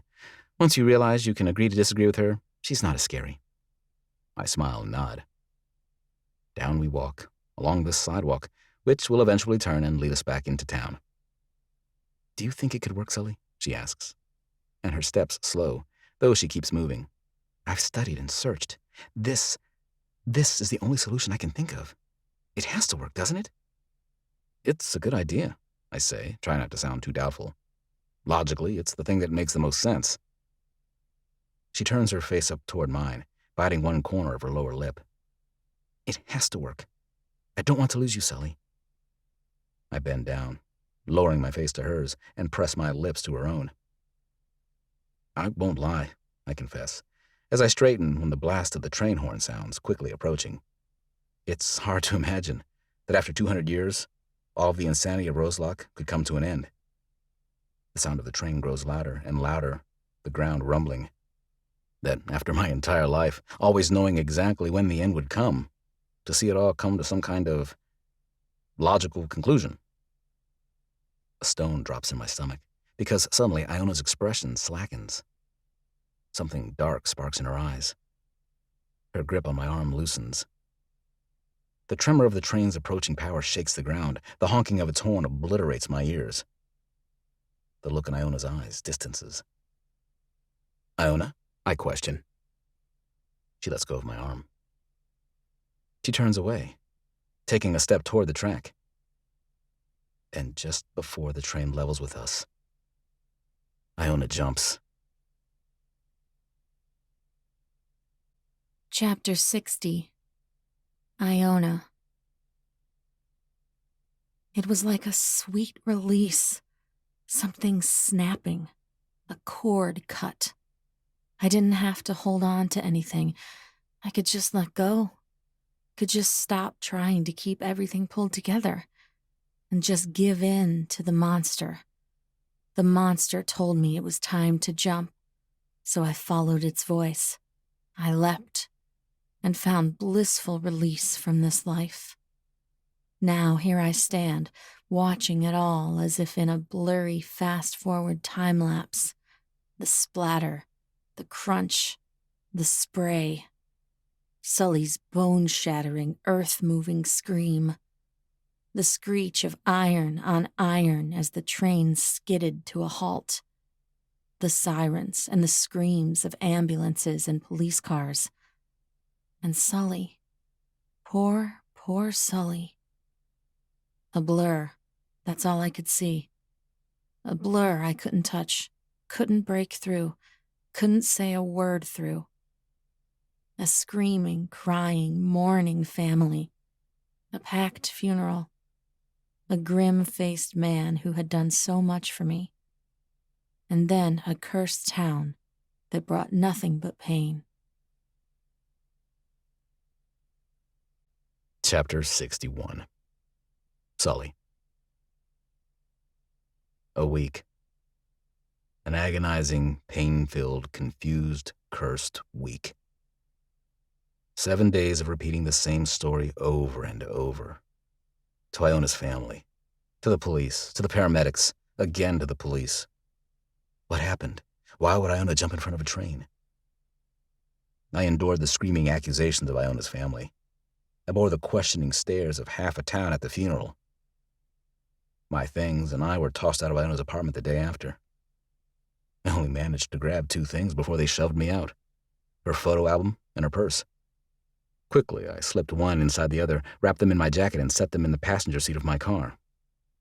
I left the town of Ander. For the very last time ever. For the last time ever, I drove the roads, turning off the highway. Faster and faster I pressed the gas, faster to the answers I've now had to wait an entire week for. The bumpy road of Roselock greets me this fading evening. Over potholes and riveted washouts, I work my way through the streets, and then past crumbling homes. "Burn it all down to the ground," she'd said. I'll do it now. Just to spite it all, just to punish something. Anything. Something needs to pay for what has been done. I pull my car into the shed once more because it will never need to come out again after this day. Carefully, I take the photo album and purse, still wrapped in my jacket, and make my way into the church. On my way inside, I snap off a single red rose, cutting my hand on the thorns. The chapel is dusty and dirty as ever as I stalk through it. It is colder inside than it is outside, but I don't bother lighting a fire. I hook down the hall to the right and head straight for my bedroom. There is a shirt of Iona's pushed into the corner. A spare brush she brought from home rests on the nightstand. A tube of lipstick sits on my dresser just under the mirror. The woman who formed to fit the shape of my heart and took up permanent residence there left traces of herself over every space. And now she's dead. My fingers roll into a fist. I throw the photo album to the bed, the rose immediately following it, and I swing. My fists connect with wood, splintering apart a frame that sat on the dresser. Next, an old lamp shatters. I sweep my hands across the table in the corner, scattering tools and books as a furious cry erupts from my chest. Everything. After everything. She still took her own life. After everything, even after the fail-safe, Jack still won. I stand with my hands braced on the top of the dresser, panting, huffing. My head swims. Into the darkness, my mind wants to spiral, to drown, to end the suffering. But I have to know, have to find some kind of answer. I turn, looking over my shoulder, to the photo album that lies open and face down on the bed. 2 more calming breaths. I cross the room. I grab the photo album, and a rushing warmth filters through my veins. "Sully?"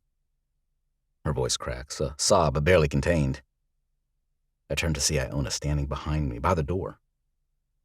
She looks beautiful. Her skin radiant, her brown hair braided back, her cheeks lively and healthy. But her lower lip trembles. Tears swim in her eyes. She takes a step forward, her hand gripping the opposite forearm. "Sully, I'm so sorry." And it fractures me. Splinters apart every ounce of self-control I've executed this week. I take 2 steps toward her and fall to my knees, a broken man. "I'm so sorry, Sully," she whispers in broken words as she stands before me and looks down. "I'm so sorry." I let my head fall, my emotions breaking. Sobs crash through my chest. The dam is broken, releasing from my eyes. And I lose myself. Chapter 62. Sully. In the darkest part of the night, when the sun is so far away from me, it's a planet away, when the moon is no more than a tiny sliver of light hidden behind the trees, I take Iona's purse and walk into the Sunday school room. 1 candle, that's all I light. I drop the purse onto the chair, staring death and damnation upon it. My jaw clenched tight, I reach into it. I close my fingers around the cold metal. The temperature of the room instantly drops. The short little hairs on the back of my neck stand on end. "So much for your promises to leave me alone." Jack appears just to my left, smug and confident. He stands there, arms crossed over his chest. He smiles. I just stand there, my gaze fixed on him, my fingers curled around his watch, his tool of destruction. "It was beautiful, wasn't it?" Jack says. "The moment you see it in their eyes, when mentally they just cave." Still no words. I keep staring at the man. "It's too bad it's just me on this side of the gate," Jack says. He steps forward, beginning a little circle around me. "I would love to speak to her, or any of them really, to interview them, to really get in their heads and find what it felt like when they finally granted me total occupation." My throat tightens at the same time my other fist does. A spark, a violent streak of lightning flashes through my veins. But still I don't say anything. "You're a resolved man, aren't you, Sully Whitmore?" Jack says. He comes to a stop, and he lowers his gaze to meet my eyes. And I see a shift there, to something probing and analyzing. Something that can reach down into a soul's depths and retrieve the contents to look them over. What is it? Why are you such a weighed down being? I won't answer him. Won't give him anything more than he's already taken. "You don't have much time left, do you?" Jack concludes. Somehow you know the end is coming for you. That's why you aren't more violent. That's why you wear that mask. Because in the end, you know your time with Iona was limited anyway. Every muscle in my body is tense, flexed and ready to snap. But I stand here, frozen. Jack nods his head, satisfied he's guessed right, which he has. And I loathe that. "Since you're a man who will soon be taking his secrets to the grave, I will tell you the truths of total occupation." Something sparkles in his eyes. Elation. A secret kept and soon to be shared. An evil plan now come to fruition. "Open the watch." I blink once, confused at his simple request. "Open it," he instructs once more, nodding his head toward the object in my hand. I look down at it, and seeing how no more harm could come, I open it. The glass inside is cracked, the metal slightly bent from my multiple times of abuse to it. "Press your thumb down on the inside face of the lid," he continues instructing. I do, and suddenly a latch releases, and a thin metal divider swings open. A folded piece of paper flutters out and down to the floor. I bend to retrieve it, folding it open. It's a small piece, only 3 inches by 2 inches. Neat, organized handwriting covers its surface. "These are the steps to total occupation, Sully," Jack says, and I can hear the smile in his face. "The 5 elements of humanity, of free will, and life, and the trigger words to take away every single one of them. Love, adore, Iona made love to me for the first time 4 weeks after we met. Jack repeats the story he's already boasted about. I told you that was when I hypnotized her.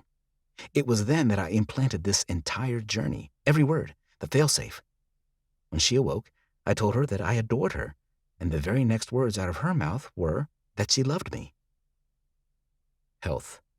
Robust. While I could not trigger any physical diseases to compromise her health, I could make her put her own health at risk by taking away a very natural human instinct, the need for nourishment. Jack's wicked smile shifts, displaying his pride.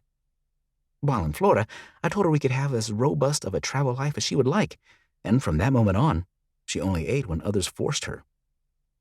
Heat builds in my veins, a slow burn threatening to consume me. Freedom. Liberate.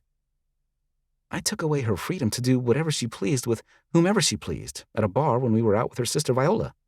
He continues his tale of manipulation.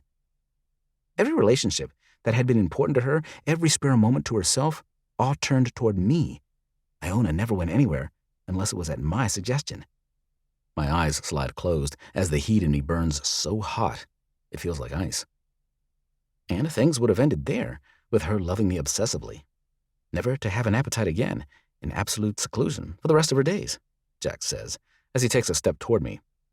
Had you not come into the picture, had Iona not sought you out, had you not opened the gate and let me back into her life? Safety. Harbor. You know that moment I said that word to her, Jack says. You facilitated that step, and I thank you for allowing me to continue this work. I snap. My arms fling out, my fist aiming for his head. Only it hits nothing but ice-cold air. So I take a step away, putting some distance between us. Don't drown, baby, Jack had said to Iona. I wish I could still be there. Wish I could be your safe harbor. But you have to be strong. Can you do that for me? The bastard. You gave me the fail-safe, I growl, facing the door to exit the room. And it worked. It all stopped. She was getting better. Iona moved on. A little chuckle sounds from behind me, and then a gratified sigh. The one untested piece to this puzzle, he says. The failsafe was installed in case anyone ever began to suspect. In case I ever needed to pause the experiment. It was never a cure, never a release. I look over my shoulder at Jack. He looks up at me from under his eyelashes. The face of absolute evil who does not think any of their actions were wrong. Anyone could have triggered any of the stages, Jack says. It's why I chose such obscure trigger words. Iona was merely on pause, and could have stayed on pause forever, until someone said that very last trigger word. Life. Conclusion. It's hard to imagine, after 200 years, that all the insanity of Roselock could come to an end. That after my entire life, always knowing exactly when the end would come, to see it all come to some kind of logical conclusion. I'd said the word. I had triggered the final stage. I'd made Iona take her own life. Magnificent, isn't it? Jack says. My eyes once more meet his. The power it grants? The master one may become over another? Can you just imagine the possibilities of where I could have taken this, Sully? Human nature wants me to argue with him, to tell him how wrong he was, how unnatural and evil it all was. But looking into those eyes, I find a man who isn't a man. I find a soul that is nothing but black vipers. Without a word, I fold the piece of paper once more, following its original crease lines. I place it back in its secret compartment, snapping it closed. Before Jack can say a word, I yank open the door to the Sunday school room and step out. That little vibration, the disturbance between worlds, sounds as I walk toward the back door. The gate grows too heavy, threatening to close. But I feel Jack walking beside me, following me. I pause for just a half a moment at the door, looking through the window out into the dark, the dead of night. With a strangled breath, I pull it open and step outside. Little splatters of blood stain my boots. The sound of muffled moaning floats through the dark. It's been a month and a half since the anniversary of the Battle of Roselock. The town has begun to quiet at night once more. But it's never a good idea to be outside after dark. I keep my eyes fixed ahead. I shove through the gate, into the graveyard, past headstones, stepping over my friends, and then into the woods. The woods so dark I can't see more than 2 feet in front of me. Tripping, scraping my skin, drawing blood. "Is this your epic grand finale to it all?" Jack taunts. "Your last burial of Jack Carraway?" I try to ignore his words, to pretend that I cannot hear them. So I focus on the raging, insane forest around me. Voices moan out in the dark. A creature not of this world yips, scared but angry. Past dark trees, around boulders, through vines and thorns, I walk with the dead man, until finally the moonlight hits the tips of 2 great wings. I look up into the face of the angel, feeling peace wash over me. Jack stands beside me, looking up at her as well, finally at a loss for words. "Never let this kind of evil grace the world again," I ask of her, and then I turn, taking 2 steps to the well. Blood, red and dark, fills the well to the brim. I hold the watch out in my fist, hovering over the dark liquid surface. "You were wrong," I say as I look back at Jack. "About everything. And I know you don't think that, not for a second. But you're going to burn in hell for what you have done. But the flames will never burn as hot as you deserve." And Jack's eyes widen for just a moment, before I drop the watch into the well, and Jack Carraway is erased from this world forever. Chapter 63. Sully. She lies on the bed, looking over at me through the dim morning light. On my side, I stare back at her, studying every surface of her perfect skin. That little nose, delicate ears, her soft pink lips. I lift a hand as if to trace it down her shoulder, only she's nothing but ice and air. "Are you sure about this, Sully?" Iona asks. She gazes back at me with a mournful expression, sadness running so deep into her eyes. "It's my time," I say quietly. I rest my hand on the bed, right next to hers, where the back of my knuckles should touch hers. Yet I feel only cold. I don't want to wait around forever. Who knows, maybe the time will finally come and we can all move on.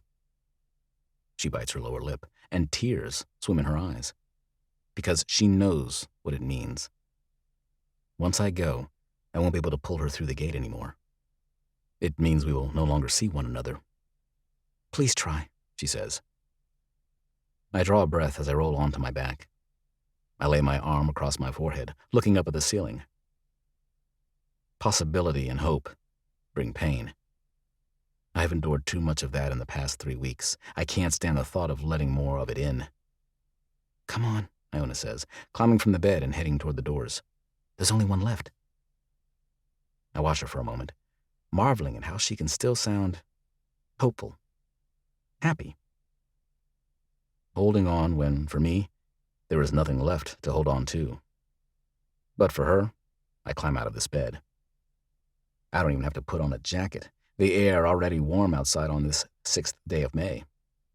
Out to the back deck, out to the shed, with a can of kerosene and matches. Side by side, I walk with the dead woman that I love, down the drive from the church to the last standing house in Roselock. Over the past 2 weeks, Iona has accompanied me as I've burned every house in Roselock down, turned all of them to ashes and cinders. Once I've finished dousing the entire inside of the old Rassus home, I light the match from just outside the door and toss it inside. It ignites instantly. "It will work, Sully," Iona says. She stands so close to me, close enough the warmth of her body should warm mine. But she's only cold and dead. I let my eyes slide closed as the blaring of a train and the wet crunch of her body echo through my head. Jack's smile flashes across my vision. "What do I have to live for, Iona?" I ask, being overtaken by visions of all the worst times in my life. There was no one and nothing left for me in this world. She's quiet for too long, and it makes me open my eyes and find hers. "Do you really believe that?" she she asks. I look down at her, wishing I could give her what she wants. I wish I could bring her back. I wish we had the life together that two normal people would have. I'm so tired, Iona, I breathe. She takes a step closer, and we're chest to chest, but unable to reach one another. I'm ready. Tears swim in her eyes once more, but she doesn't reprimand me, doesn't get angry. She just nods that she understands. I've just finished clearing away the dishes of my last meal when there's a knock on the door. I freeze with my hand poised over the sink, about to place the plate in the hot water. The knock echoes through the church once more. My heart in my throat, I wipe my hands on my pants and slowly walk toward the door. A pure white rose resides in my breast pocket. The air is so calm, as if it's waiting, holding its breath in anticipation, watching to see what will happen come twilight this 7th day of May. Through the common room I walk, through the door to the chapel, past the kerosene-soaked floorboards of the chapel. My head throbs. The smell of kerosene is pungent, all too strong now that the entire church has been doused in it. My hand rests on the doorknob, and finally I pull it open. A man with large glasses but a confident expression stands on the sagging porch. Just behind him there are two other men, one holding a microphone, the other a huge, bulky camera. "Hello," the man before me says with professional charm. He keeps strong control over his face when it's obvious it wants to contort in displeasure at the smell wafting strongly out to where he stands. "My name is Peter Ditt. I'm with Channel 5 News. Are you Sully Whitmore?" Where once upon a time the reporters were only greeted with an angry growl and a door in their face, I'm only cold and calm. "I am," I answer the man. Excitement sparks in the reporter's eyes. "I've heard some quite interesting stories about this town. I wondered if you might be willing to talk with me about the fascinating history of Roselock." My gaze shifts from Peter to the other men behind him. A blinking red light on the front of the camera tells me that the footage is rolling. "You want the real story?" I ask, looking back at Peter. I hear something spark from within the church. "That's what I always search for," the man says with an ignorant smile. "Even if it's not what you're hoping for?" I question. A faint smell wafts past me. Smoke. Even if it makes you squirm, even if it makes you sick, even if it makes you run away in fear? Finally, Peter's expression falters. His eyes jump over my shoulder, looking into the belly of the church. His mouth slackens a bit. His eyes widen. "It sounds like a story that would make my career," he responds, his voice quieting. There's a rushing sound, like air being sucked. Peter takes a step back, down the stairs. The crew members behind him scramble back as well. They're shouting something. Warnings, shock. Words come out of their mouths, but I only look down, my hand sliding to my pocket. "This is the true story of Roselock," I say, as my hand touches the paper. "This is the legacy of the name Whitmore." Eerie calm washes over me. I planned to burn the church to the ground today. I doused it in kerosene. Come evening, I plan to strike a match and stand out on the road to watch it burn. But there was that sparking noise just a moment ago, and there is heat at my back. Iona was wrong. I could never break this curse, never fight my fate. I've lived 33 years, 3 months, and 3 days, and I'm ready. "Sully," her voice says, as I pull the picture from my pocket, a picture of Iona. I look to my side to see her standing there, looking beautiful, healthy, peaceful. "This is the real story," I say to Peter, though I don't look away from Iona. I hear them scramble, shouting, yelling warnings. The heat of the flames grows closer. "This is the truth of Roselock." Something pierces the back of my eyes. They sting. But inside, I just feel peace. On the 7th day of May, I stand in the home I always resented, staring at the woman I love. "It's okay, Sully," Iona says. She gives me a little smile. It's sad, regretful, but understanding. As I hear an explosion, I reach for Iona's hand. And as I hear glass shatter, and the temperature of the world skyrocket, her fingers lace with mine. The end. This has been 3 Heart Echo. Written by Keary Taylor. Narrated by Natalie Duke and Andrew B. Werlin. Copyright 2017 by Keary Taylor. Production copyright 2017 by Keary Taylor.